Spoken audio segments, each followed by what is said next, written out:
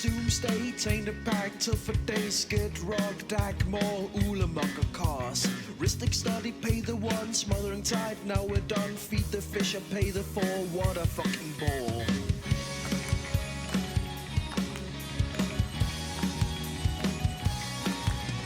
Winter stasis, static obliterates under apocalypse and the bastard chuckle herbs. Jinga Texas, Coragor, Grand Up Augustine for Armageddon, Tabernacle, devastation, goodbye. We didn't start the fire, it was always burning since the world's been turning.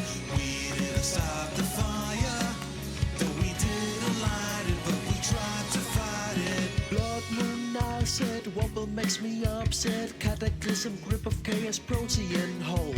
Combos here, combos there, combos fucking everywhere. Turn to they whisper, made you run the clock.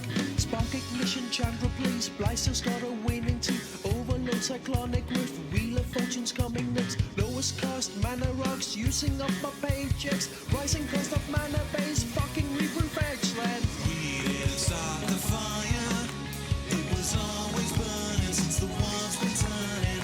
We didn't start the fire, though we didn't light it, but we tried to fight it. Collector Oof, magistrate, mind senses, cost and hate. Navigator, dockside, Palicron and high tide. Velikdar, Sahali, the chain, Veil and Mysticity. World Ghost reanimate, no response, it's too late.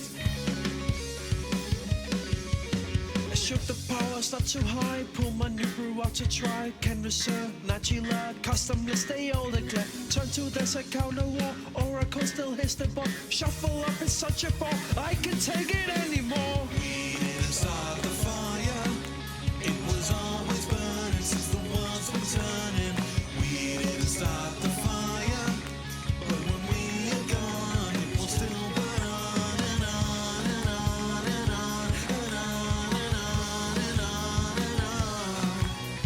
We didn't start the fire, it was always burning since the world's been turning. We didn't start the fire, no we didn't light it, but we tried to fight it. We didn't start the fire, it was always burning since the world's been turning. We didn't start the fire, no we didn't light it, but we tried to fight it. We didn't start the fire, it was always burning since the world's been turning. Fuck. All good? Yeah, just like Oh, I've just realised I haven't fucking stopped recording this fucking thing. Look at this dude. Do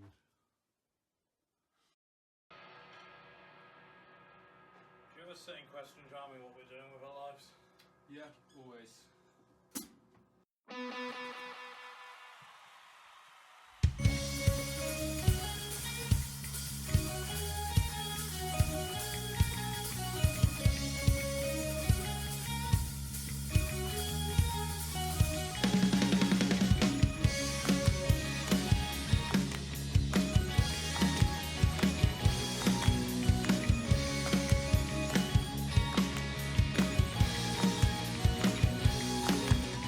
Necropotence, doomsday, taint a pack till for days get rock, dag more, ulamaka cars.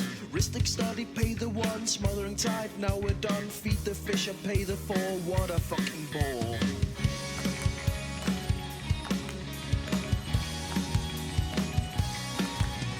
Winter stasis, static obliterates under apocalypse and the bastard chuckle herbs. Jinga Texas, Coragor, Grand Up Augustine for Armageddon, Tabernacle, devastation, goodbye. We didn't start the fire, it was always burning since the world's been turning. We didn't start the fire, though we didn't light it, but we tried to fight it. Blood moon, I said, wobble makes me upset. Cataclysm, grip of chaos, protean Hulk. Combos here, combos there, combos fucking everywhere. Turn to they whisper, made you run the clock. Spark ignition, Chandra please. Blyster's got a winning team. Overload cyclonic with wheel of fortunes coming next. Lowest cost, mana rocks, using up my paychecks. Rising cost of mana base, fucking reproof X-Land. We didn't start the fire, it was always burning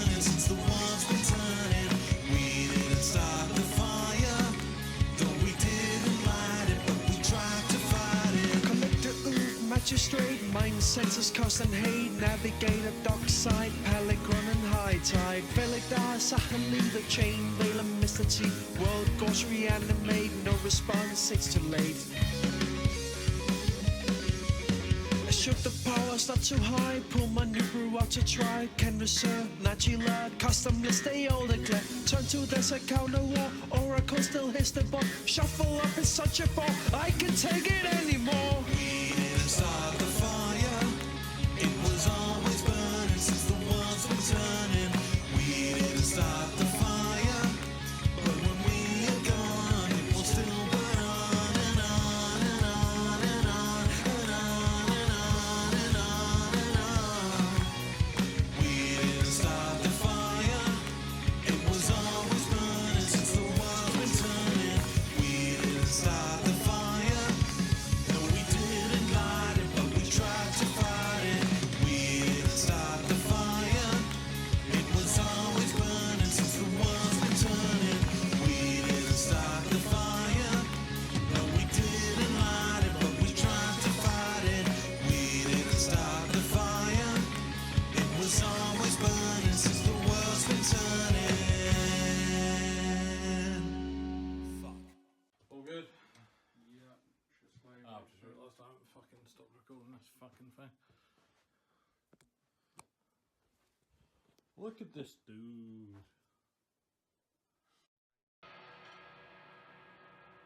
Do you ever sit and question, Jamie, what we're doing with our lives? yeah, always.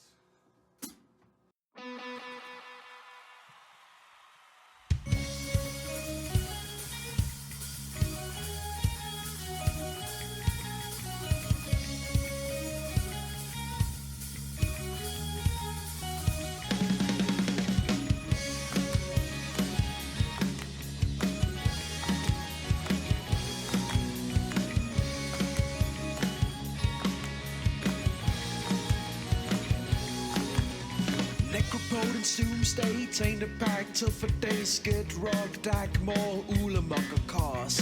Ristic study, pay the one, smothering tide. Now we're done, feed the fish, I pay the four. What a fucking bore.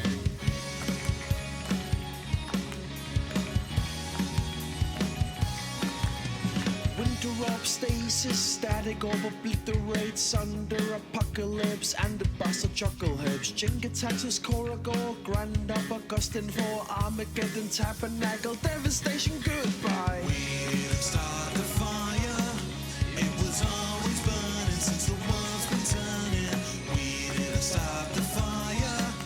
Though we didn't light it, but we tried to fight it. Blood moon now said, wobble makes me upset. Cataclysm, grip of chaos, protean Hulk. Combos here, combos there, combos fucking everywhere. Turn to they whisper, made you run the clock.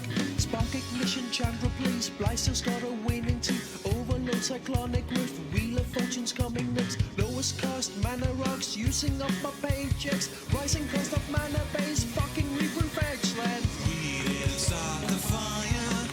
It was always burning since the world's been turning. We didn't start the fire. Though we didn't light it, but we tried to fight it. Collector oof, magistrate, mind senses cost and hate. Navigate a dockside, Pelegron and high tide. Veligdar, Sahan, leave the chain, veil and mysticity. World goes reanimate, no response, it's too late. Should the powers not too high, pull my new brew out to try. Can reserve, Najila, custom list, they all declare. Turn to this account of war, Oracle still hits the ball. Shuffle up in such a ball, I can take it anymore. We didn't start the fire. It was always burning since the world's been turning. We didn't start the fire, but when we are gone, it will still burn on and on and on and on and on and on and on and on. We didn't start the fire.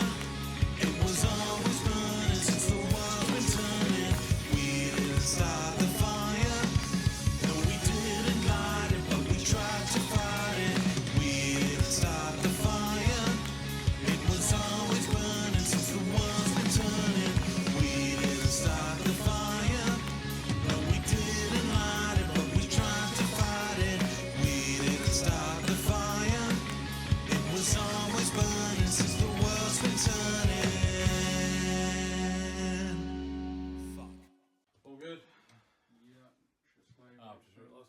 fucking stop recording this fucking thing. Look at this dude. Do you ever sit and question, Jamie, what we're doing with our lives? Yeah, always.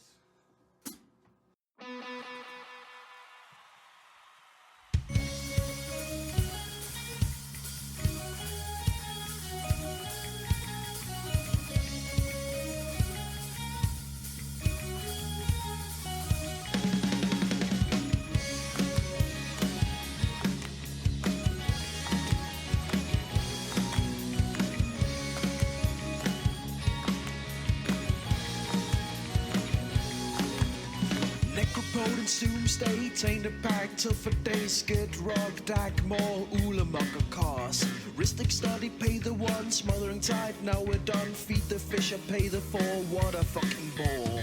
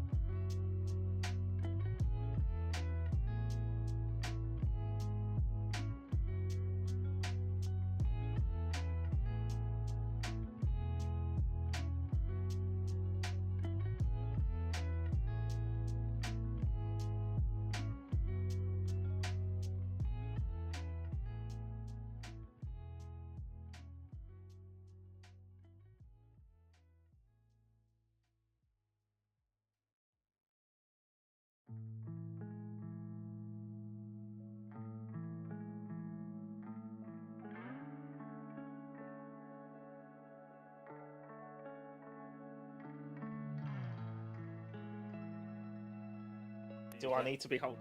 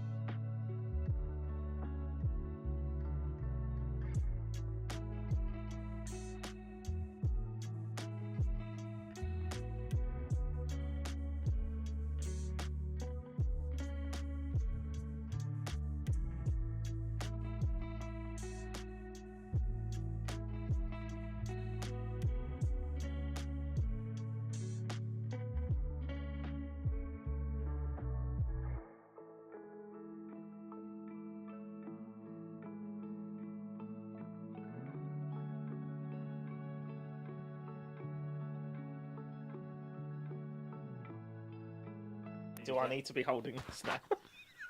Oh, yeah, you probably do, actually. That's probably a good... But you'd started without me knowing.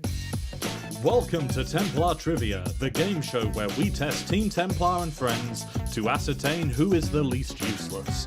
The rules will change every episode, so like the quality of our content, enjoy the inconsistency. The only constant is that the winner will get nothing. Okay, so for this episode, we're going to be doing Hall of Famers, testing your knowledge on all things Hall of Fame. I'm going to be giving you some facts about a mystery Hall of Famer, and then you will have to ascertain who that Hall of Famer is. If you get it right on the first guess, you get 2 points. If you get it right on the second guess, you get 1 point. or no points if you get it wrong. I only know one Hall of Famer, and I'm not even sure if he's in the Hall of Fame. Oh, okay, cool. The best players of all time, 2005. I don't know, so I'm going to go with Owen Turnwald. LSB? I don't want to say anything because I don't want to count it as a guess. I'm thinking in my mind. So, I mean, I think of Kai Bird initially, but he's not American. Louis Scott Vargas. The one person I'm thinking of is Finkel, but obviously that is not correct because he started playing years ago. I honestly, the best ones I can think of is Randy Bueller for like really OG, then Kai, then LSV, then Paulo. I mean, best players of all time. My other guess is Reed Duke, but I don't think it's Reed Duke. Definitely not Reed Duke. Brian Kibler. It's going to be like some really random name that I'm sure I know, but I can't think of him, unfortunately. 2005 was when the Hall of Fame was founded. Sure. So it could. So, okay, I'm going to say John Finkel. Correct? Sure. Brilliant. Oh, sure, okay. Yeah. Johnny Magic, yeah. Finkel, sure. Yeah. Ah, John. Yeah, I know who John is. Okay. It's been a long time. Professional Magic has been dead for a while, you know. COVID and that. I think 2005 Reed Duke has been like. Yeah. Okay. That's a very good point. So, joined in 2010 as the top voted person of that year. Daddy Duke. Oh, Gabriel Nassif. Oh, Gabriel Nassif. oh shit, what's his name? French Brian Kibler. The French crowd gave it away. I was like, oh yeah, Nassif. Yellow Hat. You don't even know Yellow Hat? Gabriel Nassif. Excellent. Gabriel Nassif. Oh yeah, he does the MGTO content. Yeah. Brian Kibler. Louis Scott Vargas! Hey! I connected the dots. Do I get points for that? You get 1 point. Oh, yes. There you go. Okay, number 4. Not a clean sheet for you. Louis Scott Vargas. LSV. Louis Scott Vargas. LSV? Or? Louis Scott Vargas. Excellent, very good. Louis Scott Vargas. Damn, I've forgotten his name. Not active.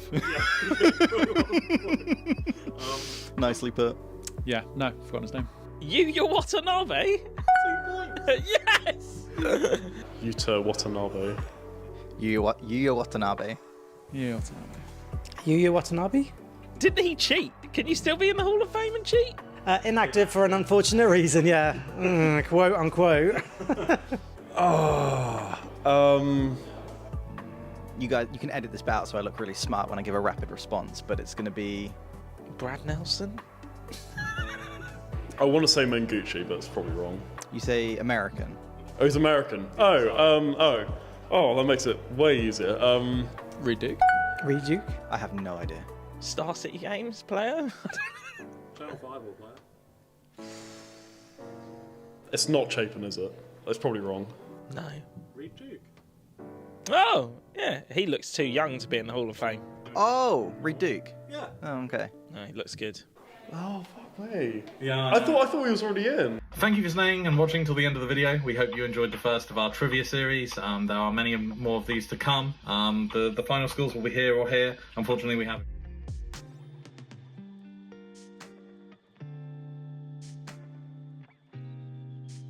Do I need to be holding this now? Oh, yeah, you probably do, actually. That's probably a good... You started without me knowing. Welcome to Templar Trivia, the game show where we test Team Templar and friends to ascertain who is the least useless. The rules will change every episode, so like the quality of our content, enjoy the inconsistent. Alright, good morning, welcome. We're here at Skyward Fire Games. Yes, in the lovely Lowestoft. Exactly, we're commentating today on an RCQ for Antwerpen in the Belgium. Belgium, yeah. Belgium, yeah, you're right.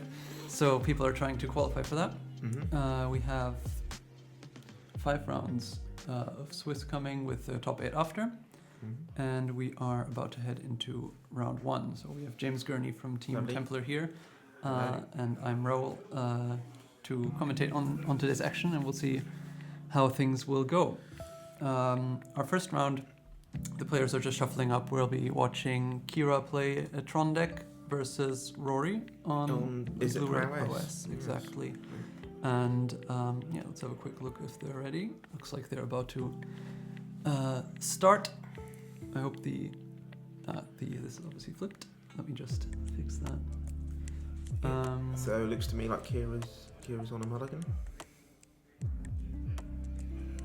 I think both players know kind of quite confidently what each other are going to be playing here. So Okay, so they will. be mulliganing probably quite aggressively for key cards in the matchup.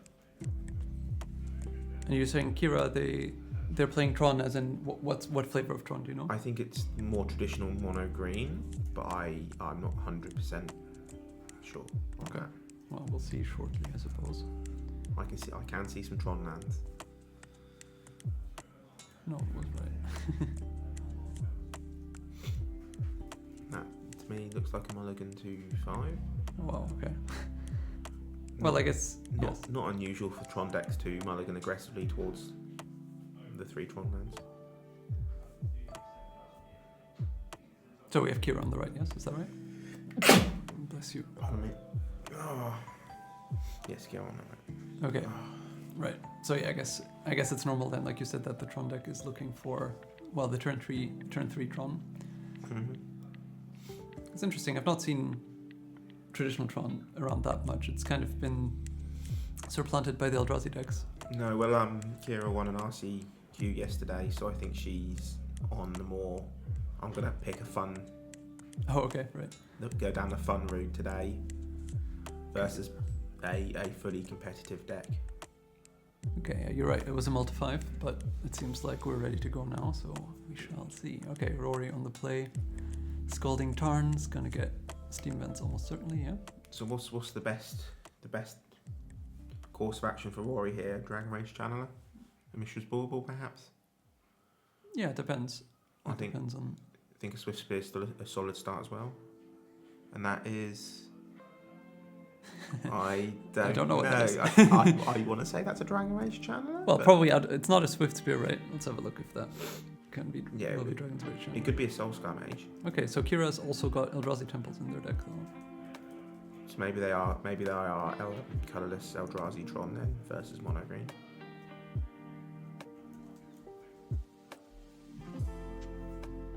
So it can't be that, can it? Because there's no alternative. Yes. So I'm guessing it's a Soulscar Mage.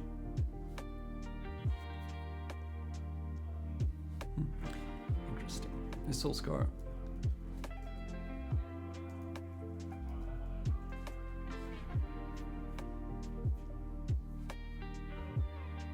From one of these secret airdrops. Not that one. So we've got a very solid start here for Rory with a Corey Steelcutter. We know that one. No, it's not that Soulscar one. either. We do know, yes, the Steelcutter. Unfortunately, the life totals we don't have updated. I think Kira will be at 19. No, 18 most likely. What happened to with the mutagenic growth?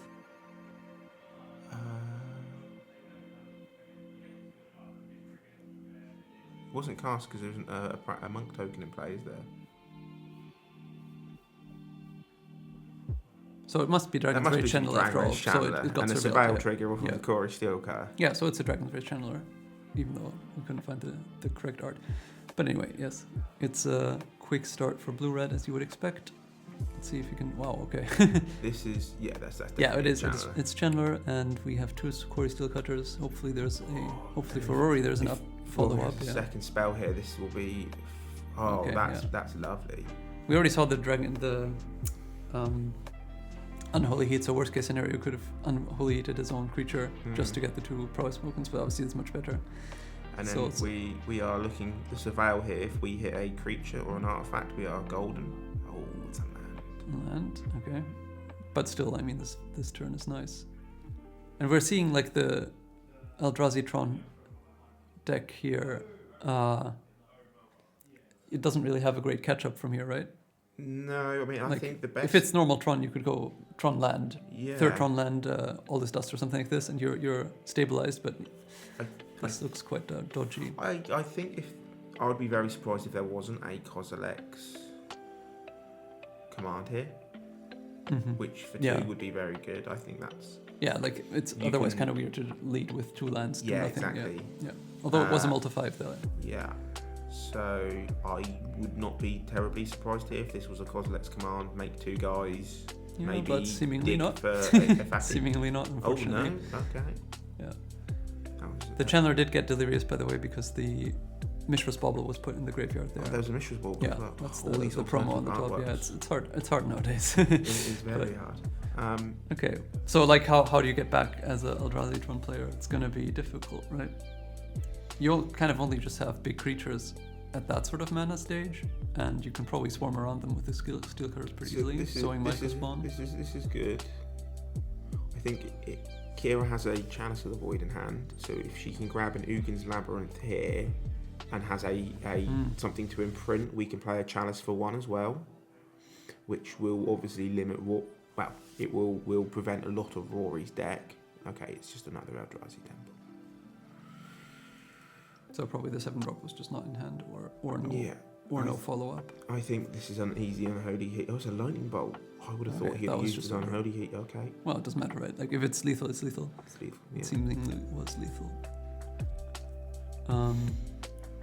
Yeah, that was quick. So, sideboard-wise, I think key cards here from Kira's perspective will be Trinisphere.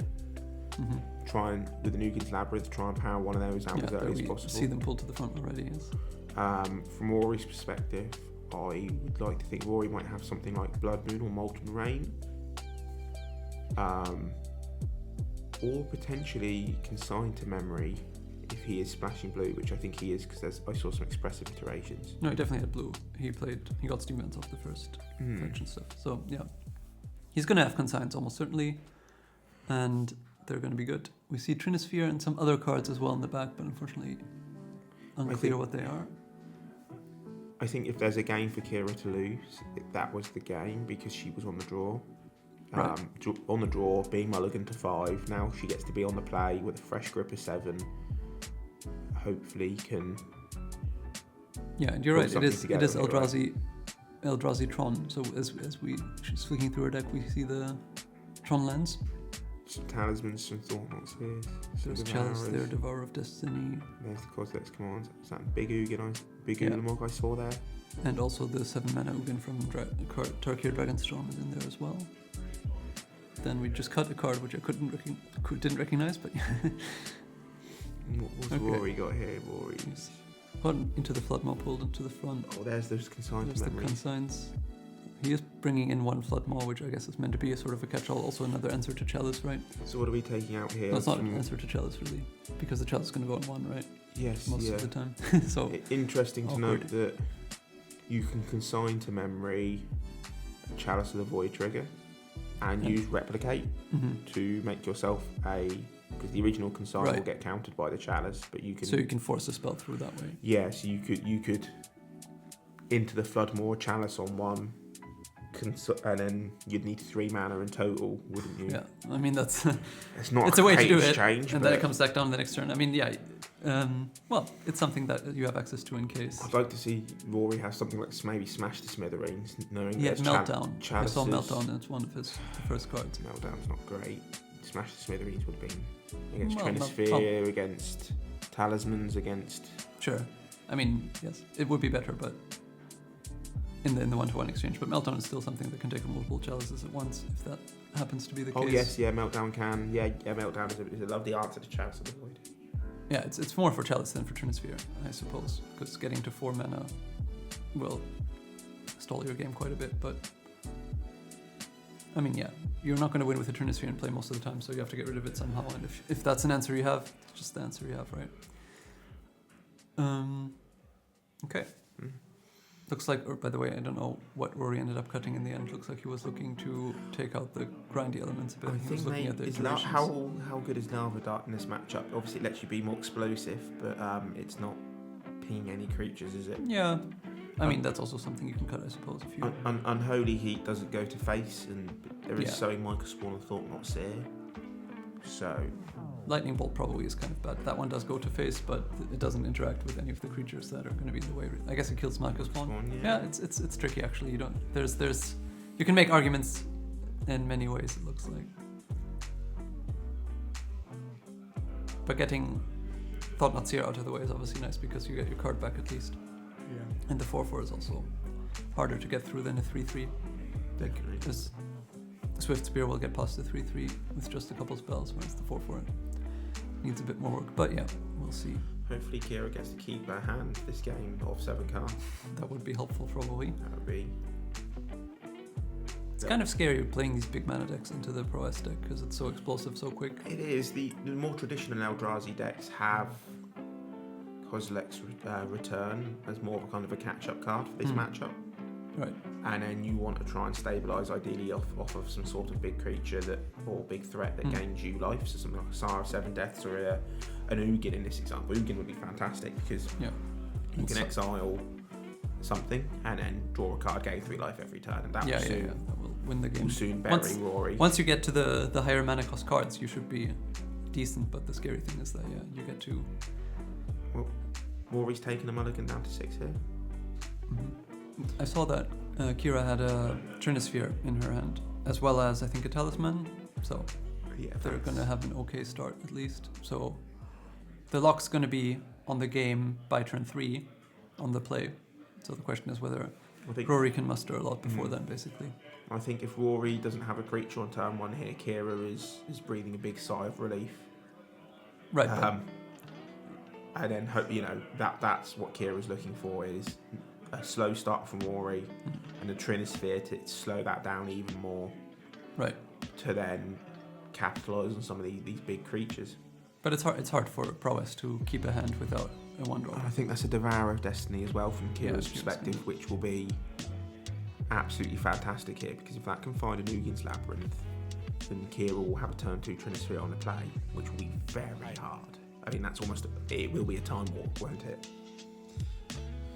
As Rory won't be able to play anything on turn 2. Yeah.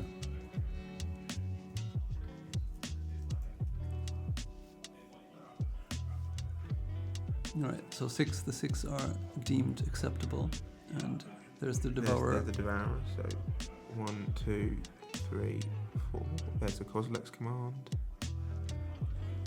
Ugin, I think. There's a card kept on top. Oh, All This Dust was there. Yeah, Kozilek's Command, All This Dust, and one more card in exile. I think Thought Not Seer perhaps was left on top. I couldn't quite tell. So there's a Tron land and a forest. Right. Yeah. Right. Where are we going with Rory here? He's got Preordain at the front of his grip. Looks like a Steel Cutter as well. Maybe that's his turn. He's got 2 lands at least. You might be right that there's no 1 mana creature, which is... I think I saw a Slick Shot show off, so maybe he's going to try and set up a... Which is something for the Eldrazi decks are very hard to interact with. Is if Rory sets up a turn of just Slick Shot, he can maybe 20 in one go. And he needs to actually play it normal, like play it out immediately, not plot it. No, I think you plot it. No, but then the Trinisphere gets you, right? Oh, the Trinisphere gets you. So like if you need to, like, there's going to be a Talisman coming down here. The Trinisphere is even on turn 2, so it's even worse. This is rough for Rory because his hand's a Mutagenic Growth, which will now definitely be 3. I mean, this is. This is exactly how Kira wants it to go. Like you said, no turn 1 creature, just a Preordain. And the best Rory can muster here will be a Surveil. Immediate Trinisphere. This is exactly. There's simply not a thing nothing Rory can actually achieve here on this turn. And now he needs the 3rd land and realistically an answer to the Trinisphere to get ladies something and gentlemen, going. was a time walk. And now Kira's drawn a Chalice of the Void, but quite interestingly, she can't play it for 1 mana because of the Trinisphere, right? So she's got that's interesting. Bit of anti-synergy. That's a Talisman. And a land. A second copy of the Tron land, but I mean Kira... No, but can you not Chalice for 1? You can, right? You choose to have XP1 and then you have to pay 3 for it. Isn't that how it works? Okay, I did not know. I did not know. I'm pretty sure that should still work, but anyway, like it does make the chalice a bit more awkward. At the very least, Kira's looking, I think, 3 cards in hand here. Kozilek's. Yeah, I mean, this is the exact opposite of game 1, where in game 1 Rory sort of completely steamrolled Kira with his aggression, and here it's just lock piece ready, mana being developed very quickly. There's at least 5 mana at the moment for Kira. There's that Devourer is hiding there. Should the game go really late, we can re-pick that back up. There's a Chalice, a Kozilek's Command, and 1 other card for Kira. And then Rory here is... Rory has the Slick Shot that you mentioned. I think there's a Violent Urge and a Quarry Steelcutter hanging out there somewhere. Yeah, there's the Phyrexian spell that gives... Mutagenic Growth. So Quarry needs to... Yeah, there we go. Costs a life and... and an extra mana. An extra mana. So yeah, Quarry Steelcutter, obviously an embarrassing card into the Trinisphere. Because you need to get up to 6 mana to even be able to trigger it. It's a Forest in hand, so... But that also bodes really poorly for Rory that Steelcutter was his best play. Yeah. Because like it really doesn't do anything once there's a Trinisphere. And this is a solid Kozilek's Command for 4. I would assume we're going to be scrying 4, drawing a card. But whether we exile a creature or make 4 guys, I think it will probably be 4 guys. Okay, yeah, Rory can plot that for 2 mana. Yes, but then when he casts it, he has to pay 3. This seems like a very bad play from Rory's perspective. Yeah. I mean, you'd probably almost rather just cast it and hit for 1, right? Yeah. I mean, this way you're binding 5 mana instead of just playing it for 3. But I mean, I don't plot. What does plot even achieve here? It just achieves nothing, right? Because it achieves something only if you manage to get rid of the Trinisphere. Yeah. Yeah, I guess if Rory can. Yeah. Okay, so here you go, 4 guys. I mean, this is really, really dominating from the Eldrazi side. So a Sire of 7 Deaths and Ugin, something like that would be absolutely phenomenal here. But also anything would just win the game, basically. Like at this stage, you're so far ahead on the mana development that I think unless the Trinisphere is dealt with, I think you're going to win with even a random fatty. Yeah, I mean, I think even the Chalice of the Void for 2. Now that Rory's plotted that Slick Shot, if there was a Chalice already in Kira's hand. Yeah, I think the world's... That makes that Slick Shot look absolutely awful. Sure. Yes, like I said, it's looking really tough from the Pro-S side. It's interesting as well because I guess with the Steelcutter, perhaps the hand was going to do good things if that Trinisphere had come down. I think if there wasn't a Trinisphere there, Rory's got Mutagenic Growth, he's got... Right, he was going to go. He's got the Double Strike spell, he is going to go for the 1. But the Trinisphere just completely shut him down. So that's Kira playing... I thought not. No, this is the Chalice for 2 you mentioned, which I suppose shuts off the... and keeping up a green, just I guess to make sure that you can Hero Might in case of something. Yeah. That's a Chalice for 2. Yeah, so that's a Spawn got sacrificed for 1 colorless mana there. Now this is like really, you need to have Meltdown is your only hope is to have 4th land Meltdown. You get to destroy. Meltdown would be very, very... Destroy all of the artifacts. I think that's what Rory's hoping for, but it really has to be that one, I think, otherwise you have no chance. He sacrificed the land here, which is just putting him back on mana development now as well. Which also takes out the Meltdown as an out. So I think like this just is a desperation and trying to look for something that's really not in your deck, right? Like what are you trying to achieve? The only thing going for him so far was that there wasn't any pressure. Well, but besides this Devourer, which obviously can get picked up and played. 6, 7, 8. Although we're not playing it here, it looks like. I think we are playing Devourer and we're going to exile the Quarry. Oh, do we have? Yeah, we have 7 mana. Okay. 4 from the lands, 1 from the Talisman, and then 2 Spawns got sacrificed. Oh, I didn't see the Spawn sacrifice. Okay, great. Yeah, okay. Rory sees the writing on the wall. I mean, just really any power creature kind of just beats him. And a Colossal Dreadmaw is good enough there for Kira to get the job done. It did kill the Steelcutter, which wasn't doing anything in play, so yeah. But that was a dominating performance the other way. So far we've seen, I guess, 2 very polarising games. The person who's been on the play and not mulliganed has No, I mean, we just saw how incredible Trinisphere is in this matchup. Oh, absolutely phenomenal with Ugin's Labyrinth. But now I guess its power is going to drop because Rory, even if she manages to replicate that draw, he gets 2 turns of Rory gets 2 turns to deploy threats out to the board, and then assumably turn 3 you can play 1 spell. So whereas the Trinisphere on the play was literally just a straight time walk, wasn't it? Yeah, it was basically almost completely game over at that point without the answer there immediately. And now Rory has a bit more wriggle room for beforehand. If you get 2 creatures down, like you said, and then even you just casting 1 spell a turn will output lots of damage if it's like whatever. Even casting 1 spell or spells into Chalice of the Void can still trigger Prowess, can still trigger Corey Steelcutter, can still trigger Slick Shot Show Off. Right, Cutter more difficult, right? Because you're not going to be able to double spell. But yes, the point is definitely that you have a bit more time to actually set something up. Rory looking at his sideboard one more time to see if he has other opportunities to get rid of the Trinisphere, presumably. Don't know if there was a Flood Maw there. The second Flood Maw. Because while Into the Flood Maw is bad against Chalice for one, it does work against Trinisphere in an okay way. Just wondering if we're completely ignoring Twitch chat here, because we haven't got it up open anyway. Oh, sorry. Probably are. We're not ignoring you on purpose, we actually just... Gonna have to look into that. Yeah, do you have it? I've got a stream on my phone at least. That's great.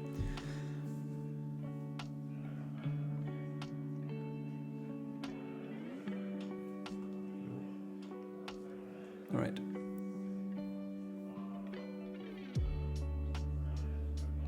Okay.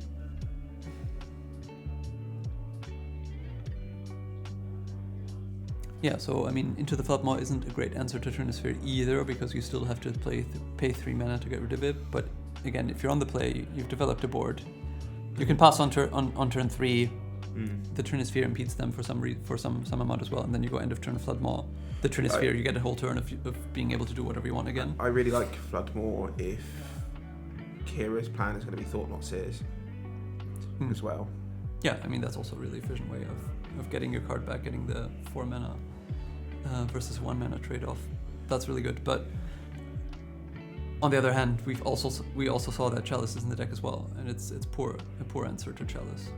As in, it's not really an answer to Chalice. I guess it really comes down here to how quick can Rory be. Yeah, and what hate is going to be lined up against. He has to have a 1-drop. He has to have a 2-drop threat. But we will see. Obviously, that Devourer of Destiny for Kira in that opening 7 was absolutely a key card for piecing together the hand. So she's got 2 Trinispheres here. So that's. The second does have some sort of diminishing returns, I think. Yeah, definitely. There's 2 Tron lands. There's his tower, I think, yeah. But it's a mulligan. This is always sad, you have your super Haymaker hate card, but you have to mulligan that anyway. And I think once you see that second one, you're on a mulligan to 6 virtually anyway, aren't you? Because it is such diminishing. That is kind of true, yeah. It's... In most cases, you're not going to want to spend the mana to bring the second one into play. It's not even like... normally like a second fatty, like a Devourer Destiny, you could still reveal it to the trigger, you could put it under Ugin's Labyrinth. It still has something you could do with the card, but it is... Yeah, the only thing it offers you is being able to be insulated from Into the Flood Maw. Yeah. Well, Meltdown not even, because that kills everything, but Rory's down to 6 as well, so this is... If both decks end up mulliganing quite aggressively towards their interaction, who are we thinking is more favoured?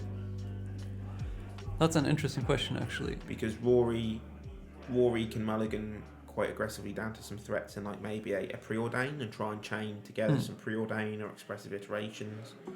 But equally, Kira could mulligan to 3 Tron lands, a Trinisphere and an Ugin. Yeah. And that's a pretty solid game plan. It is interesting because Rory does kind of need a critical mass of things, yeah? Like you can't just win. You're not going to win a game by playing Swift Spear into you need a Dragon's Rage Chandler and then no follow-up. So we see mulligan to 5 on both sides. So I guess we find out who does better in a low resource game. But I guess equally if Kira mulligans down really low and then doesn't have any fast mana or any Tron lands, then it's also, you have a lot of really bad draws. It's very, very clunky, isn't it? So also at least Trinisphere gets kind of less powerful in a low resource game as well, because he's not going to be, it doesn't stop anything anyway, he's not going to cast any spells anyway. He wouldn't have the resource to chain 3 exactly. spells in one turn together with so him, forcing him to spend 3 mana on it is less relevant as well, so there's that to think about. The more they mulligan, the longer the games are going to go, which makes me feel like Kira is advantaged in if we get to turn 10. Yeah, it does really depend a lot on the exact setup. Because like for instance, even one Slickshot show off, if you draw a couple of cantrips, can do a lot of damage. Rory's down to 4. Just no lands in that hand, presumably, because the hand at a brief glance looked okay. What does Kira have? There's 2 Ugins. Yeah, binning. Oh no, this is what we're keeping. Okay, so it looks like the Ugin's gonna get sent to the bottom for sure. And then the question was Chalice or another card. There's a Tron land and Expedition map. If there's 2 Forest, Tron lands in an Expedition map, then we are cooking, aren't we? Yeah. 2 Ugins and a Chalice are getting sent. Okay, so the question is whether you want to send back both Ugins or try send back keep Will and one. Chalice. Presumably because you have the Tron set up and... Oh no, okay, now we're even going differently altogether. Interesting. I wonder which pile is meant to be which. Yeah, okay. Is that a thought not set? Ugin was sent to the bottom for sure, and then I didn't see the Yeah, I card, think there were 2 Ugins, weren't there? So I think one of them has definitely been sent to the bottom. Yeah. Where the both have been sent to the abyss, we don't know. Looks like the Chalice was kept. So it's map, Tron Land, Forest, Chalice of the Void. And then is that thought not set at the very bottom And there? I think you're right that it's just a thought not seer. Okay, right. So not a brilliant hand, but yeah, you can use the map to get an Eldrazi land, and then you make a turn 3. I guess Such a temple, you can get a turn 3 thought not seer, which is good enough. If Kira draws, oh no, 5. she swapped over. She's kept the Ugin. Yeah, I think I would agree with that. No, but you only have 1 Tron land, right? Yeah, but if you draw another Tron land, you have the map to get the 3rd. So Kira's so it's on the, more powerful, but less. Kira's got 2 draw steps. If she draws a power plant or a mine, she will have turn 3 Ugin. Turn 4. Oh, it's the 7 mana Ugin. Okay, my bad. Yeah. So I think that there's one more step here that really, really high rolls. Okay, Rory. Okay. Well, Rory actually has a decent start for a 4. So he went Corey Steelcutter into Mishra's Bauble. Let's still take a peek. Rory's got to be sweating bricks here if that's a Tron land. Yeah, it's not. It's a Trinisphere. Okay. So this is not looking great for Kira. It's going to be a lot about what Rory can do this next turn. So Kira's even just limiting what that's going to be. Tap the mana and put, we'll get a Chalice for 0. There's a Chalice for 0. Oh, interesting. I can see the logic behind it, but it only stops Mishra's It only stops Bubble, right? And there's already one that you've just seen, so I would have liked Chalice for 1 and being greedy.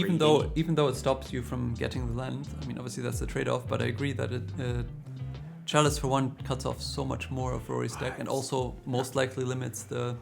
How long do you wait here on this expedition map, Raoul? Because the longer you wait, if you draw a Tron land, you get to assemble the Tron. Interesting. Well, the thing is... Was that another bauble? No, it was Slickshot show off into Monastery Swift Spear, it looks like. Meaning that the Corey Steelcutter got triggered again. And now we have exactly the situation. Rory was able to set up a whole bunch of stuff before any of the slowing down effects come into play. Because he's empty-handed. He's purely gone on, I'm going to be a creature. Yeah, and that looks like it might really work out for him here. Yeah. Since Kira can now play the Trinisphere, no cards in hand, 3 mana in play, it doesn't do anything. Yeah. And so it looks like maybe Kira also getting punished a bit by going greedy and keeping Ugin, because if you had a Thought Not Seer now, you could play it 4/4. It blocks everything except the Slickshot show off. So yeah, see this Trinisphere does nothing, and you're taking at least 4, and if it's a spell, it's like much more. Okay, well, that's not this. So. But like the catch up for this Kira has is All Is Dust. So, and that really requires you to draw both. And the All Is Dust. Yeah, which we know is not there. Well, that's another Tron land, but it's not the right one, I don't think. Yeah, this is where what do you wait on the map question came in again, because you kind of have to, obviously, actually last turn, use the map, but now you're stuck with 2 of the same Tron land. This is the Chalice for 1. Yeah. It's hard to know whether you wait on the map, because if you... No, I don't think you can. You don't think you can? I don't think you can. You're like, I understand the... Not in the face of this pressure. If Rory's turn had gone a bit differently, maybe, but not in the face of the pressure. But yeah, now these small 1/1s are just going to do the job. You could have kept the thought not seeing. You could have mapped for an Eldrazi Temple and played out as 4/4 and just try and hold down the board. Yeah, I think that's the alternative route you could have taken. Is just be more conservative. Hope that the 4/4 being there will get you into the later stages of the game somehow. That answers the questions of if both players mulligan, Rory cobbles together just a creature-based, more traditional aggressive draw rather than any spells. Yeah. And Kira's just stumbling, I guess. Yeah. Because the hate was there, right? It was Chalice was there, Trinisphere was there. But the problem was everything I think when you're on the draw, you have to bottom any Trinisphere you draw on mulligans unless you can cast it on turn 2. You need to have the Ugin's Labyrinth, there's something to put under it, because a turn 3 Trinisphere is just on the draw is just too slow. In this particular instance, it certainly wasn't great. It was interesting though, also the decision about Chalice for 0 or Chalice for 1. I mean, 0 obviously does stop a couple of spells, but if you Chalice for 1 is definitely go Chalice for 1 there, you at least get the Monastery Swift Spear countered, although and any preordains off the top, anything like that at all. The Steel Cutter would have still triggered that turn. And you are doing the greedier route of if you draw Tron land, if you Chalice for 1, the best case scenario is you draw Tron land the next turn, you crack your map, and then you have the Ugin the turn after to. Yeah. You can go Ugin, Trinisphere, and exile 2 things. Make 3 mana, draw a card. That would have, I guess, been... it's 3 mana, just 3 mana, isn't it? It was the tricky call of whether you want to go more powerful with the threat you keep, or whether you just hope that your game will be better in the long game and the 4/4 will stop enough the early beatdown. I think interesting. I think this game mostly came down to the mulligan decision there. Yeah. It's very hard about whether you keep the Ugin or whether you keep... I think the actual, you put the Trinisphere on the bottom and you keep Ugin and I think the Trinisphere was drawn. She had Chalice. I was a Chalice. The opening hand was Forest, Map, Tron Land, Chalice, Ugin. So I think you put the Chalice on the bottom then. But it's very hard because you've got 2 draw steps with the map. If you draw... No, I don't mind keeping the Chalice. Yeah? If you go Chalice for 1 on turn 2, they're going to have a slow draw, they mulligan. Yeah, I guess. it's just I think it really comes down to whether you expect to need the super haymaker or the... Putting an Ugin on the bottom is hard because if you draw an Ugin's Labyrinth on your turn 1 draw step, you can play the Chalice for 1 on turn 1. And then you'd rather have the haymaker. And if in the first 2 draws, if you draw either of the 2 missing Tron lands, you can have it set up a turn 3 Ugin. So putting Ugin on the bottom is very, very hard to try and justify. Putting the Chalice on the bottom, you can play it on turn 1 if you draw an Ugin's Labyrinth, turn 2 if you don't. But then Thought Not Seer in that scenario would have been very good on turn 3 to hold down the board. So actually, not having to put one of them, it's a very hard choice on which one you put on the bottom there. Yeah. 100%. Yeah. I don't think you can put Map on the bottom or Forest. I don't think so. Yeah, like that just guarantees that you can. You're just gonna screw yourself. Yeah. So it's if it would have been a 6-card hand, it'd have been a lot better. Yeah. No, the thing I think really is, you can go for the guaranteed sort of speed bump play of going, I'm just gonna make a 4/4, take one of their cards, hopefully they can't deal with it, and hope I draw into more stuff. I mean, which I think is a fair approach. At the very least, but also then you risk that maybe either they can deal with it or the 4/4 doesn't end up being that important. I mean, yeah, at the very least, the draw is turn 1 map, turn 2 crack map, grab Eldrazi Temple, turn 3, exactly. turn 3 Thought Not Seer. You have the clear hope to take the last card out of Rory's hand because he's mulligan to 4, and hope that 4/4 is enough to hold down the board. Yeah. Which, I think you have to keep the Thought Not Seer. I think definitely. It's less explosive. It's less powerful. It's less clear how you're going to end up winning the game. I think it will probably delay the game in your favor, though. I think you have to keep the Thought Not Seer, and that's the best draw you can go with on a 1-2. Yeah, it's just 1, 2, such 3 a nice, and then straightforward plan, and then you have a Chalice to stop his top decks while you're top decks. You have to put the Chalice on the bottom. I think you have to go Thought Not Seer on turn 3, and then keep so you haven't got time to fit the Chalice in there. And I think you have to keep Ugin in hand, because if you do rip that Tron, you've got 2 draw steps to rip that Tron land, and if you do, your draw suddenly becomes turn 3 Ugin. Exile something, gain 3 life, draw a card is absolutely phenomenal on turn 3 in that matchup when both players are mulliganed, because Rory can't kill that Ugin. Yeah, of course. I mean, if that works out for you, it's definitely the more powerful line. My thinking was that if that doesn't work out for you, you still have the clear progression into the Thought Not Seer, and you can then stop most of Rory's top decks the turn after by going Chalice for 1 thereafter. Yes, and yet then you have some more time to draw stuff from your deck, while most of his deck is going to be bricked. The downside of that is if he has multiple Slickshot show-ups. That's basically the only bigger downside. Yeah, definitely. I think it's hard to play. And again, how much value does Chalice of the Void and Trinisphere bring in this matchup when Rory's mulligan to 4 cards and he's on the play? These are cards that you need to be playing proactively when Rory's got a full grip.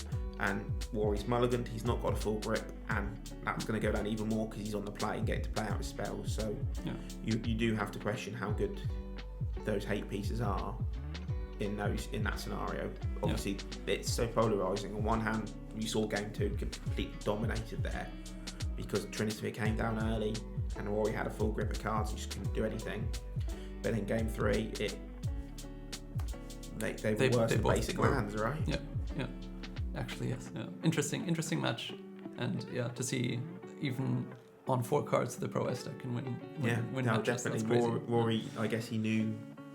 Well, he knew what he needed. Experience what he needed in this matchup. That he needed to keep a hand of just creatures, and hope to draw maybe a spell, which he drew. I think he might have drawn the Bauble, or he maybe kept the Bauble, but that was just enough to cycle through the deck, trigger a couple of turns he gets unimpeded.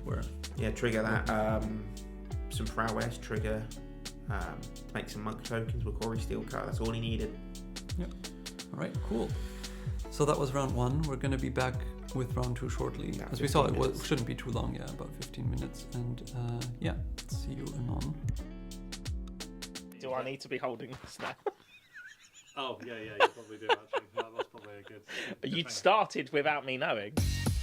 Welcome to Templar Trivia, the game show where we test Team Templar and friends to ascertain who is the least useless. The rules will change every episode, so like the quality of our content, enjoy the inconsistency. The only constant is that the winner will get nothing. Okay, so for this episode, we're going to be doing Hall of Famers, testing your knowledge on all things Hall of Fame. I'm going to be giving you some facts about a mystery Hall of Famer, and then you will have to ascertain who that Hall of Famer is. If you get it right on the first guess, you get 2 points. If you get it right on the second guess, you get 1 point, or no points if you get it wrong. I only know one Hall of Famer, and I'm not even sure if he's in the Hall of Fame. Oh, okay, cool. The best players of all time, 2005. I don't know, so I'm going to go with Owen Turnwald. LSV? I don't want to say anything because I don't want to count it as a guess. I'm thinking in my mind. So, I mean, I think of Kai Bird initially, but he's not American. Louis Scott Vargas. The one person I'm thinking of is Finkel, but obviously that is not correct because he started playing years ago. I honestly, the best ones I can think of is Randy Buehler for like really OG, then Kai, then LSV, then Paulo. I mean, best players of all time. My other guess is Reed Duke, but I don't think it's Reed Duke. Definitely not Reed Duke. Brian Kibler. It's going to be like some really random name that I'm sure I know, but I can't think of him, unfortunately. 2005 was when the Hall of Fame was founded. Sure. So it could. So, okay, I'm going to say John Finkel. Correct. Sure. Brilliant. Oh, sure. Okay. Yeah. Johnny Magic, yeah. Finkel. Sure. Yeah. Ah, John. Yeah, I know who John is. Okay. Been a long time. Professional Magic has been dead for a while, you know. COVID and that. I think 2005 rejig has been like. Yeah. Okay. That's a very good point. So, joined in 2010 as the top voted person of that year. Daddy Duke. Oh, Gabriel Nassif. Oh, Gabriel Nassif. oh shit, what's his name? French Brian Kibler. The French part gave it away. I was like, oh yeah, Nassif. Yellow Hat. You don't even know Yellow Hat? Gabriel Nassif. Excellent. Gabriel Nassif. Oh yeah, he does the MTTO content. Yeah. Brian Kibler. Louis Scott Vargas. Hey, I connected the dots. Do I get points for that? You get 1 point. Oh yes. There you go. Okay, number Not a clean sheet for you. Louis Scott Vargas. LSV. Louis Scott Vargas. LSV. Or Louis Scott Vargas. excellent, very good. Louis Scott Vargas. Damn, I've forgotten his name. Not active. Nicely put. Yeah, no, I've forgotten his name. Yuya Watanabe. 2 points. Yes. Yuta Watanabe. Yuya Watanabe. Yeah, what's his name? Yuya Watanabe. Didn't he cheat? Can you still be in the Hall of Fame and cheat? Inactive for an unfortunate reason, yeah. Quote unquote. You guys, you can edit this bit out so I look really smart when I give a rapid response, but it's going to be Brad Nelson. I want to say Mengucci, but it's probably wrong. you say American. Oh, he's American. Oh, that makes it way easier. Reed Duke. Reed Duke. I have no idea. Star City Games player. Channel 5 will play it. It's not Chapin, is it? That's probably wrong. No. Reed Duke.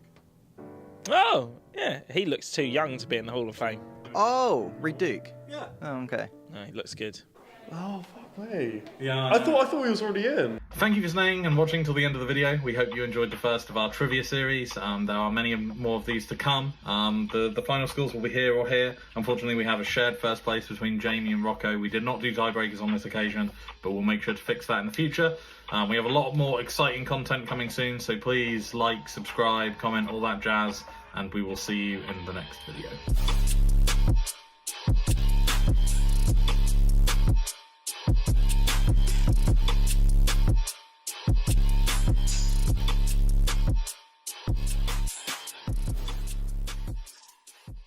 Do I need to be holding this now? Oh, yeah, you probably do, actually. That's probably a good... You started without me knowing.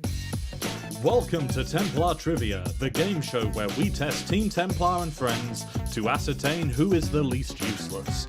The rules will change every episode, so like the quality of our content, enjoy the inconsistency. The only constant is that the winner will get nothing.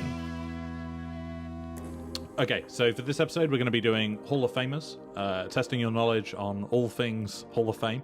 I'm going to be giving you some facts about a mystery Hall of Famer, and then you will have to ascertain who that Hall of Famer is. If you get it right on the first guess, you get 2 points. If you get it right on the second guess, you get 1 point, or no points if you get it wrong. I only know one Hall of Famer, and I'm not even sure if he's in the Hall of Fame. Oh, okay, cool. The best players of all time, 2005. I don't know, so I'm going to go with Owen Turnwald. LSV. I don't want to say anything because I don't want to count it as a guess. I'm thinking in my mind. So, I mean, I think of Kai Bird initially, but he's not American. Louis Scott Vargas. The one person I'm thinking of is Finkel, but obviously that is not correct because he started playing years ago. I honestly, the best ones I can think of is Randy Bueller for like really OG, then Kai, then LSV, then Paulo.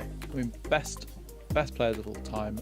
My other guess is Reed Duke, but I don't think it's Reed Duke. Definitely not Reed Duke. Brian Kibler. It's going to be like some really random name that I'm sure I know, but I can't think of him, unfortunately. 2005 was when the Hall of Fame was founded. Sure. So, Okay, I'm going to say John Finkel. correct? Sure. Brilliant. Oh, sure. Okay. Yeah. Johnny Magic, yeah. Finkel, sure. Yeah. Ah, John. Yeah, I know who John is. Okay. Been a long time. Professional Magic has been dead for a while, you know. COVID and that. I think 2005 Rejuke has been like. Yeah. Okay. That's a very good point. So, joined in 2010 as the top voted person of that year. Daddy Duke. Oh, Gabriel Nassif. Oh, Gabriel Nassif. oh shit, what's his name? French Brian Kibler. The French part gave it away. I was like, oh yeah, Nassif. Yellow Hat. You don't even know Yellow Hat. Gabriel Nassif. Excellent. Gabriel Nassif. Oh yeah, he does the MGTO content. Brian Kibler. Louis Scott Vargas. Hey, I connected the dots. Do I get points for that? You get 1 point. Oh yes. There you go. Okay, number Not a clean sheet for you. Louis Scott Vargas. LSV. Louis Scott Vargas. LSV. Or. Louis Scott Vargas. Excellent, very good. Louis Scott Vargas. Damn, I've forgotten his name.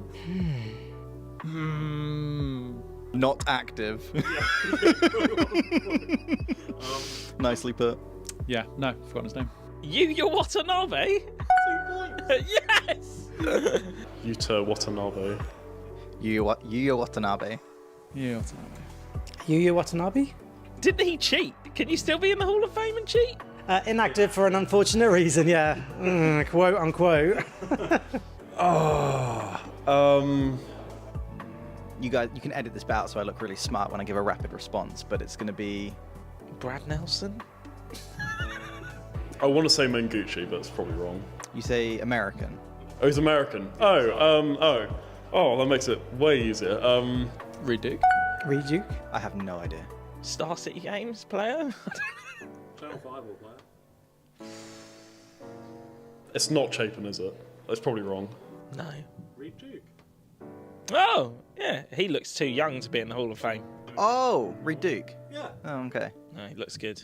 Oh, fuck me. Yeah. I thought he was already in. Thank you for staying and watching till the end of the video. We hope you enjoyed the first of our trivia series. There are many more of these to come. The final scores will be here or here. Unfortunately, we have a shared first place between Jamie and Rocco. We did not do tiebreakers on this occasion, but we'll make sure to fix that in the future. We have a lot more exciting content coming soon, so please like, subscribe, comment, all that jazz, and we will see you in the next video.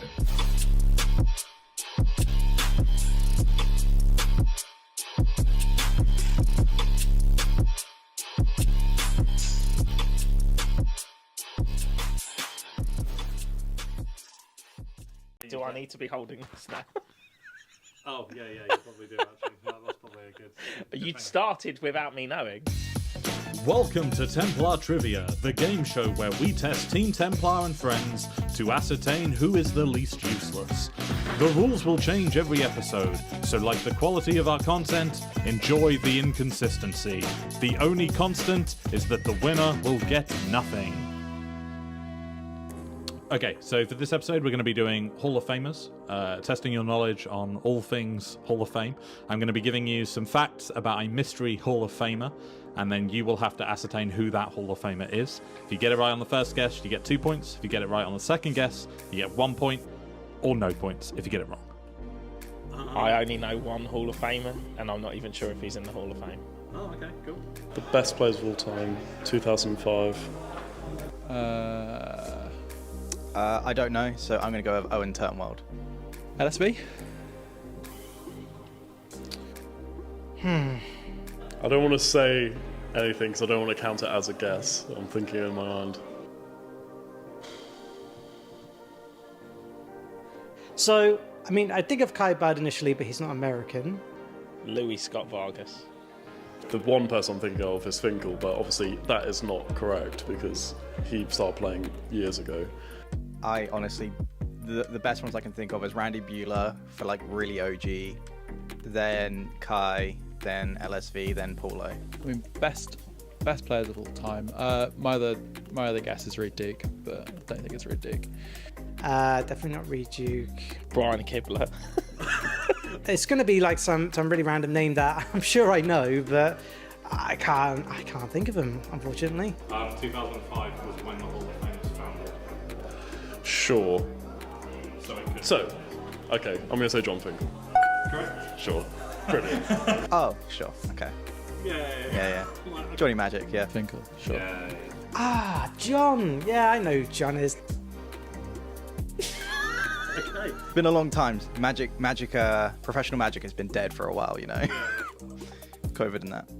I think 2005 Reed. Yeah. Okay. That's a very good point. So, joined in 2010 as the top voted person of that year. Daddy Duke. Oh, Gabriel Nassif. Oh, Gabriel Nassif. oh shit, what's his name? French Brian Kibler. The French part gave it away. I was like, oh yeah, Nassif. Yellow Hat. You don't even know Yellow Hat? Gabriel Nassif. Excellent. Gabriel Nassif. Oh yeah, he does the MTTO content. Yeah. Brian Kibler. Louis Scott Vargas. Hey, I connected the dots. Do I get points for that? You get 1 point. Oh yes. There you go. Okay, number Not a clean sheet for you. Louis Scott Vargas. LSV. Louis Scott Vargas. LSV. Org. Louis Scott Vargas. Excellent, very good. Louis Scott Vargas.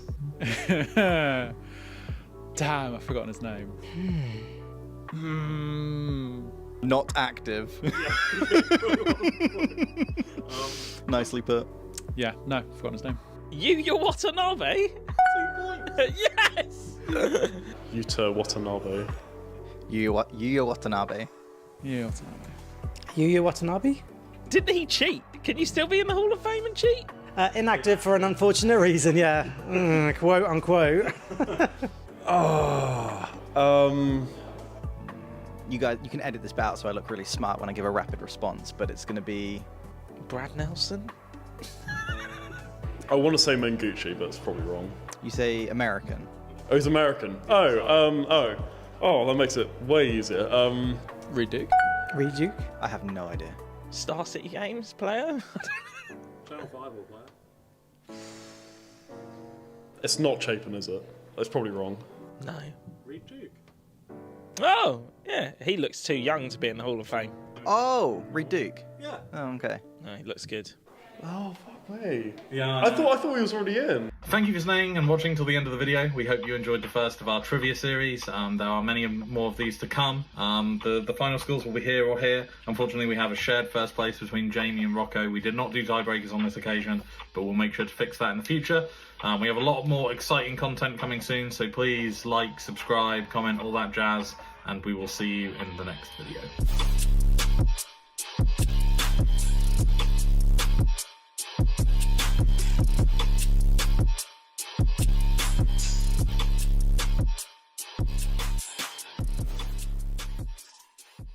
Do I need to be holding this now?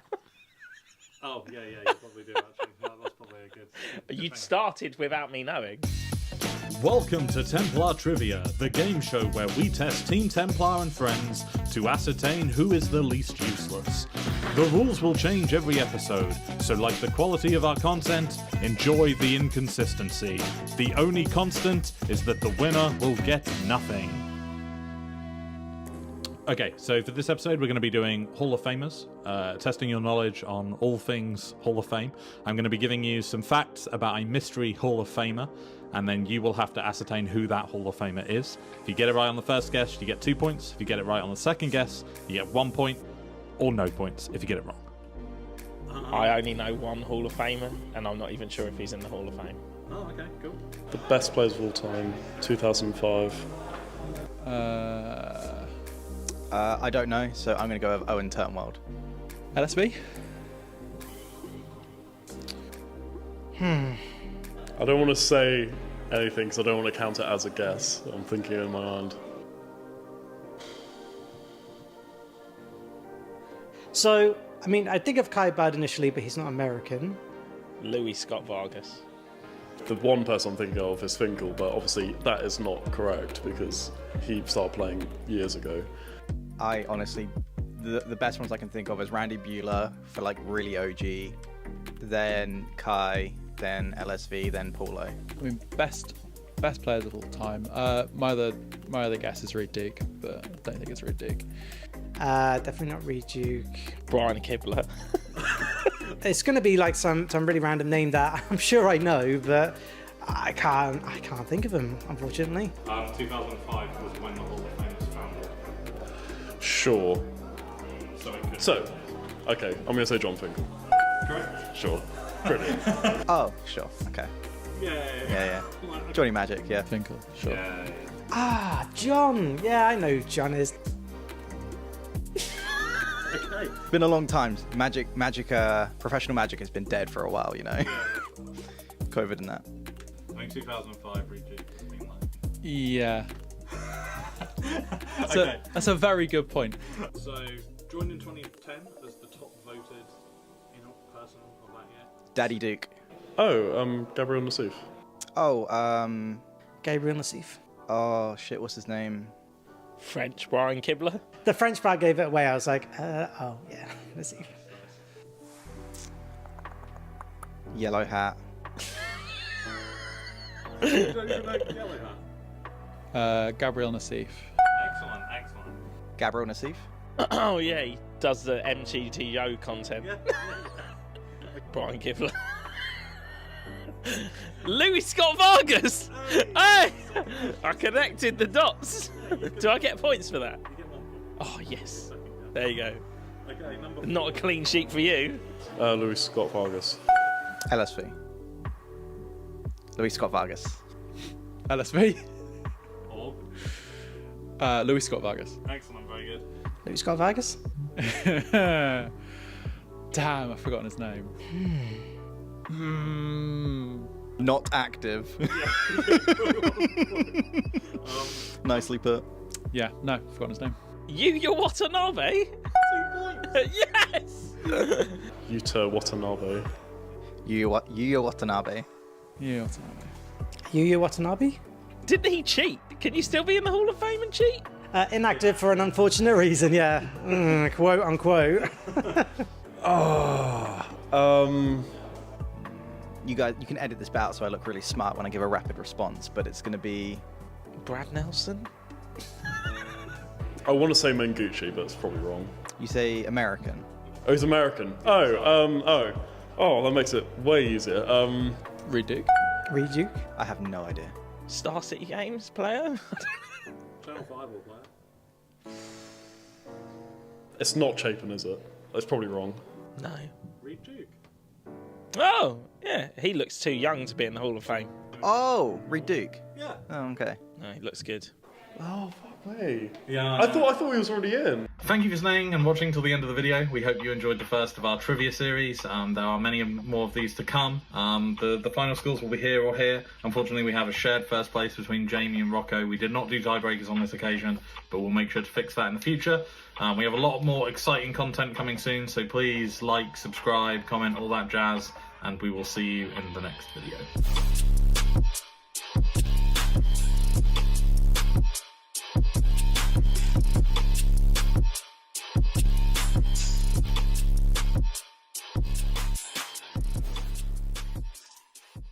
Do I need to be holding this now? Oh, yeah, you probably do, actually. That's probably a good... You started without me knowing. Welcome to Templar Trivia, the game show where we test Team Templar and friends to ascertain who is the least useless. The rules will change every episode, so like the quality of our content, enjoy the inconsistency. The only constant is that the winner will get nothing. Okay, so for this episode, we're going to be doing Hall of Famers, testing your knowledge on all things Hall of Fame. I'm going to be giving you some facts about a mystery Hall of Famer, and then you will have to ascertain who that Hall of Famer is. If you get it right on the first guess, you get 2 points. If you get it right on the second guess, you get 1 point, or no points if you get it wrong. I only know one Hall of Famer, and I'm not even sure if he's in the Hall of Fame. Oh, okay, cool. The best players of all time, 2005. I don't know, so I'm going to go with Owen Turnwald. LSV? I don't want to say anything because I don't want to count it as a guess. I'm thinking in my mind. So, I mean, I think of Kai Bird initially, but he's not American. Louis Scott Vargas. The one person I'm thinking of is Finkel, but obviously that is not correct because he started playing years ago. I honestly, the best ones I can think of is Randy Buehler for like really OG, then Kai, then LSV, then Paulo. I mean, best players of all time. My other guess is Reed Duke, but I don't think it's Reed Duke. Definitely not Reed Duke.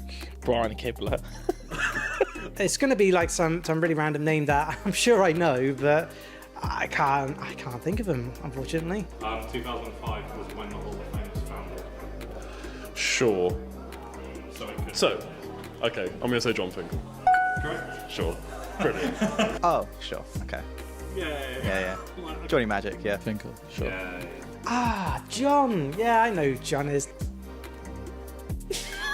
Okay. Been a long time. Professional Magic has been dead for a while, you know. COVID and that. I think 2005 Reed Duke. Yeah. Okay. That's a very good point. So, joined in 2010 as the top voted person of that year. Daddy Duke. Oh, Gabriel Nassif. Oh, Gabriel Nassif. oh shit, what's his name? French Brian Kibler. The French part gave it away. I was like, oh yeah, Nassif. Yellow Hat. You don't even know Yellow Hat? Gabriel Nassif. Excellent. Gabriel Nassif. Oh yeah, he does the MGTO content. Yeah. Brian Kibler. Louis Scott Vargas. Hey, I connected the dots. Do I get points for that? You get 1 point. Oh yes. There you go. Okay, number Not a clean sheet for you. Louis Scott Vargas. LSV. Louis Scott Vargas. We are back, ladies and gentlemen. We are back.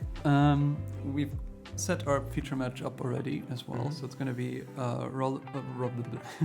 Rob on blue Charbelcher And Charbelcher, yeah. versus Oliver on blue red On Prowess. Similar deck to what Rory's played last round. Mm-hmm. Hopefully we should have quite an interactive game of Magic between the two of them, especially after sideboards. Mm-hmm. Yes, it'll be the counter spells versus Belcher. Is always interesting how it can play out. You also said you had the meta game. Do you have like an overview of it? We have 18 players here today in the lovely, most farthest east town in England. Most popular deck in the room. We have 3 people playing 5-colour Domain Zoo. Wow. We have 3 people playing Eldrazi, but they're all 3 different flavours of Eldrazi. We have a red-green kind of traditional Emrakul Eldrazi. We have a colourless Tron-based Eldrazi, which we saw last round, and then we have Stephen playing an aggressive take on Eldrazi. So he is wanting to play Eldrazi Line Breakers, Glaring Flesh Rakers, and wanting to turn creatures sideways into the combat zone. But there are 3 people abusing Eldrazi Temple and Ugin's Labyrinth as a combo. 3 on Zoo. We've got two people on Boros, 2 people on Prowess. And then we have a bunch of people on one-off decks. We've got a Storm player, a Merfolk player, an Esper, I guess we call it Esper Blink, Esper Orzhov type mid-range deck. Blue-white control player. We have a Bant Living End player, I believe. Exciting, and we have the Charbelcher player, which we're about to have a look at. And we have 2 Amulet Titan players, but boo. Okay, well, let's have a look if we're good to go. Well, we're already smack in the middle of this game. Rob starting off there with Seagate Sanctuary. No, yeah. not that late. Well, the 3 life. I'm wondering dual sided why land. he's paid 3 life for a total. I don't know what.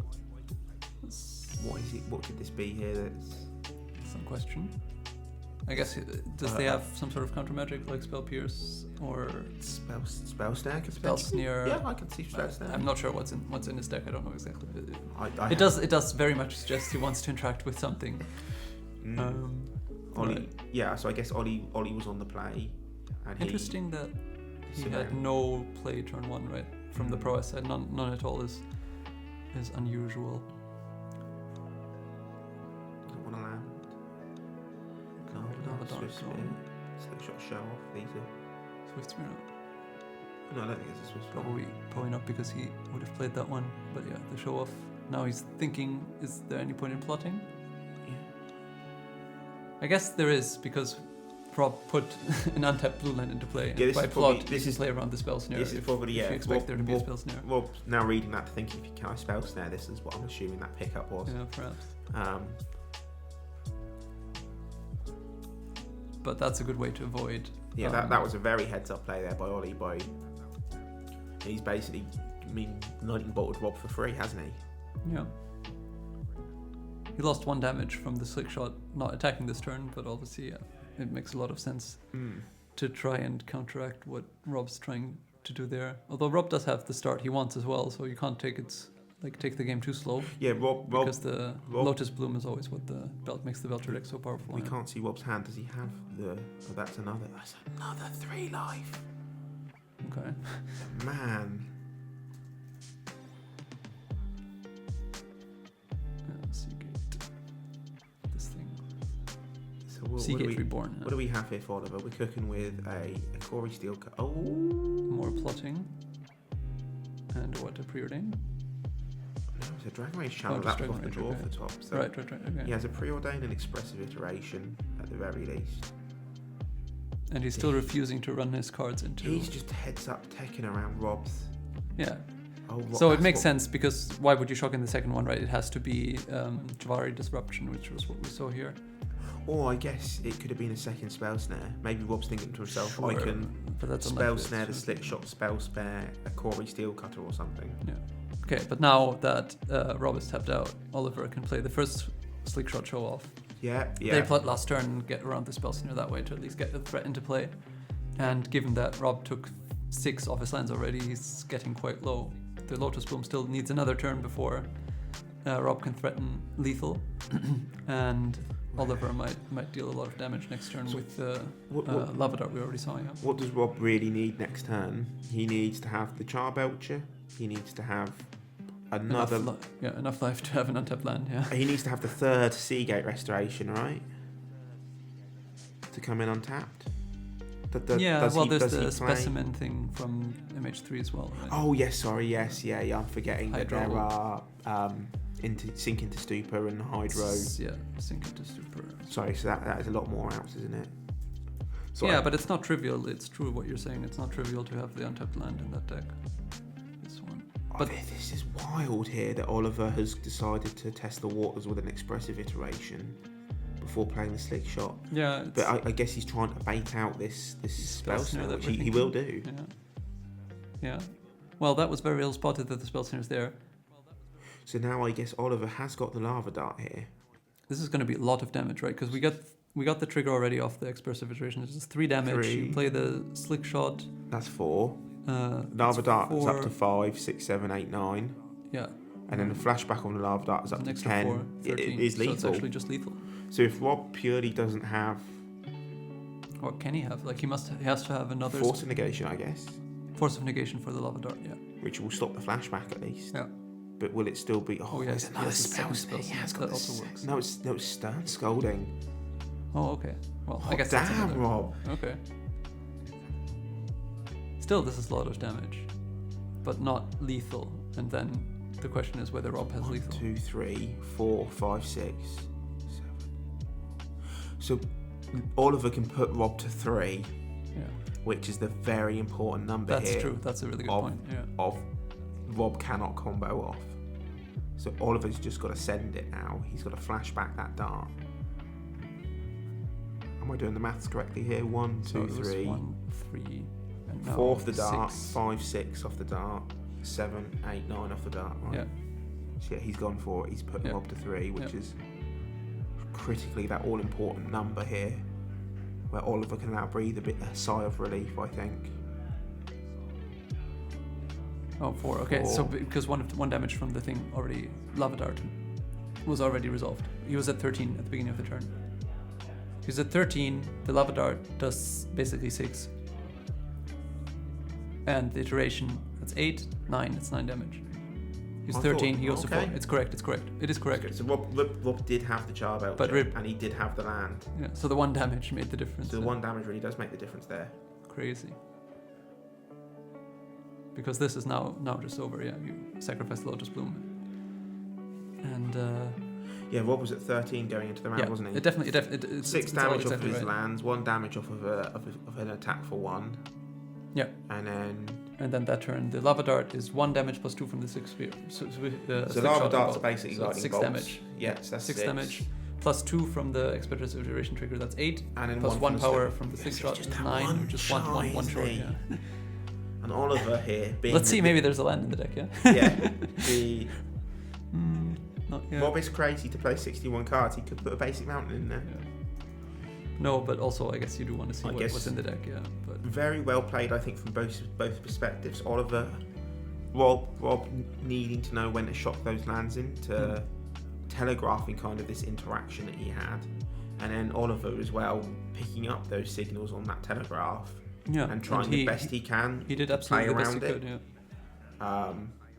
That was a great game. Absolutely very close. Very, very close. It's literally the 1 damage. We're talking like a Mishra's Bauble just for that extra trigger on Slick Shot, and that game's over, isn't it?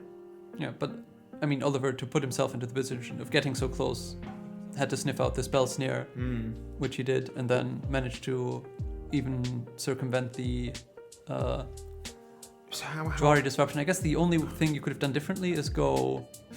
I wonder if, because on that turn where he played, he plotted a Slick Shot, played Dragon's Rage Channeler. If you flip the order on that, you play the Dragon's Rage Channeler first. Do you think Rob goes Jwari Disruption just to take you off mana? Because if he doesn't, you get to blank that turn on Rob's side. So that's the only way you could have perhaps... But then you don't have this Slick Shot plotted, do you? You do. Well, if Rob doesn't play the disruption on the Dragon's Rage Channeler... Oh, right, yeah. If you play the Channeler first... Does Rob go Disruption? No, I don't think he does. Yeah, because he's scared, right? Yeah, he's scared. He needs to keep up he's scared of just a... Yeah. Even just casting the Slick Shot from exile. So you can't actually start disruption. And then you plot after blanking the disruption. So that way around is how you can get there. If that spell around, then he does... Probably. I mean, it depends. Channeler, which is that all-important one. That's the one extra point. It's crazy, right? Yeah. So actually, that would have probably worked out. Very heads-up play, which I guess this is where experience comes in. We don't very have much Charbelcher locally. Oliver probably has played against this matchup less than... Wouldn't surprise me if this was Oliver's first time playing against Goblin Charbelcher from the mono blue version. Yeah, I mean, realizing what the cards do. It's always really important against any sort of combination deck to get as much damage out as possible. It's simply it's always going to be a race against them doing their broken thing, which just kills you immediately. So you have to be as aggro, isn't it? as efficient as possible with the damage. It's really, really important for those matchups, and it can take some.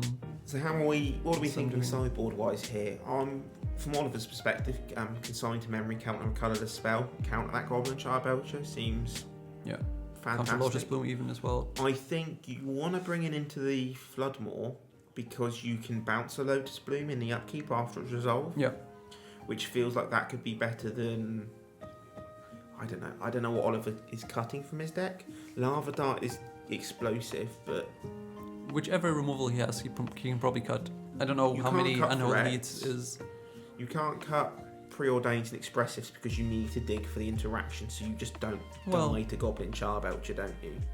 So I guess that means you have to kind of cut the Lava Darts and the mutagenic growths to slow yourself down, don't you?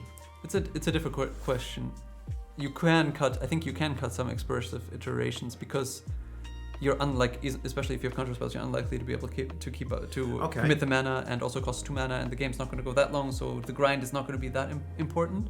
On the other hand, you're right that you do want to find that interaction in the first place, so there's that. You just don't die to the jar belcher. So there's some tension there, which bits are the most important. He can definitely take out any removal he has, I think, like Unholy Heats, whatever amounts of those he has. Lightning Bolt is a bit less clear because that one at least can go face, but... So what do we think Rob has in this? I don't know what's in the sideboard of I'm now looking it up, what's in the sideboard of a traditional Belcher deck. What do we think? I suspect it's a medley of more counter magic that's like more specifically geared to various matchups, would be my... So Rob will have Consigned to Memories, he'll have Harbinger of the Seas in the sideboard. Right, and then some number of Flusterstorm / anti-counterspell package. Right. So is a Flusterstorm something Rob might consider bringing in? Probably, possibly. It gets around Consigned to some degree, right? Yeah, I mean, so Oliver will be able to... It just means that you have to wait a bit longer until you come... Oliver will consign, and if he thinks his consign's going to get counterspelled, he'll replicate it, right? Whereas Flusterstorm will catch... It depends on how much try and catch the... Yeah. Mana's Oliver is committing to do that, yeah. So that could be interesting. But yeah, I think the Belcher deck is so linear that it doesn't have too much going on sideboard-wise. It can't cut too many cards either. Like you need your lands. Yeah, you need your combo. You can just dial the number of counter spells. I guess something like spell snares and that. But then this is a matchup where spell snare is good. Is very good. It's a matchup probably where you wanting to keep. What was that? Stern Scolding. Probably yes. Yeah. No, I mean it's just going to be like fine tuning the number of flares and stuff like this. Flares and force negations probably aren't too great. I don't think you can cut the Thunder Trap Trainers or the Philagi Archaeologists, because they dig too much and they block. No, I think Rob's going to mostly just be presenting his main deck with a few tweaks, whereas Oliver gets a big upgrade with the... Yeah, so this is very much... counter magic. I'm assuming 55%, 60% swung now into Oliver's favour. At least on the play. Yeah, pressure plus disruption tends to be good against these sort of decks. For sure. So what are we cooking with here, Oliver? We've got a mutagenic growth. So he did keep those, yeah. Or at least some number. We have a land for turn 1. It's a bobble, yeah. There's a bobble. Second land. But no turn one play again, like last game as well. Yeah. We've seen how for these prowess decks, how critical a turn 1 play is. We saw it with Rory in that game against that Trinosphere, and in the games he did win, he had turn 1 plays. We saw it there last round. And now here, I think... game 1 as well, yeah. There was only fetch surveil land. These prowess decks with not having a turn 1 creature specifically, and either having like a Preordain or a surveil land on turn 1, they're just such slowing themselves down. They're such weaker. The clock just... I don't know, it just feels like they can't keep up with the rest of Modern. Yeah, certainly you really want to get use out of the fact that your whole deck costs 1 mana. Like that's the really good thing about the prowess deck. It's so efficient on the mana. Most of its spells are so cheap, like they cost 1 or 0 mana even. And but then how many wasting a whole mana is just much more punishing in that sort of scenario. Rob again, by the way, shocking or bolting in the Seagate Reborn. Yeah, means that he's at least representing again. And this is looking fantastic from Rob's perspective here, because Oliver clearly hasn't got a 1-drop. If not, he'd have played it. His hands, obviously, he must have had some sort of threats in his hand. So there's obviously going to be a slick shot show off or a Corey Steelcutter lurking in there. And even if Rob hasn't got the spell snare here, just bolting in. Maybe he's just bluffing. Maybe he's bluffing Oliver to just waste your turn. Don't play your threat now. It's going to be hard after you didn't play anything on turn 1, did not play anything here either. I think you just have to run into it. If it's a slick shot show off there, we might have another heads up of a plot, and then Rob's just bowling himself for no value whatsoever. Exactly, that's the only counterplay you have. But I didn't get a glimpse of a slick shot. What you do have to note that Rob doesn't have the Lotus Bloom this time, which means that his kill is also going to be delayed. He needs to. He will be killing turn 5 here if he's lucky. Which is to live to turn 5. Exactly, which is quite a long. Oh, okay. It was the pass. So Oliver just doesn't even want to play the expressive iteration in his hand. He's got also two got copies of it in his hand. He's also got the bobble. I mean, obviously, iteration is kind of awkward to play when you've already made a land drop. But just, again, not playing anything is just so scary. Oliver didn't keep a hand without a threat, did he? Looks like he did, yeah. No.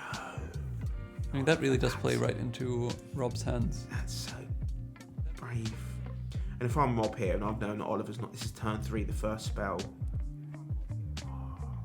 Lightning bolt land and into the Floodmaw. So you probably keep the Floodmaw in hand. Play the land. And what land is that are we looking at? It looks like, is it Guildgate? It's probably Steam Vents, yeah, it looks like it. I imagine it's Steam Vents, although I can't be sure. Could be Spiralbluff. I don't know with all these alternative. It could be Spiralbluff. They didn't take damage, so I don't know if they forgot or. It could be a Scalding Tarn, actually.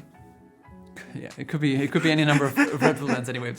But like, yeah, he got the land.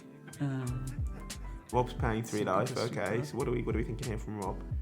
For 3 mana, he wants to play 2-drop and leave up the Would spell Rob snare. have brought in Harbinger of the Seas here to try and cut Oliver off of red? Obviously, Oliver's got a mountain. Anticipating that they might take out the removal, yeah. But like, it still dies to a Lava Dart. Reminds me of the old days of having to Blood Moon a Boros Burn deck, yeah. And then hope they draw their Lightning Helixes and their white spells.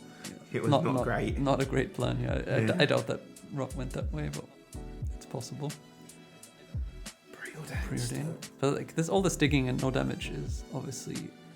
No, this feels so rough that Rob's put himself to 14 life, and Oliver's just not punishing him. Yeah, I think it's a Dragon's Spirit Channeler plus something, white bordered card. I don't know what that is. So that's at least a threat of some description.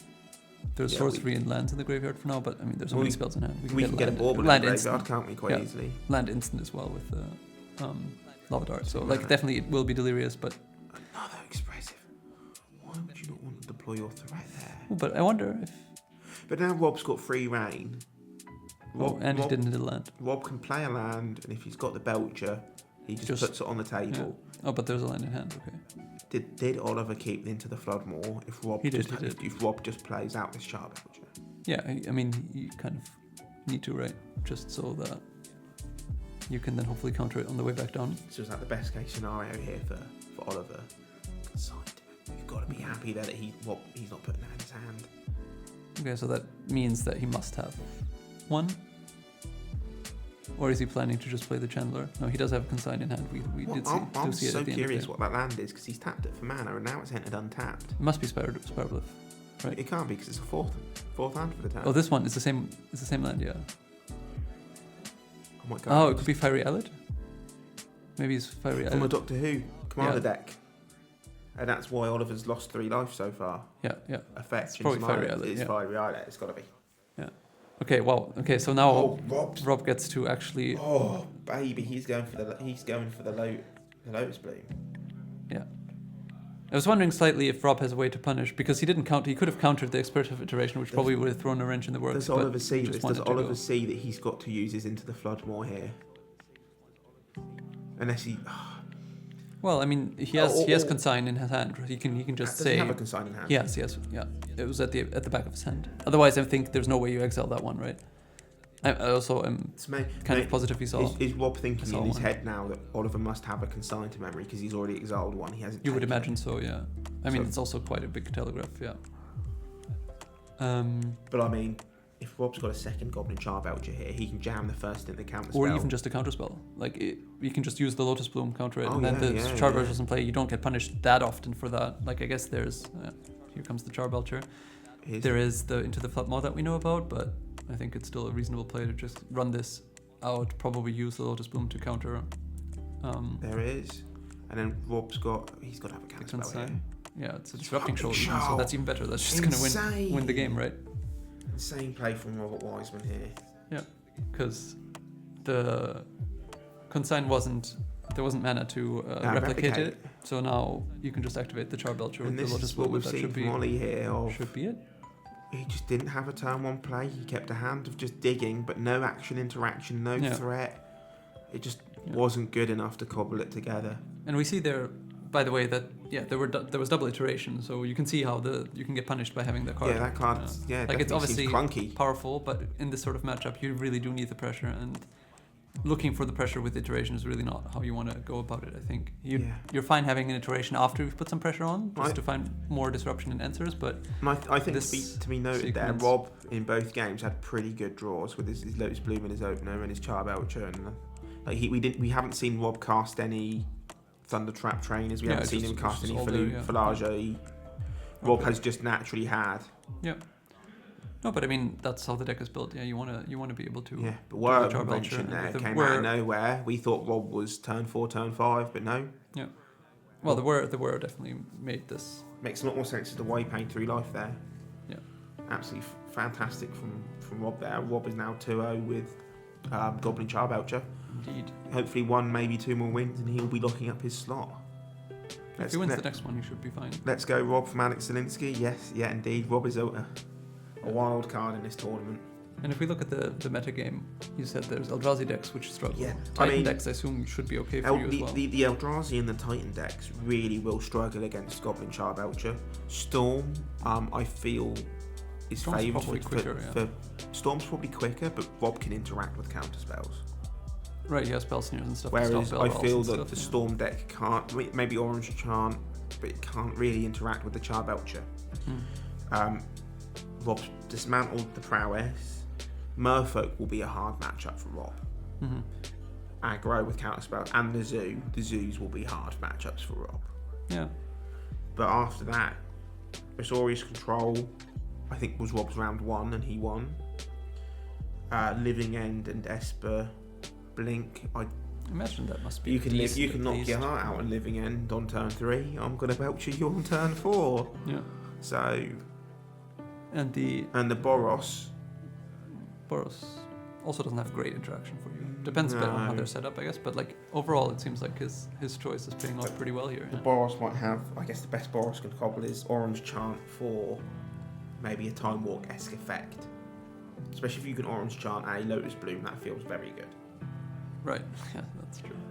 But it just depends on how well they're prepared for the spell combo decks. Yeah. Rob being sat here at 2-0, he's looking at half the meta game to be solid, good matchups for him. And not much I'm more rooting for him to take it down. Not much more of a road to go, at least to top 8. So we'll see. Probably. Should I go get us see if there's another game starting and we can get moved onto camera? Yeah, we can see. Although, what time have we got on the round? 25 minutes. 25 minutes. We'll see if there's something that we can move. Otherwise, we'll see you later. We'll definitely be back in a bit then. Yeah. Do I need to be holding this now? Oh, yeah, you probably do, actually. That was probably a good... You started without me knowing. Welcome to Templar Trivia, the game show where we test Team Templar and friends to ascertain who is the least useless. The rules will change every episode, so like the quality of our content, enjoy the inconsistency. The only constant is that the winner will get nothing. Okay, so for this episode, we're going to be doing Hall of Famers, testing your knowledge on all things Hall of Fame. I'm going to be giving you some facts about a mystery Hall of Famer, and then you will have to ascertain who that Hall of Famer is. If you get it right on the first guess, you get 2 points. If you get it right on the second guess, you get 1 point, or no points if you get it wrong. I only know one Hall of Famer, and I'm not even sure if he's in the Hall of Fame. Oh, okay, cool. The best players of all time, 2005. I don't know, so I'm going to go with Owen Turnwald. LSV? I don't want to say anything because I don't want to count it as a guess. I'm thinking in my mind. So, I mean, I think of Kai Bad initially, but he's not American. Louis Scott Vargas. The one person I'm thinking of is Finkel, but obviously that is not correct because he started playing years ago. I honestly, the best ones I can think of is Randy Buehler for like really OG, then Kai, then LSV, then Paulo. I mean, best players of all time. My other guess is Reed Duke, but I don't think it's Reed Duke. Definitely not Reed Duke. Brian Kibler. It's going to be like some really random name that I'm sure I know, but I can't think of him, unfortunately. 2005 was when the Hall of Fame was founded. Sure. So, Okay, I'm going to say John Finkel. correct? Sure. Brilliant. Oh, sure. Okay. Yeah. Johnny Magic, yeah. Finkel. Sure. Ah, John. Yeah, I know who John is. Okay. Been a long time. Professional Magic has been dead for a while, you know. COVID and that. I think 2005 rejig. Yeah. Okay. That's a very good point. So, joined in 2010 as the top voted person of that year. Daddy Duke. Oh, Gabriel Nassif. Oh, Gabriel Nassif. oh shit, what's his name? French Brian Kibler. The French part gave it away. I was like, oh yeah, Nassif. Yellow Hat. You don't even know Yellow Hat? Gabriel Nassif. Excellent. Gabriel Nassif. Oh yeah, he does the MTTO content. Brian Kibler. Louis Scott Vargas. Hey, I connected the dots. Do I get points for that? Oh yes. There you go. Okay, number Not a clean sheet for you. Louis Scott Vargas. LSV. Louis Scott Vargas. LSV. Or Louis Scott Vargas. excellent, very good. Louis Scott Vargas. Damn, I've forgotten his name. Not active. Nicely put. Yeah, no, forgotten his name. Yuya Watanabe. 2 points. Yes. Yuta Watanabe. Yuya Watanabe. Yeah, what's his name? Yuya Watanabe.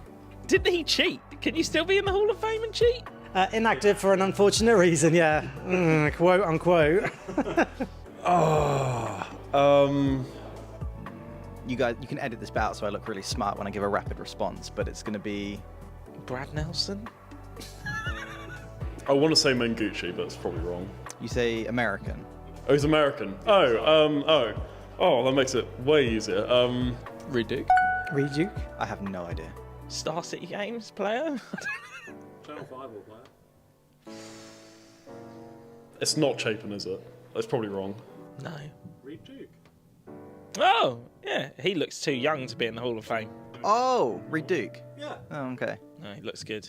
Oh, fuck me. Yeah. I thought he was already in. Thank you for staying and watching till the end of the video. We hope you enjoyed the first of our trivia series. There are many more of these to come. The final scores will be here or here. Unfortunately, we have a shared first place between Jamie and Rocco. We did not do tiebreakers on this occasion, but we'll make sure to fix that in the future.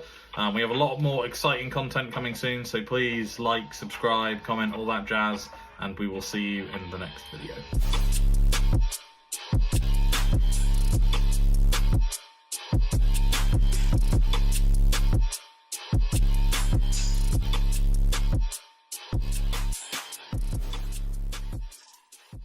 Do I need to be holding this now? Oh, yeah, you probably do, actually. That's probably a good... You started without me knowing. Welcome to Templar Trivia, the game show where we test Team Templar and friends to ascertain who is the least useless. The rules will change every episode, so like the quality of our content, enjoy the inconsistency. The only constant is that the winner will get nothing. Okay, so for this episode, we're going to be doing Hall of Famers, testing your knowledge on all things Hall of Fame. I'm going to be giving you some facts about a mystery Hall of Famer, and then you will have to ascertain who that Hall of Famer is. If you get it right on the first guess, you get 2 points. If you get it right on the second guess, you get 1 point, or no points if you get it wrong. I only know one Hall of Famer, and I'm not even sure if he's in the Hall of Fame. Oh, okay, cool. The best players of all time, 2005. I don't know, so I'm going to go with Owen Turnwald. LSV. I don't want to say anything because I don't want to count it as a guess. I'm thinking in my mind. So, I mean, I think of Kai Bad initially, but he's not American. Louis Scott Vargas. The one person I'm thinking of is Finkel, but obviously that is not correct because he started playing years ago. I honestly, the best ones I can think of is Randy Bueller for like really OG, then Kai, then LSV, then Paulo. I mean, best players of all time. My other guess is Reed Duke, but I don't think it's Reed Duke. Definitely not Reed Duke. Brian Kibler. It's going to be like some really random name that I'm sure I know, but I can't think of him, unfortunately. 2005 was when the Hall of Fame was founded. Sure. So, Okay, I'm going to say John Finkel. correct? Sure. Pretty. Oh, sure. Okay. Yeah. Johnny Magic, yeah. Finkel, sure. Ah, John. Yeah, I know who John is. Okay. Been a long time. Professional Magic has been dead for a while, you know. COVID and that. I think 2005 Reed Duke. Yeah. Okay. That's a very good point. So, joined in 2010 as the top voted person of that year. Daddy Duke. Oh, Gabriel Nassif. Oh, Gabriel Nassif. oh shit, what's his name? French Brian Kibler. The French part gave it away. I was like, oh yeah, Nassif. Yellow Hat. You don't even know Yellow Hat? Gabriel Nassif. Excellent. Gabriel Nassif. Oh yeah, he does the MTTO content. Brian Kibler. Louis Scott Vargas. Hey, I connected the dots. Do I get points for that? Oh yes. There you go. Okay, number Not a clean sheet for you. Louis Scott Vargas. LSV. Louis Scott Vargas. LSV. Or Louis Scott Vargas. excellent, very good. Louis Scott Vargas. Damn, I've forgotten his name. Not active. Nicely put. Yeah, no, forgotten his name. Yuya Watanabe. 2 points. Yes. Yuta Watanabe. Yuya Watanabe. Yeah, what's his name? Yuya Watanabe. Didn't he cheat? Can you still be in the Hall of Fame and cheat? Inactive for an unfortunate reason. Yeah. Quote unquote. You guys, you can edit this out so I look really smart when I give a rapid response, but it's going to be Brad Nelson. I want to say Mengucci, but it's probably wrong. you say American. Oh, he's American. Oh, that makes it way easier. Reed Duke. Reed Duke. I have no idea. Star City Games player. Channel 5 will play. It's not Chapin, is it? That's probably wrong. No. Reed Duke. Oh, yeah. He looks too young to be in the Hall of Fame. Oh, Reed Duke. Yeah. Oh, okay. No, he looks good. Oh, fuck me. Yeah. I thought he was already in. Thank you for staying and watching till the end of the video. We hope you enjoyed the first of our trivia series. There are many more of these to come. The final scores will be here or here. Unfortunately, we have a shared first place between Jamie and Rocco. We did not do tiebreakers on this occasion, but we'll make sure to fix that in the future. We have a lot more exciting content coming soon, so please like, subscribe, comment, all that jazz, and we will see you in the next video.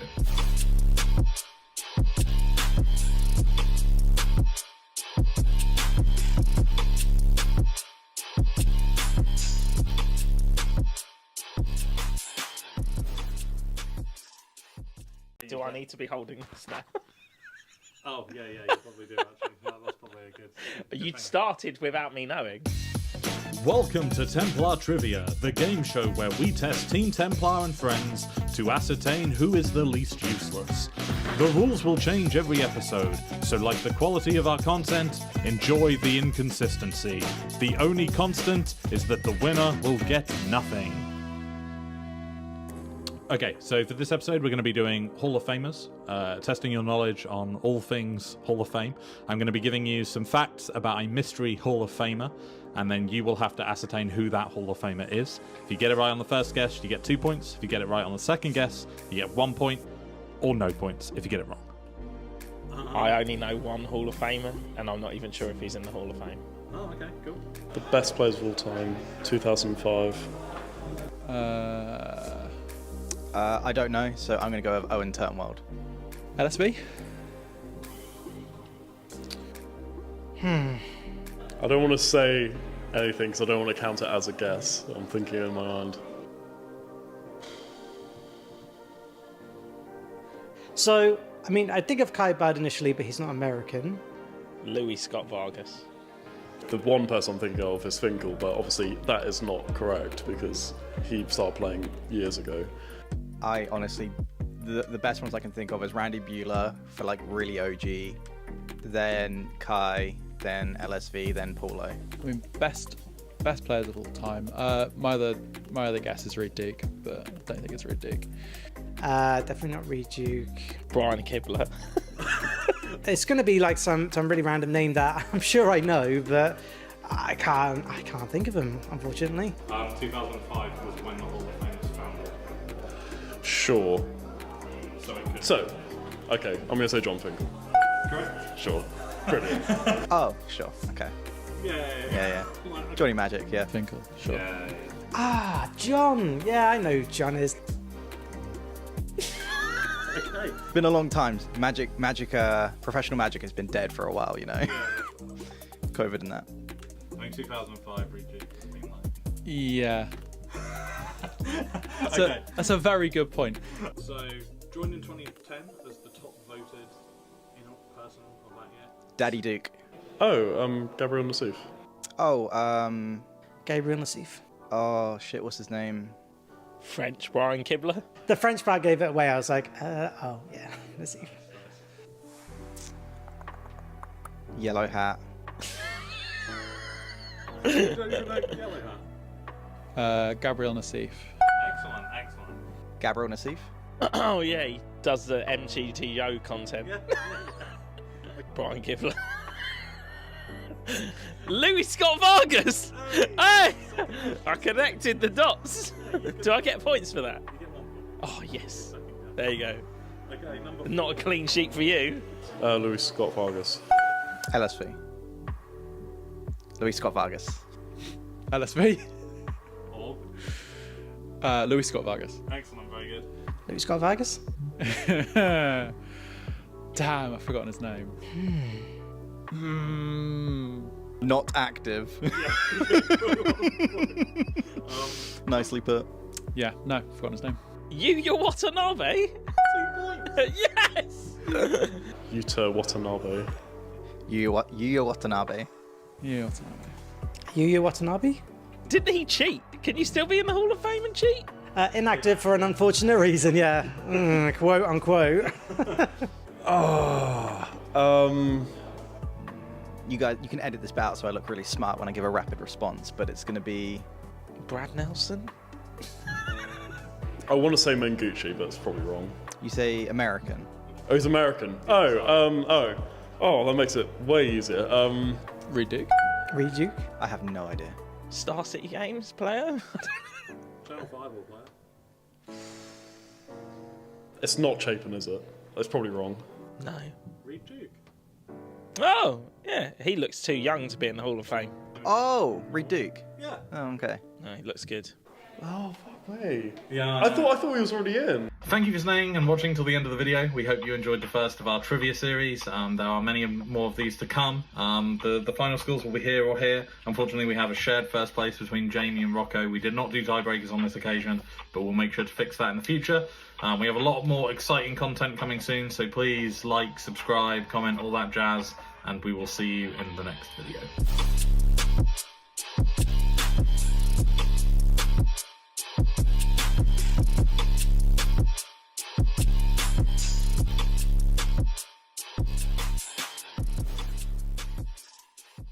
Do I need to be holding this now? Oh, yeah, you probably do, actually. That's probably a good... You started without me knowing. Welcome to Templar Trivia, the game show where we test Team Templar and friends to ascertain who is the least useless.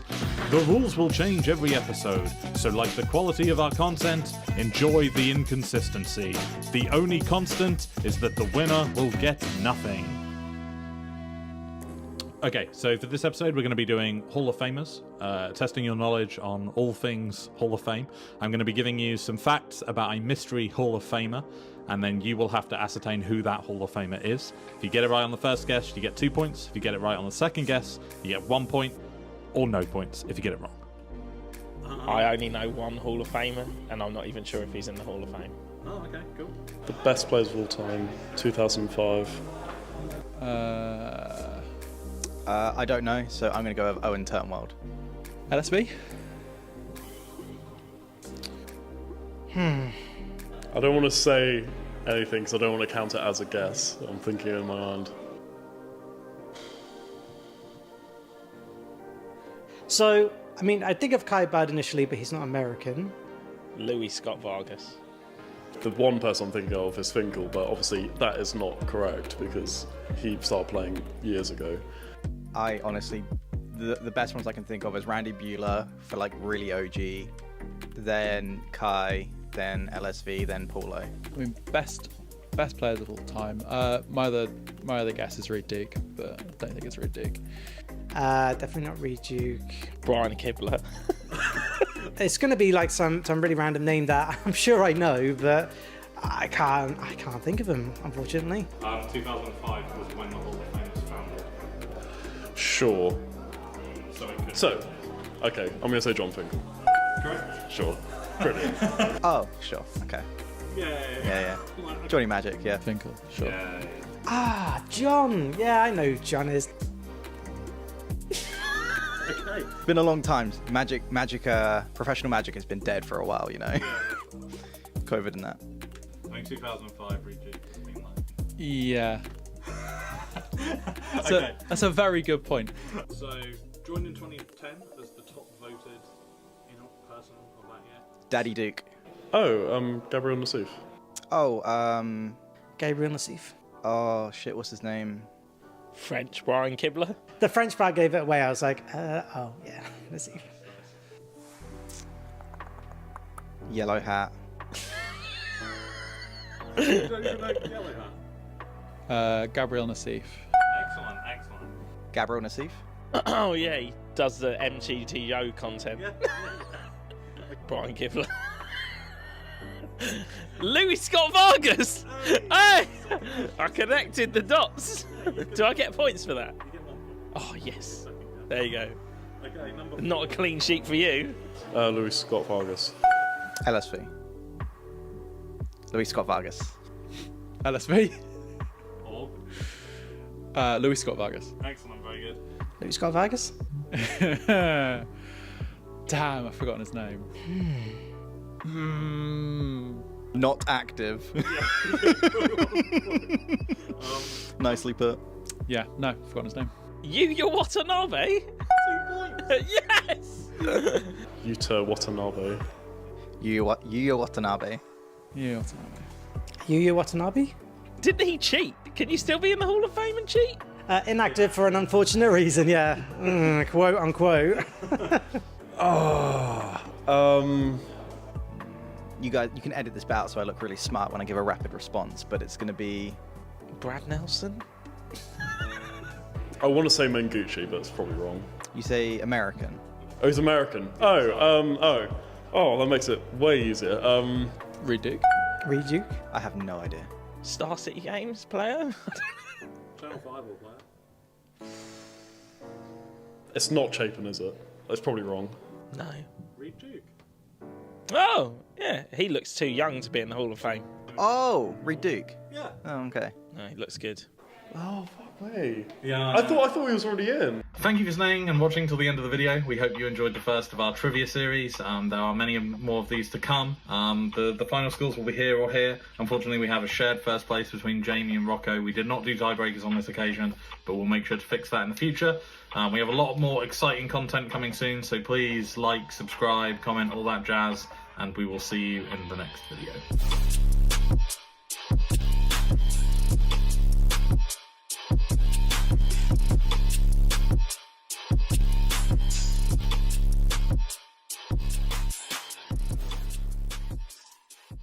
Do I need to be holding this now? Oh, yeah, you probably do, actually. That's probably a good You'd thing. started without me knowing. Welcome to Templar Trivia, the game show where we test Team Templar and friends to ascertain who is the least useless. The rules will change every episode, so like the quality of our content, enjoy the inconsistency. The only constant is that the winner will get nothing.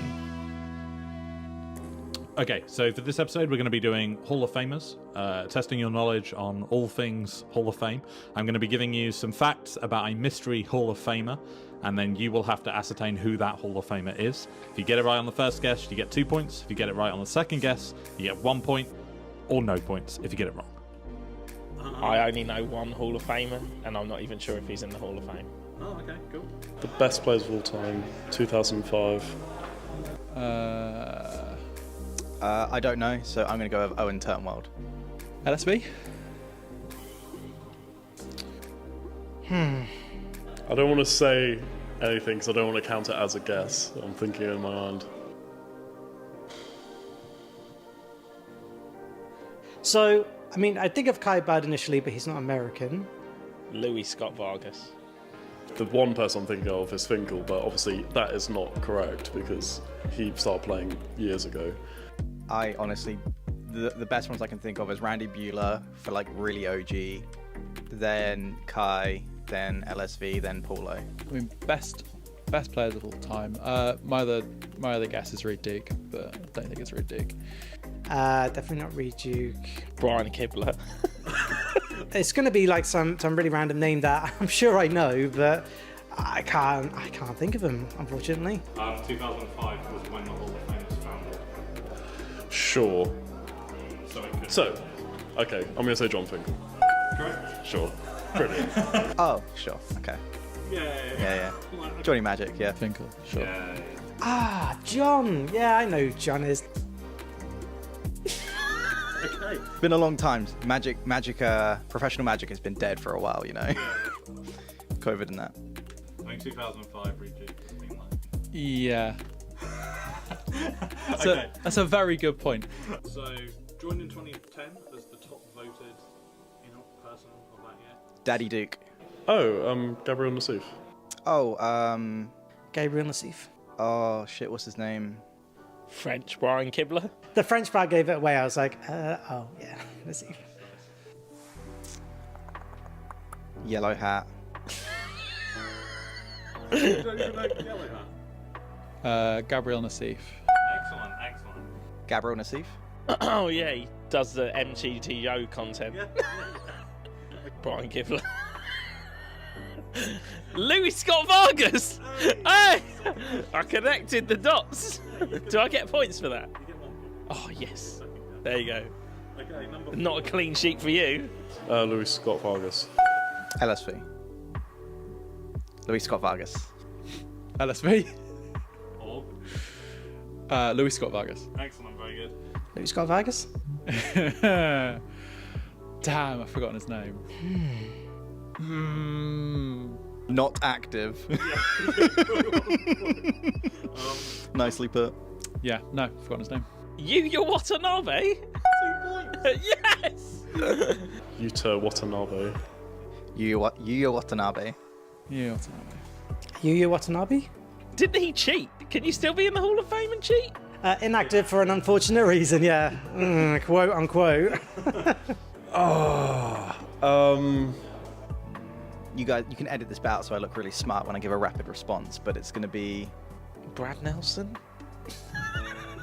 I want to say Mengucci, but it's probably wrong. you say American. Oh, he's American. Oh, that makes it way easier. Reed Duke. Reed Duke. I have no idea. Star City Games player. Channel 5 will play. It's not Chapin, is it? That's probably wrong. No. Reed Duke. Oh, yeah. He looks too young to be in the Hall of Fame. Oh, Reed Duke. Yeah. Oh, okay. No, he looks good. Oh, fuck me. Yeah. I thought he was already in. Thank you for staying and watching till the end of the video. We hope you enjoyed the first of our trivia series. There are many more of these to come. The final scores will be here or here. Unfortunately, we have a shared first place between Jamie and Rocco. We did not do tiebreakers on this occasion, but we'll make sure to fix that in the future. We have a lot more exciting content coming soon, so please like, subscribe, comment, all that jazz, and we will see you in the next video.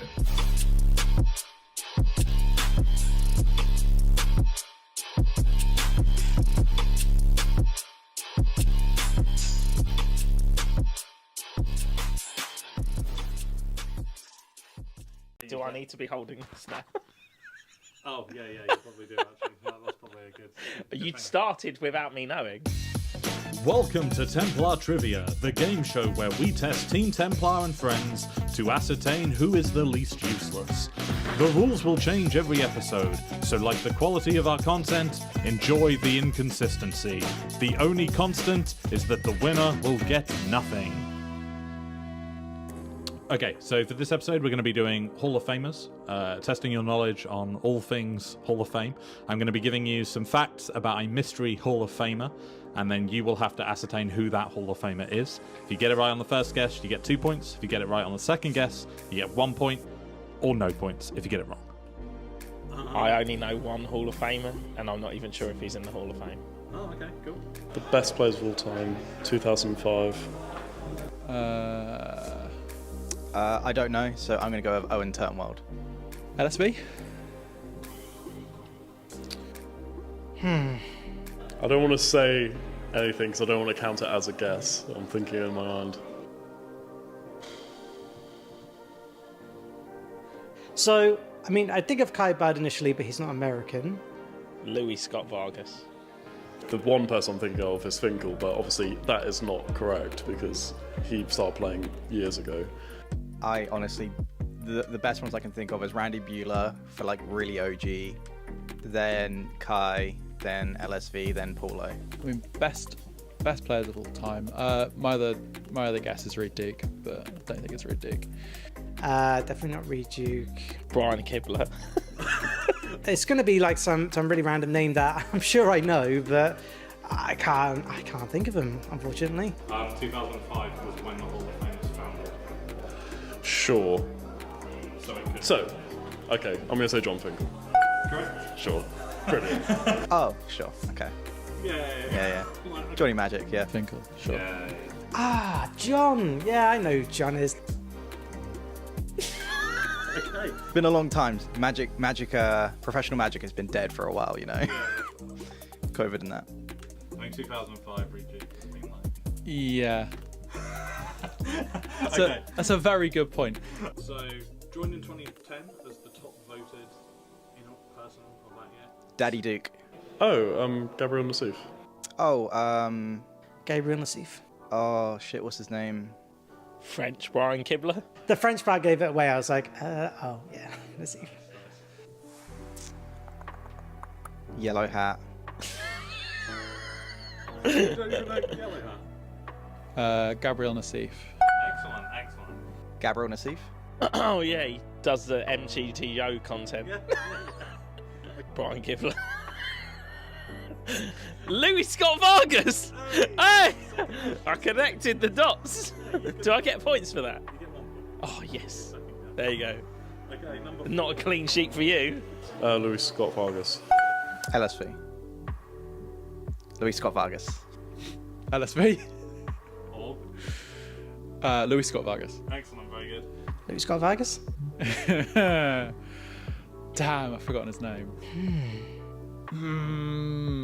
Not active. Nicely put. Yeah, no, forgotten his name. Yuya Watanabe. 2 points. Yes. Yuta Watanabe. Yuya Watanabe. Yeah, what's that? Yuya Watanabe. Didn't he cheat? Can you still be in the Hall of Fame and cheat? Inactive for an unfortunate reason, yeah. Quote unquote. You guys, you can edit this out so I look really smart when I give a rapid response, but it's going to be Brad Nelson. I want to say Mengucci, but it's probably wrong. you say American. Oh, he's American. Oh, that makes it way easier. Reed Duke. Reed Duke. I have no idea. Star City Games player. Channel 5 will play. It's not Chapin, is it? That's probably wrong. No. Reed Duke. Oh, yeah. He looks too young to be in the Hall of Fame. Oh, Reed Duke. Yeah. Oh, okay. No, he looks good. Oh, fuck way. Yeah. I thought he was already in. Thank you for staying and watching till the end of the video. We hope you enjoyed the first of our trivia series. There are many more of these to come. The final scores will be here or here. Unfortunately, we have a shared first place between Jamie and Rocco. We did not do tiebreakers on this occasion, but we'll make sure to fix that in the future. We have a lot more exciting content coming soon, so please like, subscribe, comment, all that jazz, and we will see you in the next video.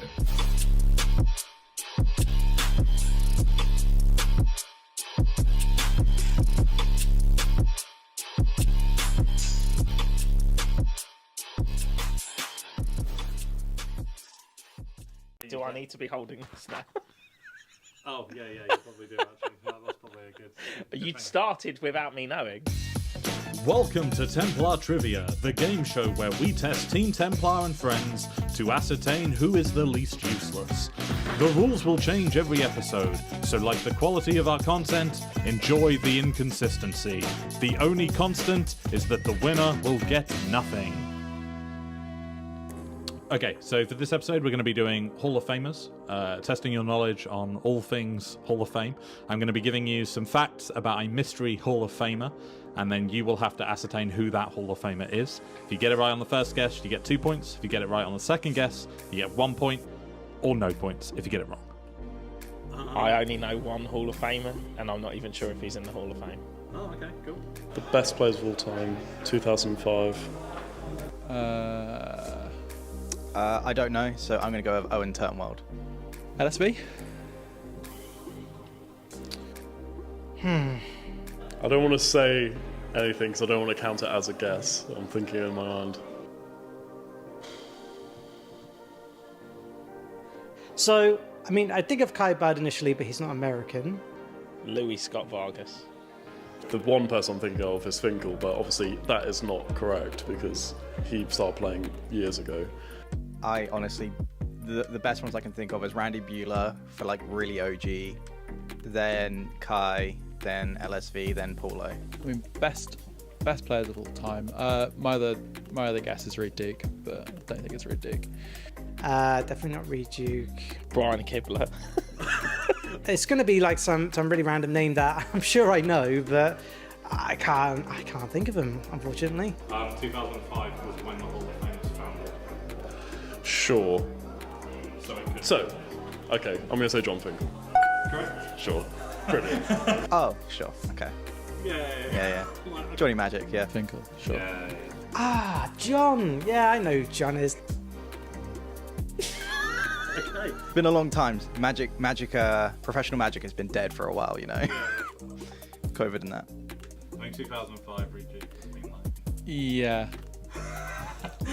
Okay. That's a very good point. So, joined in 2010 as the top voted person of that year. Daddy Duke. Oh, Gabriel Nassif. Oh, Gabriel Nassif. oh shit, what's his name? French Brian Kibler. The French crowd gave it away. I was like, oh yeah, Nassif. Yellow Hat. You don't even know Yellow Hat? Gabriel Nassif. Excellent. Gabriel Nassif. Oh,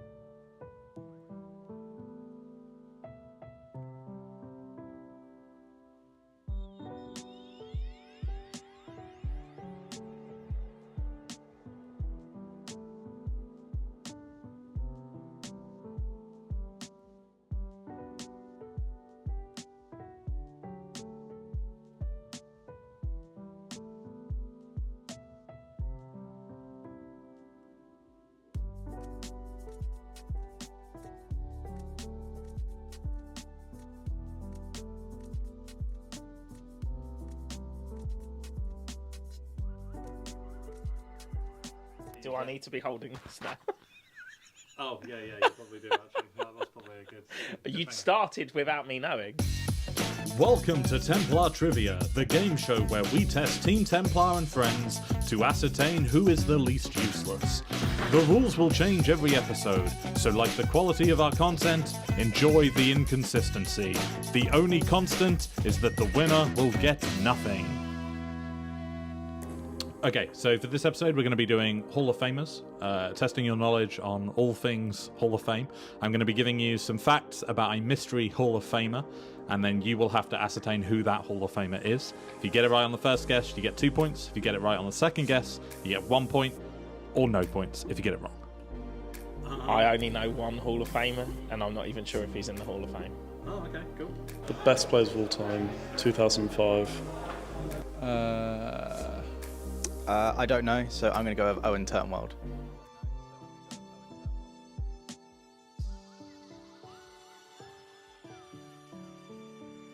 Do I need to be holding this now? Oh, yeah, you probably do, actually. That's probably a good... You started without me knowing. Welcome to Templar Trivia, the game show where we test Team Templar and friends to ascertain who is the least useless. The rules will change every episode, so like the quality of our content, enjoy the inconsistency. The only constant is that the winner will get nothing. Okay, so for this episode, we're going to be doing Hall of Famers, testing your knowledge on all things Hall of Fame. I'm going to be giving you some facts about a mystery Hall of Famer, and then you will have to ascertain who that Hall of Famer is. If you get it right on the first guess, you get 2 points. If you get it right on the second guess, you get 1 point, or no points if you get it wrong. I only know one Hall of Famer, and I'm not even sure if he's in the Hall of Fame. Oh, okay, cool. The best players of all time, 2005. I don't know, so I'm going to go with Owen Turnwald. LSB? I don't want to say anything because I don't want to count it as a guess. I'm thinking in my mind. So, I mean, I think of Kai Bad initially, but he's not American. All right, welcome back. Sorry about that. That took a bit longer. There was some lunch that needed to be gotten, but everyone has gotten lunch now. So we're back, and we're going to be watching Ellis play Michael. Ellis is, I think we think she's on Storm, and Michael's playing his signature domain Zoo. And they are both 2-0 undefeated players at the moment in our tournament. So whoever will win this is going to be able to draw into the top 8, and we're continuing the trends of just mulliganing. Okay. Today's not been good for stream mulligans, is it? It's not been. But I guess that's also kind of a feature of a pretty linear format, powerful format like Modern. You know, you can get away with mulliganing a bit more if you get the good draw that your deck needs then. I also think it's a bit of a fault of local events. Everyone after like round 2 knows what each other are playing. So Michael knows full well that he needs to mulligan towards interaction for Storm cards, and has, I guess, Storm just does Storm things. Yeah, I mean, Storm has its own sort of requirements of what it needs to draw, right? You need the Raoul to reduce the cost of your spells, and Ritual, Metamorphose. There's like some basic stuff you definitely need to go off, so it also tends to mulligan more. I mean, yeah, because everyone knows what everyone's playing. I guess it's more similar to like an RC, having open deck lists almost. Yeah, that's true.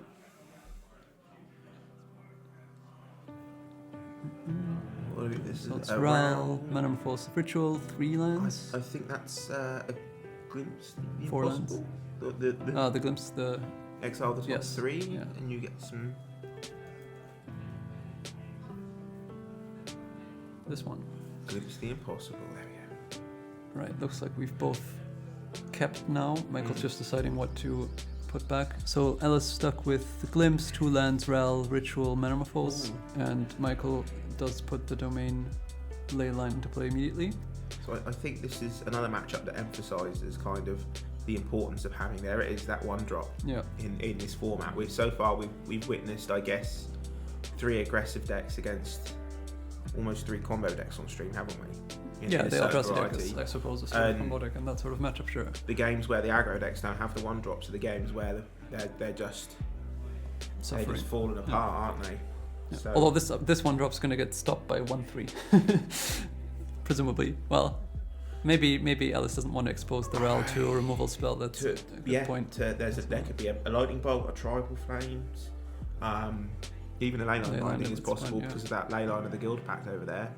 So I mean, yeah, we'll see. I mean, obviously, there is decent incentive to play the 1/3 anyway, since you don't want to get hit by Ragavan if you can help it. But it feels like, I don't know. It's Raoul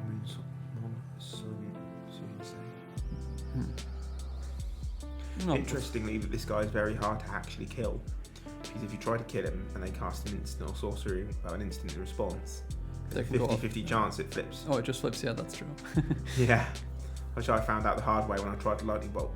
Does it exile him? Yes, it exiles him as well. So I've tried to lightning bolt this guy, and then they've flipped him in response, and I've been like, so that's even more incentive to not play it. But yeah, the Ragavan probably does push it over the edge. That you just hope that there's not a removal spell on Zoo's side, even given a mulligan as well. Giving Michael the mana advantage in this matchup is not what you want to be doing. I don't think there's many cards you're worried about Michael exiling off the top of your deck, because the Storm decks. Yeah, it's more about just getting two or three the extra mana. Yeah, of Wish and Past and Flames. It's not like there's one Past and Flames. Like a bit like the Amulet decks. If you exile cards off the top of the Amulet deck, sometimes you just exile their Mirror Pool, and suddenly they can't combo. Right.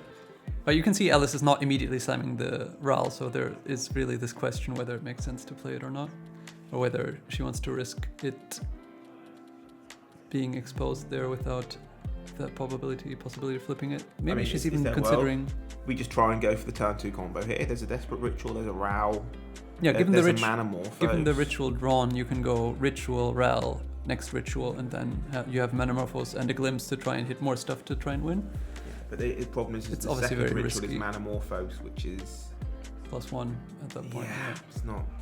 If there was a Pyretic or another Desperate in there, No, I think there is 2, right? I thought there was Pyretic Desperate. Oh, is there? But it's whether you... Okay, so she's trying to go for it right here, right now. Oh, I think the Ragavan prices you into this. Yeah, I mean, you have the option of just playing Raoul and hoping that they can't kill it. Which... So, just for our viewers here, I'll do a little Storm count. Storm count is currently 1. Nice. We put that up anywhere. We got a Storm count. Storm count 2. Alright, I'll put this here. Storm 2. Raoul spotted. Raoul spotted also, yeah. Storm is 2, as you can see. Yeah, so now we have 1 red floating as well. And so you're right, there wasn't. I thought there was a Pyretic as well. It looks like it's a Ren's Resolve, which will be very good here because it will let you turn 1 mana into 2 cards, and then she will have 1 mana left in pool. 4. Is that a flip? It's for the Raoul flip, yeah. If you win the flip, we don't know if she's an odds or an evens person. Maybe prime, non-prime. Although that was not a 6-sided die. That's a wish. Is that a wish? Yeah, I don't think you want the wish. Is it a wish or a Past and Flames? I think it was a wish that she drew. So if there's a ritual so here, we really need very in trouble. Oh, okay, that's rough. Not the end of the world scenario though, because at least there's a backup mana reducing effect there. Should this Raoul, yeah, that's true. Bite the dust. That's true. Ren's Resolve is until next turn, I assume. Is it to the end of the next turn? It might be this turn. That would be much worse. I thought they basically do the same thing, don't they? To the end of your next turn. Yeah, okay. That's fine. Okay, so basically this amounted to just playing the Raoul with the added upside of you might just win. There's a card in Final Fantasy that's very similar to Ren's Resolve. Is that strictly better now? I'm not sure which one. Oh, the Opera Love Song? I think no, that has the bad text where you have to play them in the same turn. I'm pretty sure. Should we have a check? We can check, but... Obviously, probably never going to come up because Storm doesn't. Until your next end step, yeah, it's worse. Not until the end step. Until it's worse. The end of your next turn. So that doesn't work. Okay, but basically, again, like this is more or less just like playing Raoul. Okay, it does get handled and the Ragavan does connect, so having... Yeah, I guess there was... What are we getting off the top here, Mikey? We'll see. He's resolved his trigger on Made a Treasure Trove because you can't miss the top card. And that's the analysis favour, isn't it? Well, Alice did use a number of resources, right? Like, it's not like it was completely free. She used up having a mana for Morphos in her hand and crucially Ritual, so you get to play the Ruby Medallion and the Foundry, but then you don't really have much except the glimpse going on, right? And I think it shows a lot of positivity here that Michael had to use the Leyline Binding to deal with the Raoul. Yeah, that's true. And didn't use a Lightning Bolt or a Tribal Flames or a Flage. Absolutely, like because the logic being that now the Ruby Medallion is going to be not getting Leyline. Like if it was probably Michael's only removal spell. Unless he's got a second Leyline Binding in hand. Unless he had a second Leyline Binding, which obviously, but that's less likely. Yeah, if a Bolt had hit it, then the follow-up Leyline Binding is much more likely. Is this a Carthus? Is this a Scion? It's a Scion. Scion. Combo assembled Raoul. Yeah. So all of Michael's creatures now have what? First Strike, Vigilance, Trample, Lifelink, and I want to say Flying? No, Flying and Trample doesn't really make too much sense together. I don't know which one we missed. First Strike, Hexproof. Oh, Hexproof, yeah. That's Hexproof is the one. That's the important one, isn't it? Sorry, I didn't. Yeah. Not really too important okay, so in this matchup. What happened?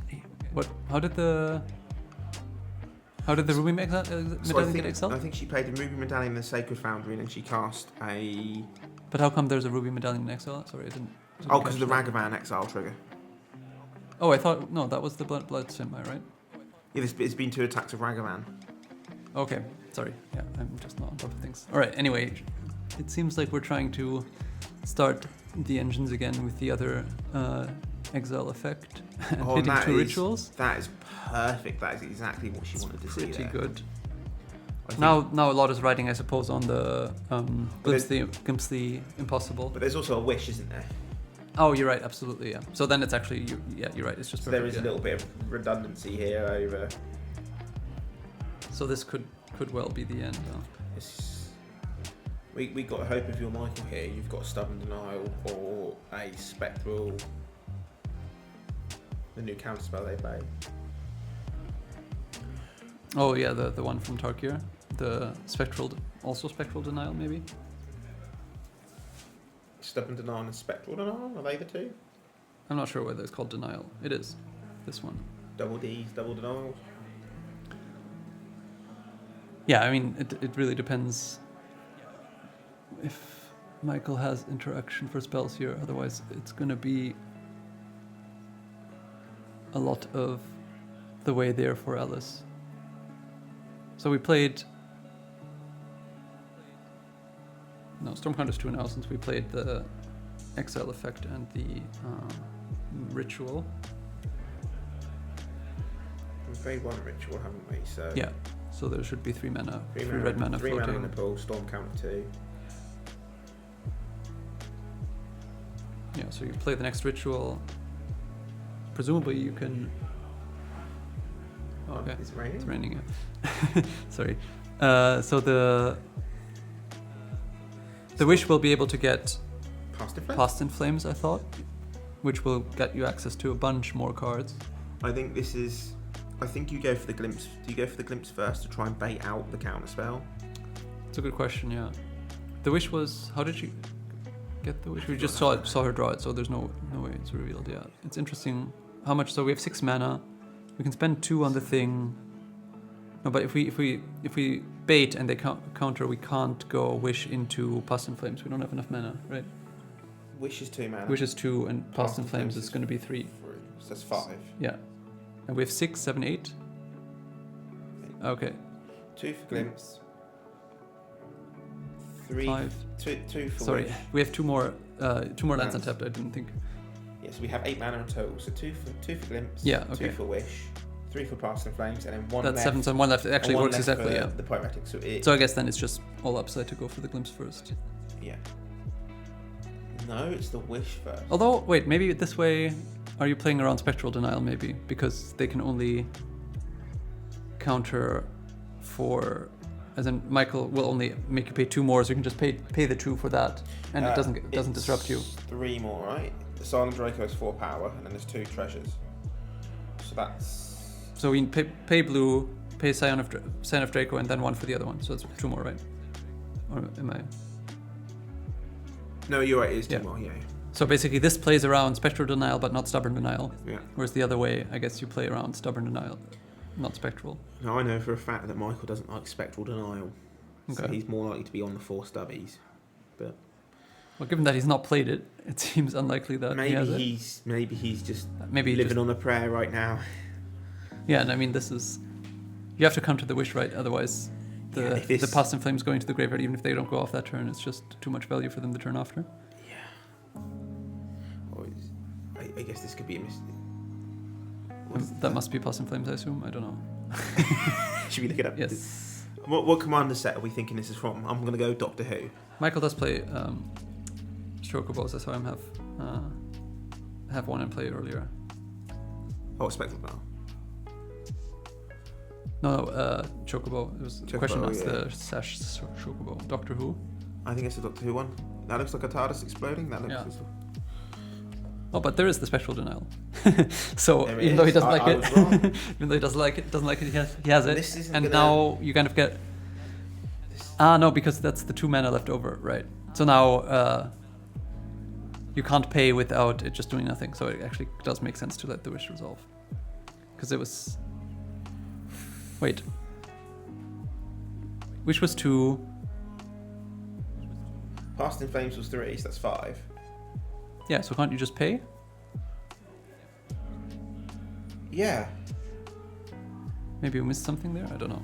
You could just pay... And that was definitely a Spectral Denial X's 2, right? I think so. Well...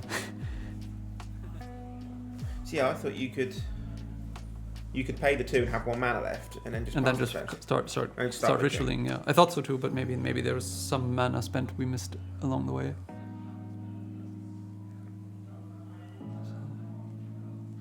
It's not 6 mana from the 2 rituals, is it? That's the problem. It's +2. Yeah, that's okay. So yes.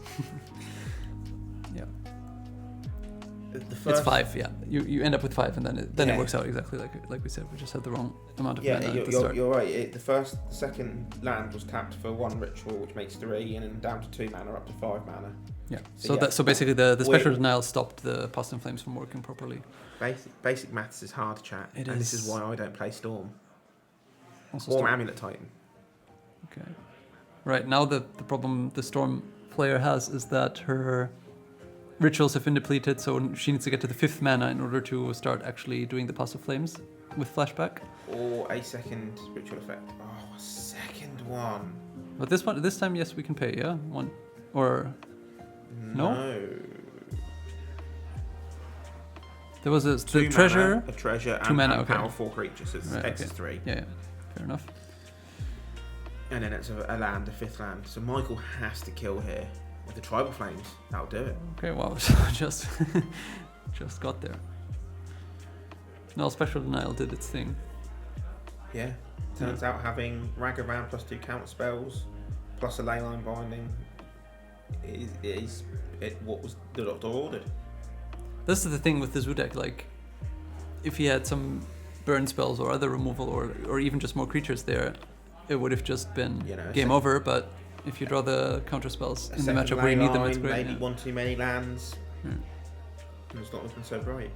Because in game 1, the interaction you have is pretty limited. Like, you need those counter spells to be able to compete, and you kind of also need a removal spell to get rid of the Raoul. So if you're it worked out well. If we're doing the maths properly, is it better if Alice rather than wishes? Is it better if she just goes for the glimpse? And then if she decides not to keep going storming from there, the glimpse makes 3 spawn tokens, doesn't it, for next turn? So just stack up on mana. Yeah, I think yes, but given that we got the mana wrong, maybe it is better to just hedge and glimpse, and it will see what and just don't commit all your resources. Just pay all the mana into it if you have to, and just see what happens. And it's a better line against stubborn as well, we thought, because it baits the less important spell. But then we didn't have enough mana to wish and pass the flames afterwards anyway. I don't know. It's hard. It's difficult. Yeah. Yeah, I mean, I guess what you're looking for is, like you said, you just make a couple of spawns, at least 2, so that you have more mana the turn after to start going off again. But then also you're going to have to contend. I mean, as it turns out, you had to contend with the second Spectral Denial anyway. Very strong draw from Michael there. I mean, he knew exactly what he was playing. He knew exactly to mulligan to Ragavan and Spectral Denials. Yeah, I mean, here definitely helped that he presumably knew the matchup, yeah. Because conceivably he had an unreasonable hand in most cases, but no counter magic, and then was like, well, I need to mulligan that here in this matchup. Sideboard-wise, looks like there's Orm's Chant, was that one of the cards? I don't know. There's things you can have. There's more counter magic available. There's some blue cards there, it's very hard to tell. We see her taking out of her deck. I think there was Artist's Talent, which were taken out, yes. Oh, okay, nice. So Orm's Chant, Spell Snare. Yeah, he's taking out the flames and the Guild Packs. We thought that pretty predictable. Yeah. Guild Pack combo doesn't really do much in this matchup, and it's not really grindy. She's showing the camera as well, maybe? I don't know. Okay, so there were actually... that's the stuff that came in. So prismatic endings were added to interact with the early creatures, and then I didn't catch much of a glimpse of the other stuff actually in time.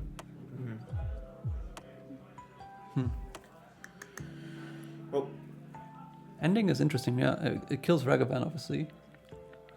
Are they bringing in any permanent base hate? I didn't see any. Is she thinking maybe Michael might have something like Damping Sphere or something like that, maybe? Possibly. I guess it's a sort of decent catch-all. The thing is, it kills Kavu and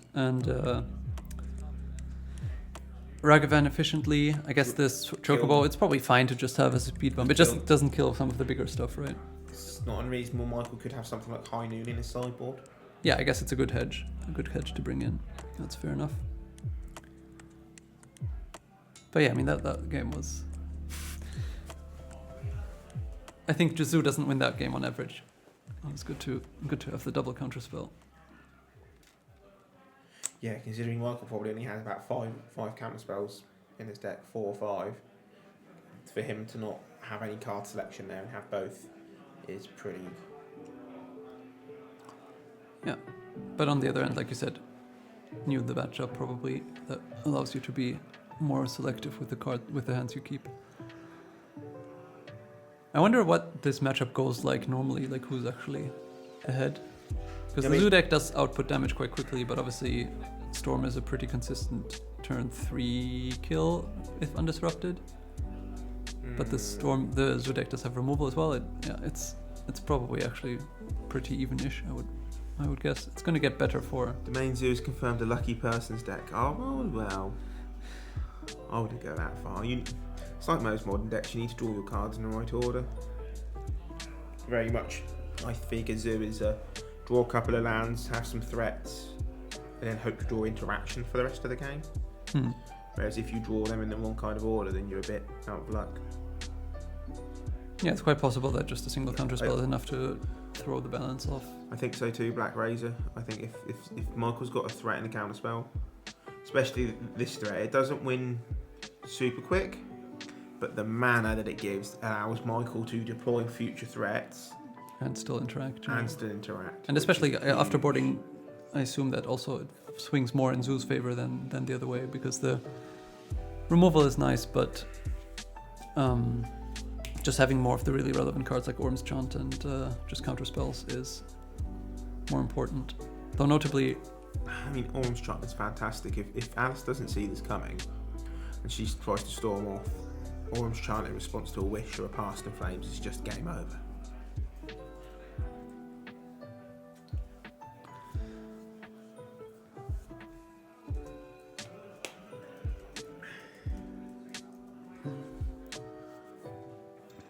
All right.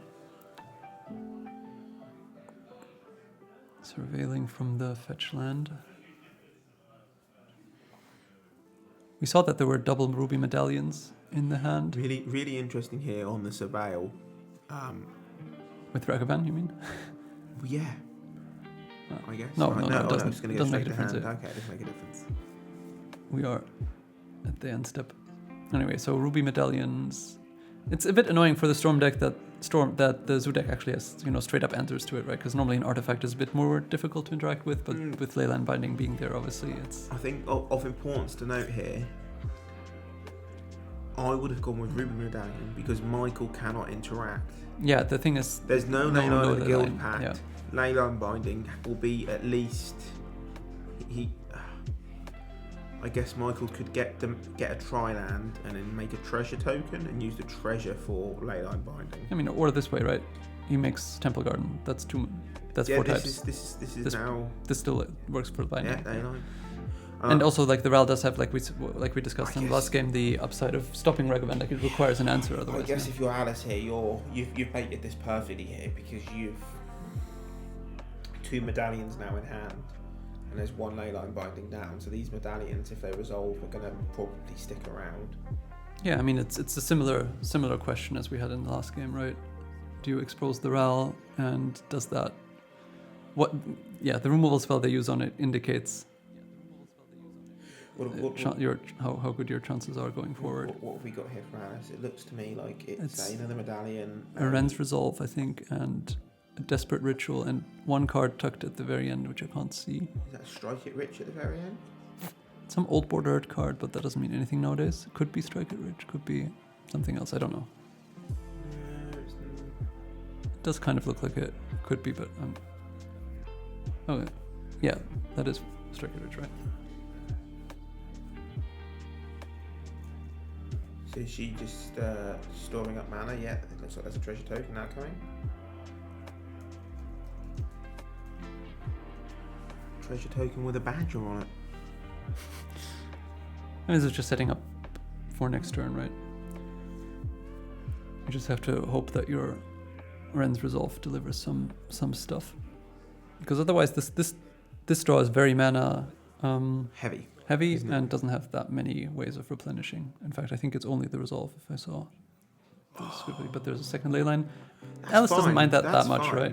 And the fact that Michael's paid 2 mana for that as well indicates to me that Michael hasn't got any other lands in hand. So that hand is full interaction right now. Well, at least he doesn't want to, or can't get the black land.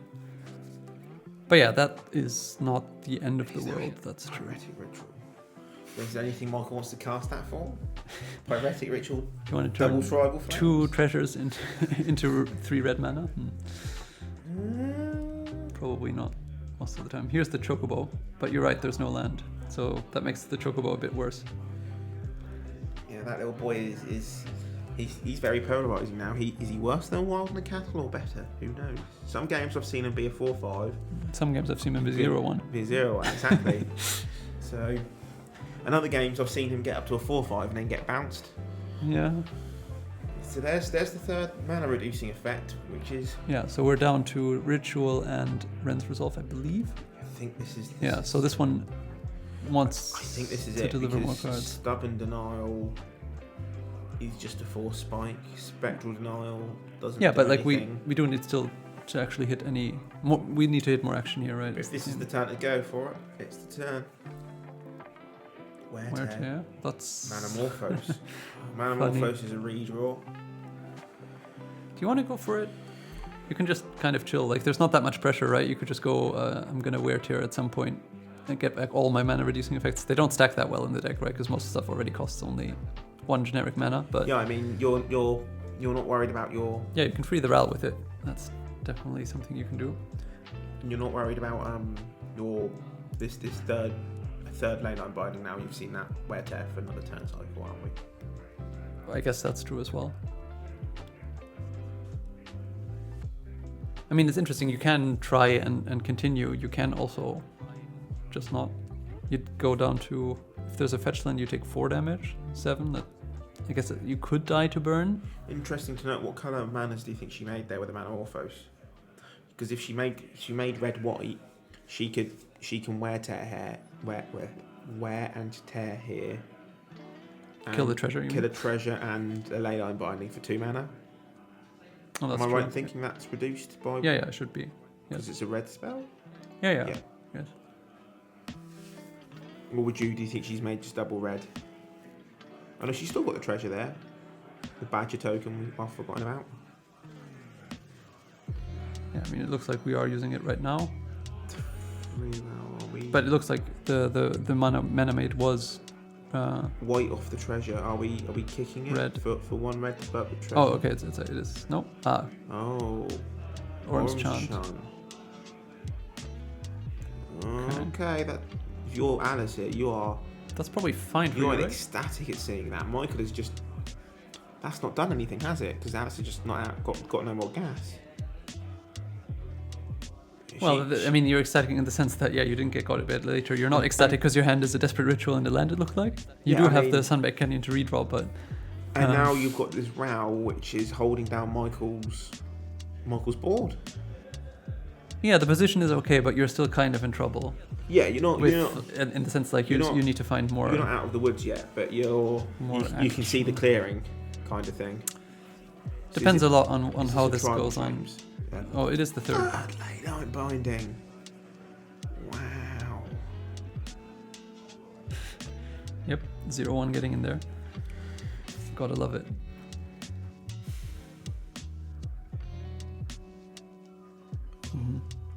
Okay. Well, that does nothing. But the problematic thing for Alice now is that she's getting low enough that she can die to Tribal Flames. Or like an attack Tribal Flames, maybe another brain spell. I have to figure that if Michael had Tribal Flames there, he uses it on the Raoul and he keeps that binding for that medallion. Depends, right? I mean, you see that she went down low on cards. Maybe she doesn't have more stuff. You can sort of bank on her not being able to regas very easily, and then it's better to keep the Tribal Flames for the face, right? Is this the turn where she's just trying to gas up resources here? So she's striking it rich. She's going to crack the land, draw a card, and she's going to try and gas up for next. Yeah, I think she's hoping that there's going to be one more turn for her. Although there might not be, right? I mean, there's a chance you go. Interesting things to note there. The Chocobo did get into the red zone last turn for 0 damage. Yeah, I respect that. Yeah. But like, say Michael fetches a black land, attacks for 4 with Ragavan and the Chocobo if he draws a fetch land. Clearly he didn't, but then you can die to the Tribal Flame. So there is a risk associated with, not going for it immediately by cracking the Sunbake. But I guess it probably does give you a better chance to play this way. Is Michael going to play that? Does it do anything for him? It makes his Spectral Denial cost 1 less, and his Tribal Flames 1 less. Oh, they've knocked the camera. That's okay. Well, leave it for now, I think. Oh, okay. Somebody's actually sorting it out. Nice.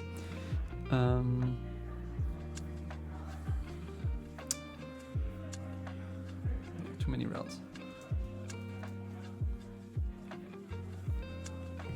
Michael could flip him, maybe? I don't know. No, Michael wouldn't want to flip him because it'd come back to the other side under Alice's control. Yeah. You would not want to do that. Michael's left. It looks like he's probably asking something. I think he's probably asking. Maybe asking the thing about the flip thing. Yeah, but flip him doesn't go back to. Right. So I'm going to go and try and recorrect this camera. Yeah, sure, go for it. I think it's. What do I need to do? Okay. Just like basically center it, yeah. Because it's going to be off to the. It's going to be pointing off to the right, and you want to bring it more to the center, I think. Yeah, I mean, okay. Given that there wasn't a fetch land, this hypothetical Tribal Flames we're talking about isn't as problematic. Oh, okay. Man, a card got stuck to the elbow there and it was dropped and immediately picked up. How strange. This is... yeah, it's fine, it's fine. It's good. The judge question was if it flips, does it return to Alice's? That's fair. It does indeed. I mean, you can still play the 1/3 if you have literally nothing better to do. I mean, it's a May flip, so if you exactly. It as a threat and it will deal your damage sometimes, Michael maybe, but But utilize that. if literally you have nothing else going on, you might as well play it, I guess. But it's unlikely that he has nothing else going on with 4 cards in hand, I guess. Well, certainly representing stuff at least. Thing is, it ups the clock. I love how generous he was with how he sideboarded, and now he's keeping the cards like this, so you can't see anything that's going on. I'd like to point out here that if this Chocobo was a wild Necatl, I think is Alice dead? 2 more hits of 3 damage, very close to be, isn't it? Yeah, possibly with one more spell. Yes, Brotherhood's End is interesting here. It would take out all of Michael's threats, and it does work. He hesitated there as if he had some sort of counter spell. I wonder, that would suggest that he has a Spectral Denial in hand, or maybe he's just. Then, apart from. Well, Spectral Denial is kind of rubbish, right? Because with. Yeah. So probably he has one of those in hand. You couldn't imagine. 4 mana, Sign of Draco. Gee, so this is not drawing that domain land. This is where the domain deck's falling apart. It's but Ellis didn't sacrifice the Sunbreak Canyon. I wonder. She's now drawn a Grape Shot, a Ritual, and what was the other card? I think there's 2 rituals. I think there's a Poetic and Desperate Ritual, and I think you're right that it's a Grape Shot. She can't just pass it.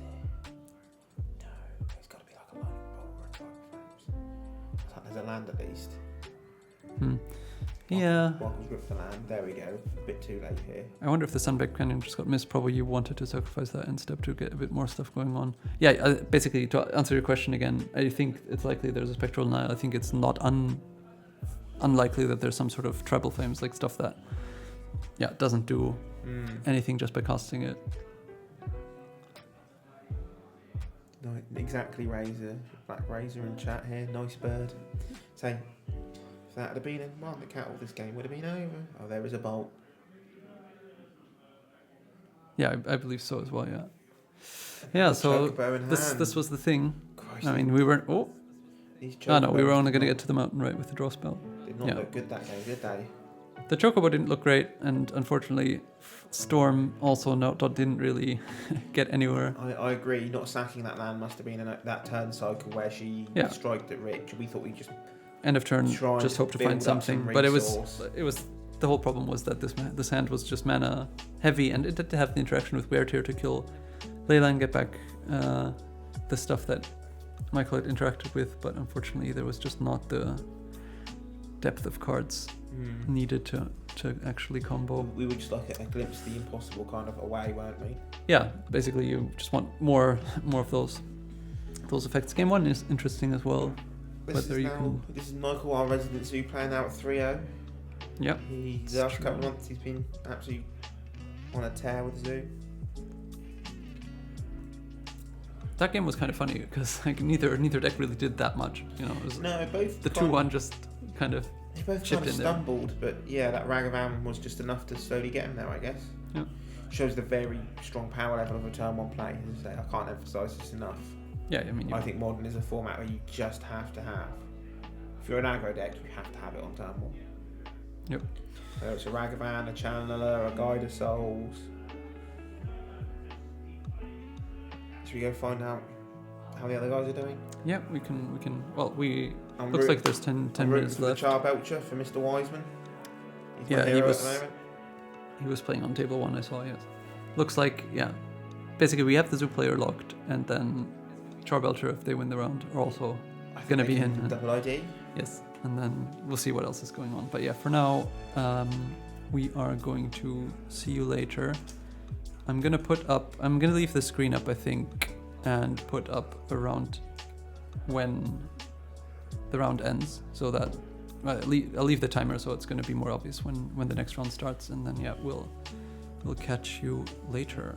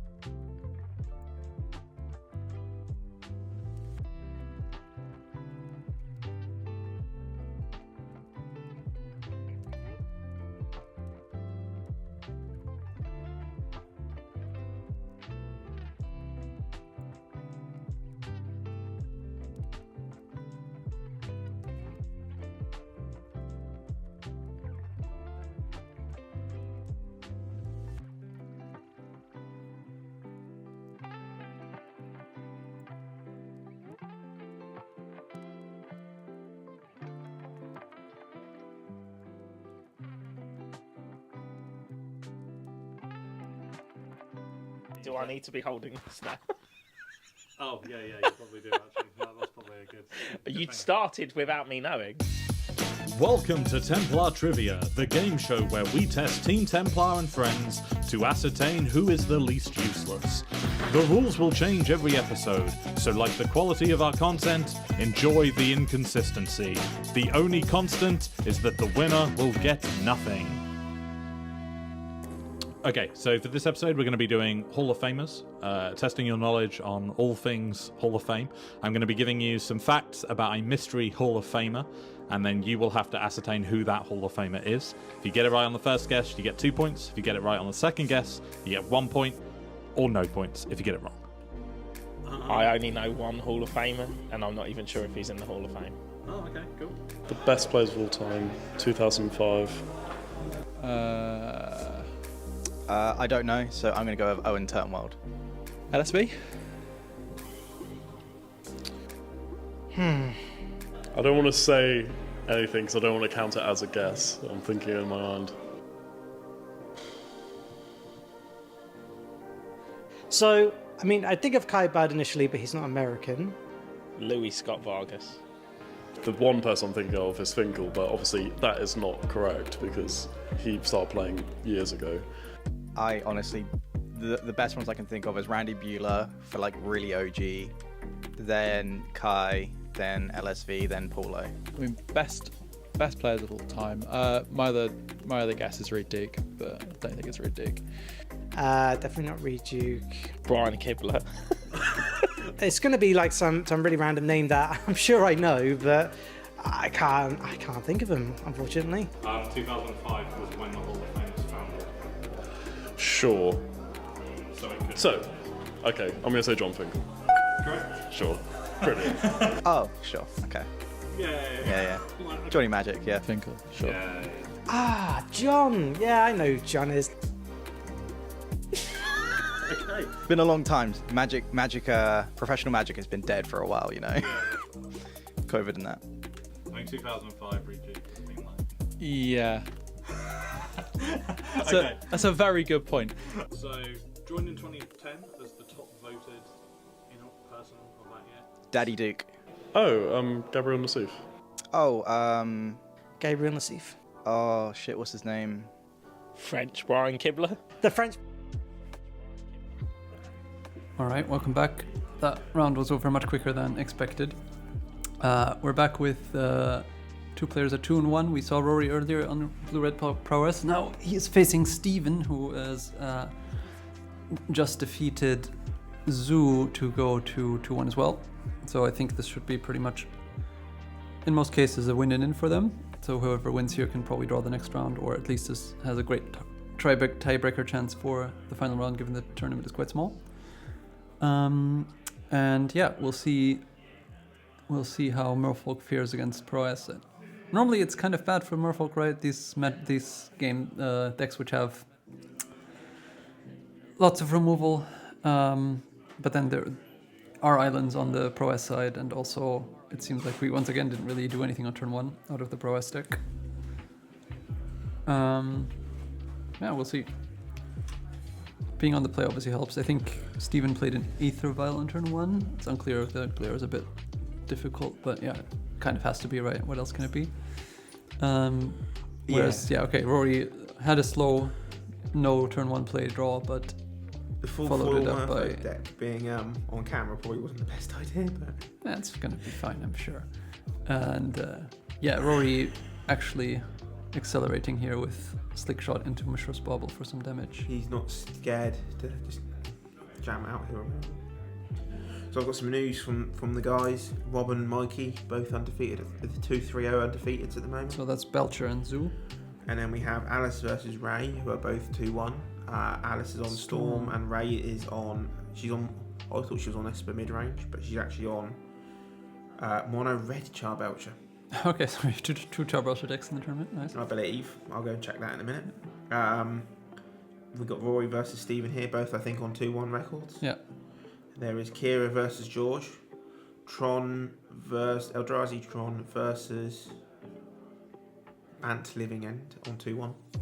And then the last one we have is Dan versus Steve. So Eldrazi aggro versus Domain Zoo. Okay, so that's what we're looking at for So contending for top 8 probably. I think our Boros Energy players have dropped off a little bit. Seemingly. The Amulet players have dropped off completely. They've not done very well. Too much of this like very quick combo and very quick aggro it looks like, because there's been our matches have been quick. It's been Pro-S, it's been Merfolk, it's been okay. There was 2 Vidalcan Hex catchers. Yeah. A Plains, Sink into Stupor. Plains. An island, sorry. Okay. The card in play is the 2-1 which draws a card when you reveal a Merfolk. Silver Gull Adept. Silver Gull Adept, that's right. And yeah, it's back to Rory now, who is gonna. Mining Bolting. Are we going face? Just the face? Face creature. Oh. Okay, so 6, 10, 11 damage this turn. Baby. Double strike, double strike, double strike, double strike. Come on.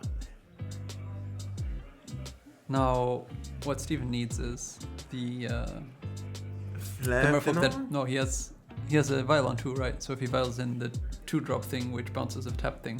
Harbinger of the Sea? No, that's a different one. But yeah. I know what you mean. You can pay 2 mana to give it flash. Yes, exactly. It's in standard in Foundations. Is it really? I didn't know that. Okay. But yeah, anyway, it's yeah, it's probably not there because I think the card has dropped out of favor. We did see the hand briefly there from Steven, but unfortunately it was hard to catch. Much like fish, which are hard to catch.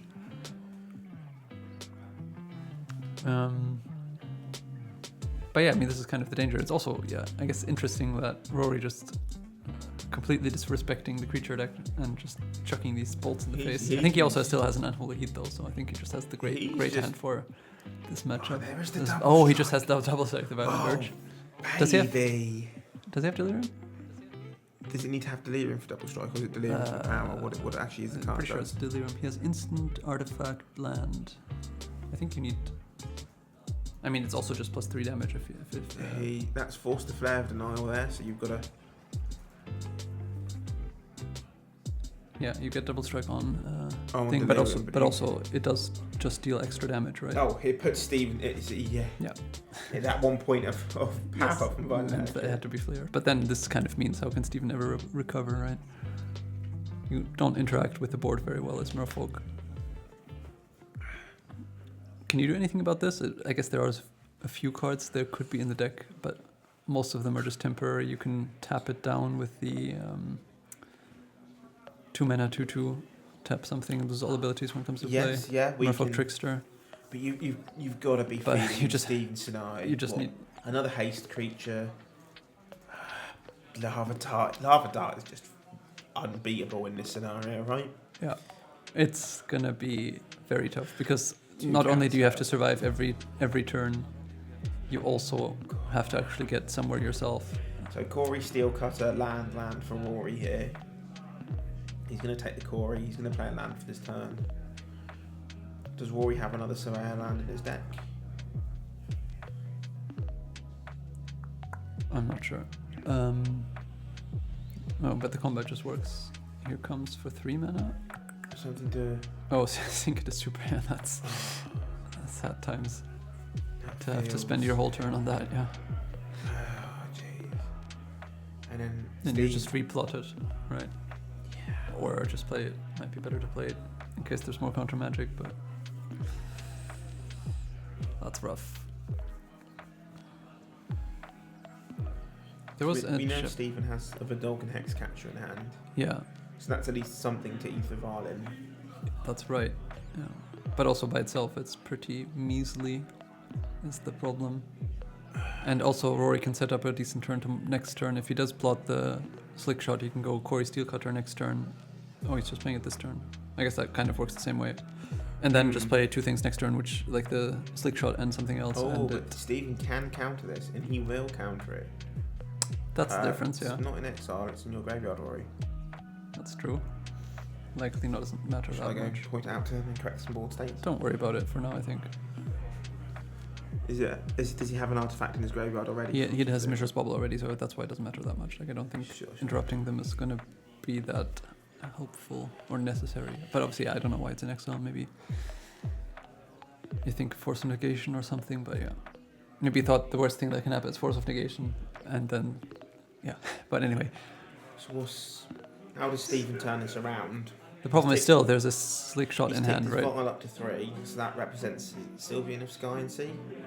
Sure, but the problem is Does he have a counter spell or like just a hard cast of Flare of Denial? That's kind of, I guess, the band-aid patch for this exact turn. But there's another slick shot. Slick shot show off. So sometimes, guys, just a 1/2 flyer with haste is gonna do it. Yeah. Doesn't need the that was just a brutal start with all that damage on the turn 3 with a double bolt out of the slick shot. Yeah, the stupor would have been good that turn, although also not that good. But and you've got to be feeling confident, I think, from Rory's perspective in this matchup. You have just enough removal to keep the creatures under control. You can go quicker than him, and Steven just doesn't interact with your creatures. What's he going to do? Dismember a slick shot show off? Yeah. You're still feeling phenomenal about that exchange. That is true.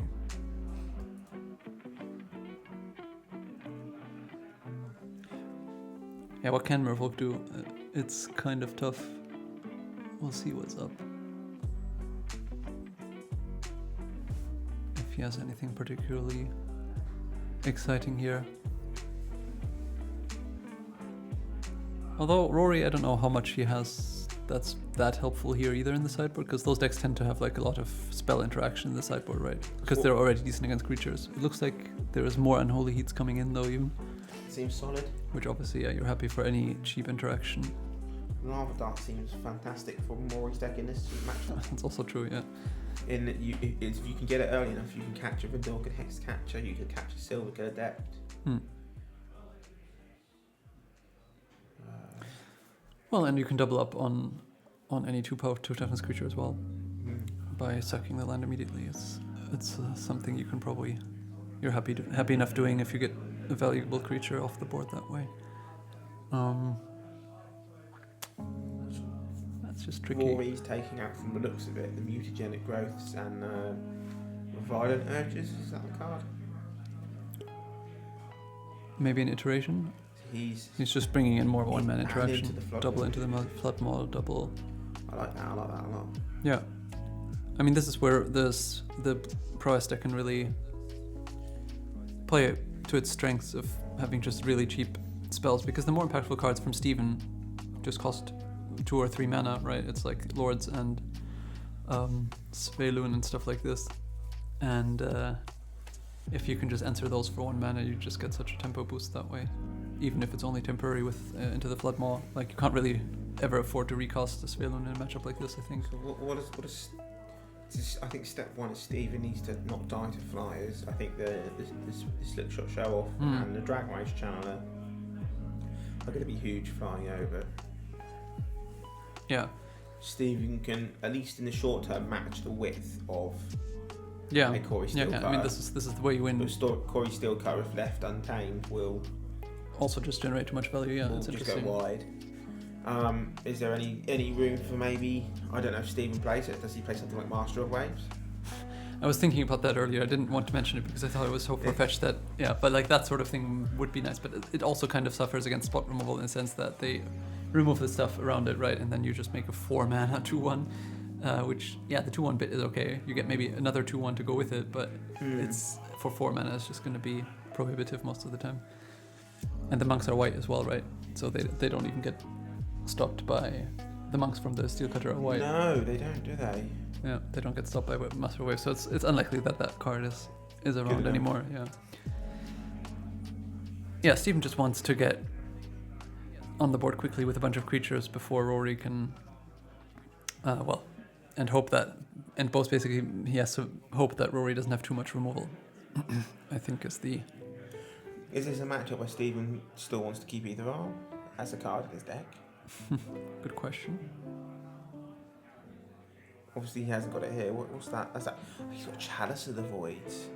Oh, okay. Ooh, that's... So, I mean, yeah, I was wondering what sort of haymaker stuff he It's- might have for a matchup like this. And this is what we go back to earlier, guys. Chalice of the Void very strong on the play, especially as Rory's lacked a 1-drop. This is going to feel phenomenal here for Stephen. Though, why did he pass? He has Preordain in hand, so he must have Spell Pierce. Maybe he values a Surveil land over to keep the Preordain for later for triggering prowess. Right, but, well, okay. That's also, I guess, would be an explanation. Alternatively, like I say, there might be a Spell Pierce. Yeah, Chalice, Merfolk, Trickster, land, and something else I didn't see. In There's hand. a Sylvian of Sky and Sea, because he's... Oh, revealed yeah, that of course, to you the- revealed that to the thing. Yeah, you're good. So what You're does right. Rory have? Yeah, I mean, basically, I'm wondering if he has. Well, I don't think... He could, I guess, pass with the removal. He didn't bring Spell Pierce in, did he? We saw... He didn't bring the. I don't know if he has any main deck, right? It could be that he has some main deck. Although probably not, because you're a proactive deck. It's interesting that, yeah, you want to Surveil rather than Preordain. I guess it leaves up some questions of He's what. managed to bluff his way out of... Yeah, perhaps. Because also, I mean, Stephen had the chance to go for the Chalice and he chose not to, maybe respecting a Spell Pierce. Or being afraid of one. Is it 2 Preordains? What's the other blue card? There's an expressive iteration. I think the card is just drawn for the turn. Right. There's 2 lands. That's a land of a variety. 3 lands even. Yeah, I mean, he definitely has Preordain. I think there might be a second Preordain. So maybe if Rory is land heavy, spell heavy, but threat light, he's kept the Preordain for... No, but here, you just flicked through his deck and there was a Spell Pierce in it, so that he definitely has some amount there. But there is spell pierces. Yeah, there was a Spell Pierce amongst the cards that he revealed from, as in, like, that he was looking through in his deck. So certainly there is some, which... Okay, I mean, this is an exchange that Stephen doesn't mind that much, I think, because you drew a card off the Silver Gill Adepta in the a way. bolt's not going The to bolt your face. doesn't go to your face. The bolt sort of And what slows card down is the that? development. Didn't make a monk or a prowess trigger. That's Swift Spear. And the fact that Rory played that before is telling me that that's Rory's only Spell. threat. And he's worried about his threat getting flared. Yeah, it could be that. It could also be that he wanted to make sure the bolt resolves because he can Spell Pierce Force of Negation. I mean, that's less likely. I think you're right. Oh, that, sure.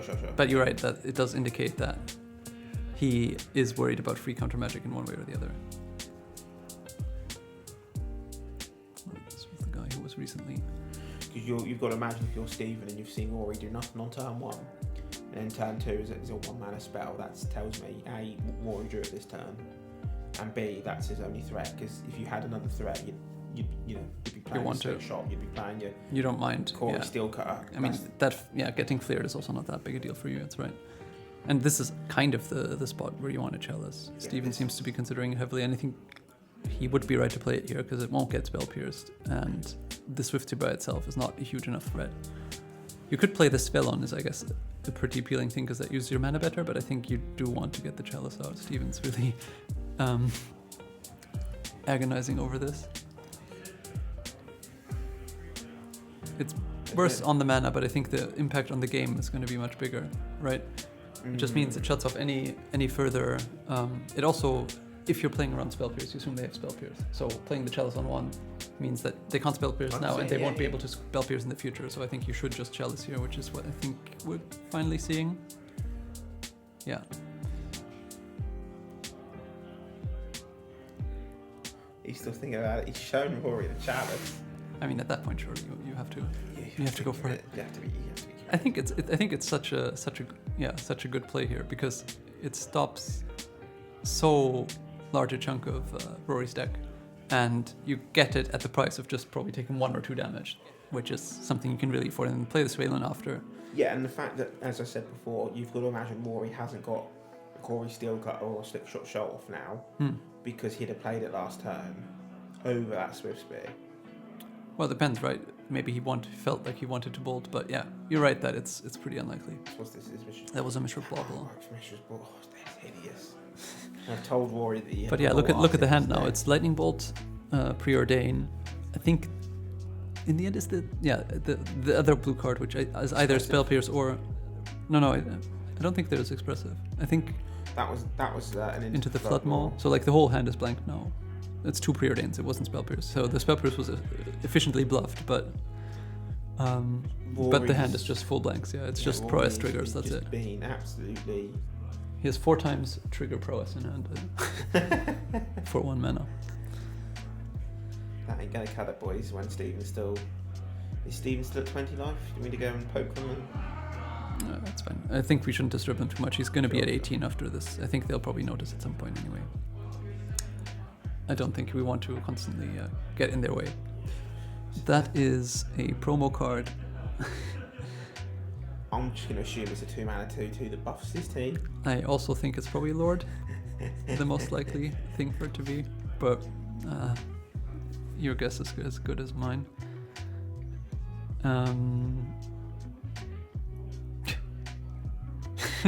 Yeah, here's trigger price. Attack. And he has to do this because he wants to get past the Mutavault, right? This way he can at instant speed trigger prowess again with the lightning bolt. But obviously that's super painful. Like, you double blocking here?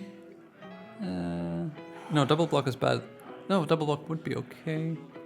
You use the Lord then. 2 to the Lord and 2 to the yeah, basically, like this way you're forcing 2 spells in exchange for your Mutavault, which is fine. Yeah, you don't mind the Mutavault dying here. You don't take damage. Yeah, you've traded 2 cards out of Rory's hand here for the Mutavault. Well, obviously, the hands aren't worth much, but the cards aren't worth anything because they don't. But still, like you still take the trade. I think that's completely okay. And you have the Svelun, right? We know about that, so you can start getting that one going now.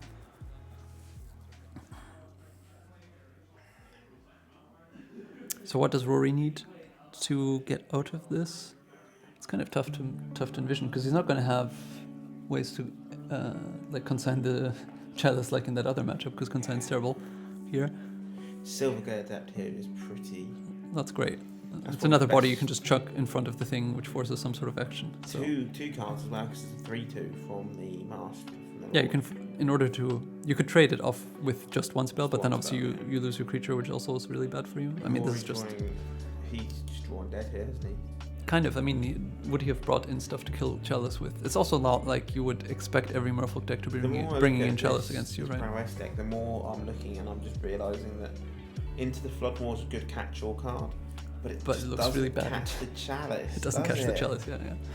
No, this is a problem. The more I'm looking at it, the more I'm thinking like if he had 2 or 3 copies of Smash to Smithereens in his sideboard.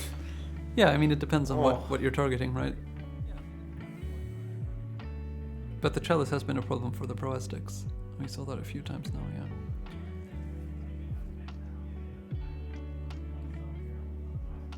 Three mana Sylvian. There it is. 4/5.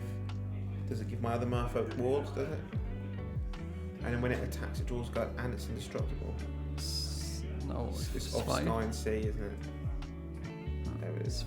Of Sea and Sky. Other Merfolk could have ward 1 whenever it attacks, draw a card. Yeah. That card is phenomenal, isn't it? It's powerful for this deck, for sure, yeah.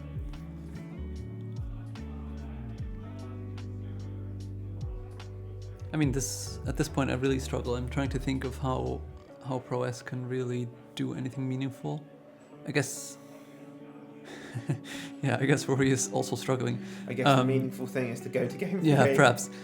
The only way, I guess, would be to draw a Slick Shot and then just pump a bunch of one mana spells into it and hope that you can somehow race. But obviously, yeah, the Steven's draw was just solid throughout, that it wasn't stumbling after locking Rory out, so there was really no hope after the Chalice landed and found its turn to land. I wonder if this makes Rory re-sideboard, right? Because we saw that he didn't bring in multiple spell pierces. And he had 1 main deck. I did see that for sure. But he probably has like 1 or 2 copies main deck. Probably more. Yeah, I don't know. And does he? Okay, he does grab his sideboard again. Does he bring in like basically something like Meltdown or whatever he has for? Is he bringing back the mutagenic growth then? He did bring in the Meltdown. Yeah, I mean, I guess he kind of might as well. This is his logic. I just want to get him dead. I want to play. I want to get him dead. This is the other difference, right? Like we had earlier against the Eldrazi matchup. That I'm not going to win the late game. I'm not going to grind him. I'm not going to. Yeah. I mean, for sure. Mind tricks of have you got counter spells? Have you not? I just want to get you dead. For sure, the game plan is going to be that, but as in get Stephen dead as quickly as possible. But being on the play for the third game is definitely quite huge in this sort of scenario. It's the same concept as we had earlier against the Eldrazi, where when these sort of very targeted hate cards can come down turn 2 and you're on the draw, you don't get much of a window to get anything together. Whereas if you're on the play, you get 2 turns where you can put stuff into play. It's a bit better. It very much seems like these prowess players have turned up today and haven't really given much consideration to Trinisphere and Chalice of the Void, have they? Yeah, it does look a bit that way. I mean, Rory did manage to beat those cards earlier, and he might well again. Like, maybe the logic is like, okay, I'll lose if they have it, and if they have it on the if play. If they don't have it, I'll win, and I just roll the dice. Yeah, well, and also maybe you can beat it on the play some portion of the time. Like, it's not like he removed it in game 3 there when he won on 4 cards, right? He just played some creatures and their Chalice was sitting there, did nothing. Yeah.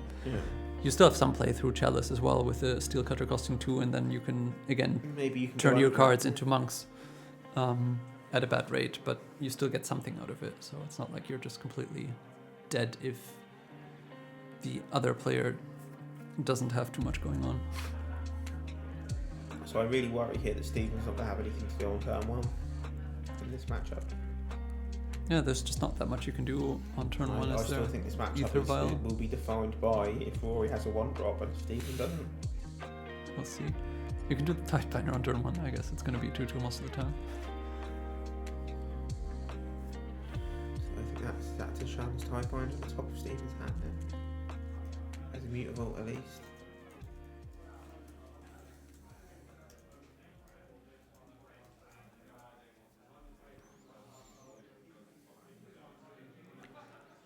Alright, so it looks like we're on.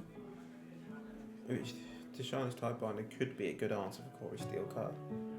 Yeah. Albeit a temporary answer. Harboring of the Tides is the card you're looking for, isn't it? That was earlier, yes. Now I'm looking for the, what's the one drop called that makes something an island? It's not called Tide? Apparently not. Anyway. This is Dragon's Rage Chandler again. Cavern of Souls, Aetherol.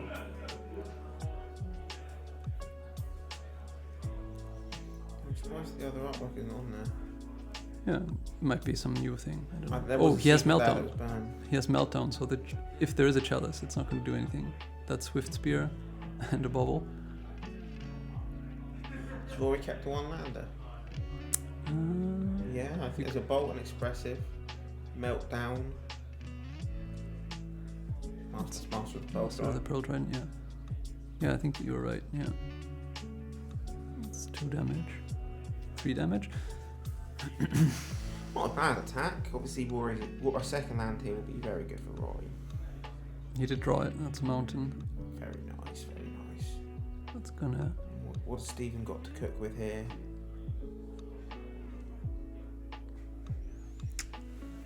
Can't really see that well. It's Mutavault. Oh, but there's an Aether Vial in play, okay, so at least he's got that. But can he play anything useful here? He is lacking on the blue mana. Is that another Chalice? No. Yeah, this is a pass. The Chalice is on 2, I assume? No. So this is really awkward because Merfolk Trickster can't be cast here, can it? Yeah, exactly. Merfolk Trickster would have been probably... Like, what he's threatening is, I suppose, activate Mutavault block, which is unlikely to work that well for you. Yeah, we know there's an unholy heat there, so... Is there? Is there on top of the Meltdown? There's an unholy heat. There's Lightning Bolt at least. Lightning Bolt, okay, yeah. So what's this? Hexcatcher. Sounds like, looks like Hexcatcher. Bedalian Hexcatcher. Yeah, Bedalian Hexcatcher would be good here, I think, just to catch this.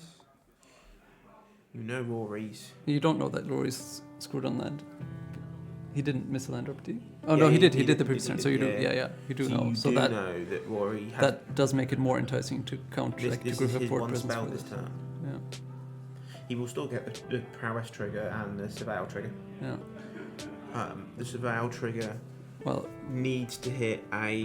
No, sorcery is gonna go to the graveyard one way or the other. Yeah, it's Bauble, Unholy Heat, and a land, so it's gonna be Delirium anyway. And Rory's drawn a Steam Vents for his turn. And then he's let this happen. 2 Corys and a Slick Shot show off. That's not great for Rory, but also he doesn't need that much more actually. The fact that there is already the Flying Dragon's Rage in play and Steven doesn't have anything going on does mean it's gonna be... And also we know that Rory has a removal spell queued up. And this is now really awkward because the Swift Spear's a 2/3. You can't do anything with your Immutable. You've so just got to skip take the turn more or less. 5 damage down to 12. So you go Hexcatcher.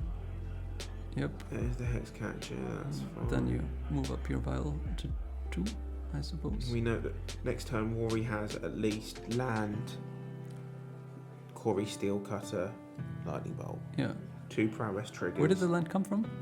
He's got Steam Vents he's drawn from his turn. Oh, right, because you already... The Bauble drew the mountain. Yes, okay, yeah. Oh, I see. Okay, so at least getting some board presence now. Another Cavern, that's another blue mana. Okay. This is one of the ones where you probably make some sort of weird block and the removal on the Lord is bad for you.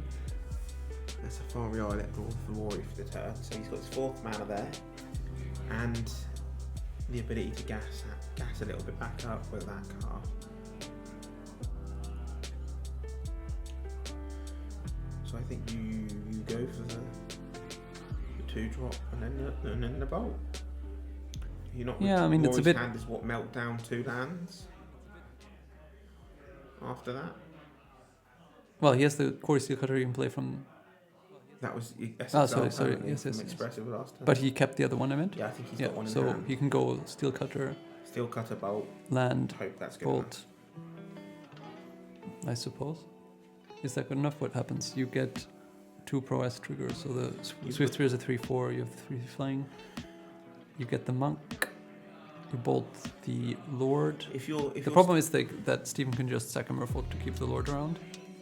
If you're Steven here and he goes land Cory Steel Cutter, are you sacrificing a Merfolk to make him pay 1? Probably not. You can't really afford to lose board presence. I think you just have to overpower the ground and try to race. Except you're already behind in the race. And because you can't stop the 3/3 flyer, right, is the big problem. So you're going to take lots of damage from that anyway. And then the Swift Spear will be at least 3/4. Yeah. Which seems quite confident to swing.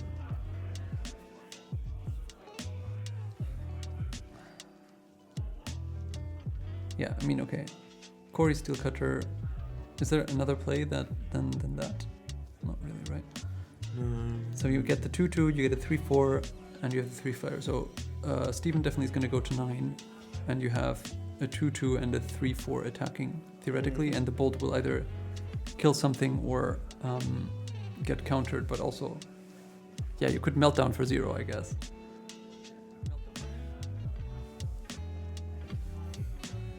To keep the bolt so that you can later You could Meltdown for 1 to remove the Ether Vial. Yeah, but then you don't get the Cory Steel Cutter trigger, right? You kind of want to go Steel Cutter. Well, maybe not. Because what's the worst that can happen, actually? What is the worst that can happen Steven with Steel Cutter? Maybe he wants to make sure his bolt resolves, so this is just going to be...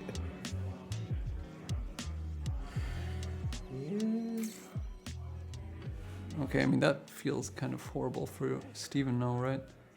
Because now the... No, wait, Swift Spear's 2/3. 2/3.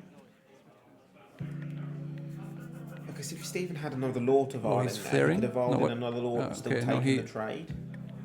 Okay, he sacked... Exactly, that's what I was wondering, if you have another Lord, but it looks like Steven might not. So he just sacked the Merfolk to try and counter the bolt, but obviously you can just pay. And now the bolt is still pointed at the Hexcatcher, so what do you do about that? Yeah, well, Steven had another... If he had a Lord there in hand, then I think he should have just let the bolt happen and then you Vial in another Lord. He does. And then your Silvergill Adept is still a 3/2. Yeah, no, I see. I agree. I think I think you're right, because now what the bolt just kills the hex catcher. And you're left with 1/2/2. So what's Rory doing here? He's trying to respond to the vial activation. What does Rory have? He doesn't. The front card, I can't tell actually what it is.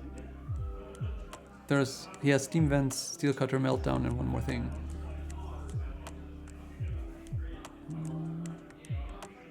Some alternate art card.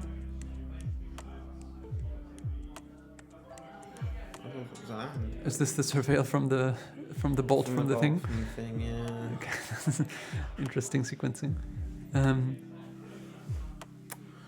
Is that like a weird alternate art bolt? I think it might be another channeler or another Swiss spear. Could just be another preacher, yeah, okay. But then because there was this recent secret there that had them all in, right? Sure, that's the ones that they are. That's what they're all these they're are in for. play, yeah, I guess. It was like. But yeah, like this sacrificing the Silver Gill was kind of a weird move, I think, because it leaves you just down a creature, kind of. I feel like I'd want to just keep the trade with the Silver Gill on the Swiss spear. You know what I'm saying? Yeah, I do know what you're saying.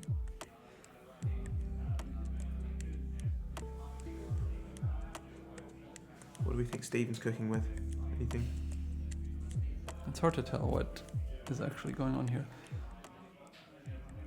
There's another Lord, looks like. Yeah, I mean, basically just sack the Silver Gill for saving 2 damage. No, like the second Silver Gill just, and I guess it tied up a mana, but you know, I don't know.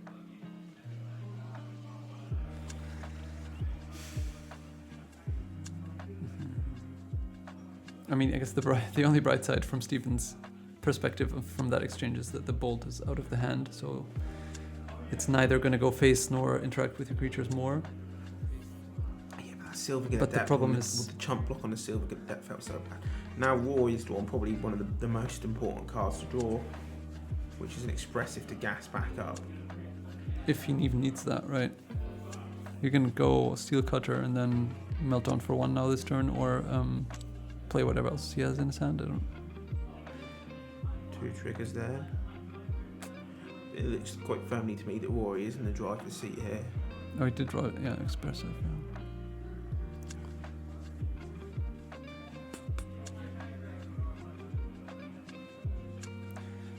Yeah, I mean, Stephen is just so constrained as well because he can't cast any normal spell, so because he has Caverns Mutavault, so he's literally limited to just making creatures. On the other hand, if he can get some of these creatures to stick, they're going to grow out of the range of this ground stuff from Rory. So what is that then? That is an excellent question. It costs 1 mana. It's being targeted at the Merfolk. Doubt it. I'm going to try and Google Secret Lair cards right now.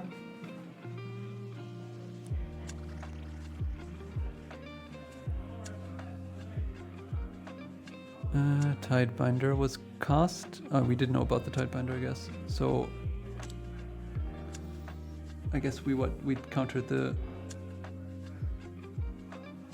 heat, unholy heat. But then how does this? Can it be unholy heat? Oh, I don't know. I don't. But then it would have been pointed at the Master of the Pearl Trident. This is great.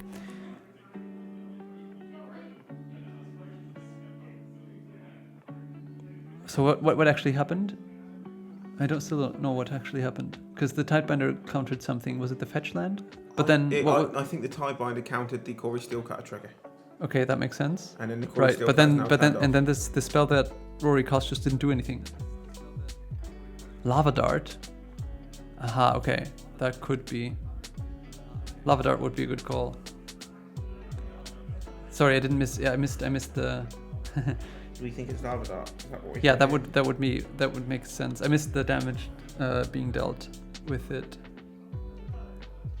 Because then there's no point. It is Lava Dart. Okay. It is from a Secret Lair titled VR.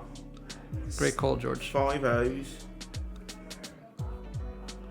6 items. Yeah, and apparently it targeted Stephen, which meant that you can't double up on the Lord to try and kill it, which I guess was not going to work very well either into the next Lord. And now we're reaching the stage where Stephen might be able to turn the corner because the Quarry Steelcutter is shut off. The ground creature gets eaten or gets interacted with. Fish is winning it. Who is Black Razor? George Channing. Ah, it's George Channing. Spoilers. But I think that information is widely known on the internet. Yeah. No, exactly. Like the double Lord. Although now one of them dies, yeah? Because there were 2 spells cast? No, there was the Lava Dart, plus you can flashback the Lava Dart, plus the Steel Cutter, so...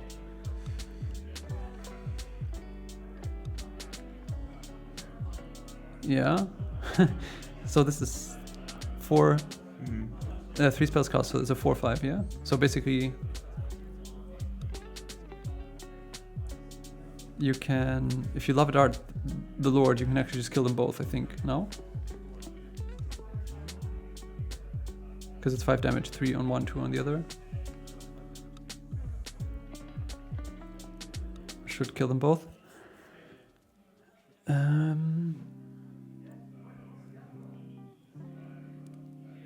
And yeah, now you're kind of back to the problem that you're just so far behind on the damage racers with the Dragon Rage Channeler. That Channeler is doing some work, isn't it? It is. I think we're trying to work out here that these actually do both die, which, yeah. But like Stephen does still have cards, so there's a chance that he can race it with some more Lord and Merfolk action. He does have Mutavault to benefit, because... Do they both die? Yeah, so it's a 4/5, right? There were 3 spells cast. And if you mark 3 damage on one and 2 on the other, because you have the Lava Dart, you can shoot the Lava Dart, the flashback on one of them. Ah, and then it's a 3/3. They're both 3/3s, one with 3 and one with 2 damage marked. And when the 3 damage one dies, the 2/2 also dies. I missed the Lava Dart. Yeah, he flashed back the Lava Dart during the combat there while you were looking up what it was, I think. So yes, Yep, they managed to realize that actually this works. And Stephen gets put down to 5, so he has to muster lethal over the course of 2 turns, yeah. And Rory's still got that expressive to gas back up with. But Yeah. thankfully the Quarry Steelcutter is turned off. I mean, okay, it's... And what's the other card? He's still got the Meltdown. Stephen can represent lethal depending on what the cards in his hand are, because he has Mutavault that he can activate. If he has another Lord, that's 7 damage, which then is lethal the turn after if there's nothing else going on. Obviously, Rory can just... no, he can't keep back the... Another Mutavault. If the tie blind blocked instead, I wonder if he wins.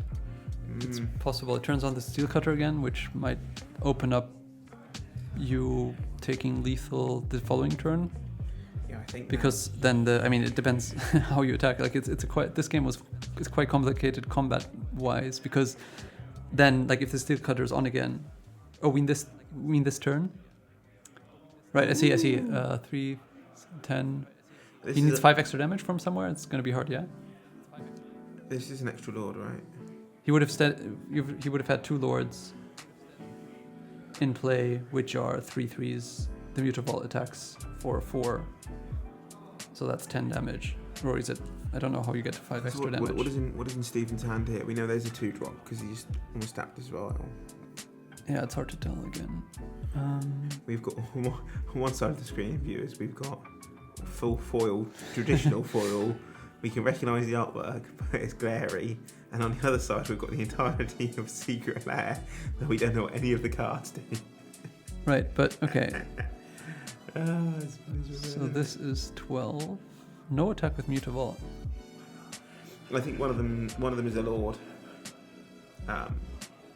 or a 2-drop of some variety. But what cards is he casting on Rory's turn that he doesn't want to attack with the Mutavault this turn? Is he just trying to stop a haste threat? If there's another chance Tidebinder, if Rory tries to go for a spell and tries to go for a trigger, you can Tidebinder the trigger and then block the Dragon's Rage. Block it on the ground.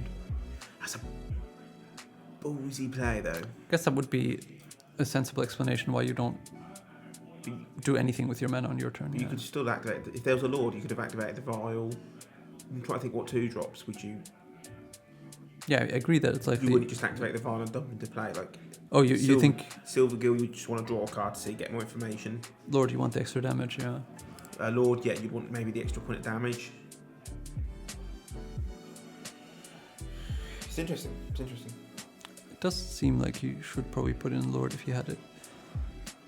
But yeah, Rory's in an interesting spot himself now. Maybe Stephen's just hoping that he takes 3 down to 2 because the attack is forced off the Dragon Rage Channeler. Rory does nothing. I mean, if Rory spends an expressive iteration here and just hits nothing, Rory's whole turn is gone. Oh, Rory does have that lightning bolt. Drew lightning bolt? Okay. Well, that's pretty huge. That is... That's the question here. Does Rory send that bolt to face, or does he send it to the Tishanas? Well, and when does he play? Oh, unlock that Corey Steel Cutter as well. So but this opens up a second Childbinder, like you said, sort of. And also, like now, it just doesn't threaten lethal. It does threaten lethal with the Corey. With the Corey. Yeah. Right, but if you think about why Stephen didn't spend any of his mana on his turn. That's one Lord. Oh, okay.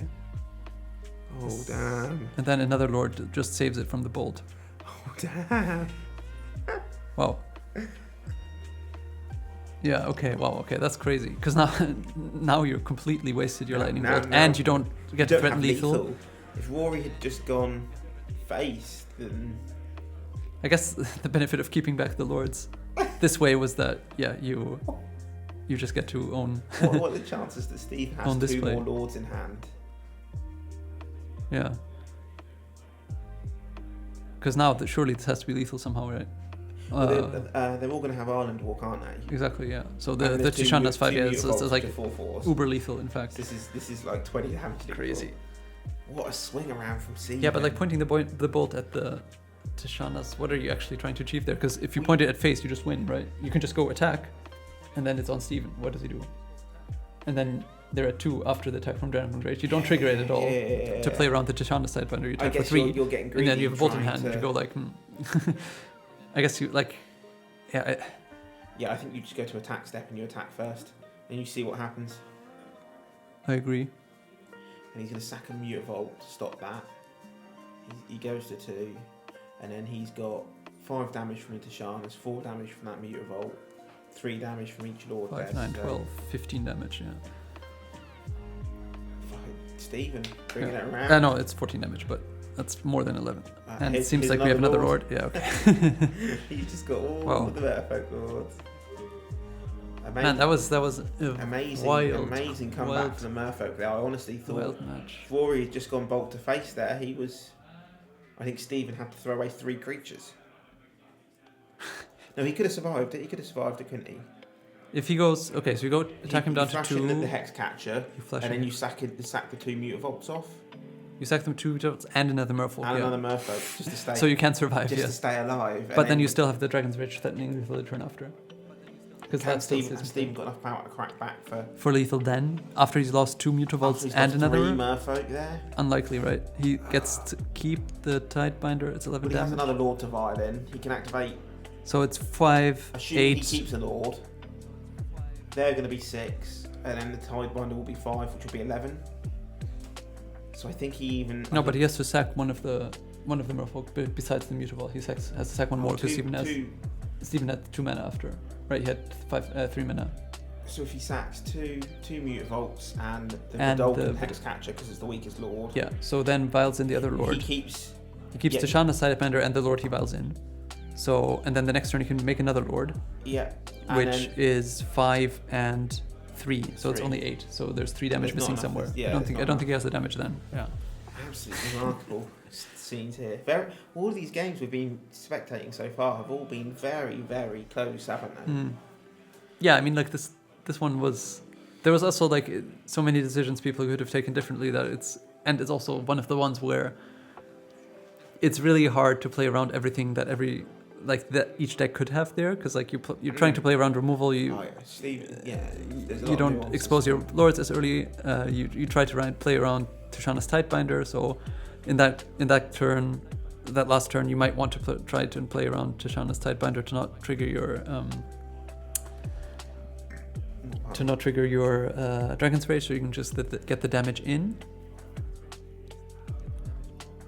But yeah, I think bolting the Tidebinder you don't really want to do, right? It doesn't make much sense. What does unlocking the Corey Steelcutter really help you? What does it achieve? What does it achieve? What does it play around? I don't greedy, see... isn't it? But it doesn't.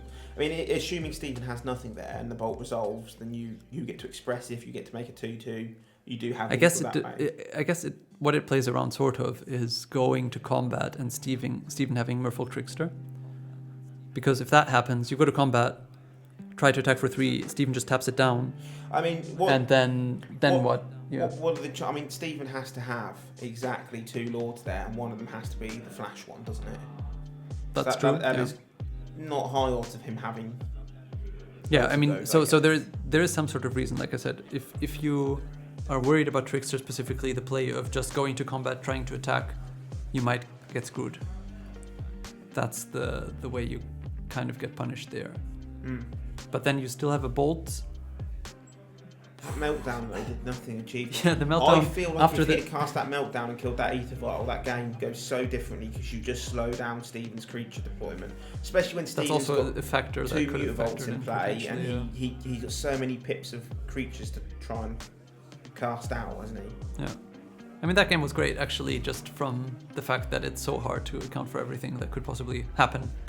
Yeah. It was very, very hard to navigate. But yeah, we're almost at the end of the round, so we're going to take a quick break. Viewers, and be back. Probably 5-10 minutes. Yep. See you in a bit. Do I need to be holding this now? Oh, yeah, you probably do, actually. That's probably a good... You started without me knowing. Welcome to Templar Trivia, the game show where we test Team Templar and friends to ascertain who is the least useless. The rules will change every episode, so like the quality of our content, enjoy the inconsistency. The only constant is that the winner will get nothing.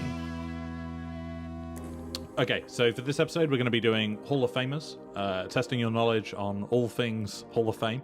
I'm going to be giving you some facts about a mystery Hall of Famer, and then you will have to ascertain who that Hall of Famer is. If you get it right on the first guess, you get 2 points. If you get it right on the second guess, you get 1 point, or no points if you get it wrong.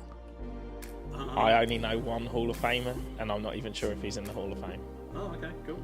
The best players of all time, 2005. I don't know, so I'm going to go with Owen Turnwald. LSV? I don't want to say anything because I don't want to count it as a guess. I'm thinking in my mind. So, I mean, I think of Kai Bird initially, but he's not American. Louis Scott Vargas. The one person I'm thinking of is Finkel, but obviously that is not correct because he started playing years ago. I honestly, the best ones I can think of is Randy Bueller for like really OG, then Kai, then LSV, then Paulo. I mean, best players of all time.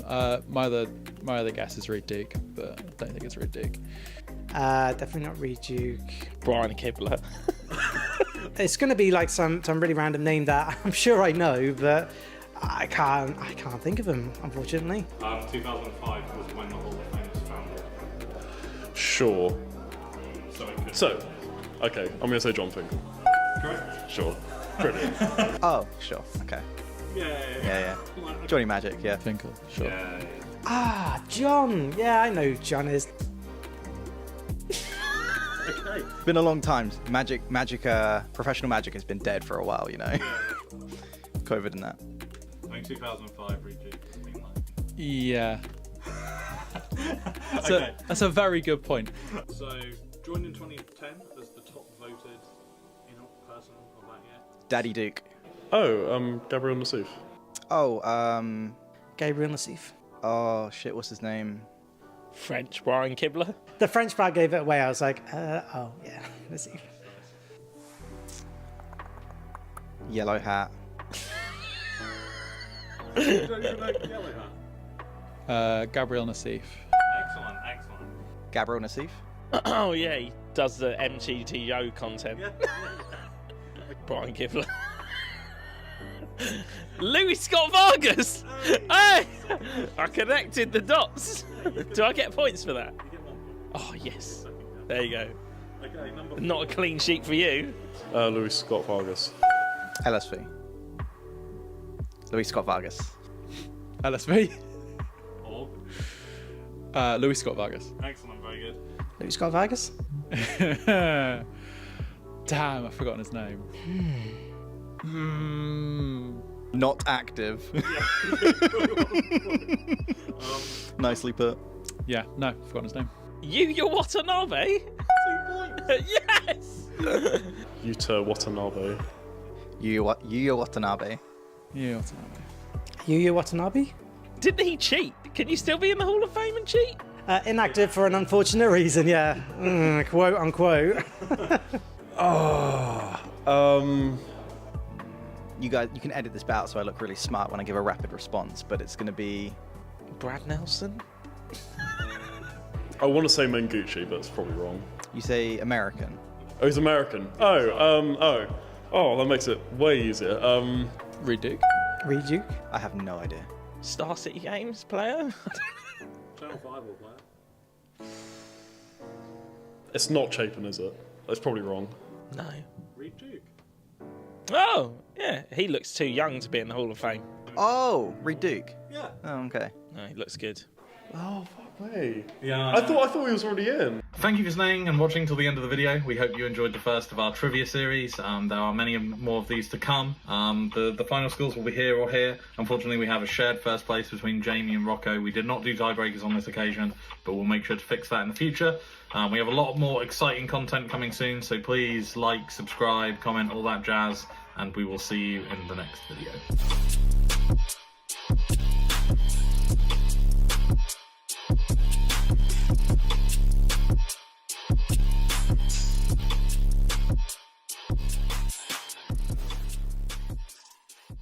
Do I need to be holding this now? Oh, yeah, you probably do, actually. That's probably a good... You started without me knowing. Welcome to Templar Trivia, the game show where we test Team Templar and friends to ascertain who is the least useless. The rules will change every episode, so like the quality of our content, enjoy the inconsistency. The only constant is that the winner will get nothing. Okay, so for this episode, we're going to be doing Hall of Famers, testing your knowledge on all things Hall of Fame. I'm going to be giving you some facts about a mystery Hall of Famer, and then you will have to ascertain who that Hall of Famer is. If you get it right on the first guess, you get 2 points. If you get it right on the second guess, you get 1 point, or no points if you get it wrong. I only know one Hall of Famer, and I'm not even sure if he's in the Hall of Fame. Oh, okay, cool. The best players of all time, 2005. I don't know, so I'm going to go with Owen Turnwald. LSV. I don't want to say anything because I don't want to count it as a guess. I'm thinking in my mind. So, I mean, I think of Kai Bird initially, but he's not American. Louis Scott Vargas. The one person I'm thinking of is Finkel, but obviously that is not correct because he started playing years ago. I honestly, the best ones I can think of is Randy Bueller for like really OG, then Kai, then LSV, then Paulo. I mean, best players of all time. My other guess is Reed Duke, but I don't think it's Reed Duke. Definitely not Reed Duke. Brian Kibler. It's going to be like some really random name that I'm sure I know, but I can't think of him, unfortunately. 2005 was when the Hall of Fame was founded. Sure. So, Okay, I'm going to say John Finkel. correct? Sure. Brilliant. Oh, sure. Okay. Yeah. Johnny Magic, yeah. Finkel. Sure. Yeah. Ah, John. Yeah, I know who John is. Okay. Been a long time. Professional Magic has been dead for a while, you know. COVID and that. I think 2005 Reed. Yeah. Okay. That's a very good point.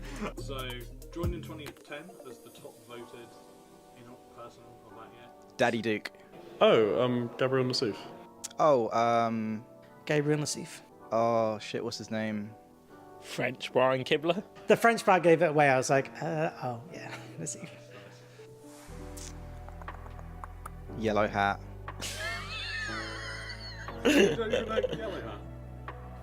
Gabriel Nassif. Excellent, excellent. Gabriel Nassif. Oh yeah, he does the MTTO content. Brian Kivler. Louis Scott Vargas. Hey, I connected the dots. Do I get points for that? Oh yes. There you go. Not a clean sheet for you. Louis Scott Vargas. LSV. Louis Scott Vargas. LSV. Or? Louis Scott Vargas. Excellent, very good. Louis Scott Vargas. Damn, I've forgotten his name. Not active. Nicely put. Yeah, no, I've forgotten his name. Yuya Watanabe. 2 points. Yes. Yuta Watanabe. Yuya Watanabe. Yeah, what's his name? Yuya Watanabe. Didn't he cheat? Can you still be in the Hall of Fame and cheat? Inactive for an unfortunate reason, yeah. Quote unquote. You guys, you can edit this bit out so I look really smart when I give a rapid response, but it's going to be Brad Nelson. I want to say Mengucci, but it's probably wrong. you say American.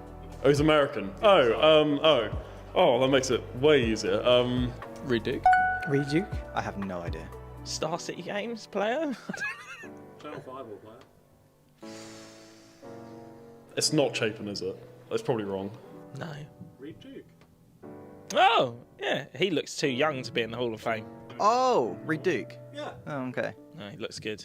Oh, fuck me. Yeah. I thought he was already in. Thank you for staying and watching till the end of the video. We hope you enjoyed the first of our trivia series. There are many more of these to come. The final scores will be here or here. Unfortunately, we have a shared first place between Jamie and Rocco. We did not do tiebreakers on this occasion, but we'll make sure to fix that in the future.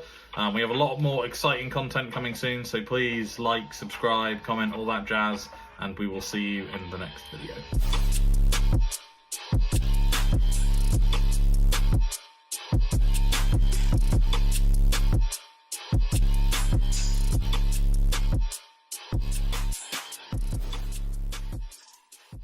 Do I need to be holding this now?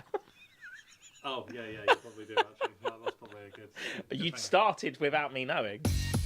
Welcome to Templar Trivia, the game show where we test Team Templar and friends to ascertain who is the least useless.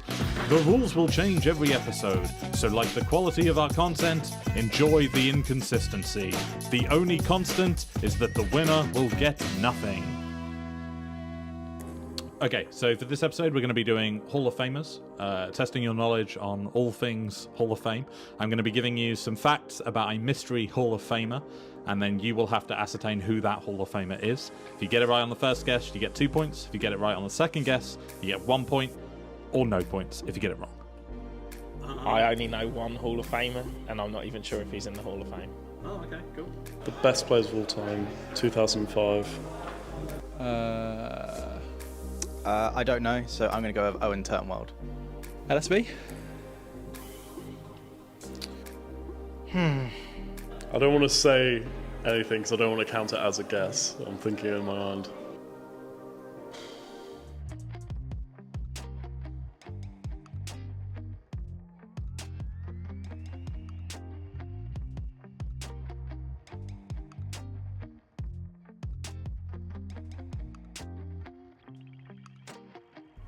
But now we're back. Now we're back. So we have got Ray playing, we believe, Belcher on the left versus Dan on Domain Zoo on the right. And since it's the last round of Swiss, we already have some top 8 confirmed. So we know that, we already knew that Mono Blue, Belcher, and Domain Zoo were in the top 8 from Michael the previous and Rob. round, Michael and Rob. Stephen, who we just saw in Merfolk win, he took an ID and is going to be in the top 8 as well. So is Alice, who we saw earlier playing The Storm deck. And we have Stephen Sparrow, who is playing Eldrazi Aggro, and William Atkins, who is playing Amulet Titan. Amulet Titan, okay. So far we have 6 different unique modern decks in our top 8. And then we have, I believe, playing for 2 slots, the winner of this match between Dan and Ray, and then the winner of Neil and Ed. The winner of Neil and Rory, So that's Raoul is at prowess. We've seen a couple of times now, and then Neil is playing Boros Energy. Yeah. So it would be really nice not to put Dan down, but if we could get 8 unique decks in the top 8. Sure. We'll see. Have you told them about the tablet? Yes, yeah. Okay, great. Yeah, I'm interested to see this mono red Belcher deck. Is it the one which is playing this dragon, the storm with the Scion? So, and I think they're playing Ironcrag. Ironcrag feet into that thing, for example. Yeah, so I think there's some there sort was of an Ironcrag combination Storm Belcher deck. Right. So we are going to have no idea what any of these cards do. Is it a Storm We'll card? Is it a dual face land? Who knows? Maybe too many sounds. But I think this is going to be keeping up our recurring theme for the day, which is the aggro deck in the matchup. Having a 1-drop is going to be so important. Yep. We've witnessed, and also being on the play, which they aren't. So we've witnessed these zoo decks, these prowess decks. Is there a 1-drop? Well, looks like it. Ragavan or Chocobo? What are we thinking here? Birdie, are there Monkey? chocobos here as well? I don't know. We'll see. I'm rooting. There's definitely a chocobo. The 1-drops from Dan's perspective are Chocobo from Final Fantasy and the new Zidane Ragavan print from Final Fantasy. Right. Don't you just love it? You do just love it. But Dan's justification was they were the cheapest copies of Ragavan that he could find. That is an excellent justification. I think that artwork is absolutely hideous and awful. Sure, it does still do Ragavan. Have you seen it? I have seen it. Yeah, it's a picture of the guy from the game. Yeah. So I think this is quite confidently a Chocobo here, right? You don't think Ragavan comes off a Templar Garden often? I've seen all sorts of things in Magic, to be honest, but perhaps not that. You know. I think I saw there in Dan's hand that was the ley line of the Guild Pact, which that must have been a very awkward draw. The first one. Yeah, I was always love to see that. Always okay, but this is probably good news for Ray, because the Chocobo does more damage in the long run, but it doesn't immediately burst your mana. Yeah. And it does take 2 more fetch lands to really get going. So this is 3 mana here for Ray. So very much, if she's got Ironcrag Fleet and Goblin Charbelcher next turn. And, well, there's a feat, I'm pretty sure. I'm not sure I saw. There's a Manamorphose, a Pyretic Ritual. I don't know if there's a payoff for the mana. She's a Belcher away from popping off on turn 3. Yeah, or a Stormcast Scion, which I assume is in her deck as well. That was kind of the new innovation, the thing that you can do, that you're not just a one-dimensional Belcher deck, because it sort of also benefits from just having a bunch of mana. We'll see if that's actually in the deck, I don't know. But it's super powerful. If you play a few spells before that, it just, Is Dan forced into having a counter spell here in blue mana on turn 2? Well, I mean, certainly it's scary. I don't know what he has, and if he has a counter spell, but you are probably very much incentivized to hold it up, even if you don't. Question is whether you're actually putting enough pressure that way. You might have to just say, okay, if you've got the nuts, I'll just lose, right? That's always an approach you might have to take towards combo decks, where you go, well, I'm not going to win by just sitting here with this Chocobo and dealing 2, then 4, then 6 damage. Gives you way too much time to actually find the combo if you don't have it, and if you do have it, I'll just lose, you know. But that's the question that Dan's now going to be pondering. And it's seemingly, but it's a regular land. It's neither blue nor a fetch land, so this Chocobo is just 1 power. And this marks the second time today we've seen this Chocobo be worse than Wild Cat. Yeah. I mean, it might get better over the course of several turns, but that's unlikely given there's no fetch land now. There's not going to be one in the future, more than likely. The saddest of 3/3 Carvus. So we went 1/2 into Wild Cattle that costs 2 mana. Is it Charbelcher? No, it's Manamorphose number 2, right? But yeah, we can go looking a bit, I guess. We've got 2 draws. We can storm camp 4 for the dragon, can't we? Yes. There's a Desperate Ritual for sure. I think the second to last card is Ironcrag Feed, and then we knew about the other Manamorphose. That's another Strike the Rich. Strike it Rich, yeah. What's the card down? Strike the Rich. Yeah. That's something else. I Can't quite tell. I think that is a land card at the front, not that one. The one behind it. I think that's the Desperate Ritual, though. The one from Modern Masters or So something. that is Bitter Reunion. Sliding strike. Oh, range. okay. Right. Draw 2. And that is the dragon, I think. Okay, but now do we have the mana for it I anymore? think, I'm not sure. It's kind of fine, like you're not going to die next turn. And the dragon, the Bitter Reunion sets up haste on the dragons, which is nice, right? You go Ironcrag Feet, Boom. dragon, and Turns give either haste way, all at once. Yeah.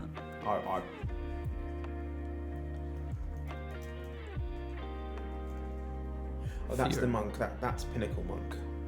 Oh, that was the one that you meant as a land. Yeah, okay. I see.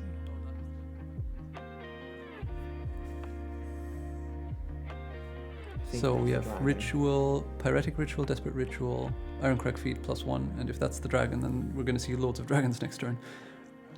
And attacking immediately thanks to the Bitter Reunion. Of Urza and his brother. Indeed. The Peace Summit proved the grudge between Urza and Mishra could only end in blood and in dragons. Lots of dragons. Ooh, we think. Red Belcher can't beat a single consign. That is true. So But there is not a single consign in the main deck at least, so there's that. Zoo decks have been known in the past to play one sometimes. Really? In the main, Okay. yeah. Well, I refuse to believe that Dan has that here. I think he's just going to die next turn, horribly. To dragons? 2 dragons.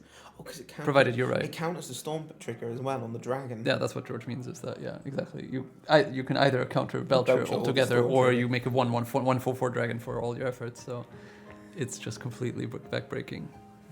That is Consigned to memory. Absolutely.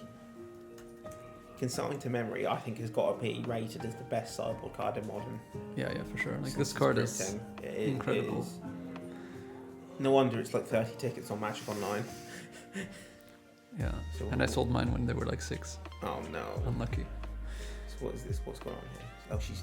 Just showing the graveyard. I Because the think it's Kavu for can Kavu exile. can Yeah, exile trigger, it's unlikely to matter that much. Like there's 2 Strike-It Riches there, so there's still going to be 1, and also she doesn't need them, but Dan obviously doesn't know that. This is a territorial carving? Yeah. Sadly, it's not a Flamekin carving, my favourite carving. Flame Tongue? Flame Tongue, that's it. Cue ball star, 4 damage. Yeah, that guy's great. Oh, baby. But yeah, Another like this carving. Kavu was not actually okay. Stubborn Denial being Interesting represented, notice. I guess. And Stubborn Denial is live. These carvings are coming in 4/4. Yeah, it wasn't before, but now it is. That's Ruby Medallion, and it's countered immediately with Stubborn. But does it matter? It doesn't actually matter that much. Because now it's gone Ritual, Ironcrag, Dragon is like super lethal. I guess now you don't have the mana then. Oh no, the Ironcrag makes 7, so yeah, that actually works perfectly. I wonder if countering the Medallion was perhaps premature, yeah? 7 as well, isn't it? So it's 6 mana for the dragon, 1 mana for 1 mana Bitter for the activation. Reunion. It's exactly perfect, That's yeah. brilliant, It's isn't as it? if it's as if they designed it that way. No, they did not. I don't think they did, yeah. That's why I said it's if. Wizards can barely get promos up right, let alone design cards across multiple sets.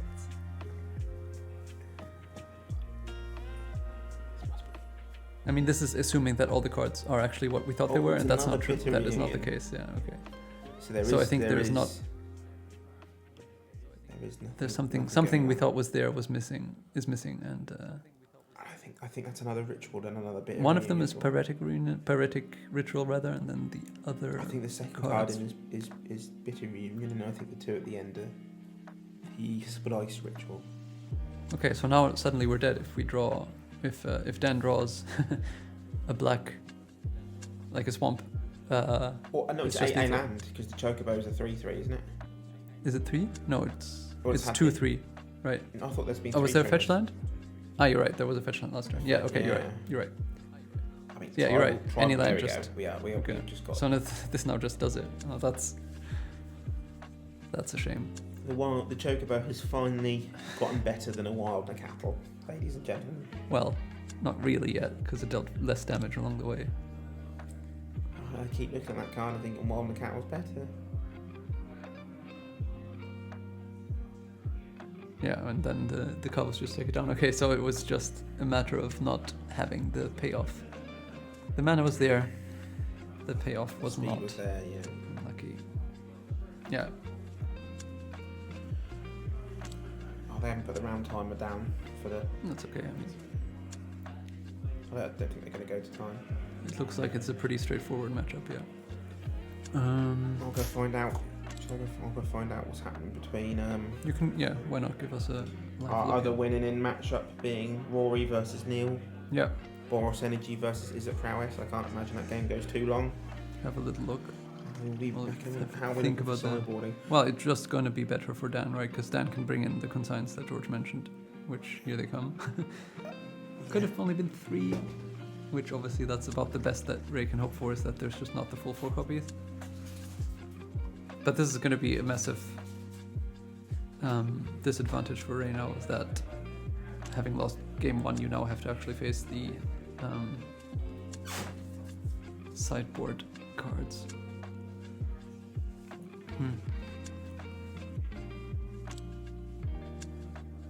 I mean, the Red Belcher deck can really be really impressive as well. You go like turn 1, Strike at Rich, turn 2, Ritual, Anchorite Feet, Dragon. You have basically lethal on board on turn... turn 2. You basically have lethal on board on turn 2, but it is just an inconsistent deck and also quite easy to stop with a single interactive spell is the problem. So running it into a field where many people have consign is probably going to not work out for you that well.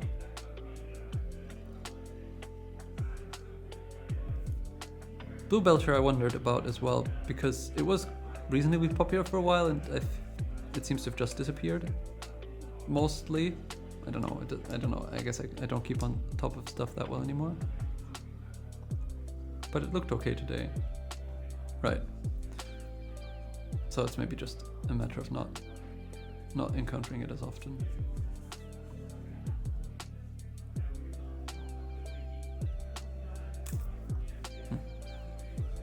Okay. Well, it looks like some grindier cards are taken out. Glimpse the Impossible. Go to the sideboard. In favor of what exactly? I actually don't know from the mono-red side. But I guess perhaps we'll see. So I can confirm to our lovely viewers, Boros Energy is up again over Is It Prowess. Okay. 1 on the back of a Guard of Souls and a Voice of Victory, providing a constant stream of I'll gain 2 life, gain 2 energy.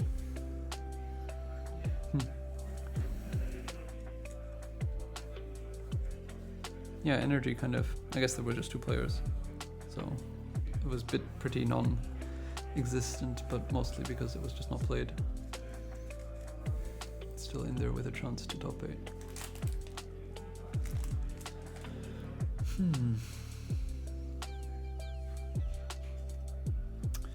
Yeah, that last game was simply... I was excited actually to see the Scion, the Dragon Scion, but unfortunately no. Maybe this game. What's the better dragon, Scion or Draco? Or Storm Scale? Storm Tyrant Scion or whatever it's called. I don't like either, but what can you do? This looks like a pretty land-light hand. Well, no, of Well, we course don't it know is. from Yeah. because they're all flip cards, Yeah. aren't they? Oh, I'm being silly. Yes, my bad. Does look like Ray's kind of wanting to mulligan, or is it the keep and look at you? What are you gonna do? Okay, yeah. All right. So shock, bolt in the. Are we striking it rich? We might be striking it rich. I would hope. Oh yeah, there it is. The other cards, it's always hard to tell. It's really hard to tell. no leyline from Dan, but there's a decent likelihood they've been boarded out anyway. Because again, like you don't need the protection for your creatures from it, which is, I guess, the main appeal, and also the lifelink doesn't help you, so they don't do much. The only thing, I guess, it alleviates your mana a little bit. But this time it looks like we're seeing Ragavan rather than Sash Chocobo. Or rather, we're seeing Zidane Tribal. Oops. Imagine misspelling Ragavan. What a punt. There he is. Zidane.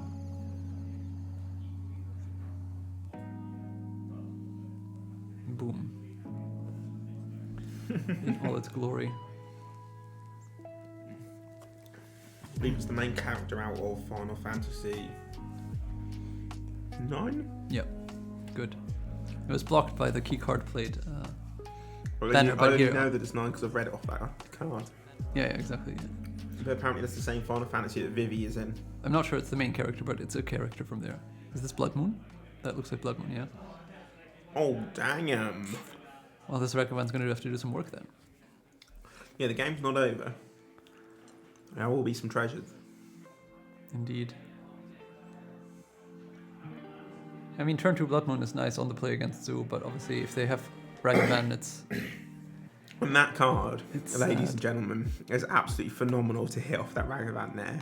Because this now means that Dan has access to whatever mana he wants this turn. He could keep the treasure around and then play a land and play a Kavu.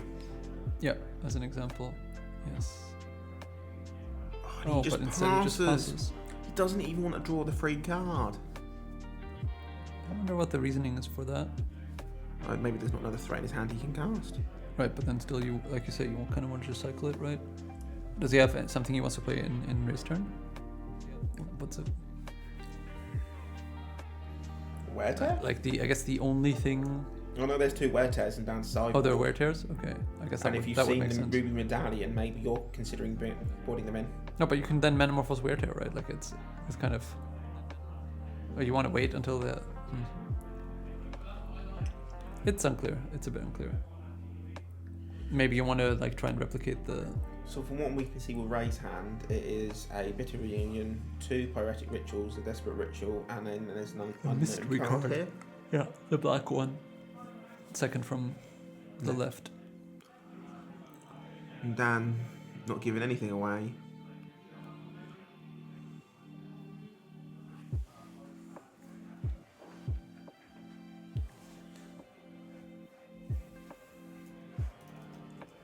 I mean, these treasures are slowly going to build up. Again, it's another card he could play if he's not doing anything else with his mana for the turn. That's true.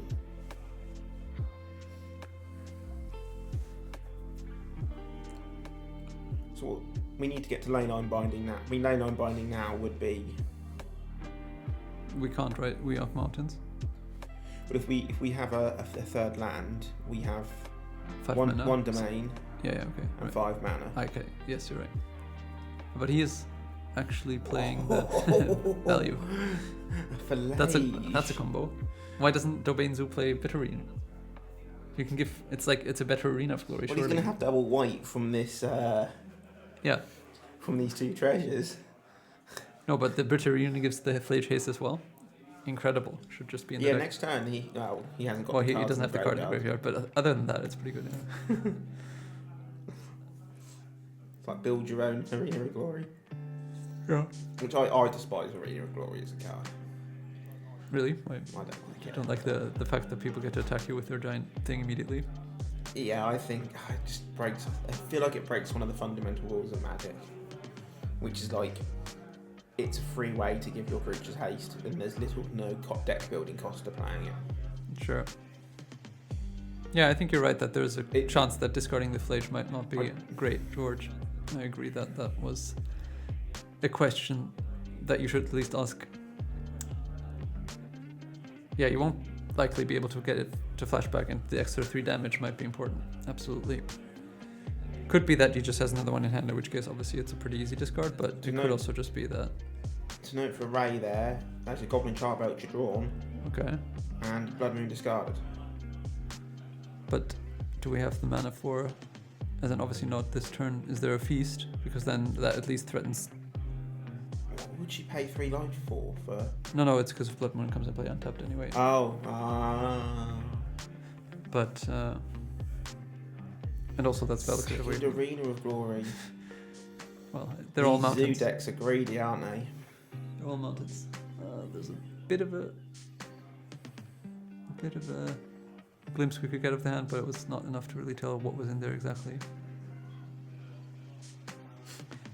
Imagine Dan hits the dragon. I guess the problem is with this Blood Moon. Okay. Is that he hasn't got enough domain to deploy a Siren or Draco, and if he deploys a Territorial Carvu, it's not big enough to make Stubborn Denial anything more than a Force Spike. Yep, that's true. Okay. So he really needs Wear Tear here to get rid of this Blood Moon.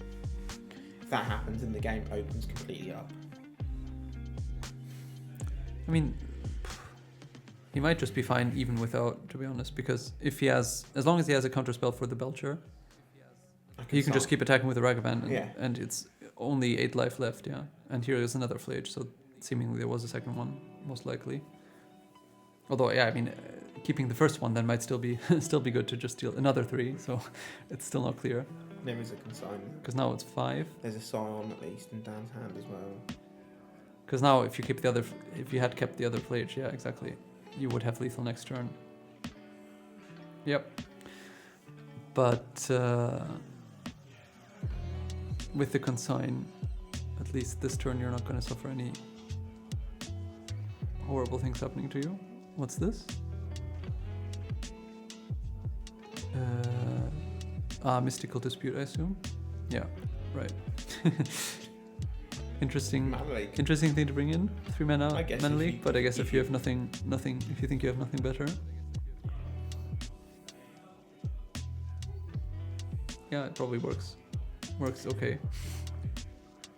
Things to note though is that with that Bitter Reunion there, you just need a 3-powered creature, don't we, to have haste next turn. That's true. Although, what would that be? Yeah, I guess, yeah. It's not really one, I think that... Ooh, Spikefield has her to take out Ragavan. Now that's good. I'm not saying the Mystical Dispute is bad, it's just always amusing when that happens. There's Lightning Bolt and another one. Okay, it's just like that. Just like that. Okay, that makes more sense to the discard then. Yeah. Because if he has double Lightning Bolt, that's 2 more, and a Mystical, that's 3 more cards to bin in the Probably, yeah. I mean, there's still a chance you should keep the Flage, but it's getting to the more theoretical than actually practical.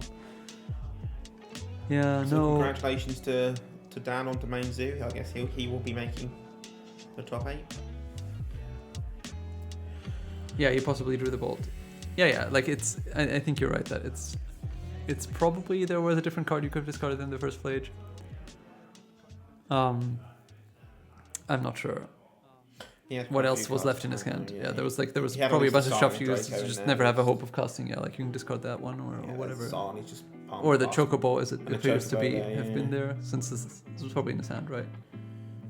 Yeah, but I mean it ended up being enough one way or the other, it looks like, and that means we're gonna have Dan on Domain Zoo in the top 8. Unfortunately, no. 4-8 diversity, but no double Belcher in the top 8. We're still going to have 2 Domain Zoo, a Merfolk, a Mono Blue Belcher, an Amulet Titan, Storm. And whoever wins the Boros match. Boros Prowess, right? Yeah, and there was one more that I'm missing, I feel. Oh, Merfolk. So a diverse mixture. We have Amulet, Storm, and Mono Blue Charbelcher kind of representing the degenerate portion of the format, I guess. Right. And then I guess we're going to have two zoos and a Merfolk deck. And I guess is a Prowess deck kind of representing the aggro, the little bit of disruption portion of the format. Yeah. Everyone's rooting for the Merfolk. Indeed, let's go Steve and Fish Hype. He is the people's champion. Yeah. He missed yesterday he played a RPTQ and lost in the semifinals with somebody waiting in the finals who was already qualified. So it would be nice if he managed to get there today. That would be cool. Let's see if his trusty fish can take him there. If that's the case, though, there's no way he ever doesn't play it again and probably won't too much winning after. I feel like when we go to top 8, we need to be putting the fish on camera. We should probably do that. Yeah. The fish hype. We got to give the crowd what they want. Yeah. Is that what they say in the movies? Exactly. That is what they say in the movies. Are you entertained? Are you not entertained? Exactly. Is that not why you're here? That's mono blue fish. Right. All right. Cool. We'll have a look outside and then we will get the quarterfinals to you as soon as they start. It might be a little while. It's hard for me to say now because there's time left on the round. Plus, we don't know how long it'll take to get it set up and stuff. So there's likely going to be a longer break. I'll try to put something in the under the match screen once I have an idea of when we start. So yeah, exactly. It's time for supper or whatever you want. But we'll be back with the quarterfinals as they start later. Tea break. Indeed, tea break. Put the kettle on. Do I need to be holding this now? Oh, yeah, you probably do, actually. That's probably a good... You started without me knowing. Welcome to Templar Trivia, the game show where we test Team Templar and friends to ascertain who is the least useless. The rules will change every episode, so like the quality of our content, enjoy the inconsistency. The only constant is that the winner will get nothing. Okay, so for this episode, we're going to be doing Hall of Famers, testing your knowledge on all things Hall of Fame. I'm going to be giving you some facts about a mystery Hall of Famer, and then you will have to ascertain who that Hall of Famer is. If you get it right on the first guess, you get 2 points. If you get it right on the second guess, you get 1 point, or no points if you get it wrong. I only know one Hall of Famer, and I'm not even sure if he's in the Hall of Fame. Oh, okay, cool. The best players of all time, 2005. I don't know, so I'm going to go with Owen Turnwald. LSV? I don't want to say anything because I don't want to count it as a guess. I'm thinking in my mind. So, I mean, I think of Kai Bad initially, but he's not American. Louis Scott Vargas. The one person I'm thinking of is Finkel, but obviously that is not correct because he started playing years ago. I honestly, the best ones I can think of is Randy Buehler for like really OG, then Kai, then LSV, then Paulo. I mean, best players of all time. My other guess is Reed Duke, but I don't think it's Reed Duke. Definitely not Reed Duke. Brian Kibler. It's going to be like some really random name that I'm sure I know, but I can't think of him, unfortunately. 2005 was when the Hall of Fame was founded. Sure. So, okay, I'm going to say John Finkel. correct? Sure. Pretty. Oh, sure. Okay. Yeah. Johnny Magic, yeah. Finkel, sure. Yeah.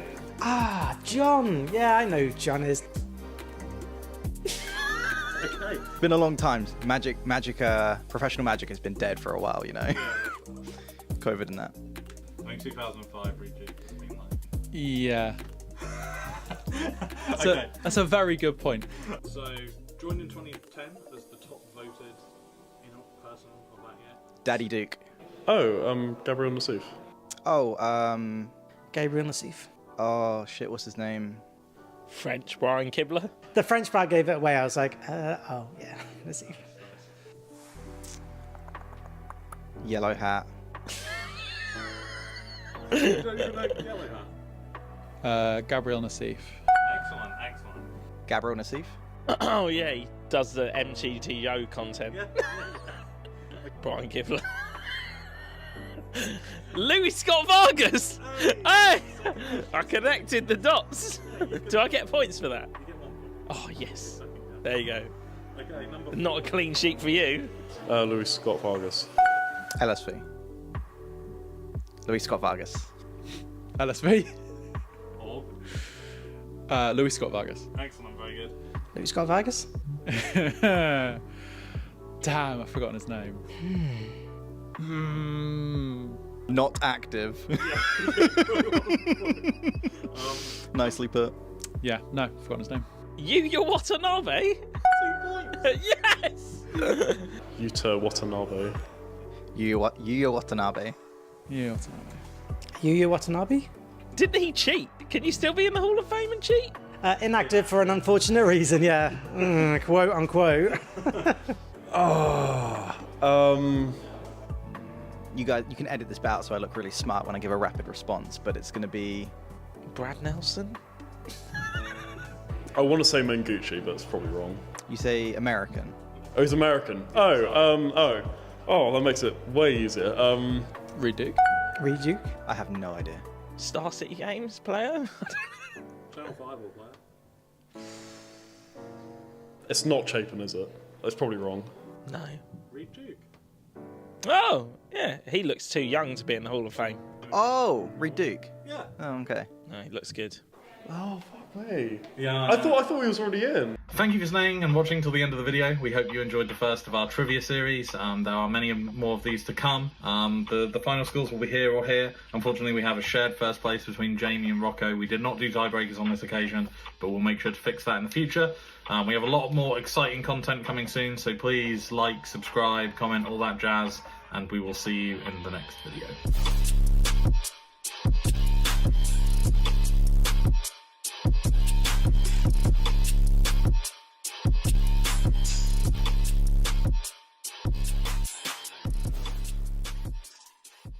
Do I need to be holding this now?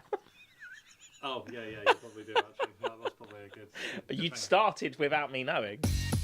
Welcome to Templar Trivia, the game show where we test Team Templar and friends to ascertain who is the least useless.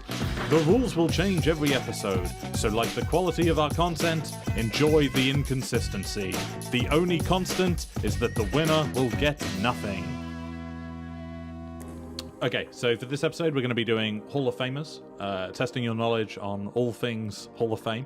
I'm going to be giving you some facts about a mystery Hall of Famer, and then you will have to ascertain who that Hall of Famer is. If you get it right on the first guess, you get 2 points. If you get it right on the second guess, you get 1 point, or no points if you get it wrong.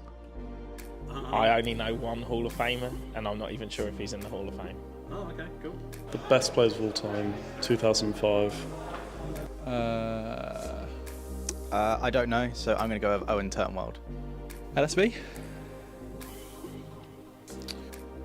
I don't want to say anything because I don't want to count it as a guess. I'm thinking in my mind. So, I mean, I think of Kai Bird initially, but he's not American. Louis Scott Vargas. The one person I'm thinking of is Finkel, but obviously that is not correct because he started playing years ago. I honestly, the best ones I can think of is Randy Bueller for like really OG, then Kai, then LSV, then Paulo. I mean, best players of all time. My other guess is Reed Duke, but I don't think it's Reed Duke. Definitely not Reed Duke. Brian Kibler. It's going to be like some really random name that I'm sure I know, but I can't think of him, unfortunately. 2005 was when the Hall of Fame was founded. Sure. So, Okay, I'm going to say John Finkel. correct? Sure. Brilliant. Oh, sure. Okay. Yeah. Johnny Magic, yeah. Finkel, sure. Ah, John. Yeah, I know who John is. Okay. It's been a long time. Professional Magic has been dead for a while, you know. COVID and that. I think 2005 Reed. Yeah. Okay. That's a very good point. So, joined in 2010 as the top voted person of that year. Daddy Duke. Oh, Gabriel Nassif. Oh, Gabriel Nassif. oh shit, what's his name?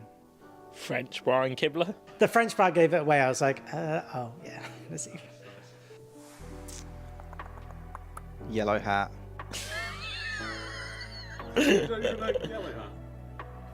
Gabriel Nassif.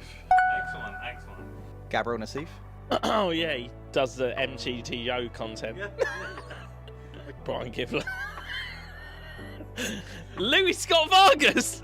Hey, I connected the dots. Do I get points for that? Oh yes. There you go. Not a clean sheet for you. Louis Scott Vargas. LSV. Louis Scott Vargas. LSV. Or? Louis Scott Vargas. Excellent, very good. Louis Scott Vargas? Damn, I've forgotten his name. Not active. Nicely put. Yeah, no, I've forgotten his name. Yuya Watanabe? Yes! Yuta Watanabe. Yuya Watanabe. Yeah, what's his name? Yuya Watanabe? Didn't he cheat? Can you still be in the Hall of Fame and cheat? Inactive for an unfortunate reason, yeah. Quote unquote. You guys, you can edit this out so I look really smart when I give a rapid response, but it's going to be Brad Nelson? I want to say Mengucci, but it's probably wrong. You say American. Oh, he's American. Oh, that makes it way easier. Reed Duke. Reed Duke? I have no idea. Star City Games player? Channel 5 will play. It's not Chapin, is it? That's probably wrong. No. Reed Duke. Oh, yeah. He looks too young to be in the Hall of Fame. Oh, Reed Duke. Yeah. Oh, okay. No, he looks good. Oh, fuck me. Yeah. I thought he was already in. Thank you for staying and watching till the end of the video. We hope you enjoyed the first of our trivia series. There are many more of these to come. The final scores will be here or here. Unfortunately, we have a shared first place between Jamie and Rocco. We did not do tiebreakers on this occasion, but we'll make sure to fix that in the future. We have a lot more exciting content coming soon, so please like, subscribe, comment, all that jazz, and we will see you in the next video.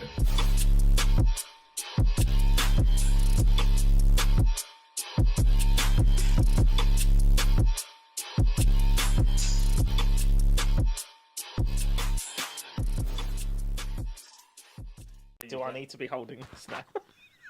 Oh, yeah, you probably do, actually. That's probably a good... You started without me knowing. Welcome to Templar Trivia, the game show where we test Team Templar and friends to ascertain who is the least useless. The rules will change every episode, so like the quality of our content, enjoy the inconsistency. The only constant is that the winner will get nothing. Okay, so for this episode, we're going to be doing Hall of Famers, testing your knowledge on all things Hall of Fame. I'm going to be giving you some facts about a mystery Hall of Famer, and then you will have to ascertain who that Hall of Famer is. If you get it right on the first guess, you get 2 points. If you get it right on the second guess, you get 1 point, or no points if you get it wrong. I only know one Hall of Famer, and I'm not even sure if he's in the Hall of Fame. Oh, okay, cool. The best players of all time, 2005. I don't know, so I'm going to go with Owen Turnwald. LSV. I don't want to say anything because I don't want to count it as a guess. I'm thinking in my mind. So, I mean, I think of Kai Bird initially, but he's not American. Louis Scott Vargas. The one person I'm thinking of is Finkel, but obviously that is not correct because he started playing years ago. I honestly, the best ones I can think of is Randy Bueller for like really OG, then Kai, then LSV, then Paulo. I mean, best players of all time. My other guess is Reed Duke, but I don't think it's Reed Duke. Definitely not Reed Duke. Brian Kibler. It's going to be like some really random name that I'm sure I know, but I can't think of him, unfortunately. 2005 was when the Hall of Fame was founded. Sure. So it could... So, okay, I'm going to say John Finkel. Correct? Sure. Brilliant. Oh, sure, okay. Yeah. Johnny Magic, yeah. Finkel, sure. Yeah. Ah, John. Yeah, I know who John is. Okay. It's been a long time. Professional Magic has been dead for a while, you know. COVID and that. I think 2005 Reed Duke. Yeah. Okay. That's a very good point. So, joined in 2010 as the top voted person of that year. Daddy Duke. Oh, Gabriel Nassif. Oh, Gabriel Nassif. oh shit, what's his name? French Brian Kibler. The French part gave it away. I was like, oh yeah, Nassif. Yellow Hat. You don't even know Yellow Hat? Gabriel Nassif. Excellent, excellent. Gabriel Nassif. Oh yeah, he does the MTTO content. Brian Kibler. Louis Scott Vargas. Hey, I connected the dots. Do I get points for that? Oh yes. There you go. Not a clean sheet for you. Louis Scott Vargas. LSV. Louis Scott Vargas. LSV. Or? Louis Scott Vargas. Excellent, very good. Louis Scott Vargas? Damn, I've forgotten his name. Not active. Nicely put. Yeah, no, I've forgotten his name. Yuya Watanabe. 2 points. Yes. Yuta Watanabe. Yuya Watanabe. Yeah, Watanabe. Yuya Watanabe? Didn't he cheat? Can you still be in the Hall of Fame and cheat? Inactive for an unfortunate reason, yeah. Quote unquote. You guys, you can edit this out so I look really smart when I give a rapid response, but it's going to be Brad Nelson. I want to say Mengucci, but it's probably wrong. You say American. Oh, he's American. Oh, that makes it way easier. Reed Duke. Reed Duke? I have no idea. Star City Games player. Channel 5 will play. It's not Chapin, is it? That's probably wrong. No. Reed Duke.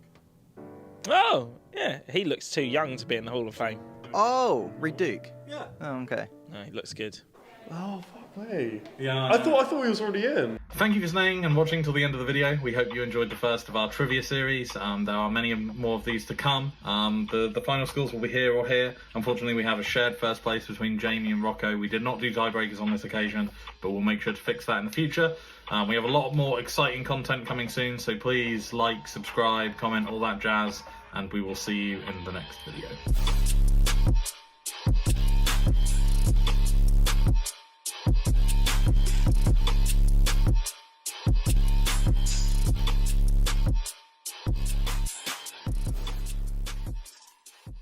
Do I need to be holding this now? Oh, yeah, you probably do, actually. That's probably a good... You started without me knowing. Welcome to Templar Trivia, the game show where we test Team Templar and friends to ascertain who is the least useless. The rules will change every episode, so like the quality of our content, enjoy the inconsistency. The only constant is that the winner will get nothing. Okay, so for this episode, we're going to be doing Hall of Famers, testing your knowledge on all things Hall of Fame. I'm going to be giving you some facts about a mystery Hall of Famer, and then you will have to ascertain who that Hall of Famer is. If you get it right on the first guess, you get 2 points. If you get it right on the second guess, you get 1 point, or no points if you get it wrong. I only know one Hall of Famer, and I'm not even sure if he's in the Hall of Fame. Oh, okay, cool.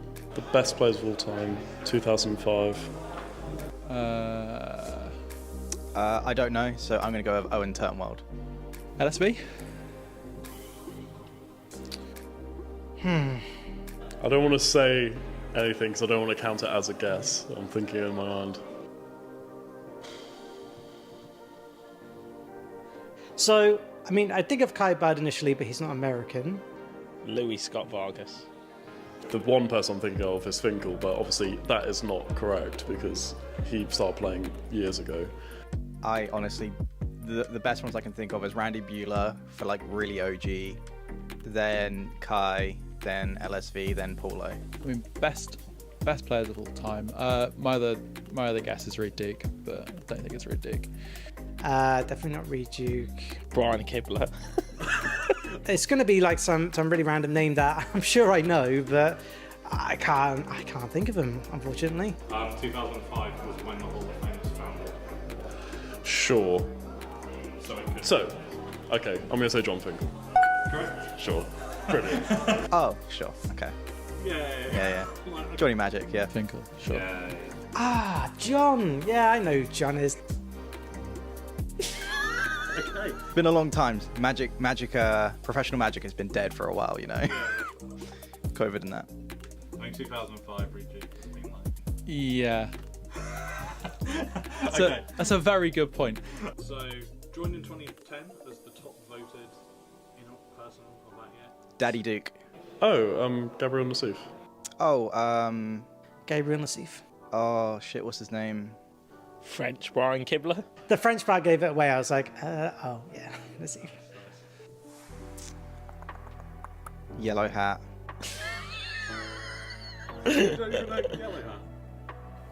Gabriel Nassif. Excellent, excellent. Gabriel Nassif. Oh yeah, he does the MTTO content. Brian Kibler. Louis Scott Vargas. Hey!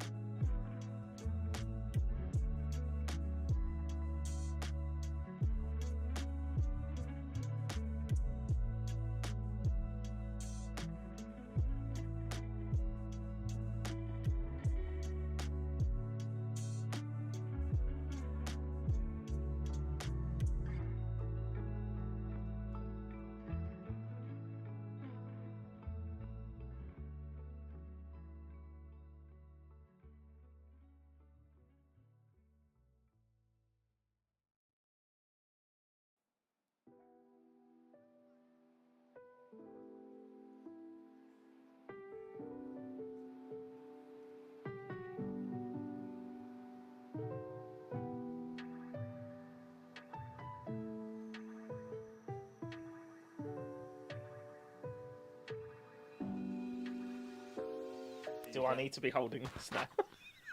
Oh, yeah, you probably do, actually. That's probably a good... You started without me knowing.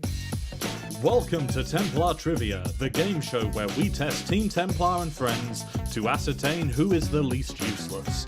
The rules will change every episode, so like the quality of our content, enjoy the inconsistency.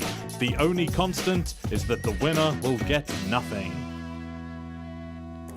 Okay, so for this episode, we're going to be doing Hall of Famers, testing your knowledge on all things Hall of Fame.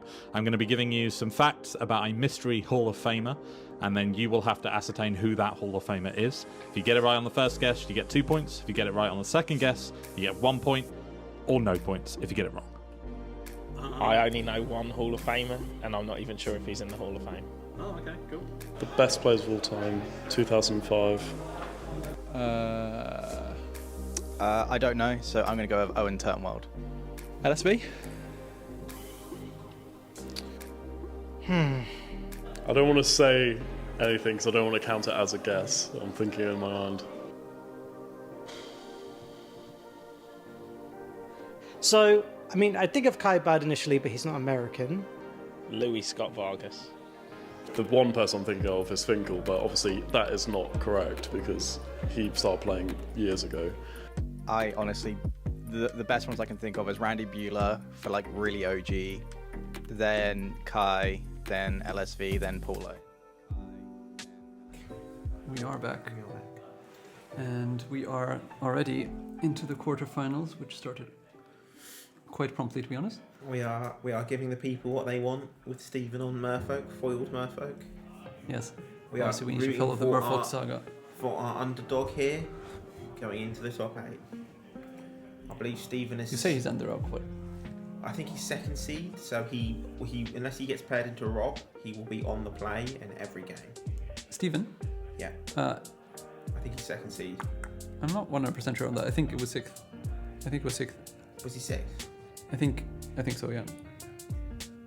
Ooh. Because he ID'd, right? So he wouldn't be...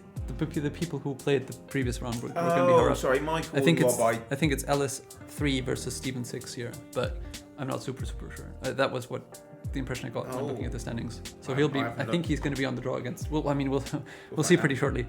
But I think he's going to be on the draw against Ruby Storm, and then we shall see if he manages to weather the storm, as it were.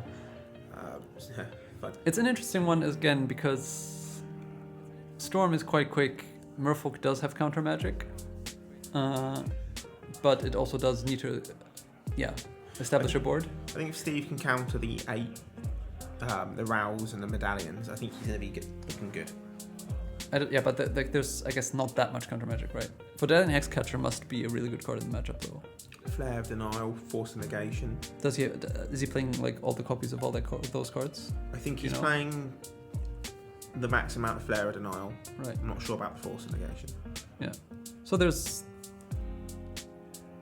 is basically, unlike other decks, Steven does have ways of interacting with Storm main deck. I guess so that's something that goes in his favor. Tishana's Tidebinder can shut down Raoul. Yes, we can do that. Could come up. That could come up.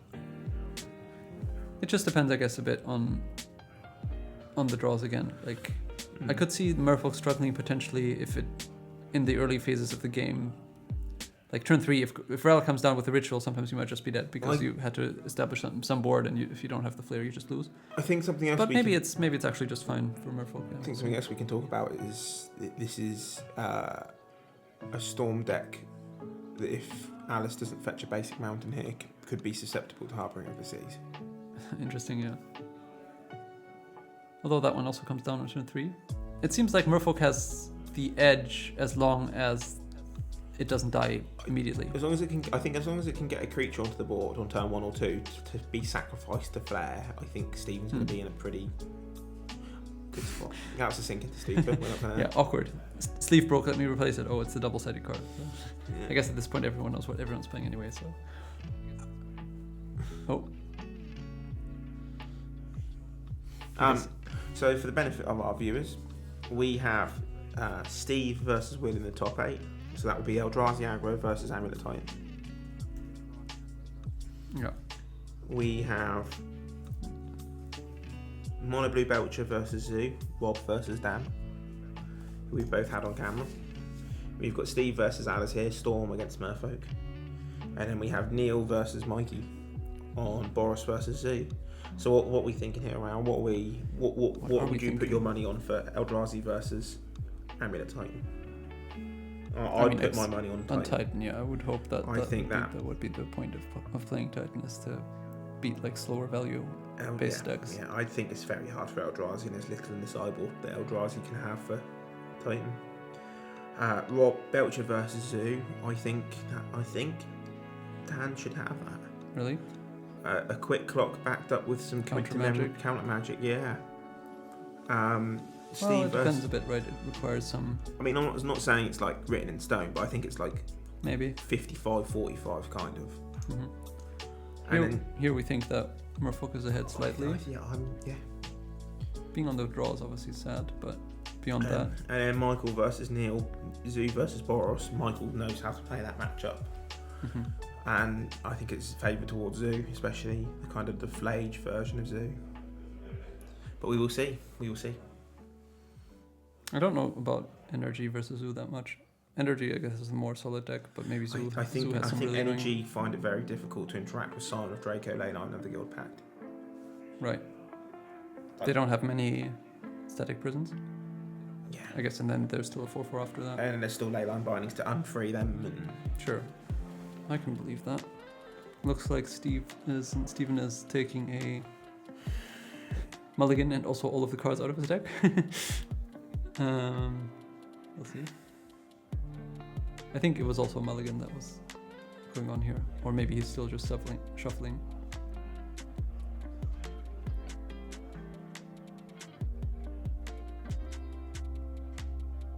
But Alice seems to have kept 7. And it's just waiting for Steven to get the heck on with it.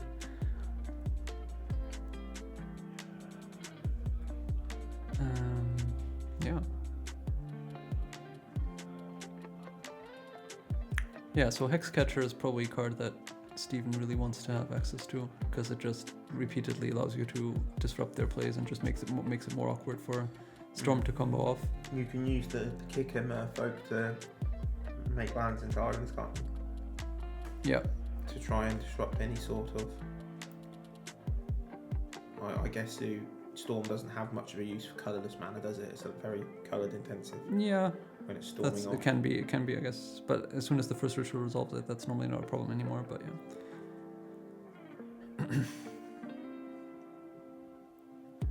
Okay. Right, looks like we're keeping, and we're probably going to be off. Yep. So, the basic mountain that you requested has been fetched. Are we striking it rich? We still don't know. What turn 1 plays are there? There it is. There it is. Yeah. We've seen this card quite a bit today. Yeah, I guess it's just a nice use of the first turn for these Storm or combo decks in general, mana intensive combo decks. Steven doesn't have anything. Badger Treasure returns. Back. We have magic as Richard Garfield intended. Ireland go. Yes. And that seems to be a Raoul there. I think. Against Merfolk, there's no reason really not to deploy it, and well, there's not that much reason not to deploy it, as opposed to decks which more easily can interact with it. Does Merfolk run spells though? No, I doubt it. Hello. No, I wouldn't expect spell snares or anything. So if is Steven dead here? It would require quite a good hand, I think. But I think the Raoul's going to come down. It is a strange badger for Morton, unless you're looking at Merfolk's here. The Merfolk's here? Yeah. I just put that one up because he's funny. I think we can probably change him to something more relevant. Pass.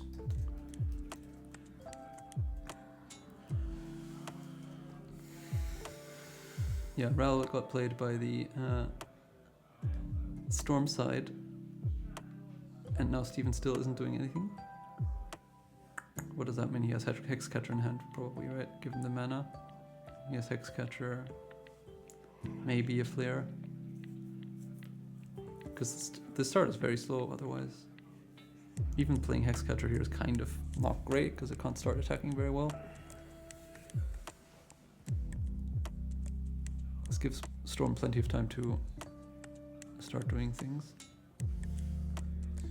If she didn't combo off last turn, is there what are the chances she's going to combo this turn? Could she just not have that critical mass of resources? Probably not yet, and then like the reason not. What was that? That wish. Yeah, she binned the wish.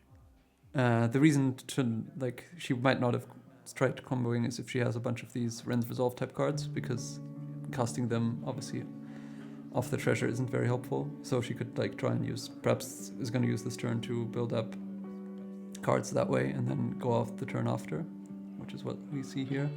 Reckless Impulse is being played, and yeah, she's just trying to make sure she has what she needs the turn following this one.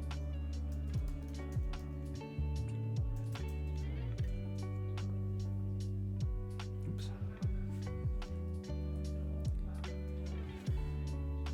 And alright, this is the Raoul flip trigger. Generally I guess you don't really want to flip it that badly. It can be attacked by Merfolk, can it? Exactly. You don't want it in Planeswalker form. It's harder for Merfolk to interact with the Raoul as a creature than it is if you can attack it as a Planeswalker, so you don't want it. It could be a Hexcatcher end of turn and then fire at the Mutavault and... For example, yeah. That would be 4 damage, wouldn't it? Which I think that's enough to kill the Raoul. I hate it when Raoul dies. It's not happened yet, though. Alright, that's kind of a pretty bad hit. Valakut Awakening, Past in Flames. There's like all the super clunky cards which don't help you win. I guess Valakut Awakening could cycle your hand if you want. Yeah, right, but you don't Fresh really want to five or use fresh your four. turn for that if you can help it, but yeah. It depends a bit on Alice's hand. If she has a bunch of rituals, I guess that flip is fine. But it didn't look like it, otherwise probably she would have tried to something last turn after resolving the Raoul, but it's unclear. I think there might be a pyretic ritual there if I caught the correct glimpse of it. Yeah, here it comes. So storm count is 2, I think, at this point. Yeah.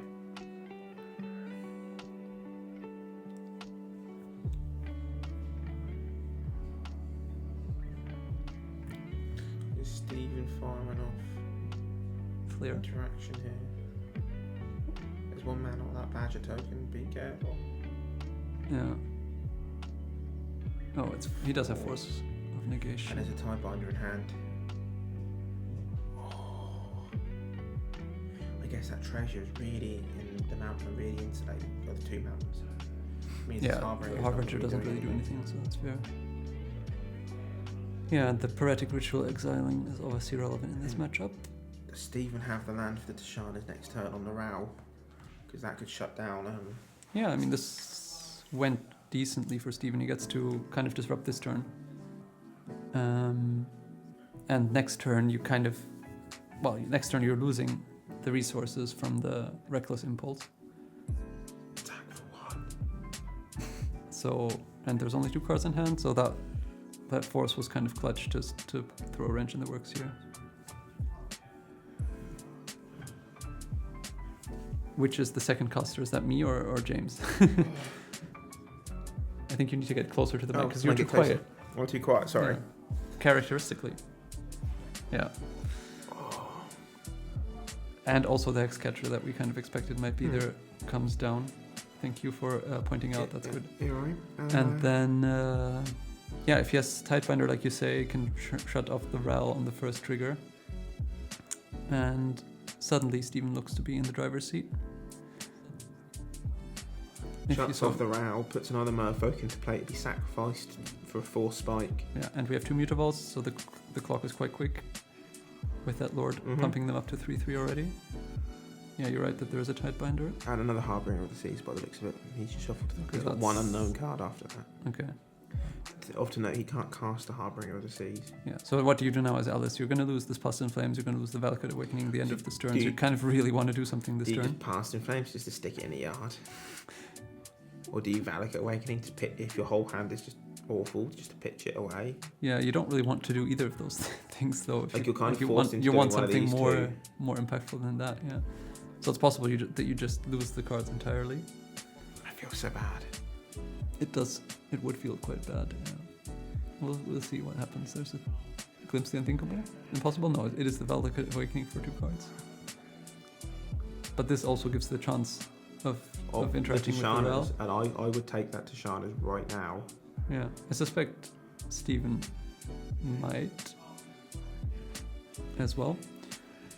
Because it also gets a 4/3 clock into play as well. Let's not. Like it's a great play for Stephen here. Fantastic play. Yeah, so that means the Raoul also loses the ability to make stuff cheaper, which really, really makes it hard for Storm to come off, especially on such low resources as it currently has. So now you need to find another way of making your spells cheaper realistically. You need to find rituals, and you need to find a Past in Flames off a Valakut Awakening for 2 and your draw step. Because you're going to die in short order otherwise. And Alice has played a land this turn, isn't she? Yeah, she played Mountain, so she can... I think I've put another Past in Flames to the bottom. Okay. Like the best case scenario, I suppose, is you draw a Ruby Medallion you can play this turn, or another Raoul, I guess. A great shot to kill the Tishana's Tidebinder on the board. Sure, I guess. Great I guess shot that would for be 3. fine. Instead we see Ren's Resolve and I think Metamorphose. So I guess we play the Ren's Resolve this turn. No. Oh, there's a... Yeah, that is Ren's Resolve, right? Yeah. That's Ren's Resolve. I know for Stephen you can't do this because the treasure is sat there This is functionally the same as Reckless Impulse, Yeah. isn't it? It is. Okay. So okay, so not better than the last one, we're going to say. Another land, another resource next turn, and Yeah, I mean, this is kind of the opposite of one of the games we were watching earlier where Ellis had all the mana in the world and nothing to do with it. This time we have a lot of ways of getting more cards, but the mana is just constrained because the Raoul just got taken out, and we don't have rituals or other ways of making our spells cheaper to actually get off the ground. The land drawn, or, well, having the land means this is definitely a true turn clock if you want it to be. so Stephen has Harbinger at the season hand, and what was his other card? 12 damage if you attack Is he with both Mutavaults. Firing up Mutavaults? No. Oh, he's- no, just this. Okay. So that's a much slower approach. Now it's not even clear to me you have lethal next turn. Do you even play Harbinger on the Seas? Because it turns off your own Mutavault. I don't think you do, yeah. I don't think you do. But by that logic, if you've got just Jack nothing, should you just at least fire up one Mutavault, right? I think he must Leave have yourself drawn 2 mana. something. I think he must have drawn a Flare, I guess. Or but even then, Force. yeah, Flare or Force is the explanation you could think of. Even if you draw on a Force, you've got that Harbinger in your hand. Yeah, You in both could cases, fire up like Mutavaults and fire up and go in. in both cases, you could just attack for. I think if you draw Flare, it's just cancel. I don't think you're attacking if you draw on Flare. Well, you could theoretically attack with one Mutavault, sack the other to cast the Flare for free just to get the damage in.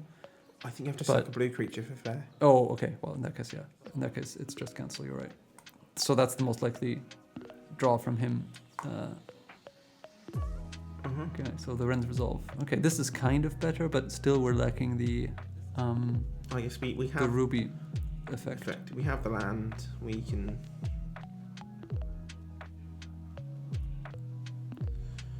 Yeah, the land comes from the previous one. And I guess we can Metamorphose to just see what happens. Excuse me, sorry. Meine Güte. My apologies.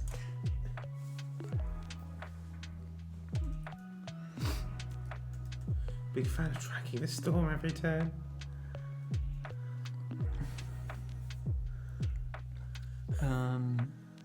Danke.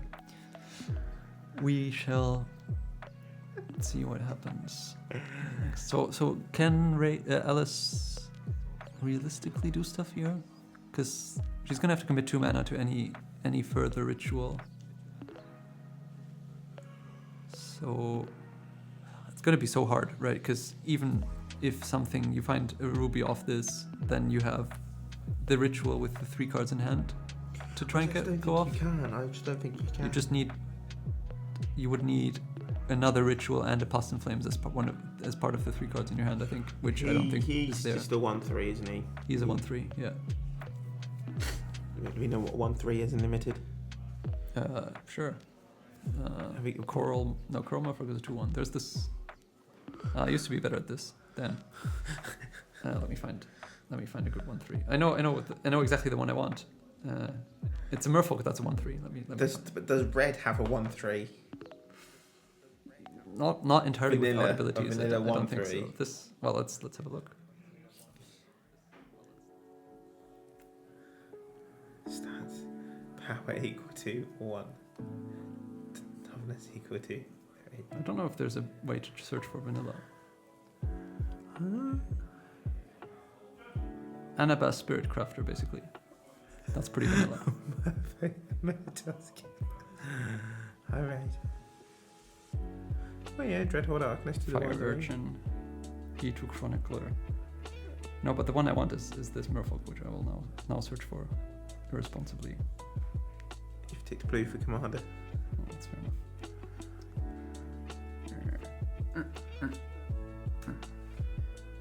Oh, it's probably way more than I want of this. I should. Alright, we should actually probably follow Watch what's the going on game, here yeah. because she's actually We're not getting comping search off. effect. God, I saw count this player was going for something. So she went ritual, Ren's Resolve. Oh damn! But we don't have effect here, do we? We don't have a cheaper enough effect, and we've just hit 2 more draw digging cards. Okay, so actually maybe there's something happening here. Still you need to. Ritual.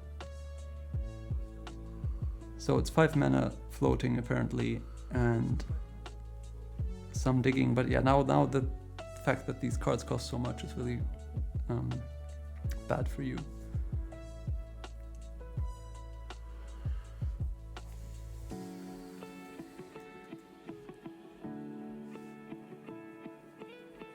Another bonus. This guy, Maritime Guard. Maritime Guard. Oh shit. Alright. Right, we're seemingly up to 6 mana and 6 storm.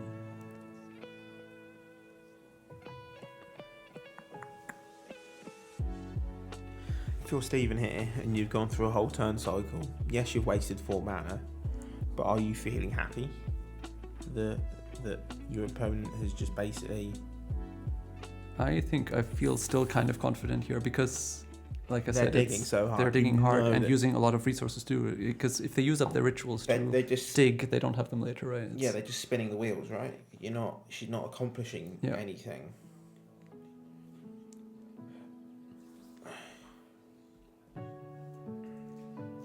If this is the last mana for Alice, if Alice has got no more mana now, is Stephen sacrificing a Merfolk here too?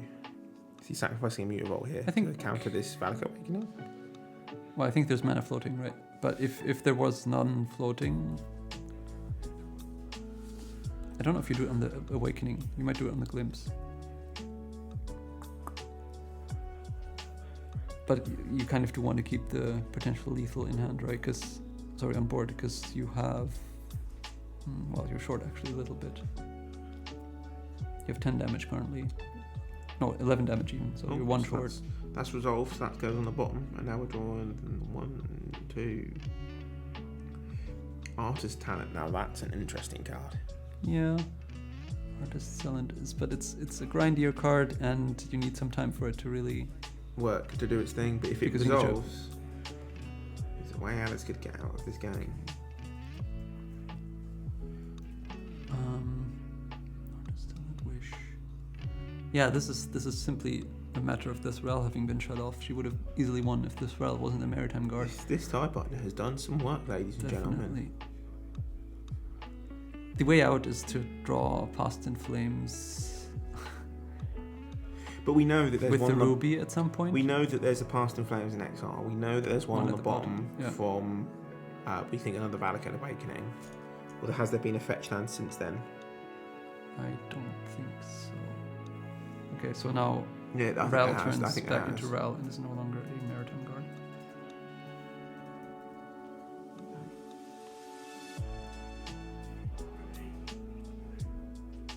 Meg Hodin Munson. That's not bad. I only own French copies of Raoul personally. So I bought the deck online and they were the cheapest vendor on Card Market with 4. Yeah, that makes sense. I only own a German copy of Raoul. So my logic was, if I don't know what Raoul does, my opponent definitely won't because it's going to be in French. Most people don't know what he does, ever. He doesn't himself, really. Okay, so the Raoul now comes down to make stuff cheaper, but I think we've used most of our mana. It's kind of hard to tell now for us. This now frees up the Tasha's Tidebinder to be a 4-spike. I guess it also does that, yeah. I feel quite confident in that. I didn't know the your turn clause for ages. This is supposed to be in your turn. That's a very good thing to point out here. If you can't protect him in your opponent's turn. Right, yeah. That makes that card significantly weaker, but I understand why it's there. Good shout.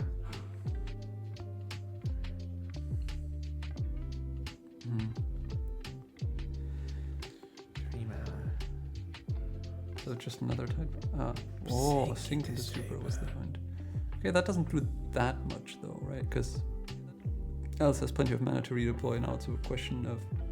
I think I would have liked to have saved that for like a Past in Flames. Potentially, yeah. Might have been a better use of it. But it's still unclear whether Alice can get stuff off the ground. Now it's a bit scary though, right? Because you can go Raoul next turn, play the Glimpse, and if you hit some rituals off that, maybe go off. Of things to note here, viewers, Stephen was 1 point of damage away from them winning with them Mutavaults.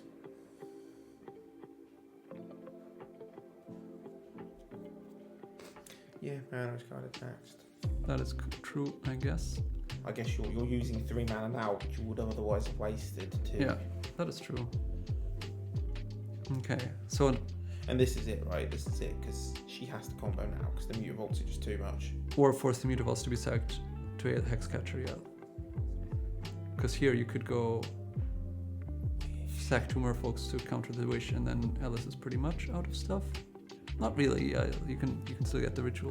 What is Wish getting here? What is Wish getting? There's a Ritual in hand. So maybe it's just a bait spell that she's trying to... Alice has...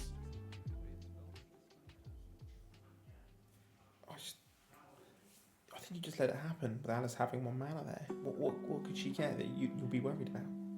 Yeah, I agree. Because you want to interact with the Ritual here rather than anything else. Yeah, we don't really... Well, last turn it was Stupor, which is kind of a weak thing to keep up, I think. Because he could have like jammed with the Mutavaults the turn before, and we thought maybe he had drawn Flare of Denial and didn't want to... wanted to keep up a cancel. Maybe that's what's happening here. Or Force of... We think there's a Harbinger of the Tide in play. This is another sink. Okay, but now this is kind of medium scary, right? Because there's still a Ritual potential. The worst off Alice the can thing. do is Ritual, and then Steven sacrifices a Merfolk. Right, sure. And then it's still lethal? Yeah, okay, so that's actually kind of great. Yeah.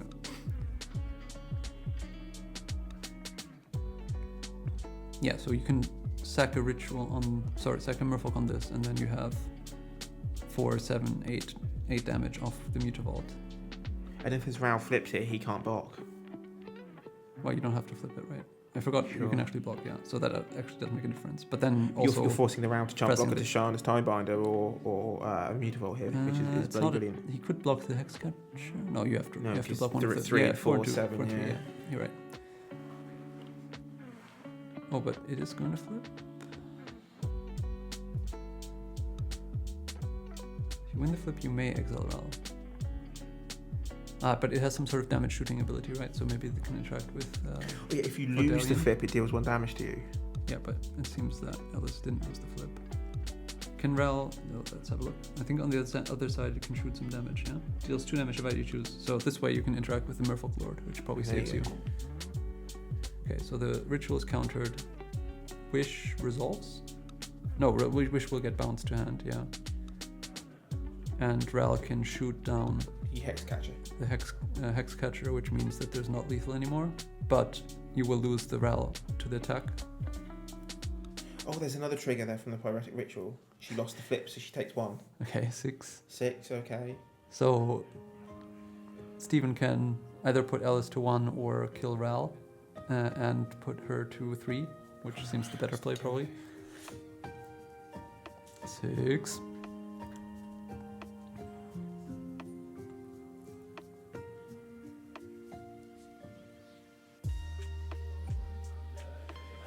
Yeah, so that makes sense. Steven takes a point of damage. So that's gone now. For good. That's gone. I mean, this is just treading water, yeah. No, but it has 3 toughness. You can't kill. Wait. Just go. Sorry. Doesn't it have 3 toughness? Yes. Yeah, it does have 3 toughness.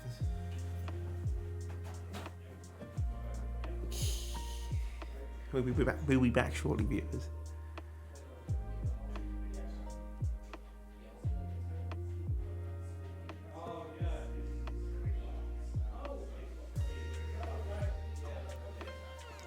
Just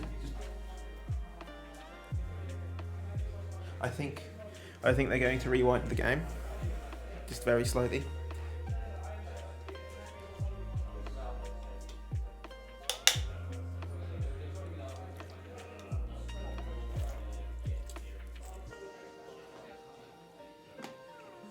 Shot. It can ping 2 damage. Yeah, they've just rewound the game, I think. Yeah, I mean, if it was more competitive, up to them if that's what they want to do, I guess. Steven's more of an honourable guy. I also got the judge to have a look at it, and I think they can... I think it's fair enough. That's kind of what Alice did the first time anyway. Yeah, she pointed out there, yeah. One way or the other, like, this is going to not work out. Like even I think if you get to kill the Tidebinder, it looks bad for you. But worst case, it's the worst case scenario here. Stephen kills the Raoul with a Mutavault and hits Alice down to 3. Yeah. And Alice has got a Wish in hand, plus an unknown card, 5 mana, and has to try. And she's depleted a lot of resources out of her deck. Yeah, and since it's Wish in hand, we kind of know. Like I think the only way she can win would be if she has Pulse in Flames plus a land to start ritualing, right? And you're right that there's a talent there as well. Oh, it's a talent, yeah. So basically, there's no way out for her to win next turn. Maybe she can interact some more, but the Storm deck isn't very good at interacting. So I believe this is more or less if Stephen makes that play. Stephen just gonna put 3 at the Tashanas. Oh, we'll see. This is Rip I think Bridge. that's also probably okay as long as you put another creature into play somehow. I think it's more clean to just do the attack. Is George aware that Underworld Breach got itself banned? Yes, that's why he's saying Rip Breach. I thought you were saying it's in rip it off the top kind of thing. Yeah, well, if you Rip Breach here, then you get to leave the tournament immediately. Okay, I'm not super in love with not sending the Mutavault because now you still don't have lethal in play. I guess maybe you have something in hand to deploy. I think it's a bit passive because I think there's really like we sort of thought through. It's very hard for them to do anything. I guess Stephen doesn't know that about the talent, so he doesn't. I think if you're Alice, you're not dead because you go to 1 next turn. So I think you just play talent and level it up because it will be your mana reducing effect. It will allow you to start digging back through, won't it? Yeah, I mean that kind of does open the door to something here. If I think you're right that this is likely a good play. This is your only hope. It's the hope that Stephen doesn't have. That attack with that Mutavault. I mean, the fact that Stephen didn't attack with the Mutavault tells us that he does have something to interact with. Or he's trying to bluff something. Yeah, but then I think you should probably just take the more or less guaranteed win, or like the super likely win, or set up lethal, or is the wish now? It's a wish. Okay. It's a wish. That doesn't do anything. Level up the talent. It kind of does do something, right? You can get the Pulse in Flames, and if you draw a land, you can start ritualing maybe. So like, there is that. How does it get? How is the Pulse in Flame? You have to cast it this turn, don't you? With wish. I thought it's just to end. Oh no, okay, then the wish is gonna. You have to cast it this turn, I think. I'm just used to actual wishes. You may play a card from your outside this turn. Okay, yeah, it's Mind Collapse. Okay, so it's just reducing the clock, but this is maybe okay. Maybe okay. I mean, yeah, this is Alice's window. Now, if Stephen wants to attack, he's got to use mana. Mind Collapse. I did not see that one coming. This is limited All-Star, Modern Horizons 2. I wouldn't say All-Star. It's limited, like pretty good card, decent playable. Jesus, there's a counter spell here or anything. But we know that Stephen's hand is. Well, we know he has a Harbinger, like you said. Or we think there's a Harbinger. I still don't really understand why he's playing this passively. It just seems that there must be counter spells, but he's not using them. And Alice has looted away a Ruby Medallion. I'm assuming because if you want to invest 3 mana in Medallion, you might as well level up the class. Oh, so bad though. No, I don't mind Collapse. It makes sense in the deck. This is untimed, yeah. I'm going to go out and see if I can get some updates for you for the chat on our quarterfinals. But yeah, like I don't know what's happening here. I'm kind of okay. That makes sense. That it was another instant speed thing, but again, like you kind of had it locked up more or less already. But now, I mean, given the developments, it's still locked up. Like what's Alice going to do? But this Mutavault is never attacking, I don't understand. 5. Again, you don't have lethal. Go.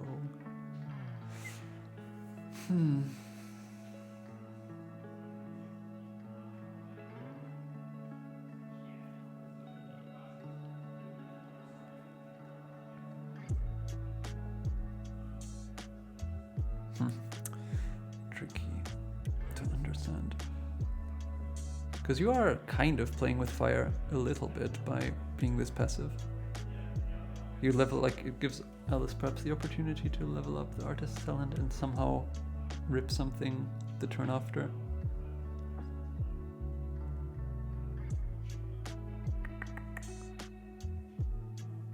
And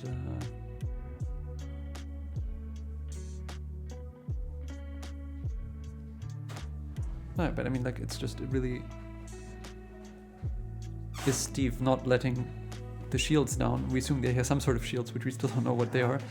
They're just finding out whether leveling up artist talent is an activated ability. I'm assuming for another Tishana's Tidebinder. Well, okay, that would make sense to have. It is, I believe. Why not? I believe it will. It can be counted by a Tishana's Tidebinder. Yeah, it's going to be. It has to be. Just for the update for the chat, Eldrazi versus Amulet are deep into game 3. Mm-hmm. Belcher versus Zoo are now shuffling up for game 3. And Boros versus Zoo is into game 3. Okay, so everyone's going to everyone's game 3. going. Everyone's in game 3. When game 1, us. yeah. Well, then we're on the right match, yeah. Okay, I mean this then seals the deal because right. So that will end the game 1 goes to the favor Merfolk. to the Merfolk. It seemed that it was going that way for a long time. So are we? And yes, having seen Alice's sideboard a little bit there as she thumbed through it with Wish, she has some orange chance, some exile effects, lane, prismatic ending, static prison type effects. Yeah, she has a assume mind that collapse, sort of Brotherhood Send. Yeah. What are we thinking? Is there anything from her sideboard here that she might want? I assume the Brotherhood Send, I assume, must come in. Orange chant is interesting. Can you use it to just protect yourself before you storm off? I guess you can. But it won't stop the Vulcan Hex But it doesn't being in exactly. play. But then it also could potentially stop an attack step because you can kick it, right? If she gets double white, she can kick it to buy an extra turn. Playing like that doesn't feel great to me, but maybe it's okay. But like the Brotherhood's End should be good in most scenarios, and probably the endings are kind of okay to just interact a bit. And then from Stephen's perspective, I'll just join you in a second again. From Stephen's perspective, what sideboard cards does Stephen have? We know there's going to be Consigned to Ring, which will counter medallions and triggered abilities. So I guess a Raoul triggered ability is a bit of a scraping of the barrel. Oh, it will counter Storm as well. That's a triggered ability. So I think that could be justified. Harbinger of the Seas is probably one Stephen will board out, as is Sylvian of Sky and Sea, because they do not seem like that great as creatures.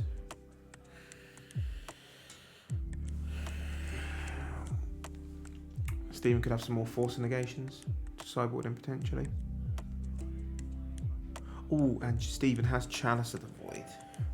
Now, Chalice of the Void is an interesting one because a Chalice of the Void for 2 will be pretty hard for the Storm deck to beat. But then that implies Stephen's got onto 4 mana to be able to cast it, which, yeah, is a bit optimistic to live that long and also draw that 4 lands from a Merfolk deck, I guess.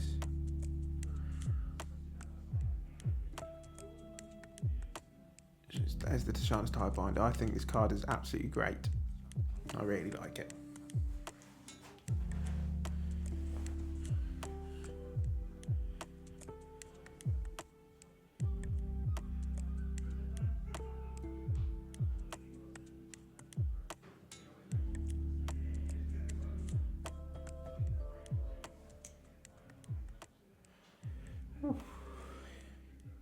So yeah, I think I think Alice hasn't got very much to sideboard, choice and options wise.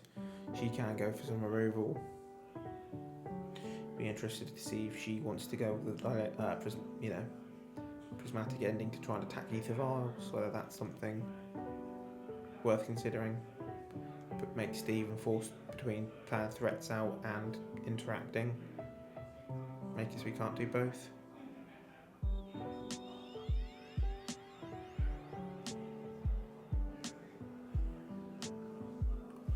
What were you thinking, chat? Who are we rooting for here?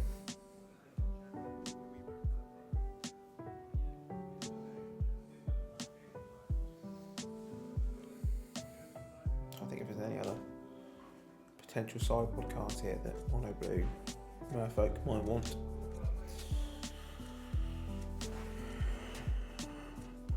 Fish is exceeding all expectations. It is indeed. We are by the seaside today, so it's only thematic that Fish is doing well.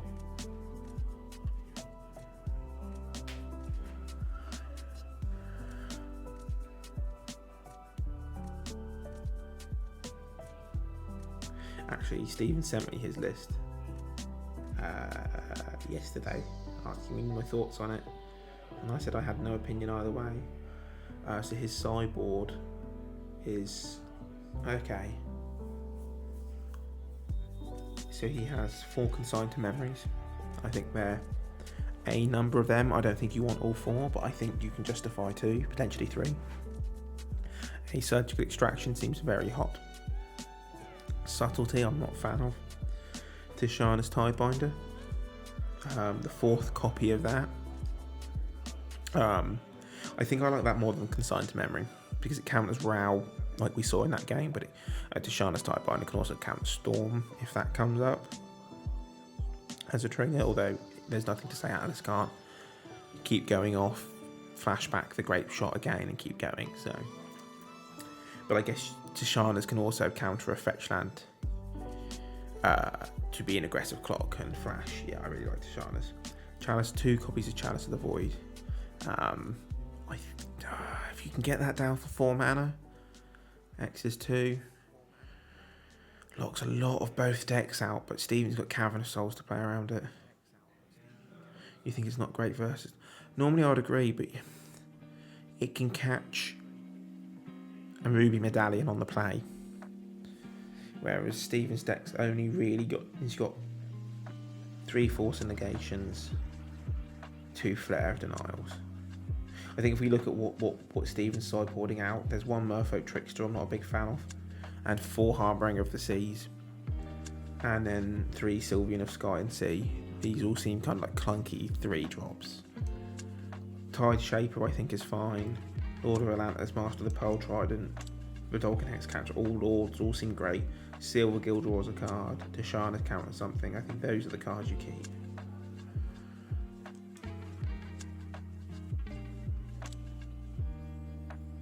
And there's also Stern Scolding and Dismember. There are shout outs for those potentially for dealing with Raoul. I think Stern Scolding over. I mean, it's the same thing. Stern Scolding can counter a Raoul on the play from Steven's perspective, provided he has a blue source on turn 1. Definitely lots of choices here for Steven. And play draw dependent.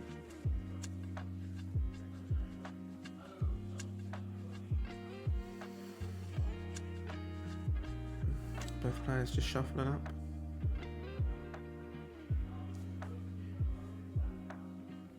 But yeah, I think Harbinger of the Sea, and I don't like Merfolk Trickster, but it can tap a Raoul, can't it, and turn its abilities off for the turn. I think I'd rather just have the Tidebinder to do the same thing though.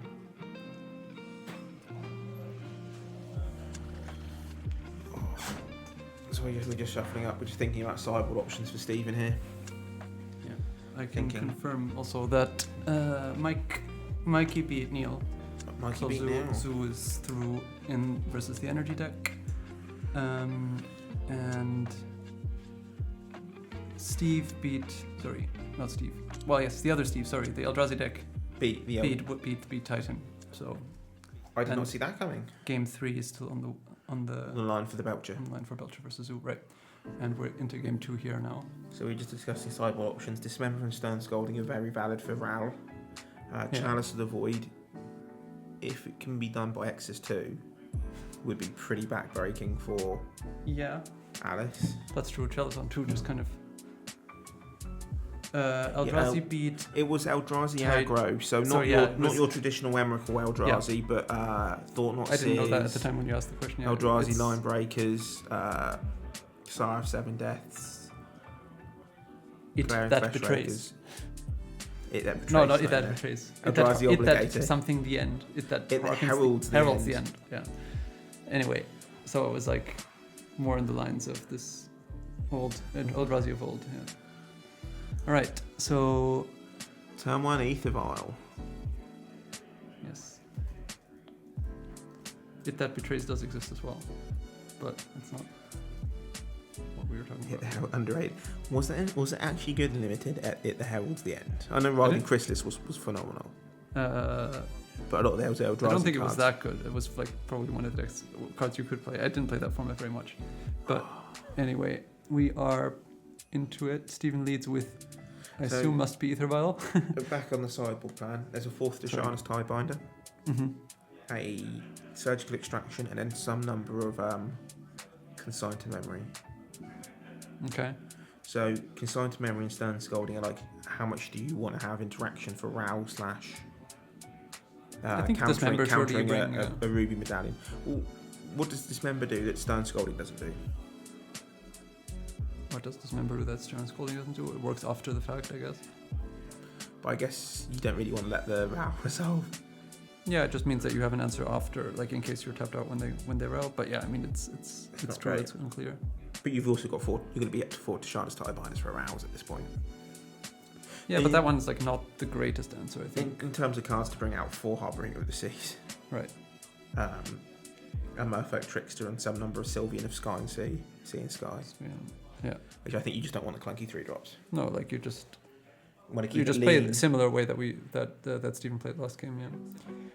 All right, so Alice is the Raoul. Like this is an example where you'd rather Dismember, yeah. We played an Vial on Sure. but yes, I don't know if Stephen actually has it or not, but if he does have Dismember, it will be the SpongeBob printing and the guy getting his legs crushed. Great. If we just want to bring that down on screen just to show you how awful that is. We don't. We don't. But I don't think there's a Dismember. There is a Merfolk Lord. So we're just going the racing plan and hoping that we don't die.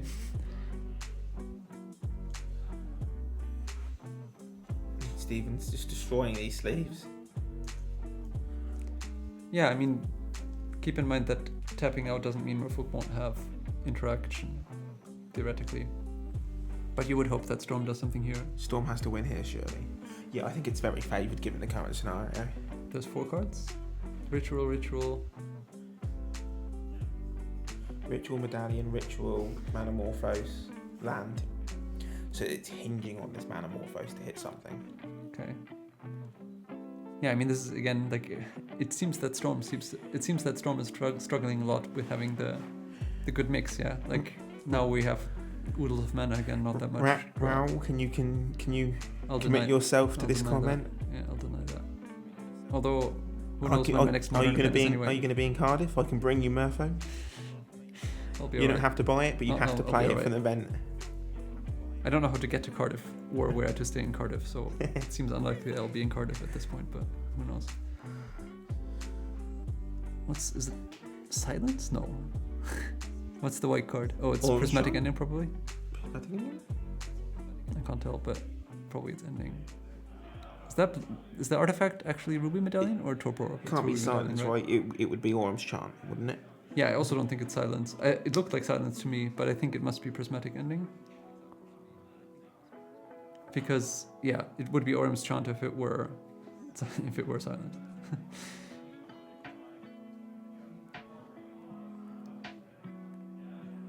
Okay. So we have 2 mana effects, so I guess some redundancy here. Does this cost 2 mana? No, because the Manamorphose cost 1, sure. It's Silence. Is there a reasoning why it wouldn't be an Orm's Chant and it would be a Silence? Does the deck play a specific 1/1 split for a reason, or I mean, I guess you can make up some sort of reason if you want, but it seems like John would just be better. But we'll see. It's certainly not an ending, otherwise the ending would have tried to go after the Lord. So I guess it does have to be silence after all. Stephen's hand being another Lord, force a negation. So this current merfolk of the Master of the Pearl Trident cannot be blocked because it will be a 3/3 from the vial if it is blocked. But there's no island yet, right? So no, what I'm saying is that if the Raoul blocks it, Raoul is going to get it can't be blocked in that sense. Had in combat, isn't it? Still a good adept. Go on, block my 2/2. What's the worst that could happen? Show you the Lord. Master. Show you the trick. You could have tried it, Stephen. Well, you could have attacked first and tried to bluff it. I don't think you that'd have been a block. Extend a modicum of respect to your opponent. Yeah. Sometimes, yeah.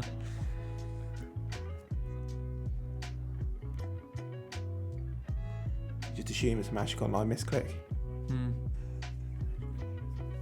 Okay, so.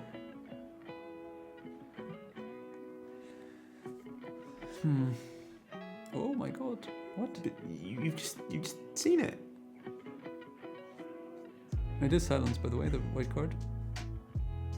It has catcher in.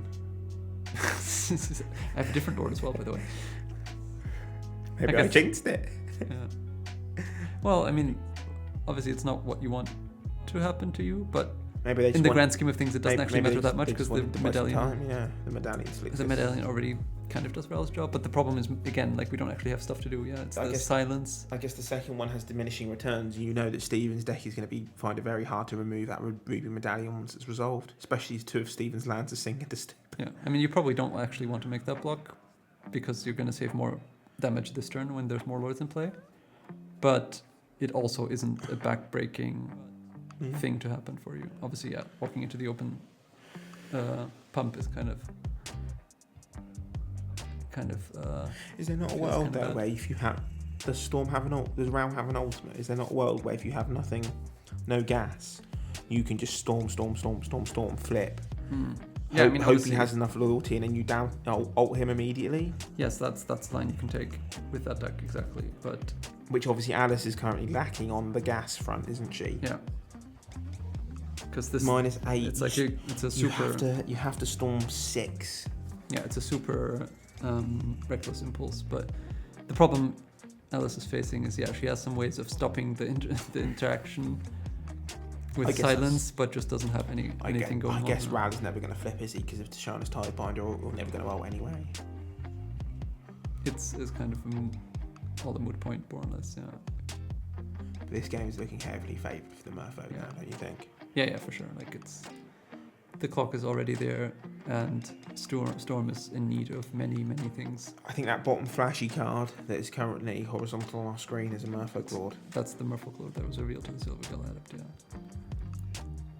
So that was an attack for 3, 7, 8, 9, 10, 11, 12. A lot of damage there. Yeah, I mean, this is just post lethal next turn, and we there's already enough. We know Stephen has a Force Negation. We know he has a Tashana's Tidebinder. Yeah. He has 4 Merfolk in play, 3 Force Spikes. I think this game is just. It does appear that there's not much gonna happen here. There's the silence, but the silence isn't gonna stop the hex catcher. Okay, I mean, I guess that's what you need. Oh. 2 rituals. Okay, that's kind of anticlimactic. Yeah, it's just a bunch of mana. Yeah, this time it's the cards. And then, missing the cards. Oh, it wasn't a Tashana's Tidebinder, it was a Force Negation. So what are the other Lord two cards? Atlantis, a Lord and... Lord of Atlantis, Force, and another Lord. So Lord of Atlantis, he was just sitting on basically dissipate there. Yeah. Yes. The old school image. Oh, so he did. So that answers that question. There was a consigned boy in, at least. All right. Well, congratulations to Stephen. He will be advancing to... Stephen through to the semis. Let's go fish. Fish supremacy. Yes. And we'll be back shortly, chat, with an update on Belcher versus Zoo. Yep.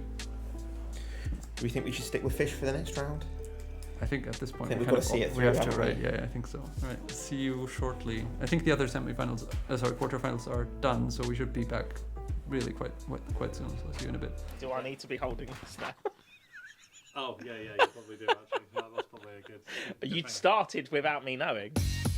Welcome to Templar Trivia, the game show where we test Team Templar and friends to ascertain who is the least useless.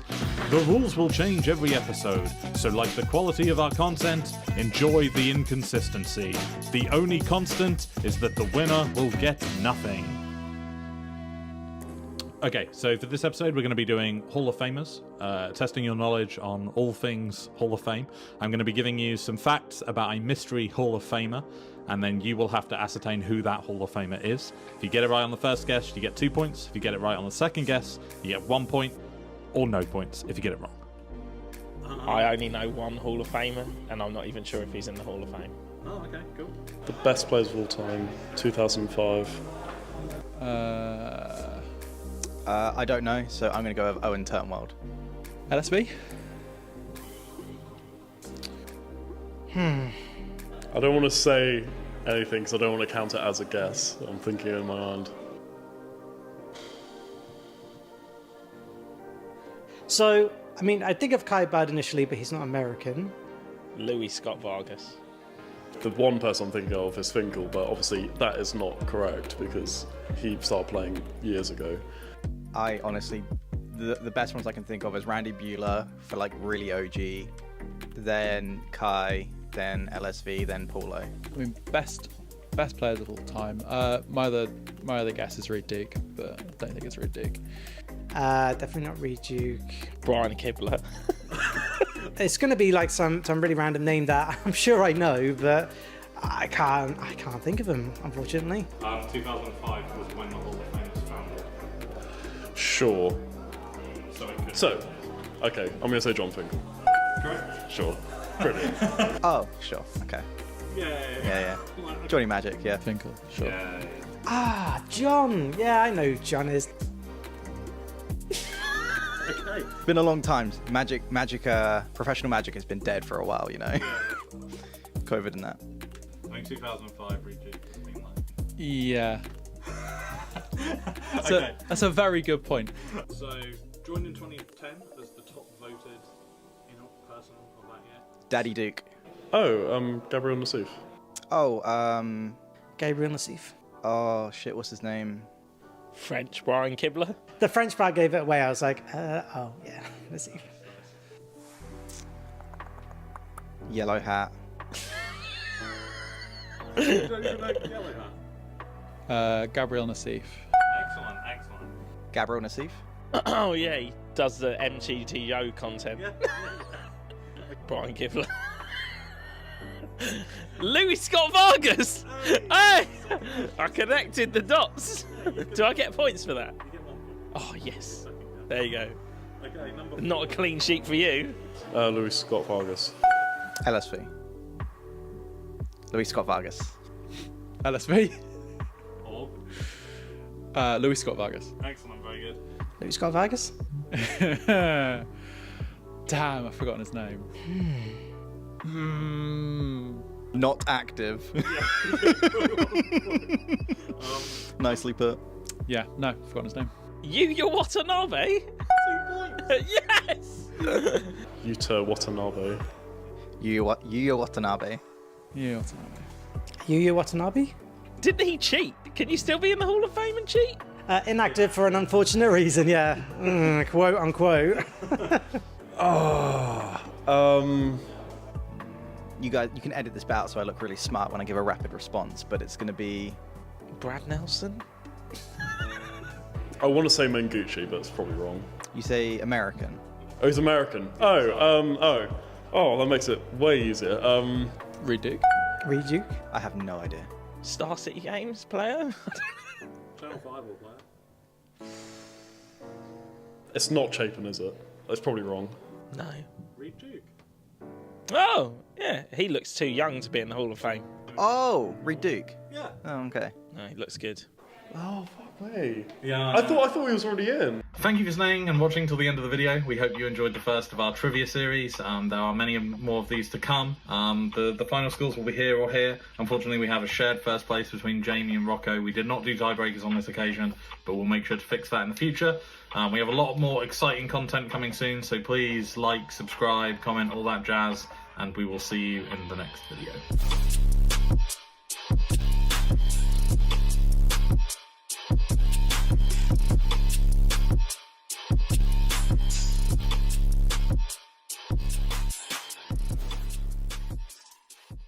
Do I need to be holding this now?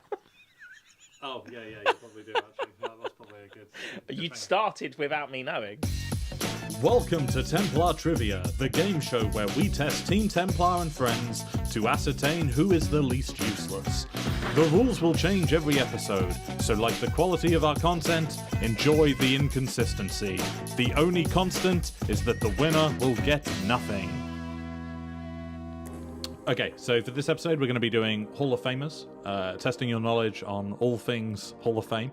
I'm going to be giving you some facts about a mystery Hall of Famer, and then you will have to ascertain who that Hall of Famer is. If you get it right on the first guess, you get 2 points. If you get it right on the second guess, you get 1 point, or no points if you get it wrong. I only know one Hall of Famer, and I'm not even sure if he's in the Hall of Fame. Oh, okay, cool. The best players of all time, 2005. I don't know, so I'm going to go with Owen Turnwald. LSB? I don't want to say anything because I don't want to count it as a guess. I'm thinking in my mind. So, I mean, I think of Kai Bird initially, but he's not American. Louis Scott Vargas. The one person I'm thinking of is Finkel, but obviously that is not correct because he started playing years ago. I honestly, the best ones I can think of is Randy Bueller for like really OG, then Kai, then LSV, then Paulo. I mean, best players of all time. My other guess is Reed Duke, but I don't think it's Reed Duke. Definitely not Reed Duke. Brian Kibler. It's going to be like some really random name that I'm sure I know, but I can't think of him, unfortunately. 2005 was when the Hall of Fame was founded.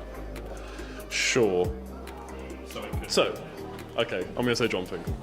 Correct? Sure. Brilliant. Oh, sure, okay. Yeah. Johnny Magic, yeah. Finkel, sure. Yeah. Ah, John. Yeah, I know who John is. Okay. It's been a long time. Professional Magic has been dead for a while, you know. Cool.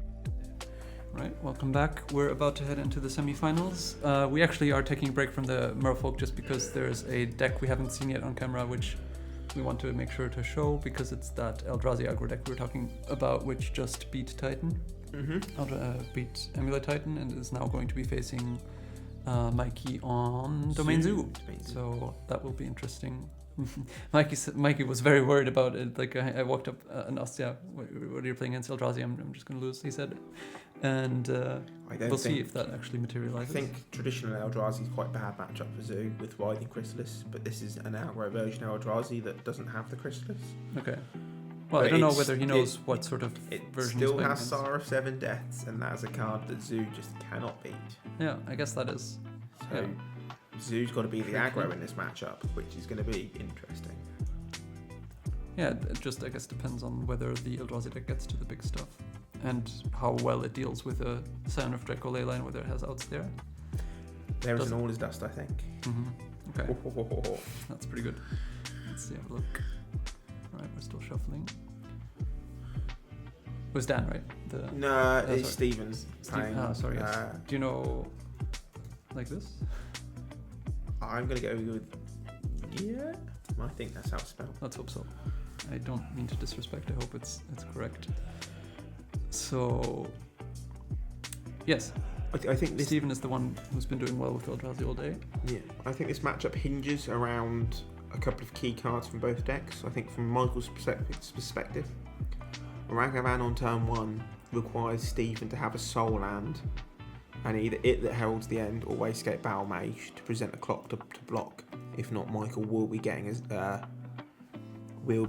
a treasure token and mana advantage. And from Stephen's perspective, he needs to have these soul lands in his hands. Okay. He needs to be getting on this board.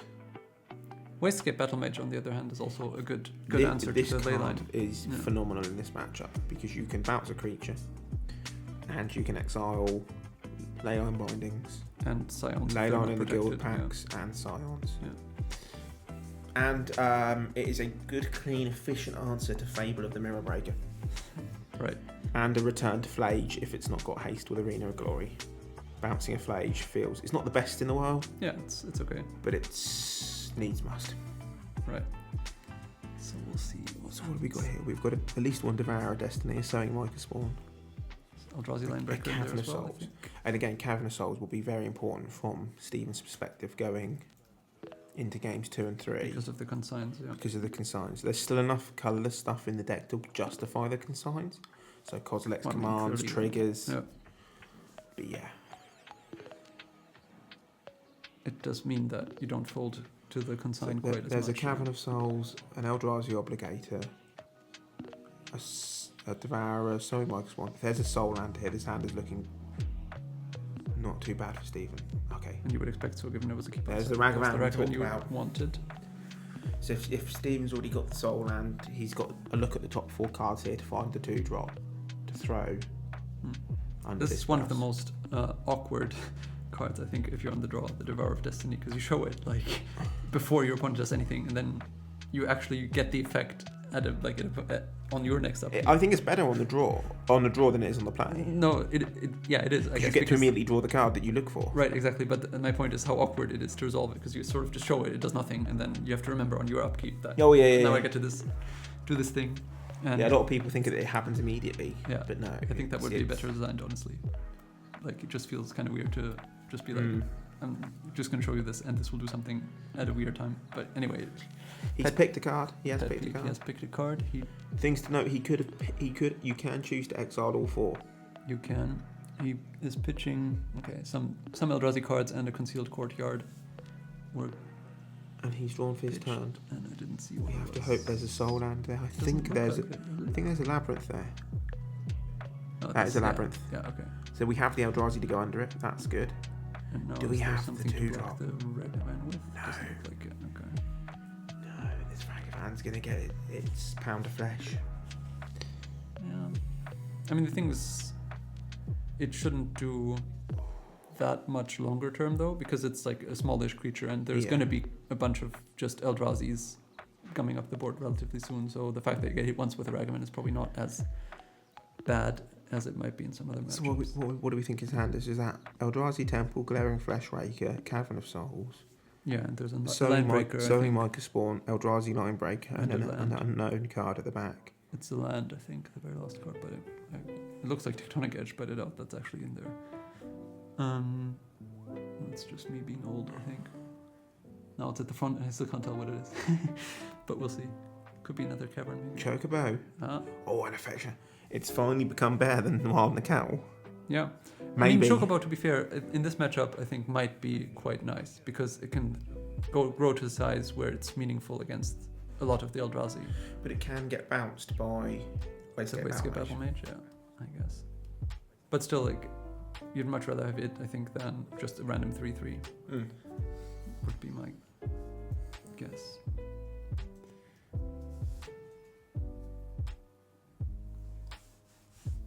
So that's going to name Eldrazi, we assume. Might name Sponge. Might name Bird. Chirp. And that's an Eldrazi Linebreaker. Which is a sort of weird... It's a 3/3, but it kind of can be a 4/3 with haste. At the moment, you missed any. At the moment, I think it's on defense duty, on block. Yeah, it's going to probably try and get in the way. I'll be very surprised if this turns sideways here. It's a nice card, this one, really. Like, quite powerful.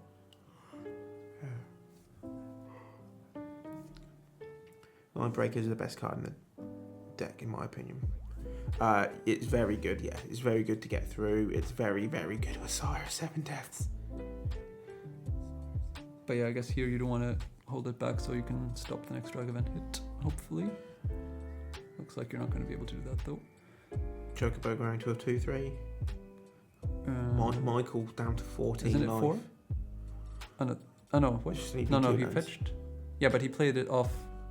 He played it off the treasure. So it's a 2-3. Yes, okay. Sorry, I was getting confused. I think this isn't so bad here. Oh right, he just left up. Okay, right now I understand. Yeah, Stephen's next turn looks.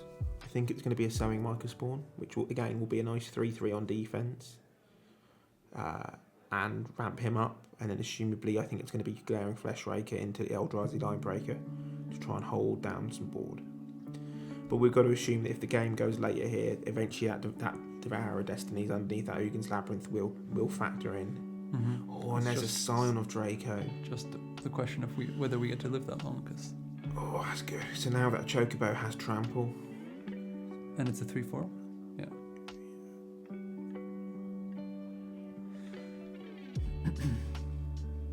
I think that's 2 Glaring Flesh Rakers now, 4. That's not be very important because if there's 2 Glaring Flesh Rakers, that's going to be a lot of spawn tokens, or as I like to call them, chump blockers, thrown out there.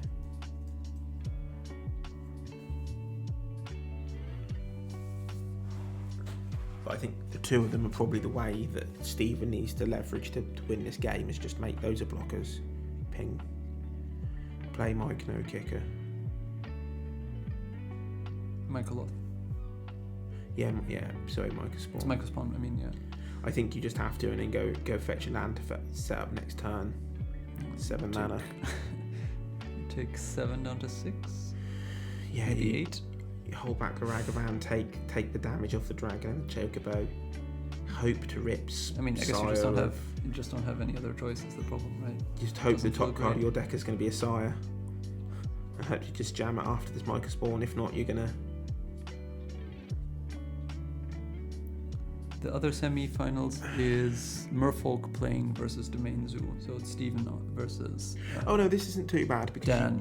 Because you can go get an Eldrazi Temple. You can play this, and then you can go get an Eldrazi Temple. Now you have 1 floating mana. You can play a Flesh Raker. Oh yeah, good point. Yeah, that is good. Merfolk is the hero. It's playing the bad guys at the Domain Zoo. We think. At least for now. So that goes, but it doesn't actually improve your blocks really that much because you kind of don't want to block the Chocobo just to chump. No, but it means, or like not even chump because it has trample. But obviously, yeah, it's nice to have extra. I think board presence for sure. I think if the Micah Spawn dies here, you do trade the Flesh Raker off for the Ragavan. It's not great, but if it doesn't, it means that next turn all your Eldrazi's are functionally 1 cheaper, aren't they? And potentially between the 2 of them, is there something he can do? Can he make enough guys? Flage. Oh, that's backbreaking. Yeah, this is rough.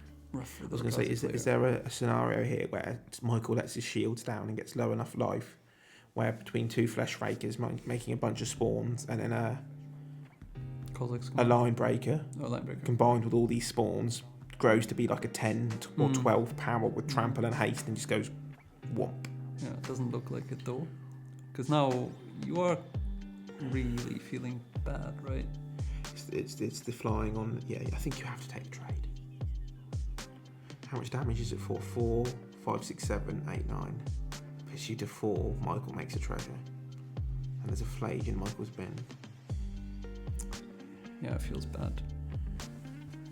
But what are you trying to achieve? If you draw your all this dust, it doesn't even do that much since the sign is colorless. Yeah, it's just going down. I don't think you can go to 4 with that. Then you just die to the sign next yeah, turn. Yeah. You need to enable yourself to draw the Sire of 7 Deaths, and then you just have to draw the Sire, which he has got enough mana to do it.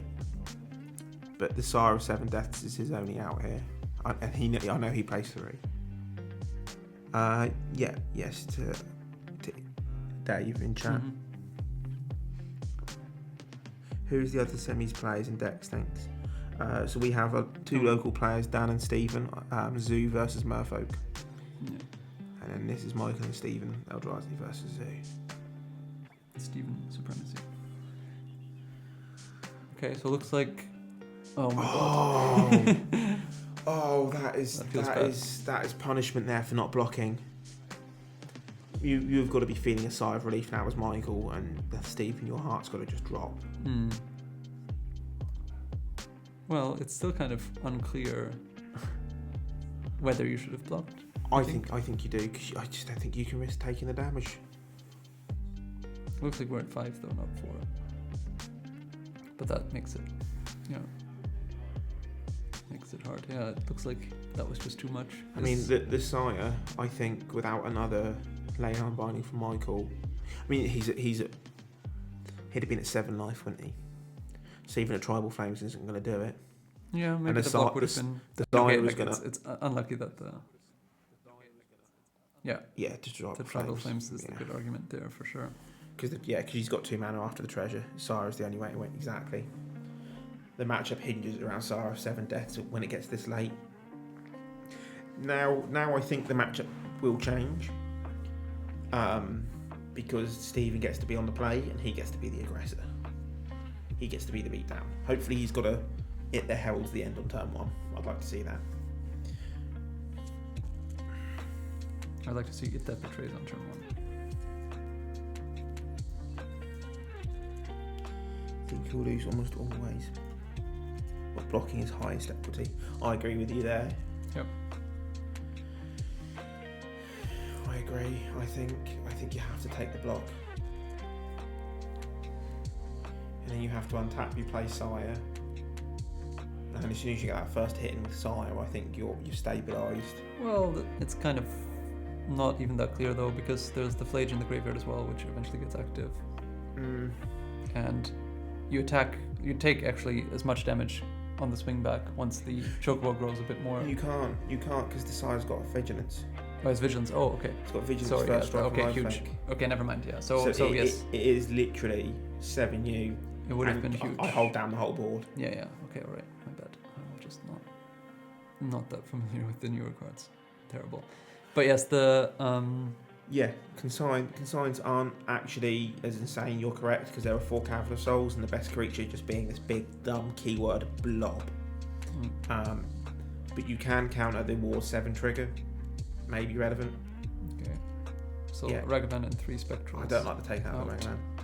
Sire only gets beaten by lane unbinding, or you can pay Ward or Scion. Scion plus first strike. Granted, the Sire of 7 deaths does have first strike as well. So it allows trades, but rather than just it allows. You can't attack with your Sire. They just look at each other. Yeah. But then the game is going to go on late. You're going to draw your Devourer Destinies, your Kozileks. You can Flesh Raker through, get enough pings to reach. And there is that all-important Order's Dust in there. 1 copy in Stephen's deck.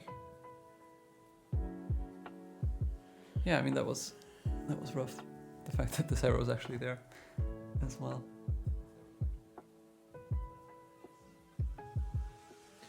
Flage and Ragavan will trade on. Yeah.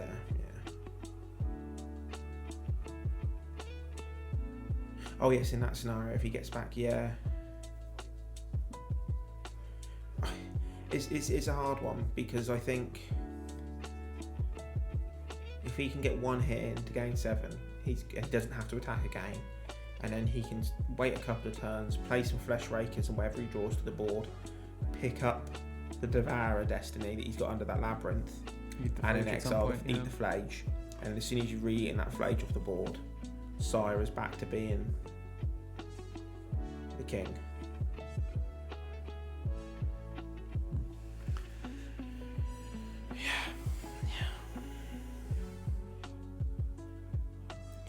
We did see a bit of the weakness of the Eldrazi deck there, I think, is that like...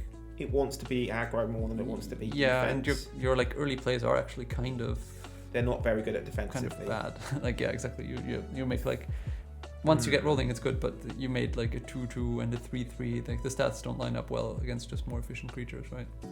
But then he drew Glaring Flesh Rakers, which are more aggressive creatures, Yeah, If one of those Flesh Raker is one if example. if one of those Flesh Rakers was a Wayscape Battle Mage, and he gets to kick that for 5 mana, exile the Scion or a Leyline Binding, Right. bounce your one of your other creatures, that is such a huge tempo swing. Yeah, you're right. 7 drops and 3 mana 2/2s. But this is why I think the Herald's End is so important, because it's an early gameplay. It can hold back or threaten to trade with a Ragavan, and it reduces the cost of that all-important 7 drops. Yeah, but then they just attack with Ragavan anyway, and then you're trading your 2-drop you're for the forced 1-drop, right? Like it's not It's not fantastic. your 2-drop. It's your 1-drop. I guess if you want to look at that way, that's fair enough. Yeah, it's your. He has a 1 mana 2/1 Ragavan. Sure. You have a 1 mana Sure. 2/2. The Herald's the End. I guess so. Yeah. But yeah, Yeah, like you- it's the early turns are where the deck looks dodgiest. I agree. And of importance to note here, I think what will be very important is the fact that Stephen's now on the play. He is an aggro deck with Line Breaker and Flesh Raker. He can do a lot of damage, and Michael does a lot of damage to himself with his mana base. So, and I guess the same thing that I said for the Eldrazi holds true to some degree with Michael's Zoo deck, because like the Chocobo isn't great. It takes some time to actually do something. Ragavan isn't great on defense. And we know Michael's boarded out 1. And so if there's some sort of aggressive draw, then the Domain Zoo can also struggle to defend effectively. Although they do make some bigger plays with Kavu and just having removal spells. It looks so like it's a bit Stephen's different. taken out his Chalice of the Voids. Seems good, yeah. Probably not going to put that one on 12. I don't know 10. what Stephen has to sideboard in. 12, yeah. Yeah. The sideboard is definitely the weak part of this Eldrazi aggro deck. But we will see. So, Devourer, a Temple, a Thought Not Seer, a Sire, a Kozilek's Command, and an Ugin's Labyrinth. This hand is phenomenal. Basically what you want, right? Assuming you've got 2 Soul Lands there and a Kozilek's Command. I think you do. You can turn 2, you can exile Michael's Threat, you can make 2 Spawn tokens, and then you can play a turn 3. Oh, it's a Gemstone Caverns, is it? Or is it a Gemstones and an Ugin's Labyrinth? Well, there's an Eldrazi. One of them is Eldrazi Temple. I think that's Eldrazi Temple. That might be Labyrinth, and that's Gemstone. Okay. Well, Gemstone, he's on the play, right? So that doesn't do anything for him, really. And then I think that's Sire, Thought Not, Kozilek's Command, Devourer Destiny. Yeah. So there's no way he can mulligan this hand. You've got the Devourer trigger to look. Well, he's for already kept it. Yeah. to look. Oh yeah, he's got the Devourer trigger to look for some gas. He's got turn 2, Thought Not Seer or Kozilek's Command. Yeah, no, it's just and then he's basically got turn Dream 3 Hand. Sire if 7 deaths. Basically Dream Hand. So that puts the pressure on Michael to actually have an answer to the. I guess this hand could get picked apart by some consigns, yeah. That's what I'm saying. Yeah. You need if he finds a Cavern of Souls for turn 3. Yeah. Turn 2 Thought Not Seer like the good old days. The good old days. How Eldrazi Winter was miserable with Ivugin, and you know it.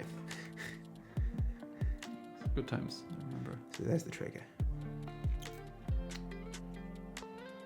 Does Michael have pre-game actions? I don't think so. I think he boarded them out. No, he didn't. He showed us what he boarded out. There's the All Is Dust. Okay. Kozilek's Command. Concealed Courtyard and something else. I think it's Secluded Courtyard, isn't it? That's the... Yeah, it's Secluded, you're right. Yeah, yes. yeah. You are right. Or there's the other copy of it as well, and Claims Territory, but they almost do exactly identical things. The Courtyard is better somehow. I think you can activate abilities with it or something. Yeah, but there isn't any abilities in the deck. Technically speaking, yes. I think there's a K command in hand already. Yeah, even if there's one in hand, I mean, that card is the best card in the deck. You just put it back on top. All Is Dust. Okay. Oh, he's keeping the land. That's Line Breaker was the third one. Yeah. Doesn't matter. Card is insane. The card is insane. I agree with you there, chat. Sure. Yeah, so basically it's all about whether Michael has the consigns, because this hand is vulnerable to consign, if anything.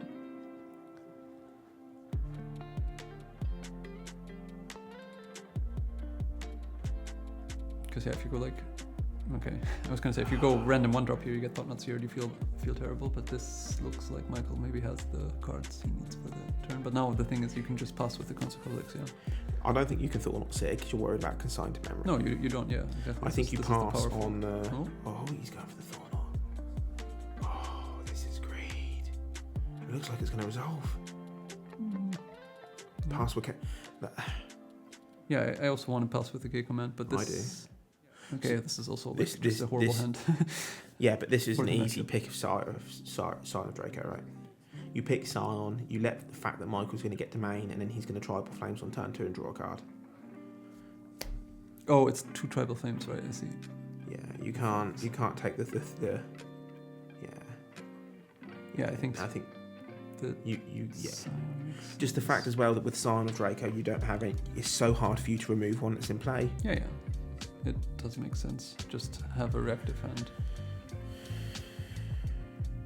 The decks that made top 8 were this Eldrazi deck, then 2 Zoos, that's 3 Amulet Titan, 4 a Belcher, Mono Blue Belcher, Mono Blue Merfolk, Boros Energy, and Storm. Those 5. This is quite nice from Stephen's perspective because you're putting Michael's he's gonna have to go to 16 life and grab a Steam Vents here, right? Yeah, I mean you're fine making these sort of trades where you just get to wait until the Sire comes down, right? It's just gonna be. Yeah, Merfolk's in the semis as well on the other side of the bracket. Merfolk is the hero. You are right, chat. Right, okay, so the exchange we expected happened. Did he? Well, I guess he's about to draw a card, yeah. Things to note here. Stephen's got an Eldrazi Temple, a Secluded Courtyard. So he can next turn, he can Kozilek's Command 4. Mm-hmm. And then the turn after, he is guaranteed that Sire of 7 Deaths. Right. So, and we now saw that Michael didn't even have consigns, so he needs He needs to rip something. He's had 2 draw steps. I guess you can take 14, go to 2, and kill the Sire with the Lightning Bolt plus the Treble Flames. Doesn't seem optimal.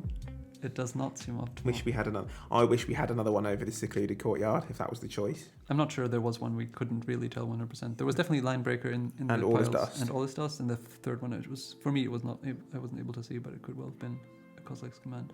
All Is Dust is interesting because All Is Dust, you don't have to keep it as All Is Dust. You could have kept it to put under the Labyrinth. Under the Labyrinth, yeah. And then it was virtually would have been a Devourer at that point, wouldn't it?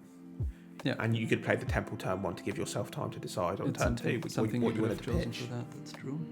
Now we have facing the decision of one. Is that another Thought-Knot Seared? It is, yeah. I think we do that just to check the way is clear now for the Sire next turn. You can force the same exchange that happened just now. Although I still kind of like.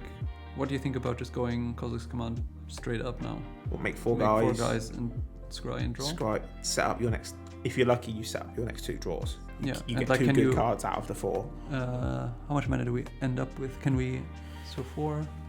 Yeah, because then you can even go Thought-Knot into Sire. So you can basically Thoughtseize first. So I think I actually don't mind that play. No, Woody's played the Secluded Courtyard this turn, so he's mocked up that play already. He didn't play the Temple out of his hand to do that play. Oh, right, yeah. And Michael kept the lane on of the Guild packed in here. Okay. I mean, in this scenario, I think you are just taking the Tribal Flames. Yeah. What do you do about the Kavu? Doesn't matter, I guess. You don't care about the Kavu. You care about the Kavu because you're going to make a Sire? Yeah, because you're going to make a Sire. And you have a Kozilek's Command to exile it. Yeah, that's true. Yeah, fair enough. It seems like you just take Tribal Flames. That Kozilek's Command is doing the heavy lifting here because Flage is now irrelevant. Kavu's irrelevant. Everything in Michael's deck is now... Yeah. The only way you get... Michael basically needs to rip Consign here and keep it up. It can be Spectral. He boarded those out. He boarded three Spectrals and Ragavan out in favor of the full Consign. Although...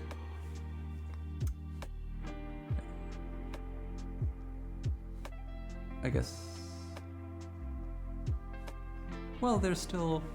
Yeah, you can still like either you draw Consign here or even a Leyline Binding to get rid of the Sire means you're still in the game, right? Ish. See, I really like playing Eldrazi Temple last time because if you'd have ripped a Cavern of Souls right here. Oh. What? Maybe is that not an Eldrazi Temple in his hand? No, it's the Gemstone Caverns. Oh. Yeah, so actually, bad. That wasn't available, but that's fine. You can. You can exile. Yeah, it's not an Eldrazi Temple. You can exile Skyfall, draw a card. Yeah. Which I think in this scenario, this is enough to pay out. There we go. If the Consign had been drawn, you would have countered it. Yeah. You make 4 guys. Why would you make 4 guys? Over potentially fixing your draw for the next turn and. Yeah, I think you're right. You'd rather. I mean, I guess this way you can pick up the Devourer more easily and actually play it. You know, that's the upside of it. I feel like you're inevitably going to get the Devourer anyway. Kind of feels like you want to draw the extra card rather than like if Mikey draws the Consign here, you're going to wish you Strike 4 and drew a card. Yeah, I agree. It's both. I think there's an argument for both, but without the draw, correct. You have to have some real discipline to choose 2 of the modes on that card that aren't Scry X draw a card, I have to say. It does basically what this allows you to do is it allows you to go Sire. If it does get countered immediately on the next turn, you can follow up with Devour, which you wouldn't be able to do if you go for the draw and don't hit something. Land. Okay. So now he knows that Michael's hand is Lightning Bolt. The way is clear, yeah. Lightning Bolt, Leyline. So I think Michael's just kind of dobs. Because we're going to go just make the 7/7 and GG. I'm going to put... Not only is it going to be the 7/7 and GG, it's going to be the Chocobo. He might play the 7/7 first, then attack for 4 and see if he takes... Oh, there's the Cavern of Souls anyway. Okay. At this point, I think it didn't really matter. Bird indeed. Like, is Michael having to trade the Bird and the Lightning Bolt here for the Thought-Knot Seer? I mean, he would take that, I think, if he offered didn't know the Cyrus, option. yeah. But I'm not, like, obviously Stephen has control over doing that. He doesn't have to attack, yeah. But yeah, the Cyrus at this point with the Cavern is just now... Now this I don't like, because now you're offering the opportunity to block Lightning Bolt the Thought-Knot Seer and, like, hero draw Consign to stop the There's the Cavern now. Oh, the Cavern got drawn, yeah. Okay, sorry. But yeah, still, I agree with still you. Conceptually, Yeah. Don't you just want to make the guy not offer the chance to get another draw? I don't know. Okay. Well, I guess from Mike's perspective, it's hard to block. And chat, that 7 on Michael's life total is the magical number of Ward 7. So the other argument is that from Mike's perspective, maybe he has to think that there isn't a Sire, and then the Chocobo will grow past the Thought-Knot Seer, like with another land. So it sort of stabilizes the board, so you can sort of make that argument. I mean, the fetch and play puts the Chocobo at 2/3, so one more fetch land puts him at 4/5 and holds the board. Yeah, exactly. That's the argument for that. I still don't like it. But then that argument is just terrible because it just assumes that assuming Stephen's got no gas, there's still a Devourer of Destiny, Devourer, yeah, exactly. and he can play it and exile the Chocobo. Yeah, you're right. Basically, I think you need to take the quote-unquote bad trade. Even though it feels bad, at least that way you get to look at a fresh card. He also didn't draw off the K card. I know. Always, there we go. So there we go. The Sire I think takes it down. The only times I've never drawn off of Kozilek's command is when my hand has got like 2 fatties in it, and I just need the mana and exile something over straight up drawing. I've definitely done that a couple times where you go like end of turn, exile something of yours, make 2 spawns, but like this was still when the ring was in the deck. I went like you go exile something, just make a giant draw the next turn. It's more important sometimes. Yeah. Solid performance there from Stephen. Apart from, I think... No, I mean, like, as long as he got to that Sire unimpeded, he was going to be fine that game. Yeah, I think, his hand was just great. Like we said, it was exactly what he wanted. That turn 2 Thought-Knot Seer, 2 Soul Lands. Yeah. A lot of discipline there, not to just run Kozilek's command and to play Thought-Knot on turn 2. because in my head I'm running Kozilek's Command on turn 2. Well, I mean, I think there's a good... I'm passing the turn. I'm waiting for Michael to tap out to go get a Triumph or a Savara. I mean, there's an argument that that's the play, yeah. Anyway, I'm scrying 2, drawing a card and making 2 guys and saying to Michael, look, Michael, if you tap out here, I'm playing a Sire on turn 3. Yes, I agree that I actually prefer that line as well. Like it does make it put so much pressure on the zoo deck that way. And then bonus points if Michael wants to like bolt an Eldrazi spawn token just to prevent that. I'm not. Oh. But yeah. But I mean, this demonstrates the power level of this Eldrazi deck. It was powerful back in 2018 with Ugin's Labyrinth. Earlier. Not Ugin's Labyrinth, Ivugin. It's a powerful game now. When was Battle for the? Let's have a little look. Oath of the Gatewatch, wasn't it? Yeah, sorry, yes. Ah, well, that's probably not enough. I thought not see it has been reprinted into a secret lair. That's fine. We'll just not look at that one. 2016. 2016. Jesus. 9 years ago. Wow, where's the time gone? It's all gone. No more time left. Dying our 7 deaths here. So if you're Michael here, should you be boarding in that 4th Ragavan now you're back on the play? Probably. I mean, yeah, we noted that the Eldrazi deck doesn't block it very well, but on the other hand, it does have these random guys it can throw on the board. Yeah. Thank you, George. I'm sure that's amazing. Is the 4th Ragavan better than the 4th Chocobo? Yes.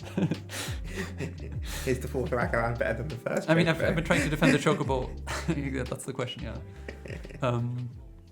I've been trying to defend the Chocobo a bit, but it has looked really mediocre in many of the games. I do think there's some merit here. Like I said, it can stop the medium-sized Eldrazi once it grows to a certain thing. But then even then, the line breaker. It's got a lower floor as a card than compared to the Cattle, but it's got a higher ceiling. Yeah. It's a lot more variety based. So what we got? So again, we're seeing Devour Destiny here for these Eldrazi players. Absolutely hold together these draws. And Michael does a quick mulligan, takes a quick mulligan. So Michael's down a card. No, Stephen. What was it? It was just no soul land. It could have been. No, I think there was a soul land, a Nugen's Labyrinth, but I think it was just 5 or 6 lands. Yeah, it looked like a lot of lands and Devourer. But 6 lands Devourer is going to be because you have the look at the top 4 for your first threat. Yeah. And you have the soul land. It's hard to judge that without seeing it exactly, to be honest. But I do feel like if there was a soul land plus at least anything to do with the Devourer, you would keep it. I think I'm keeping 5 lands, including soul land. I don't know what the other spell was. Devourer and any other spell in the deck I'm keeping. Bonus points if oh bless you, change that. If there's a cavern in those 5 lands. Yeah. Or if one of those 6 lands there was that gemstone cavern. Because that would be hot. Turn 1, let's look at the top 4. Yeah, but you would imagine that Stephen would spend a bit more time thinking about the mulligan in that case. It must have been quite poor to mulligan it relatively quickly. But yeah, anyway, we'll have to see whether this 6 is more to his liking. Secluded Courtyard, Glaring Flesh Rake. It heralds the end. Kozilek's Command there. 2 Devourers. Sort of End of Waste? Or what? What's the land in the middle? With his thumb on it, I don't know. No, it's kind of land light and it doesn't appear to be soul landed. I'll ask you a question. I did this yesterday. I kept a hand that was 7, grip of 7 cards. No soul lands, but 2 Devourers. Hoping that between my 8, look at the top 8 cards, I could find a soul land. The top 15 cards of my deck. I did not, sadly, and I lost that game. But can you keep that hand? It's interesting because you also kind of have 2 blanks in hand then, right? Because the Devourers are still not going to come out quickly. Well, if one of the soul lands is the Labyrinth, you can you have fodder for it, but still, and then you've got something for 7, yeah. But I mean, in this scenario, he's got it that heralds the end. So if he does find a soul land, he can play that on turn 1. I mean, surely you have to keep something like this on 6 as long as there's a second land. And then, is there a Kozilek's Command in there? It's, again, very hard for me to... There's a Flesh Raker. So in theory, he could be going, it that heralds the end, Glaring Flesh Raker. Can you... If you put the card on the bottom for your mulligan, you can't sounds like an okay start in the limited format, yeah. So I guess if he bottoms the Devourer, because he's on a mulligan here, isn't he? he can reveal one Devourer to go look for a Soul Land. And if he hits it, he can go turn 1, turn 2. I know, chat. 2 mana 2/2, 3 mana 2 or 2. I mean, if there's a Kozilek's command in hand, I think you have to keep this hand for sure. Yeah, and it looks like it is. Yeah, because if you hit a Soul Land, your turn 2 could be Exile your Ragavan. Well, or even if you don't hit a Soul Land, you have some sort of stuff exactly to get you out of the early game. Maybe he's thinking what to put back. I think you have to put back a Devourer. I don't think you can take. Are you sure there's 2 there? I think you have to keep one of them. Well, okay. I just can't tell. So there's definitely Fleshraker, there's definitely Secluded. Courtyard. Not Courtyard. Courtyard? I think it's Secluded. Secluded, yeah, not Concealed. Yeah, exactly. Yeah, Secluded Courtyard is definitely there. It that heralds the end is definitely there. So it's the last 3 cards, and then the rest I struggle to see. Is that one that maybe is sowing Microspawn then? That's possible, yeah. And then there's a Line Breaker, I guess, which I guess would be my candidate for pitching. I just don't know what this card is in the middle here.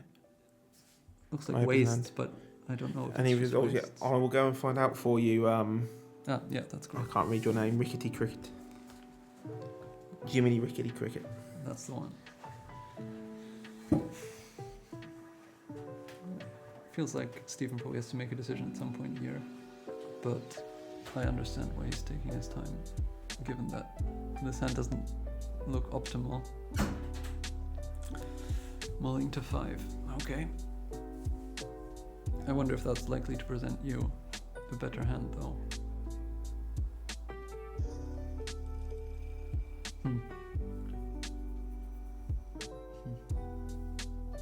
Michael kept a 6 relatively quickly, so it might be that it's just going to be a decent draw.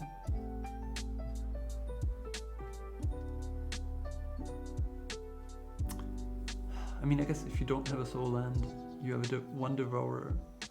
If there's one Devourer even there to look for it. I don't think there were 2, but I guess there could have been. Then you do nothing turn 1, you make a Grizzly Bear on turn 2. And if your Grizzly Bear survives, you make a Trained Armadon on turn 3. Are you going to beat the average Zoo hand on 6? That's bad news. Oh no. The Zoo is a game up over the fish. And it looks like the fish is losing game 2. No, Merfolk, no. Trained up.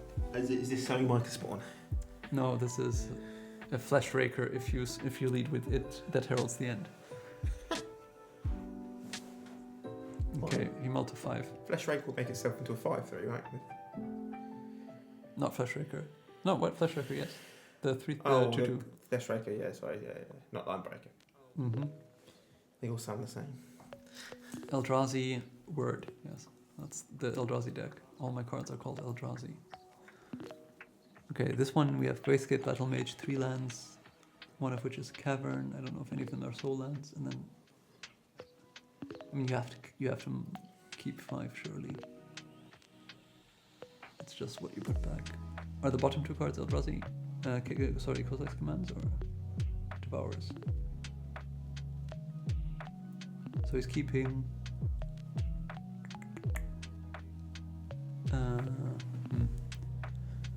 Wastecape Battle Mage is the top. Wastecape Battle Mage. Then there's Land, Secluded. Colours Land, Soul Land, Devourer, Destiny. The Secluded thing again.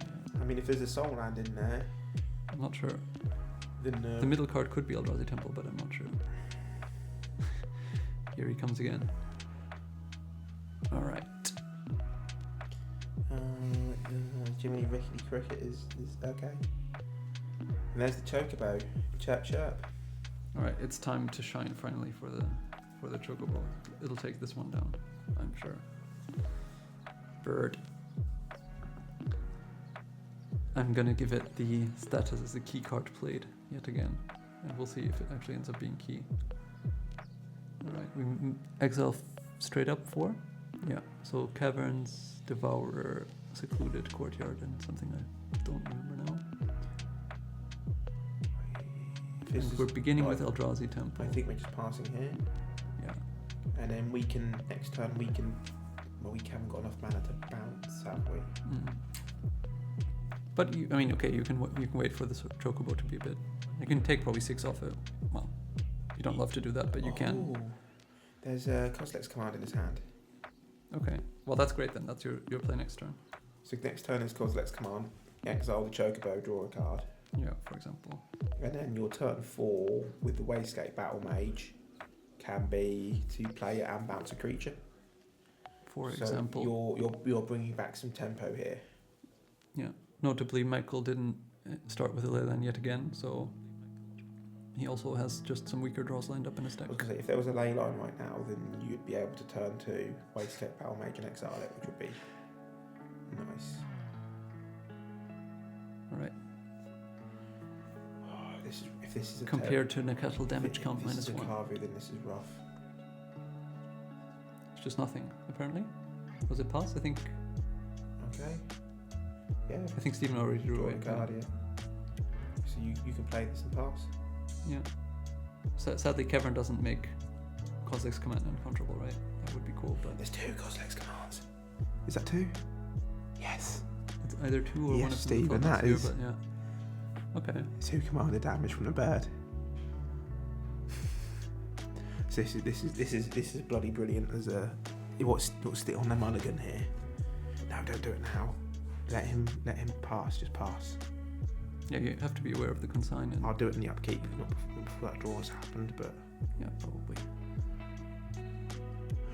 You gotta be feeling nice about that. Oh wow. Okay. Now we've reached Nakatal stage. Yeah, I mean you just can't fire it off here.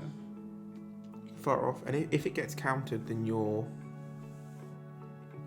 happy because you can do something. You can bounce next turn with Wastegate Battle Mage, and bouncing a Chocobo. It just means you have the. At this stage, is almost virtually like killing the damn thing, I guess. I mean, I guess you could wait to see if something else gets committed. Yeah, you took the damage and now... Oh, this is beautiful here. So he can exile the Chocobo, scry 1, draw a card, and then next turn exile the Scion. Yeah. Oh. Although I'm not sure you need to take 3 damage. What's really going to happen? I guess this way you know that at least your thing resolves. It's making guys again. Drawing? I mean, that we seems... on a mulligan. Why have you made 1 spawn? That's interesting, yeah. I guess... Is there some big fat thing in it? What are we missing here, Raoul? Okay. Oh, now we're up to... We can do something for 6.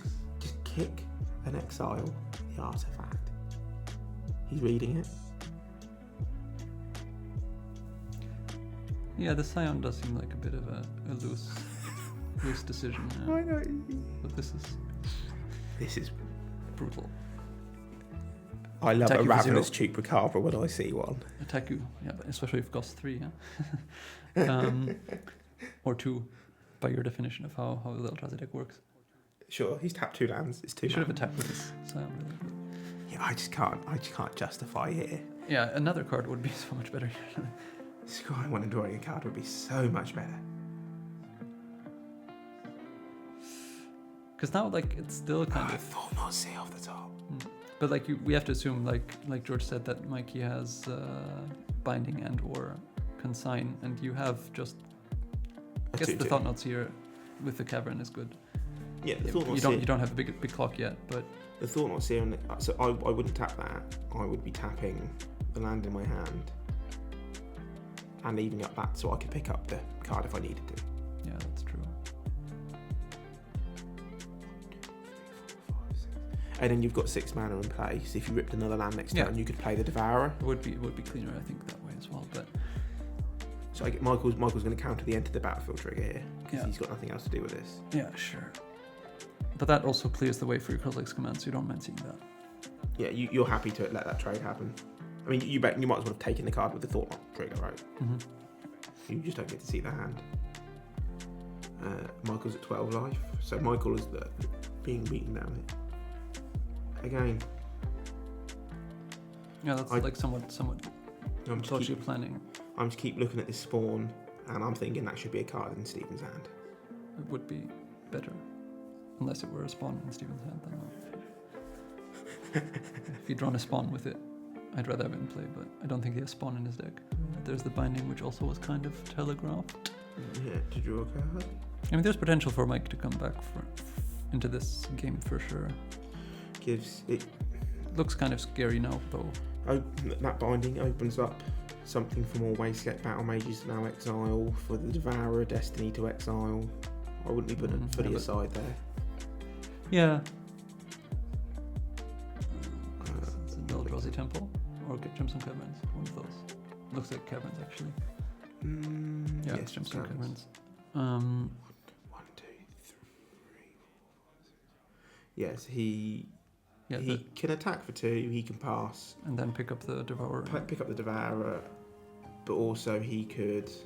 Devourer can take out Leyline, I assume? 3, 4, 5, 6. Yes, it's any colour permanent.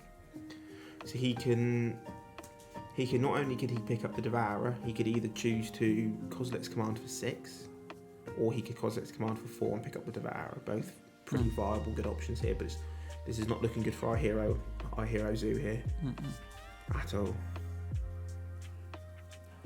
Well, it looks like Steven, if he does win, and the other result also goes the way that we expect, that gets similar to this, then similar Steven might have it in the finals, bag. Yeah. Well, I mean, not in the back. He gets to play this matchup again, which...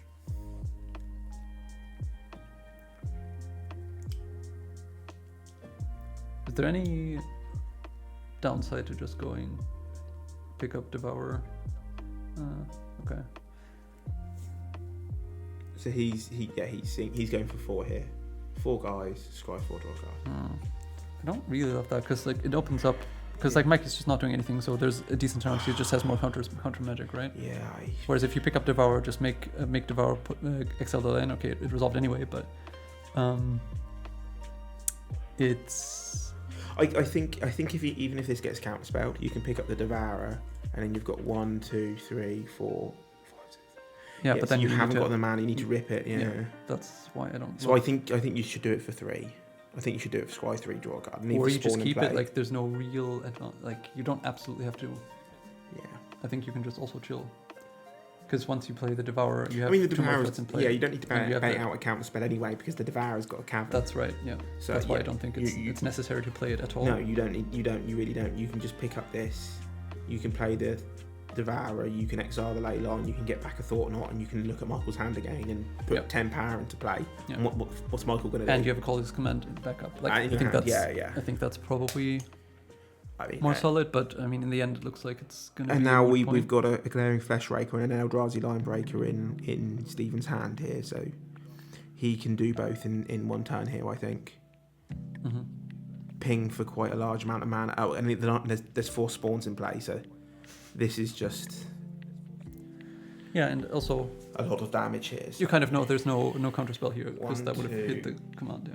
Yeah, you know the way it's clear. So you can do this stuff. I guess maybe like Lightning Bolt. Is that really in his deck still? Trigger, make a token, please. Deal your opponent 1 damage. Nah, I don't need it. You're gonna take that dice up to 5. Is this actually already lethal? Okay. He does still have Lightning Bolt in his deck. So I guess that's implied that the trigger. He's. Okay, he's pointing it out now. He's pointing out the trigger. Yeah, I guess. Should have been earlier, but. And then not only that, but you have 2 damage that's being done to Michael here with Flesh Raker. There's 2 missed damage.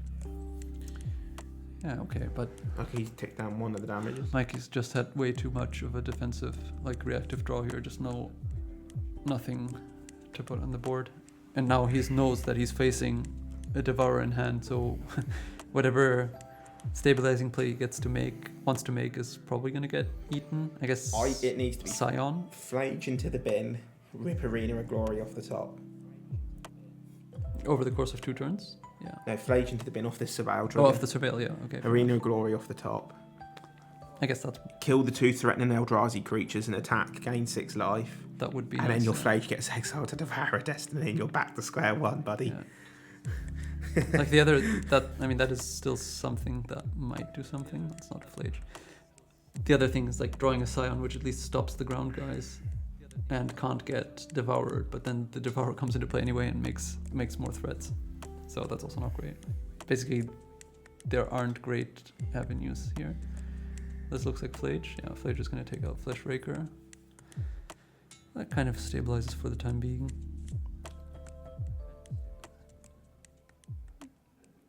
No, it's not too bad. Is that line breaker? Line breaker, yeah. Is that lethal? If Michael needs to have ley line binding here. The Fleshbreaker can pump itself, yeah, as in like give itself haste. Yeah. So for 7, so 10 is just lethal. Yeah. Oh, okay. So the double ley line draw and the tribal flames, yeah. Jesus. That was just awful. Okay, so the Eldrazi take it down. I'll go find out the result from the Merfolk matchup. Wow. That looked like medium convincing, even convincing in the weird way that the Eldrazi deck like played a bunch of weird small guys, but it did leave the Zoo deck not much chance. But I think that was simply because the Zoo really had quite a poor draw on 6 even. It's just some removal, just interaction. I guess, yeah, it was fine. Yeah, you had the Scion, you just have to hope the Scion doesn't get interacted with, but the Battle Mage just made you feel sad.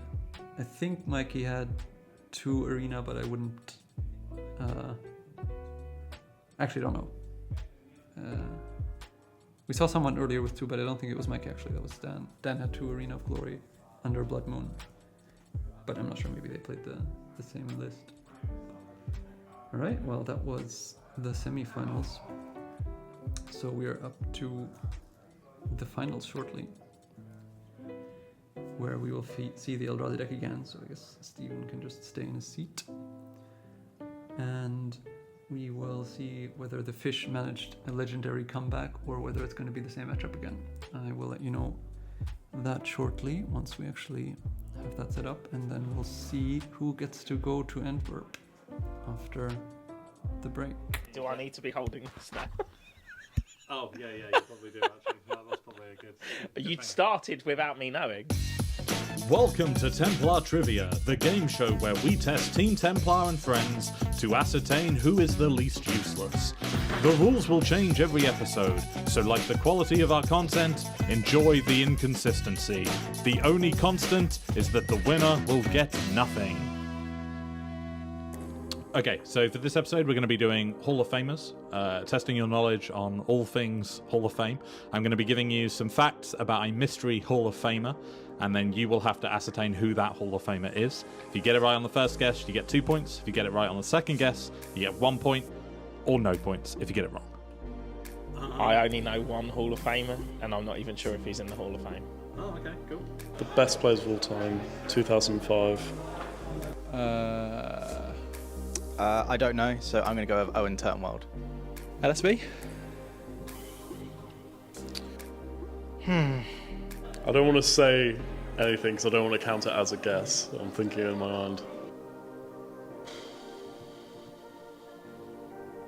So, I mean, I think of Kai Bird initially, but he's not American. Louis Scott Vargas. The one person I'm thinking of is Finkel, but obviously that is not correct because he started playing years ago. I honestly, the best ones I can think of is Randy Buehler for like really OG, then Kai, then LSV, then Paulo. I mean, best players of all time. My other guess is Reed Duke, but I don't think it's Reed Duke. Definitely not Reed Duke. Brian Kibler. It's going to be like some really random name that I'm sure I know, but I can't think of him, unfortunately. 2005 was when the Hall of Fame was founded. Sure. So, okay, I'm going to say John Finkel. correct? Sure. Brilliant. Oh, sure. Okay. Yeah. Johnny Magic, yeah. Finkel, sure. Yeah. Ah, John. Yeah, I know who John is. Okay. It's been a long time. Professional Magic has been dead for a while, you know. COVID and that. I think 2005 Reed has been like... Yeah. Okay. That's a very good point. So, joined in 2010 as the top voted person of that year. Daddy Duke. Oh, Gabriel Nassif. Oh, Gabriel Nassif. oh shit, what's his name? French Brian Kibler. The French bar gave it away. I was like, oh yeah, let's see. Yellow hat.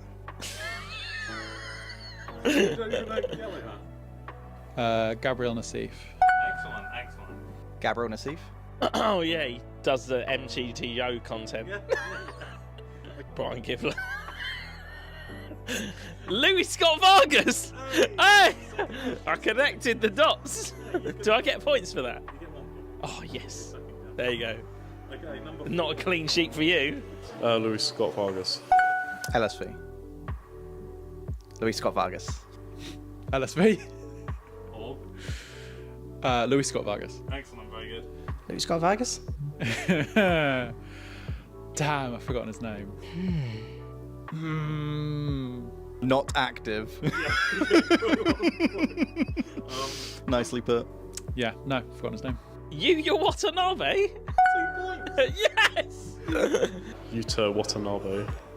Yuya Watanabe. Yeah, what's that? Yuya Watanabe. Didn't he cheat? Can you still be in the Hall of Fame and cheat? Inactive for an unfortunate reason, yeah. Quote unquote. You guys, you can edit this out so I look really smart when I give a rapid response, but it's going to be Brad Nelson? I want to say Mengucci, but it's probably wrong. You say American. Oh, he's American. Oh, that makes it way easier. Reed Duke. Reed Duke. I have no idea. Star City Games player? Channel 5 will play. It's not Chapin, is it? That's probably wrong. No. Reed Duke. Oh, yeah. He looks too young to be in the Hall of Fame. Oh, Reed Duke. Yeah. Oh, okay. No, he looks good. Oh, fuck me. Yeah. I thought he was already in. Thank you for staying and watching till the end of the video. We hope you enjoyed the first of our trivia series. There are many more of these to come. The final scores will be here or here. Unfortunately, we have a shared first place between Jamie and Rocco. We did not do tiebreakers on this occasion, but we'll make sure to fix that in the future.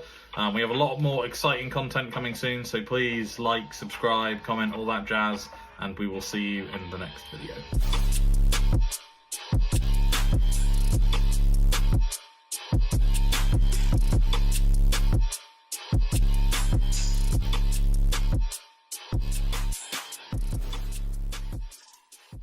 Do I need to be holding this now? Oh, yeah, you probably do, actually. That's probably a good... You'd started without me knowing. Welcome to Templar Trivia, the game show where we test Team Temp. We are back with the finals. We are going to see the finals, and it will not be Michael on the main zoo, but rather Dan.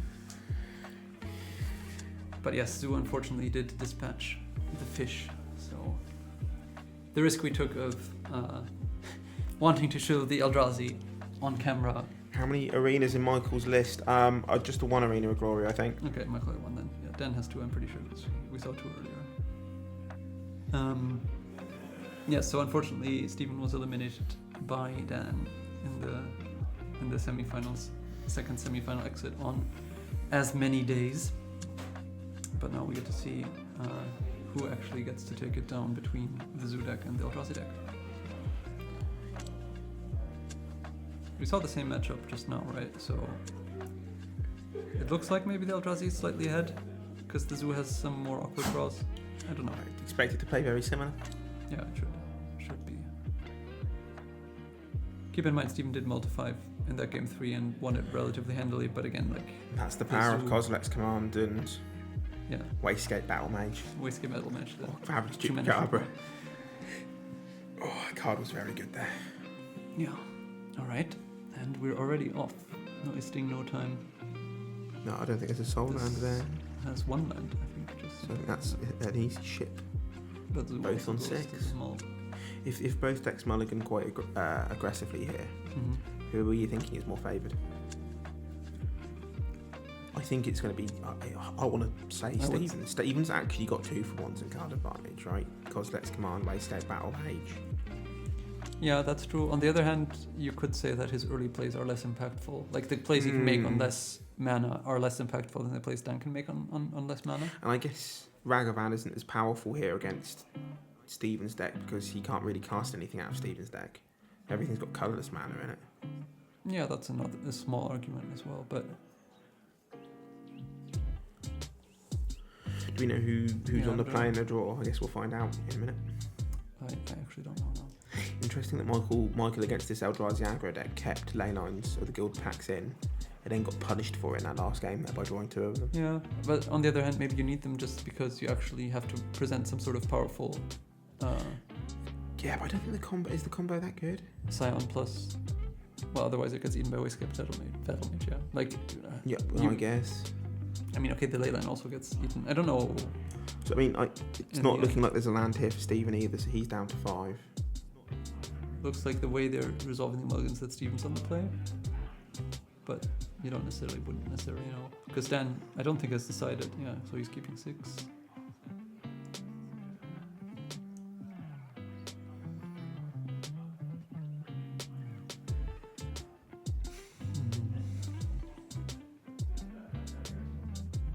You're right. I mean, you can catch up with those 2-for-1s in a low resource game, but like I said, on the other hand, if your hand is like Flesh Raker, some more expensive cards, and a few lands which don't cost the expensive cards, then you are clunky. But you do have solid, Devour Destiny, a 2-for-1. Kozilek's Commanders.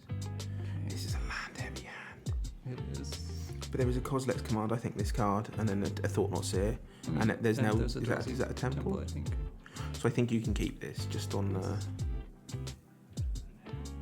definitely on the play.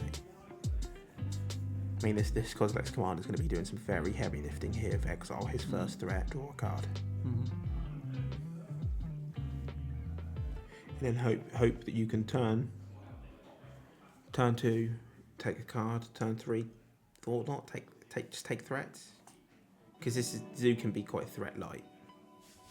That's what we saw in the last game, exactly. Yeah, that Mikey had tons of interaction and then just couldn't actually. I mean, it only deal any plays damage. like 14 threats, I think, 14, 15 threats. So it is very easy for you to grind them out of threats. No. Okay. What is he Down to looking? 4, yeah.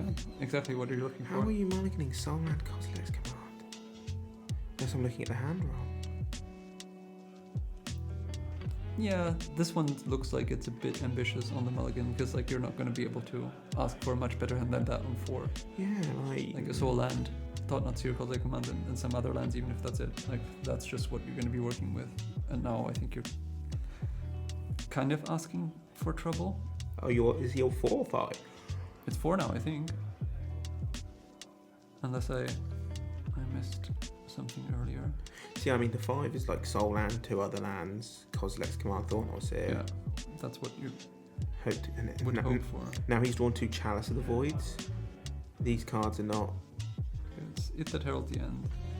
Some lands. Chalice of the Voids are going straight to the bottom. These are not what you want in this matchup.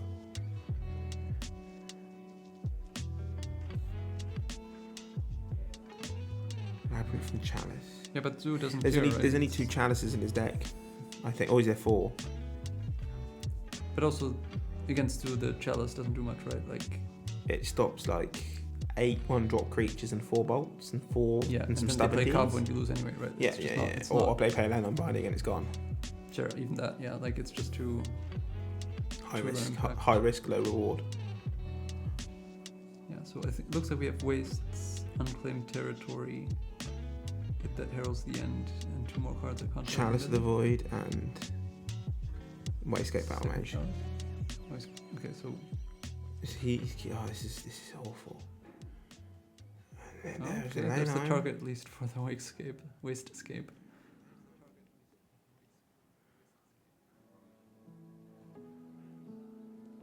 Oh, but Zoo decrypt the 0-lander? Oh, no, sorry. Leyline, yeah. There isn't a 1-drop here for Dan, which is making this Chalice of the Void look both grey and miserable at the same time. Yeah, I mean, that's... The Chalice is just not going to help you in a game like I think this. you still have to play it. I know, if you have it in your hand, you play it, yeah, but... Oh, there's no Eldrazi Temple. Oh! Right, now we can take out the... Pop off that ley line. Ley line, yeah.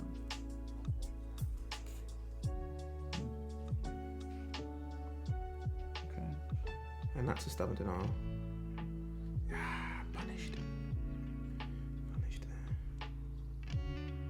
this is going to be a sign of Guild Draco, isn't it? No, nothing. No threat. Don't really know. Okay, I mean, this is about as good as you can hope with the mulligan before to go. Just eat the Leyline now, I suppose. Yeah. And then you have 6 mana to top deck stuff with. Forced down into fetching, I guess. What's he fetching here? Probably Abzan, Triome, Thundering Falls?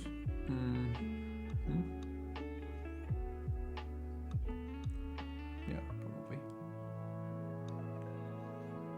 And then he's got Domain assembled again, right? Yeah. Oh.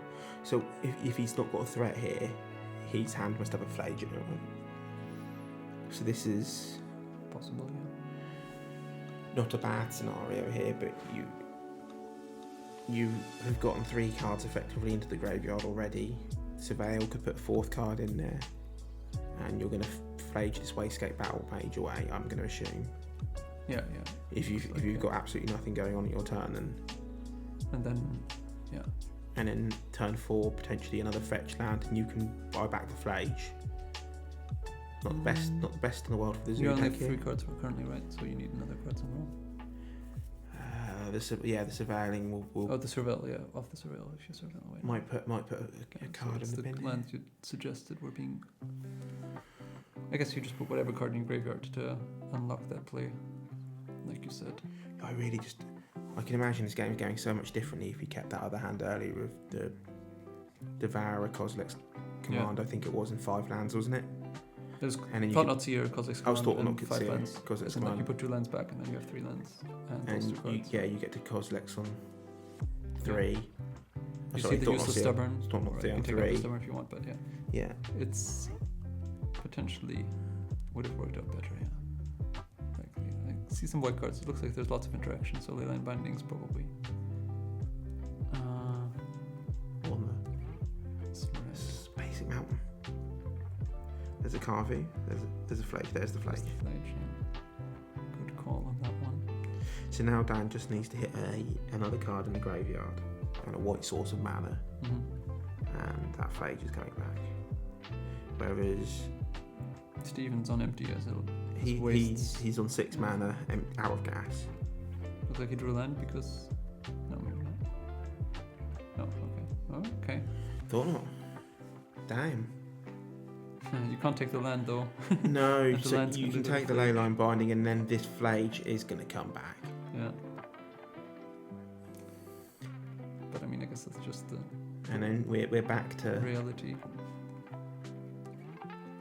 It's quite awkward for Steven to be on 6 and not 7 mana because it means he has to draw a land before he can draw any of his Haymaker cards. But he can draw Kozilek's command. He can draw Wayscape Battle Mage as immediate answers to this Flage. Yeah. Yeah. They're the outs, I guess, at the moment. Yeah, I mean, the thing is, the sad thing for Steven is all his sort of middling cards don't really do much here. They all just Flage is outscaling out all like you don't want to draw Line Breaker, Clearing Fresh Raker, It That Heralds the End. All that stuff does nothing. because this Lands don't help you, so the portion of your deck that's relevant here is relatively low, unfortunately, for Steven.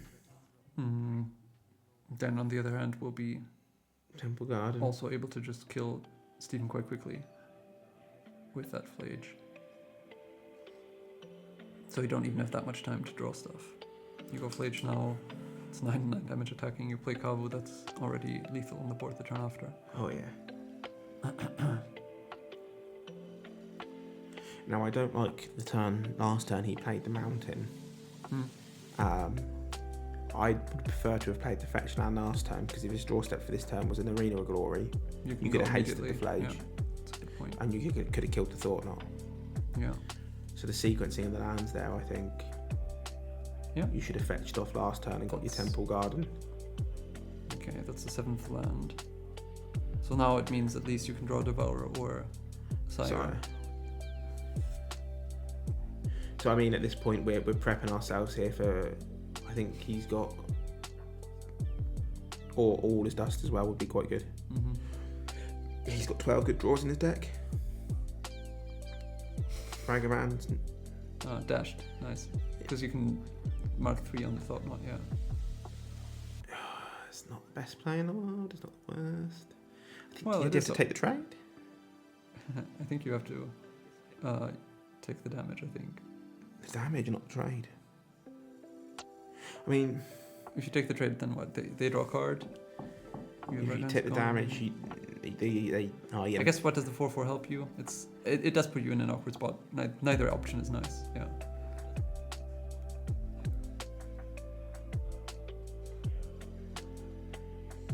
Yeah, and that's the card off of the Thoughtless here. And then there's enough for Carvu here just to come down. 6. That's a land for Dan. Yeah, by taking it, you survive the next turn by chump blocking Flages. I guess. That's not even true, really, because the Ragavan can be dashed again then. Yeah, I think you have to play out the Carvu here, Dan, to force. Lethal, yeah. Force lethal. I think that's going to happen, right? You can surveil off the land anyway, if you... So, what is this?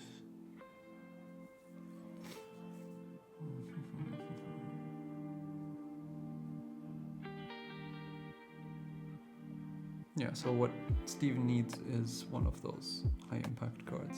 Kozak's command just about saves him. What is this here? What he's fetching and shocking for? What is this?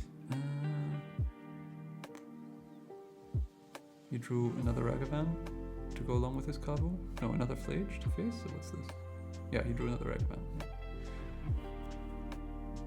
So Kozak's command saves him. All his dust. All his dust saves him. Sire is fine. And Devourer also saves him, I guess. Does Eldrazi... Oh! God. There it is, chat. That's insane. Okay, so... That is insane. And now the thing is, even... now Dan suddenly has just horrible attacks. Even if you shoot the Sire for 3 and pay 7. And pay 7, you can't even attack with... Because the first strike. Yeah, with the... Yeah, Omeke. I mean... So what do we want? How many what card is not so bad? The Flage card is not bad, but what's even better is the Sire of 7 Deaths. Limited All-Star. It was pretty good. Is it the best rare in the set for Limited, isn't it? Because you can play it in every colour, every deck. I doubt it. I think there's going to be... There would have been something that's higher. Did you play much Foundations? I played a lot of Foundations, yeah. Like, it was obviously an insane card, but it cost 7, so... There it is. I think if you look at the artwork there, chat, there are 7 arms and there are 7 skulls in the artwork. And the word 7 is mentioned 7 times on the card, and there are 7 keywords. No, 7 isn't mentioned 7 times, is it? There's something... I can see it. 1 in the top right, 1 pay 7. No, 7/7 power toughness, 7 pay life, 7 keywords, 7 in the name, 2 more 7s anywhere. In the mana cost at the top? Mana cost 7, 1 more. Is there one in the flavor text? Born of the infinite void between realities. You have 7 goals to consume. Oh no. No, they should have made it the 7th card in the set, the collector number 07. Yeah. Yes, Jiminy Rickety Cricket, that is a dirty top deck. This Sire of 7 Deaths has been Steven's potential savior and this time actual savior twice already. Yeah, because it's like, you can't really make a useful attack into it.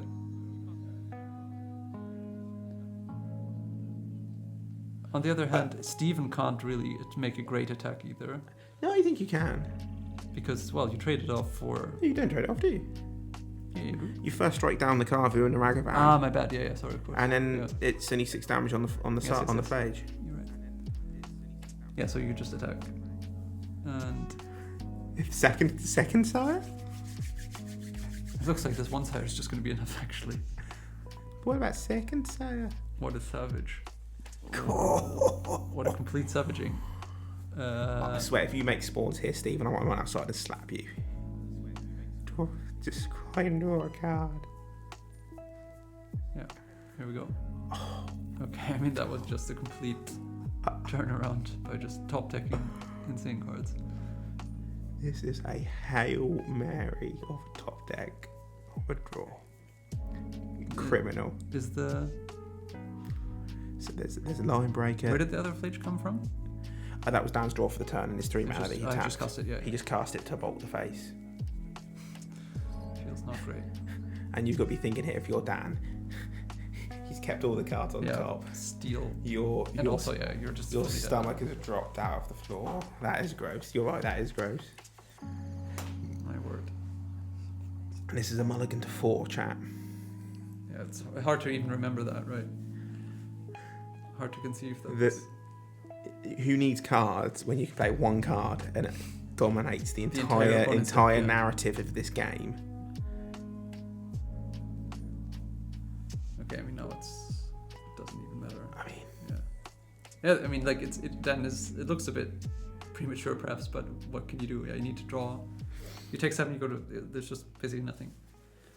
No, it's not even that. It's because the line breaker trigger there. It's 9 damage, so it puts him from 17 down to 7. Yeah, and then you can't even. No, it's not 17 down to 7. It's 17 down to 8. Sure, but like you're at functional 1. Yeah. Against the line breaker as well, so it's just over. That was absolutely. Good top deck. I mean, we should have saw that last an hour ago on camera, shouldn't we? Where the Ragavan should have been blocked. Right. And the Sire was the top card against the Zoo and would have turned it all around. Yeah, but like this way. But the Zoo just can't beat this card. I think. Yeah, it's just actually impressive how. I think Zoo could just do absolutely nothing about that, even though it had a completely dominating board position to the turn before. You just play that card and they're like, okay. I think Zoo, Boros Energy, and Frog can't beat this, and Black White as well to a certain extent. You can Solitude it, pay 7 life and give me 7 life. Boros Energy have to go around it and go wider than it, and they can sacrifice to Goblin Bombardment wherever you block. No, it says trample as well. As in, oh yeah. Yeah, so that on their attack, but a deck like Zoo, there's no shenanigans, there's no tricks. You can't leyline binding your own creature that gets blocked by it. There's nothing you can do. This thing, but then you take 7. Yeah.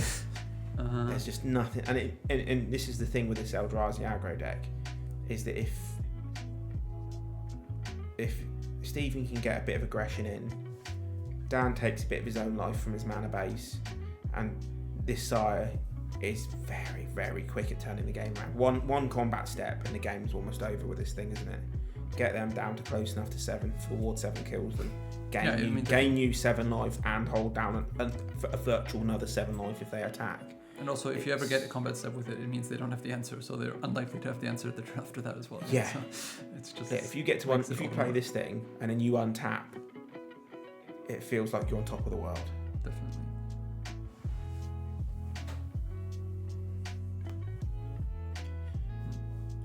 I'd love it if this card saw more playing standard.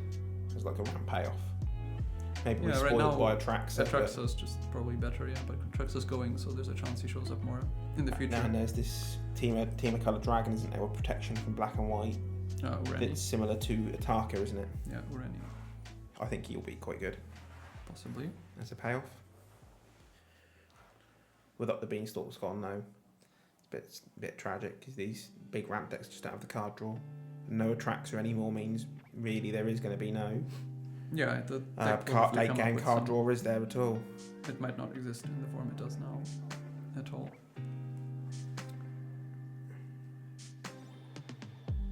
There might not be a reason to ramp to a big fatty, basically. But we'll see about that in standard later. For now, we're gonna have to see if Zoo can equalize on the play again.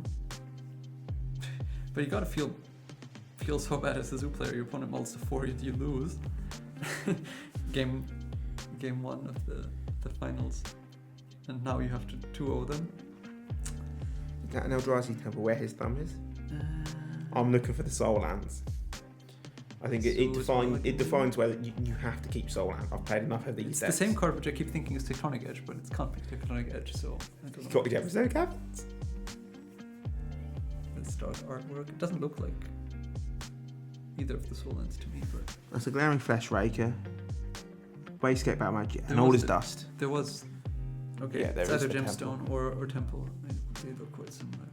Yeah, it's a temple. Okay. Yes, there's All is Dust, Wastes, Secluded Courts. There's 4 lands. One of them's 3 lands. One's a soul land. A Wayscape Battle Mage for turn 1 if you want a blocker for Ragavan. A Glaring Flesh Raker for turn 2. And then an All is Dust at the top end. This one looks like A quite solid- unexciting actually, but hard. I don't think it's hard a to solid mulligan. keep. Yeah, I don't think you can mulligan it at all. Because Well, you have ways to interact with the turn 1 Ragavan, but you also have ways to break the Scion Leyline combo. right. Yeah. It's just a bit questionable of how you get to the higher mana. Yeah, we're back to, as previously mentioned in the chat, our back to 2 mana 2/2s and 3 mana 2/2s. Yes. We're back to limited, baby. Yeah. Also 3 mana 2/2, a Hill Giant. A 3 mana 2/2. Or was it an ogre? A grey ogre. It's a Saith zombie. What's a grey ogre? Is that a 4 mana? Grey ogre, yeah. But there's also the 3 mana zombie. But grey ogre is 3 mana 2/2. That's great with April because we're Americans in this game, right? Boom. This one. Boom. Boom.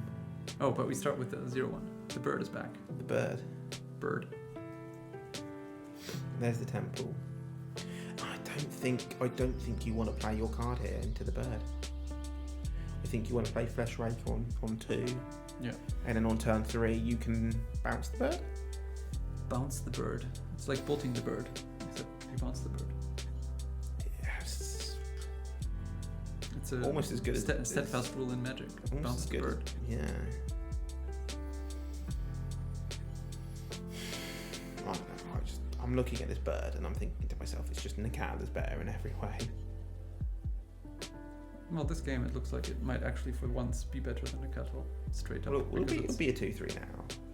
It'll get an attack in if there's another fetch as a 4/5, okay. and then it will be bounced back to being an alt 1. Yeah.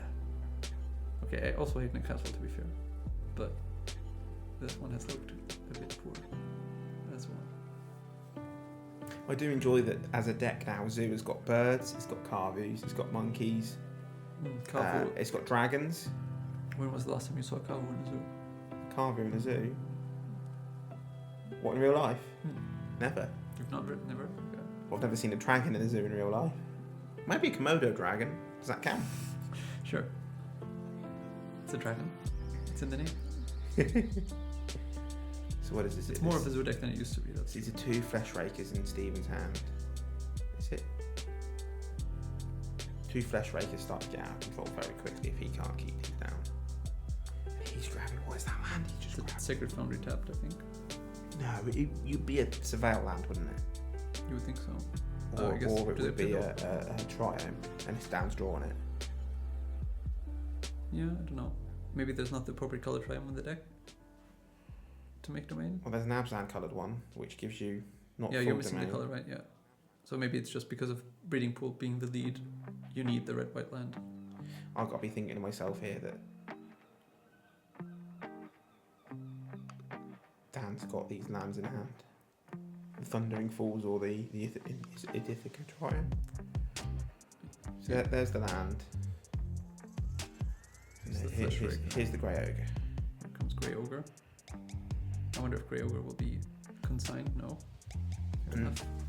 From Stephen's perspective, next turn we have the options between Man o' War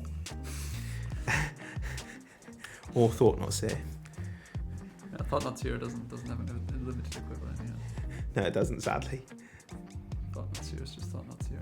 But regardless, if this Grey Ogre lives, these 2 creatures will deal 2 damage to. I mean, Dan's at 13. Yeah. Like, this is no joke here. The pingings on this Flesh Raker, and it will also make a spawn token, which will be a healthy jump blocker / ramp tool for this All is Dust. I would be a bit suspicious of Dan's hand though, given that he started with just Chocobo, then went tap land turn 2, leaving up with blue. It suggests he probably does have some. I think this is a sort of Flage. I think this is a Flage. Yeah, I mean. Flage on the Grey Ogre. That's Like just a lightning bolt. So the bird's now a 3, 4. So it's only just gotten itself bigger than a cow. But it's attacked for the same amount as the cattle now. So Yes, it's done 6. now it's better than the cattle. No, it's done 6 either side. Yeah, right? from now on it's better than the cattle. Yeah. Unless it gets bounced. Oh, Okay, Scion. oh, this Wayscape Battle Mage here. There's You no can't- you no can't- way to do both, You is can't there? quite- You can't quite do both. Is the problem. But I think you have to. I think you have to get rid of Scion, and then you hope the All Is Dust gets rid of the Chocobo. if you can get there, yeah.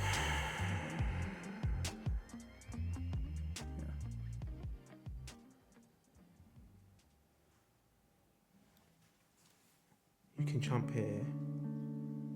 What is your hand? What is your hand? Thought not see it. All Is Dust.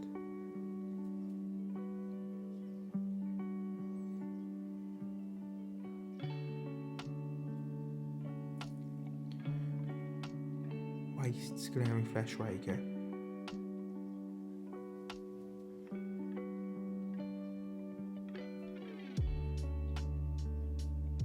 Look at that bird go. What a bird. He is now up to. 6. At what point do you think would you consider jump blocking this bird here? He's now virtually 6 power. I think I'm jump I blocking. think you can easily jump block here, yeah, because there's the danger that Flash just takes out your 2/2, right? Another Scion off the top gives the bird trample, I think, as well. Yeah, so there's good reasons to jump block while you can. Correct. Razor bird. This bird. What a bird.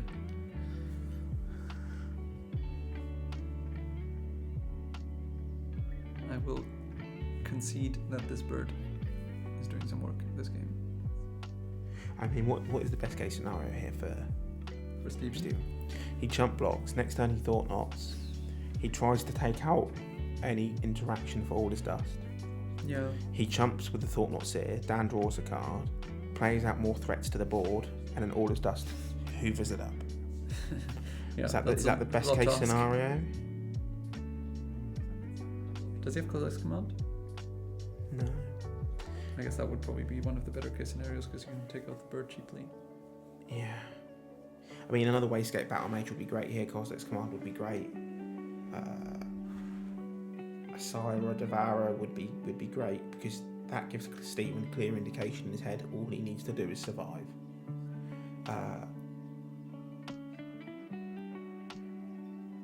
It that heralds the end would also be quite good because he could play that and Glaring Flesh Raker in the same turn and make a spawn token. And spawn's a beautiful jump blockers in this scenario. Carvey? Not looking good here. Not for the Eldrazi deck. Yeah, I guess you kind of have to hope that you can somehow survive until all this does. But Is that a semi-Mica spawn? don't know. If it's a Mica spawn would be the brilliant here. Because you could then play a Grey Ogre after getting an Eldrazi Temple. Yes. And then you have guaranteed yourself out All Is Dust next turn. Yeah. You're at a healthy 14 life, you're not going to get burnt out. That would be good. Hell, you could even You'll threaten. take some damage though. Looks like that's not what we have though. 1, 2. Wayscape Battle Mage. Oh, okay. Why not do the Wayscape Battle Mage Bounce? and to bounce? Bounce the Carvu. Block the Chocobo. I guess. Flesh Raker says when you cast a colourless spell, you make a spawn. So he will make a spawn here. Okay. There is no window in which you can ley line binding that. Yeah. Is there? I don't think so. With the Scion, at least, it gives you the out of. Yeah, you've got to draw. Doing. Dice of 1 on it.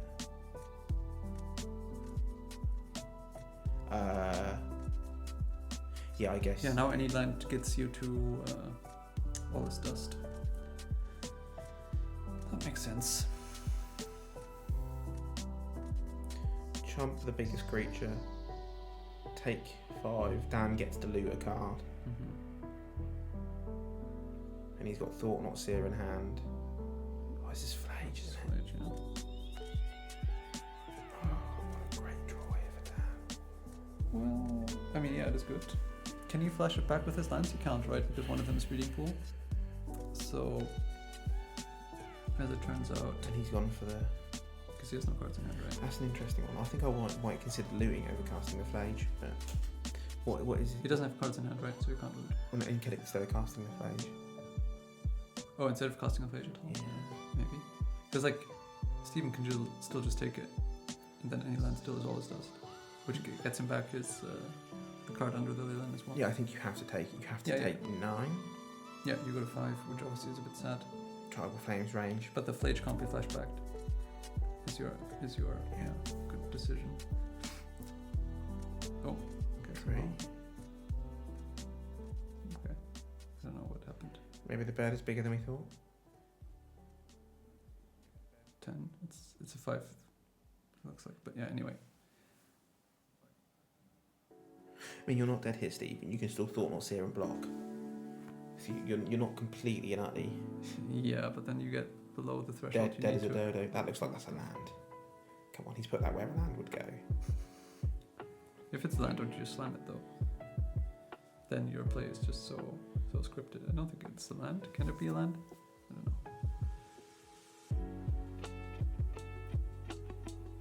It's a miracle card. It's not a land. It's Thought Not Seer. No, it's a... Oh, okay. Well, that's pretty good. Oh, bounce that. Is there anything else he could do here with his hand? Bonefire. Being on 3 is obviously sad. So now Dan gets to loot that chocobo away. Yeah, and find a land to flashback Flage and just kill Stephen. I like bouncing the Carver instead. Why? How's that different? Because Oh, because you don't get to loot, yeah. sorry, yeah. Yeah, you might be right that that's more. And what he's also missed here is he could have exiled this leyline binding with his green mana right here. Yeah. And then had himself a glaring flesh raker. Yeah. So that card was a very good draw in that scenario, but he's missed the kicker. The flesh raker would have been fantastic. Because Dan looted away the bird. There you go, the bird's gone. Rest in peace to the bird. And we're back to Stephen's Barrow. Not land. Still not land. 4 mana. Thought Not Seer. Let me have a look.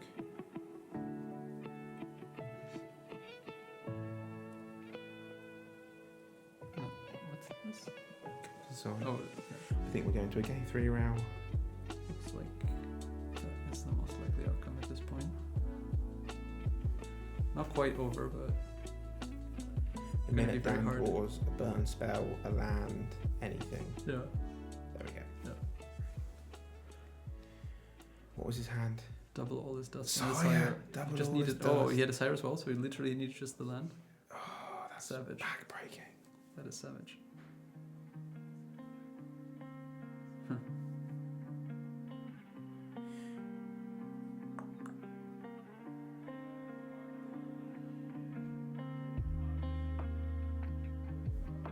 Yeah, obviously you shouldn't show it, but it is what it is.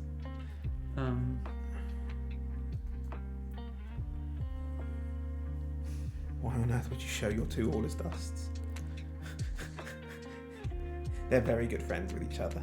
They probably do know the lists Yeah. mostly. And The second one is definitely interesting. That's coming out of the board. how did it work out? What did we play after the? No, we just died. Hey guys, just so you know, there are multiple All Is Dusts on my deck and you should definitely think I'm playing towards it. Hey man. I mean, let's be real here. Is there much difference in this matchup between an All Is Dust and a Sar of 7 Deaths? All Sire's worse. Yeah. Sorry, all this is worse. Seemingly. Yeah, I think some light plays there from Stephen.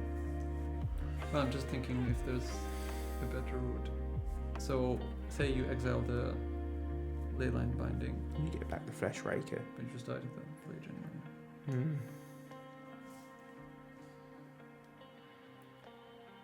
It's tricky. Okay.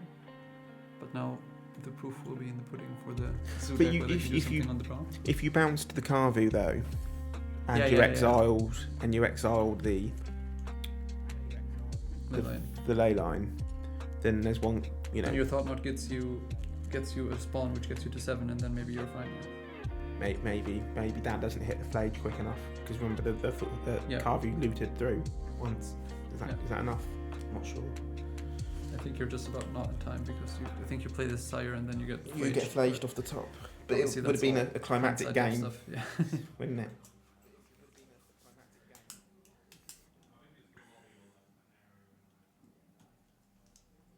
Alright, there's something going on here. I'm not exactly sure what the hold up is. It might be because the players weren't so sure about being available to go to Antwerp anyway, but it looks like maybe we're... No, I think they're making small talk. Yeah, okay, fair enough. I can hear Small Stephen talk. through the wall. Horrible. But yeah, I think.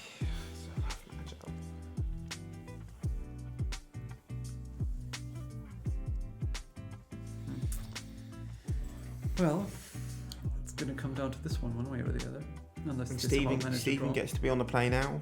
Hopefully he doesn't mulligan. Hopefully he has a Soul Land, a Kozilek's Command. I don't know why I'm rooting for Stephen here over the Zoo. Dan's done very well to get where he is today. It's because you love the Eldrazi deck, I think. I do, and Zoo is kind of a bad guy. Zoo guy is a bad guy.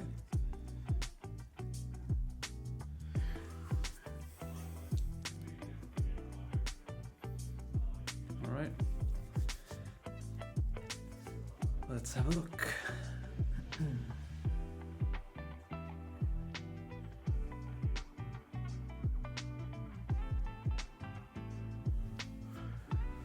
Wastes, Eldrazi Linebreaker. Hi. All is Dust. Land. Thought Not Seer. Eldrazi Temple. If that's a Soul Land, I think we can keep it. I think it's the Eldrazi Temple, yeah. And then the last one might be Kozilek's Command or Devourer, I don't know. So if that's Temple, then we have 3 mana, 4 with the. I think that's a Grey Ogre at the very bottom. What we've got on screen there. Oh, okay, right. Is that one a Kozilek's Command?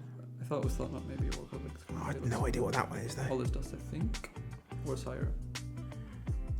The fact that Dan's mulliganed and I think Stephen's kept. So what we see, all is Yeah, dust. all is Dust. Wastecape Battle Mage. Exactly. Okay, I mean this is a good hand. This is the hand. It is the hand. We can go turn. Well, I don't think we're going to go turn 1. Turn 1 nothing. Nothing. Turn 2 see what happens. Probably the Flesh Raker. Oh, no, we can go turn 2, the Line Breaker, and attack for 4. Oh, is there a Line Breaker? I didn't see that one. Yeah. Okay. Oh, you're right. Yes. We Yeah, can okay, be the aggro deck now. So yes, it's actually going to be Eldrazi who gets to go on the aggressive. I think if he goes for the Grey Ogre, it's just not quick enough, and it'll. I think if you. No, I didn't notice. Yeah. Although, well, it depends There a it bit on what Dan is up to as well. I think if you go Flesh Raker, you can hit down for 4. And No, I think you're right to start with Linebreaker if you have it. especially if Dan hasn't got 1 drop here. Dan's on 5 cards. And this is back-breaking, isn't it? Dan's short on resources. Oh, there's just no Flesh Raker in that anyway, right? Yeah, it's just wasted. There's- Oh no, there's at the there's end. the- Okay, so it's all the small guys. Sure. So maybe Steve can get some aggression in here. He can force down on the defensive. Yeah. And then he'll get to all his dust and just blow through. Yeah, on 5 cards, I think Dan's gonna be struggling because he's definitely gonna be on the defensive in the average case. I mean, and he's got the Wastecape Battle Mage. If he can get to exile a Leyline Binding with that and free up a Line Breaker or a Flesh Raker, that's going to be So even phenomenal. Leyline Binding isn't a great way to stabilize against that hand. That's right. Flage is a bit slow against the hand as well. Yeah, well, definitely. Obviously, whenever you're playing against a multi-5, you seem favored, but it also seems that it's not easy to draw up a hand of 5 cards for Dan that competes Gets him out well of the scenario. with this. Yeah. Like you're gonna just be super behind and need some really good draws. The best I think you can hope for is turn 1 Ragavan here and hope that because it that disincentivizes forces the lane, attack. Yeah. the line breaker to hold the line. Yeah. Holds the line and the door and other things. Yeah, I think this is where No play. Okay, so I guess this could be consigned to memory. consigned, but then the problem you have again is another land, another soul land drawn. I couldn't quite tell.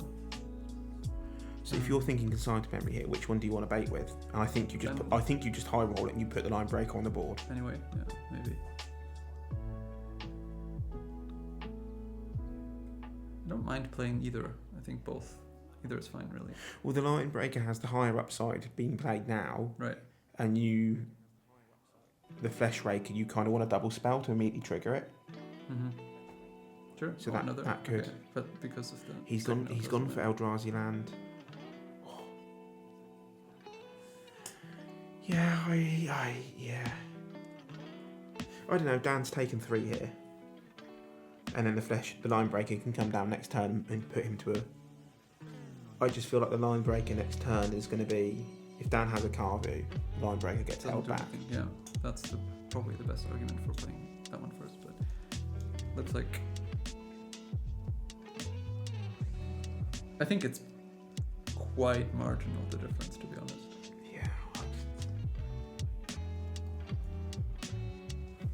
You get a benefit out of either scenario if it does stick. Yeah. Because like 100%. If you this way, if you have this in play, you obviously get to start making more mana. Although I guess you don't need mana that badly with this hand.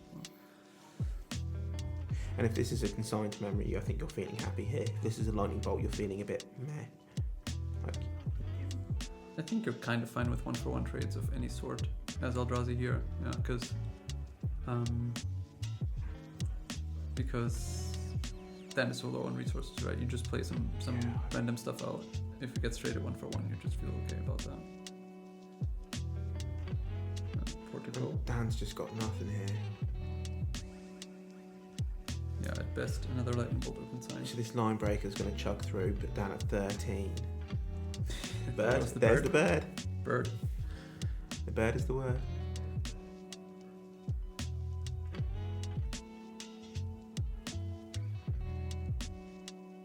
So there's the land.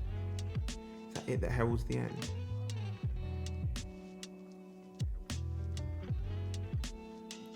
Looks like it. Is it that heralds the end? Yeah, so if we'd have done it the other way around, we didn't know this, but... So consign this, and now you get to play the line breaker. Nice. Yeah.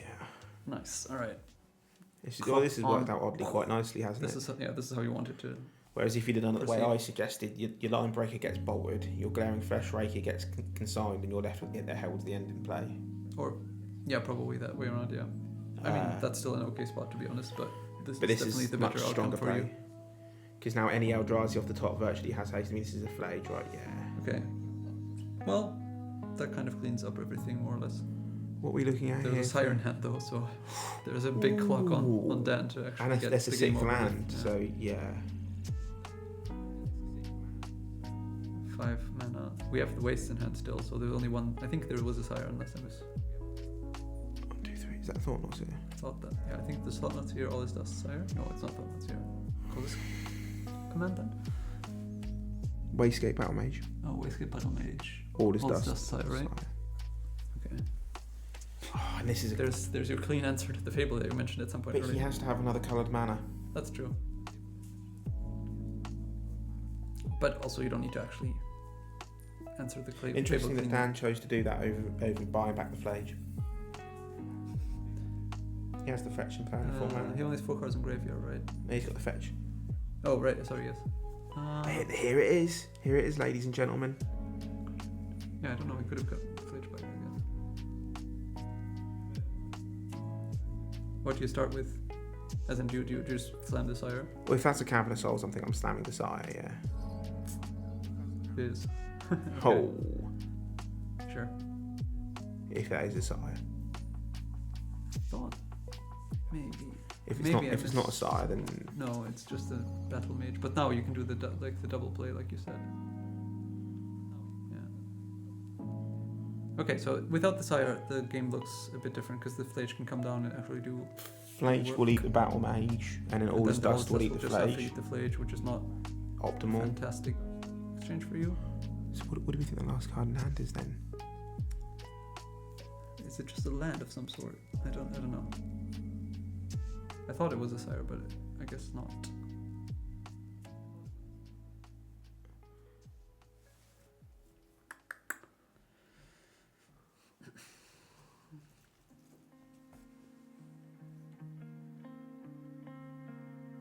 Then is one more card.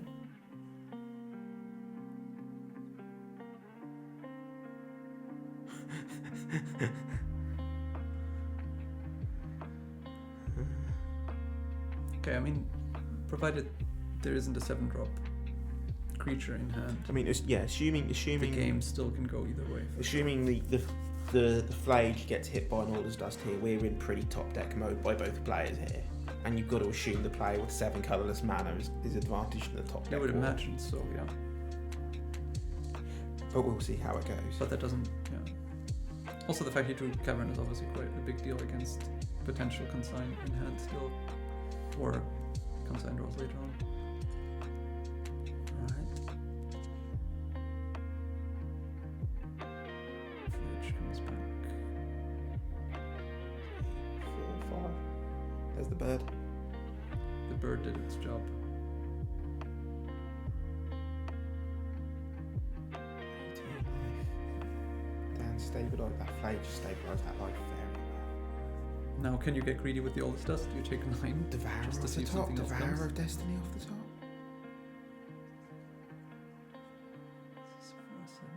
Yeah, so oldest dust for sure. Some other stuff.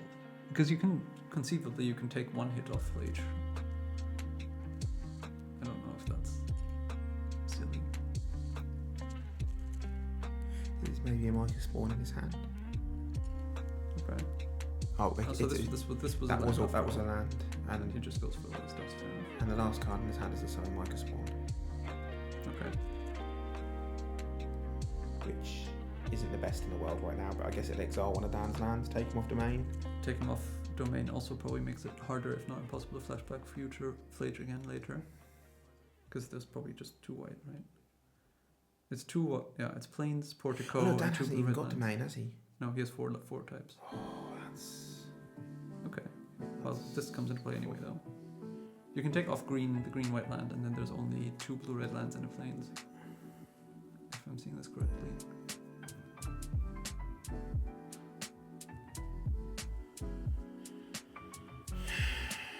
So we can kick Micah Spawn. Is there any land we can get out of his deck? Is that Wayscape Battle Mage? I don't know. If that is, can we kick Micah Spawn and then Wayscape Battle Mage in the same turn? And I think that's what he's going with here. He has the 6 mana there. You get another Eldrazi Temple, and you can do the... Well, you need a temple, do you? You don't, get yeah. anything. But yeah, I mean, you could get a second Cavern of Souls. I'm not sure if there's any utility lands. No, there is not. No, the deck can't. There's not a Kessig Wolf Run or anything. I did consider playing something like that in there, but then you just don't have the mana It would generation. have to be something like Seagate Wreckage or something, which actually would be good here. Good draw But- cards, yeah, it'd be hot, wouldn't it? Sanctum of Ugin.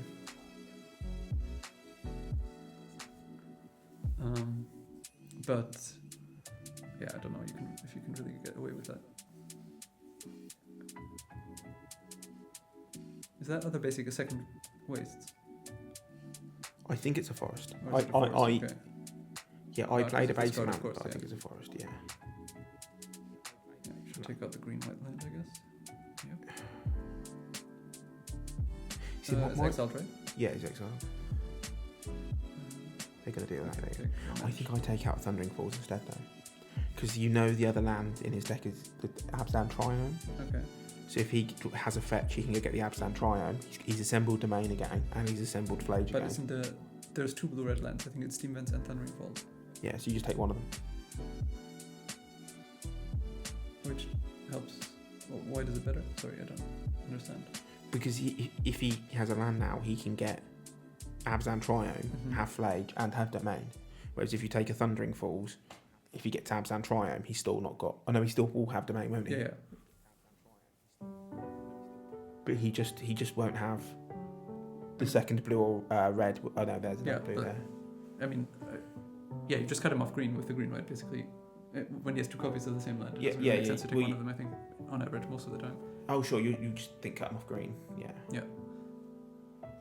But okay. What is this draw here? 3 mana, 4 mana. Thought not here. Okay. Show me what you've got down. One Canterable. Thought not here. Pyroclasm. Wow. I think Dan's justification behind that was that there's a lot of 2 toughness creatures. Well, yeah, I guess against the Herald's the End, Wastegate Battle Mage. Is that the game you Glaring want to play? Flesh Maker. Is that the cards you're scared of though? Yeah, I agree with you. I Vindicate though, Vindicate's fine, yeah. But I think Vindicate, especially if you can cast it on like turn 2 or turn 3, you not, can not as good if you can't cast it. The Pyroclasm is obviously a bit interesting. Blow up the Soul Land would completely change the game around, wouldn't it? Sure.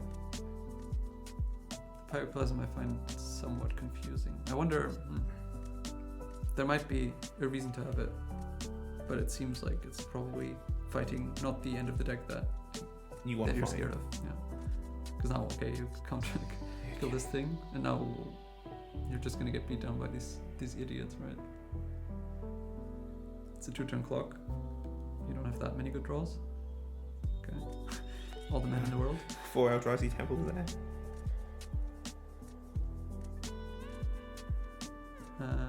We're too far off Flage, and we don't. Okay, we do have double white now.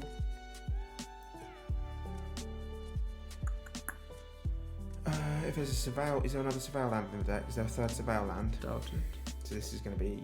I don't even think you get the Triome. Well, it depends on what you have access to.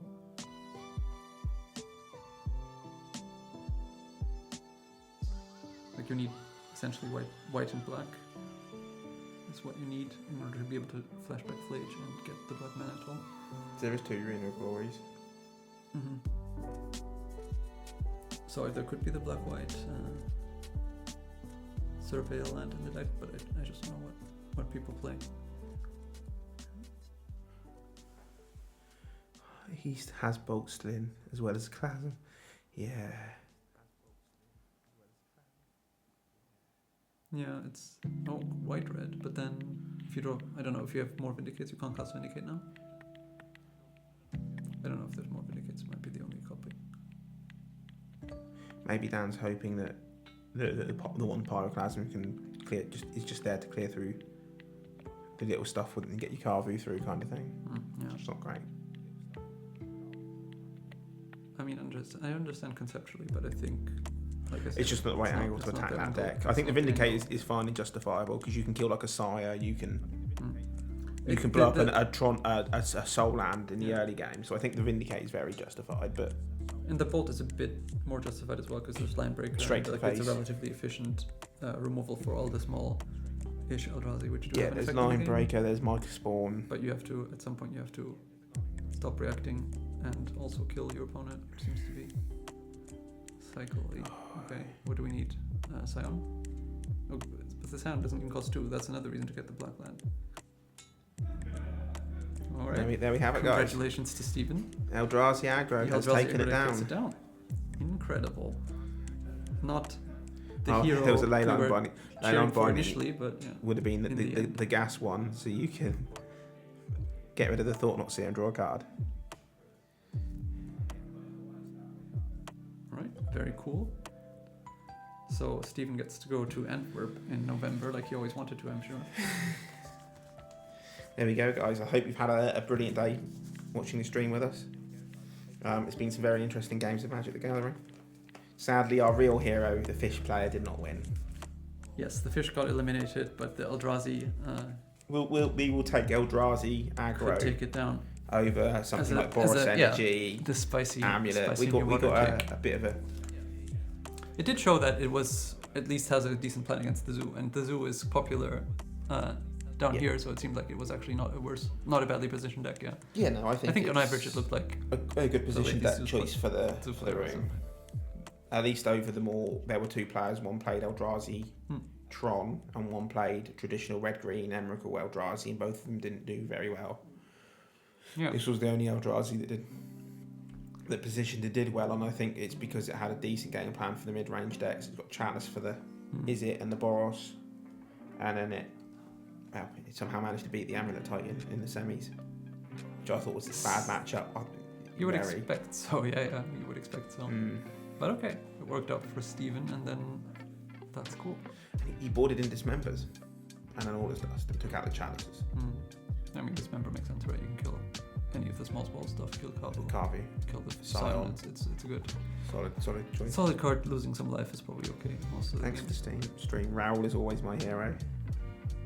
James is my hero, so heroes all around. And The actual hero the fish though player is my hero. Steven. Steven, who wins the tournament on Eldrazi, and The with all Steven this who's heroism. called playing fish. Yes. Anyone called Steven today? The Stevens are the real heroes, really. Yeah. All right. And yeah, thanks for watching. We'll be back eventually with a new stream, although this season I think is over. But I'm sure we'll return with something else in the not too distant future. So thanks for watching, and congratulations once again to Steven. Commiserations to Dan. And yeah, see you guys. Bye. One more thing. For anyone watching, I forgot. I wanted to plug that in Cambridge on the 2nd of August, we're doing a Team Draft Championship, which is you bring 2 friends, you draft Dominar United, you draft the new Edge of Eternity set, and if you win both of those, you get to draft Final Fantasy in the final. So if anyone's up for that, please come to Cambridge on the 2nd of August. You can see that also, thank you. You can see that on my Twitter, which is @G0IGO, and you can just search on Facebook for Team Draft Championship if you are interested in taking part, just as a long shot. So with that, thank you very much, and I will see you again later, as will James, I'm sure. Thank you, everyone. Bye. Do I need to be holding this now? Oh, yeah, you probably do.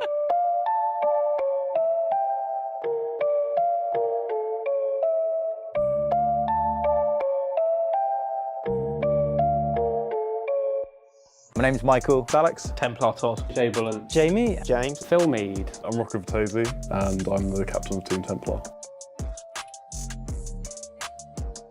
Tournament magic. Shit the bed. I have been playing tournament magic probably never. Oh, okay, yeah. I've been playing since the original Innistrad. Abzan Land. Siege Rhino. I started in paper, so obviously I started casual, and then I just very quickly realised that playing against casual plebs is really boring. I've been playing tournament magic for probably like 6-7 years now. I've been playing competitively since like Theros block. I've been playing competitive tournament magic only recently again for a few years. I used to play early like 2010 time, before then taking a break. Competitive magic probably 9 years. Khans of Tarkir. Magic I've been playing since about 2012, but tournament magic I've never really been dedicated to it. What year is that? I don't know, like I don't know magic. like 2012, 13. I don't know what year that was. Yeah, neither do I. Okay. Around Theros, yeah. I've been playing competitive magic for about 10 years now. Oh God.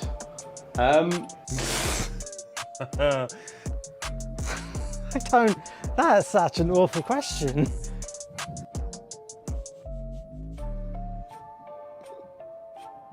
Avoid rooming with.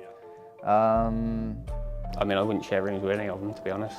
That's specifically why I pay extortionate amounts of money to be on my own and not be in the room with anybody. I don't think there's anyone, to be honest. No, genuinely. I mean, I know Gurney gets some stick, but I quite like James Gurney and get on well with him. I'm sure he's probably top pick for the rest of the team to avoid, but...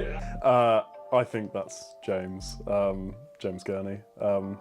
No disrespect to him. He just does some rogue shit when he's when he's in a room.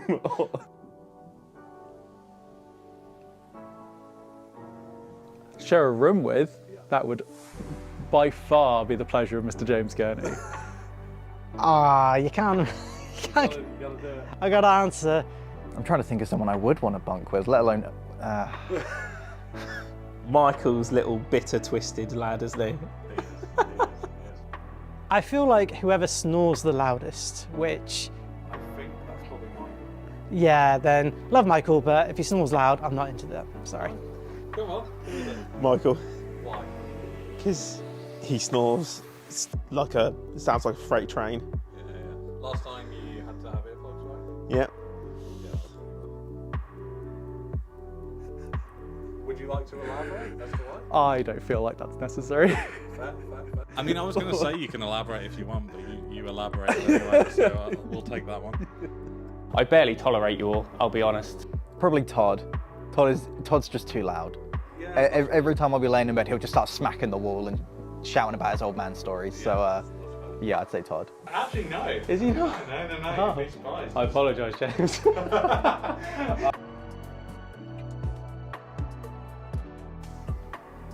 There's too many.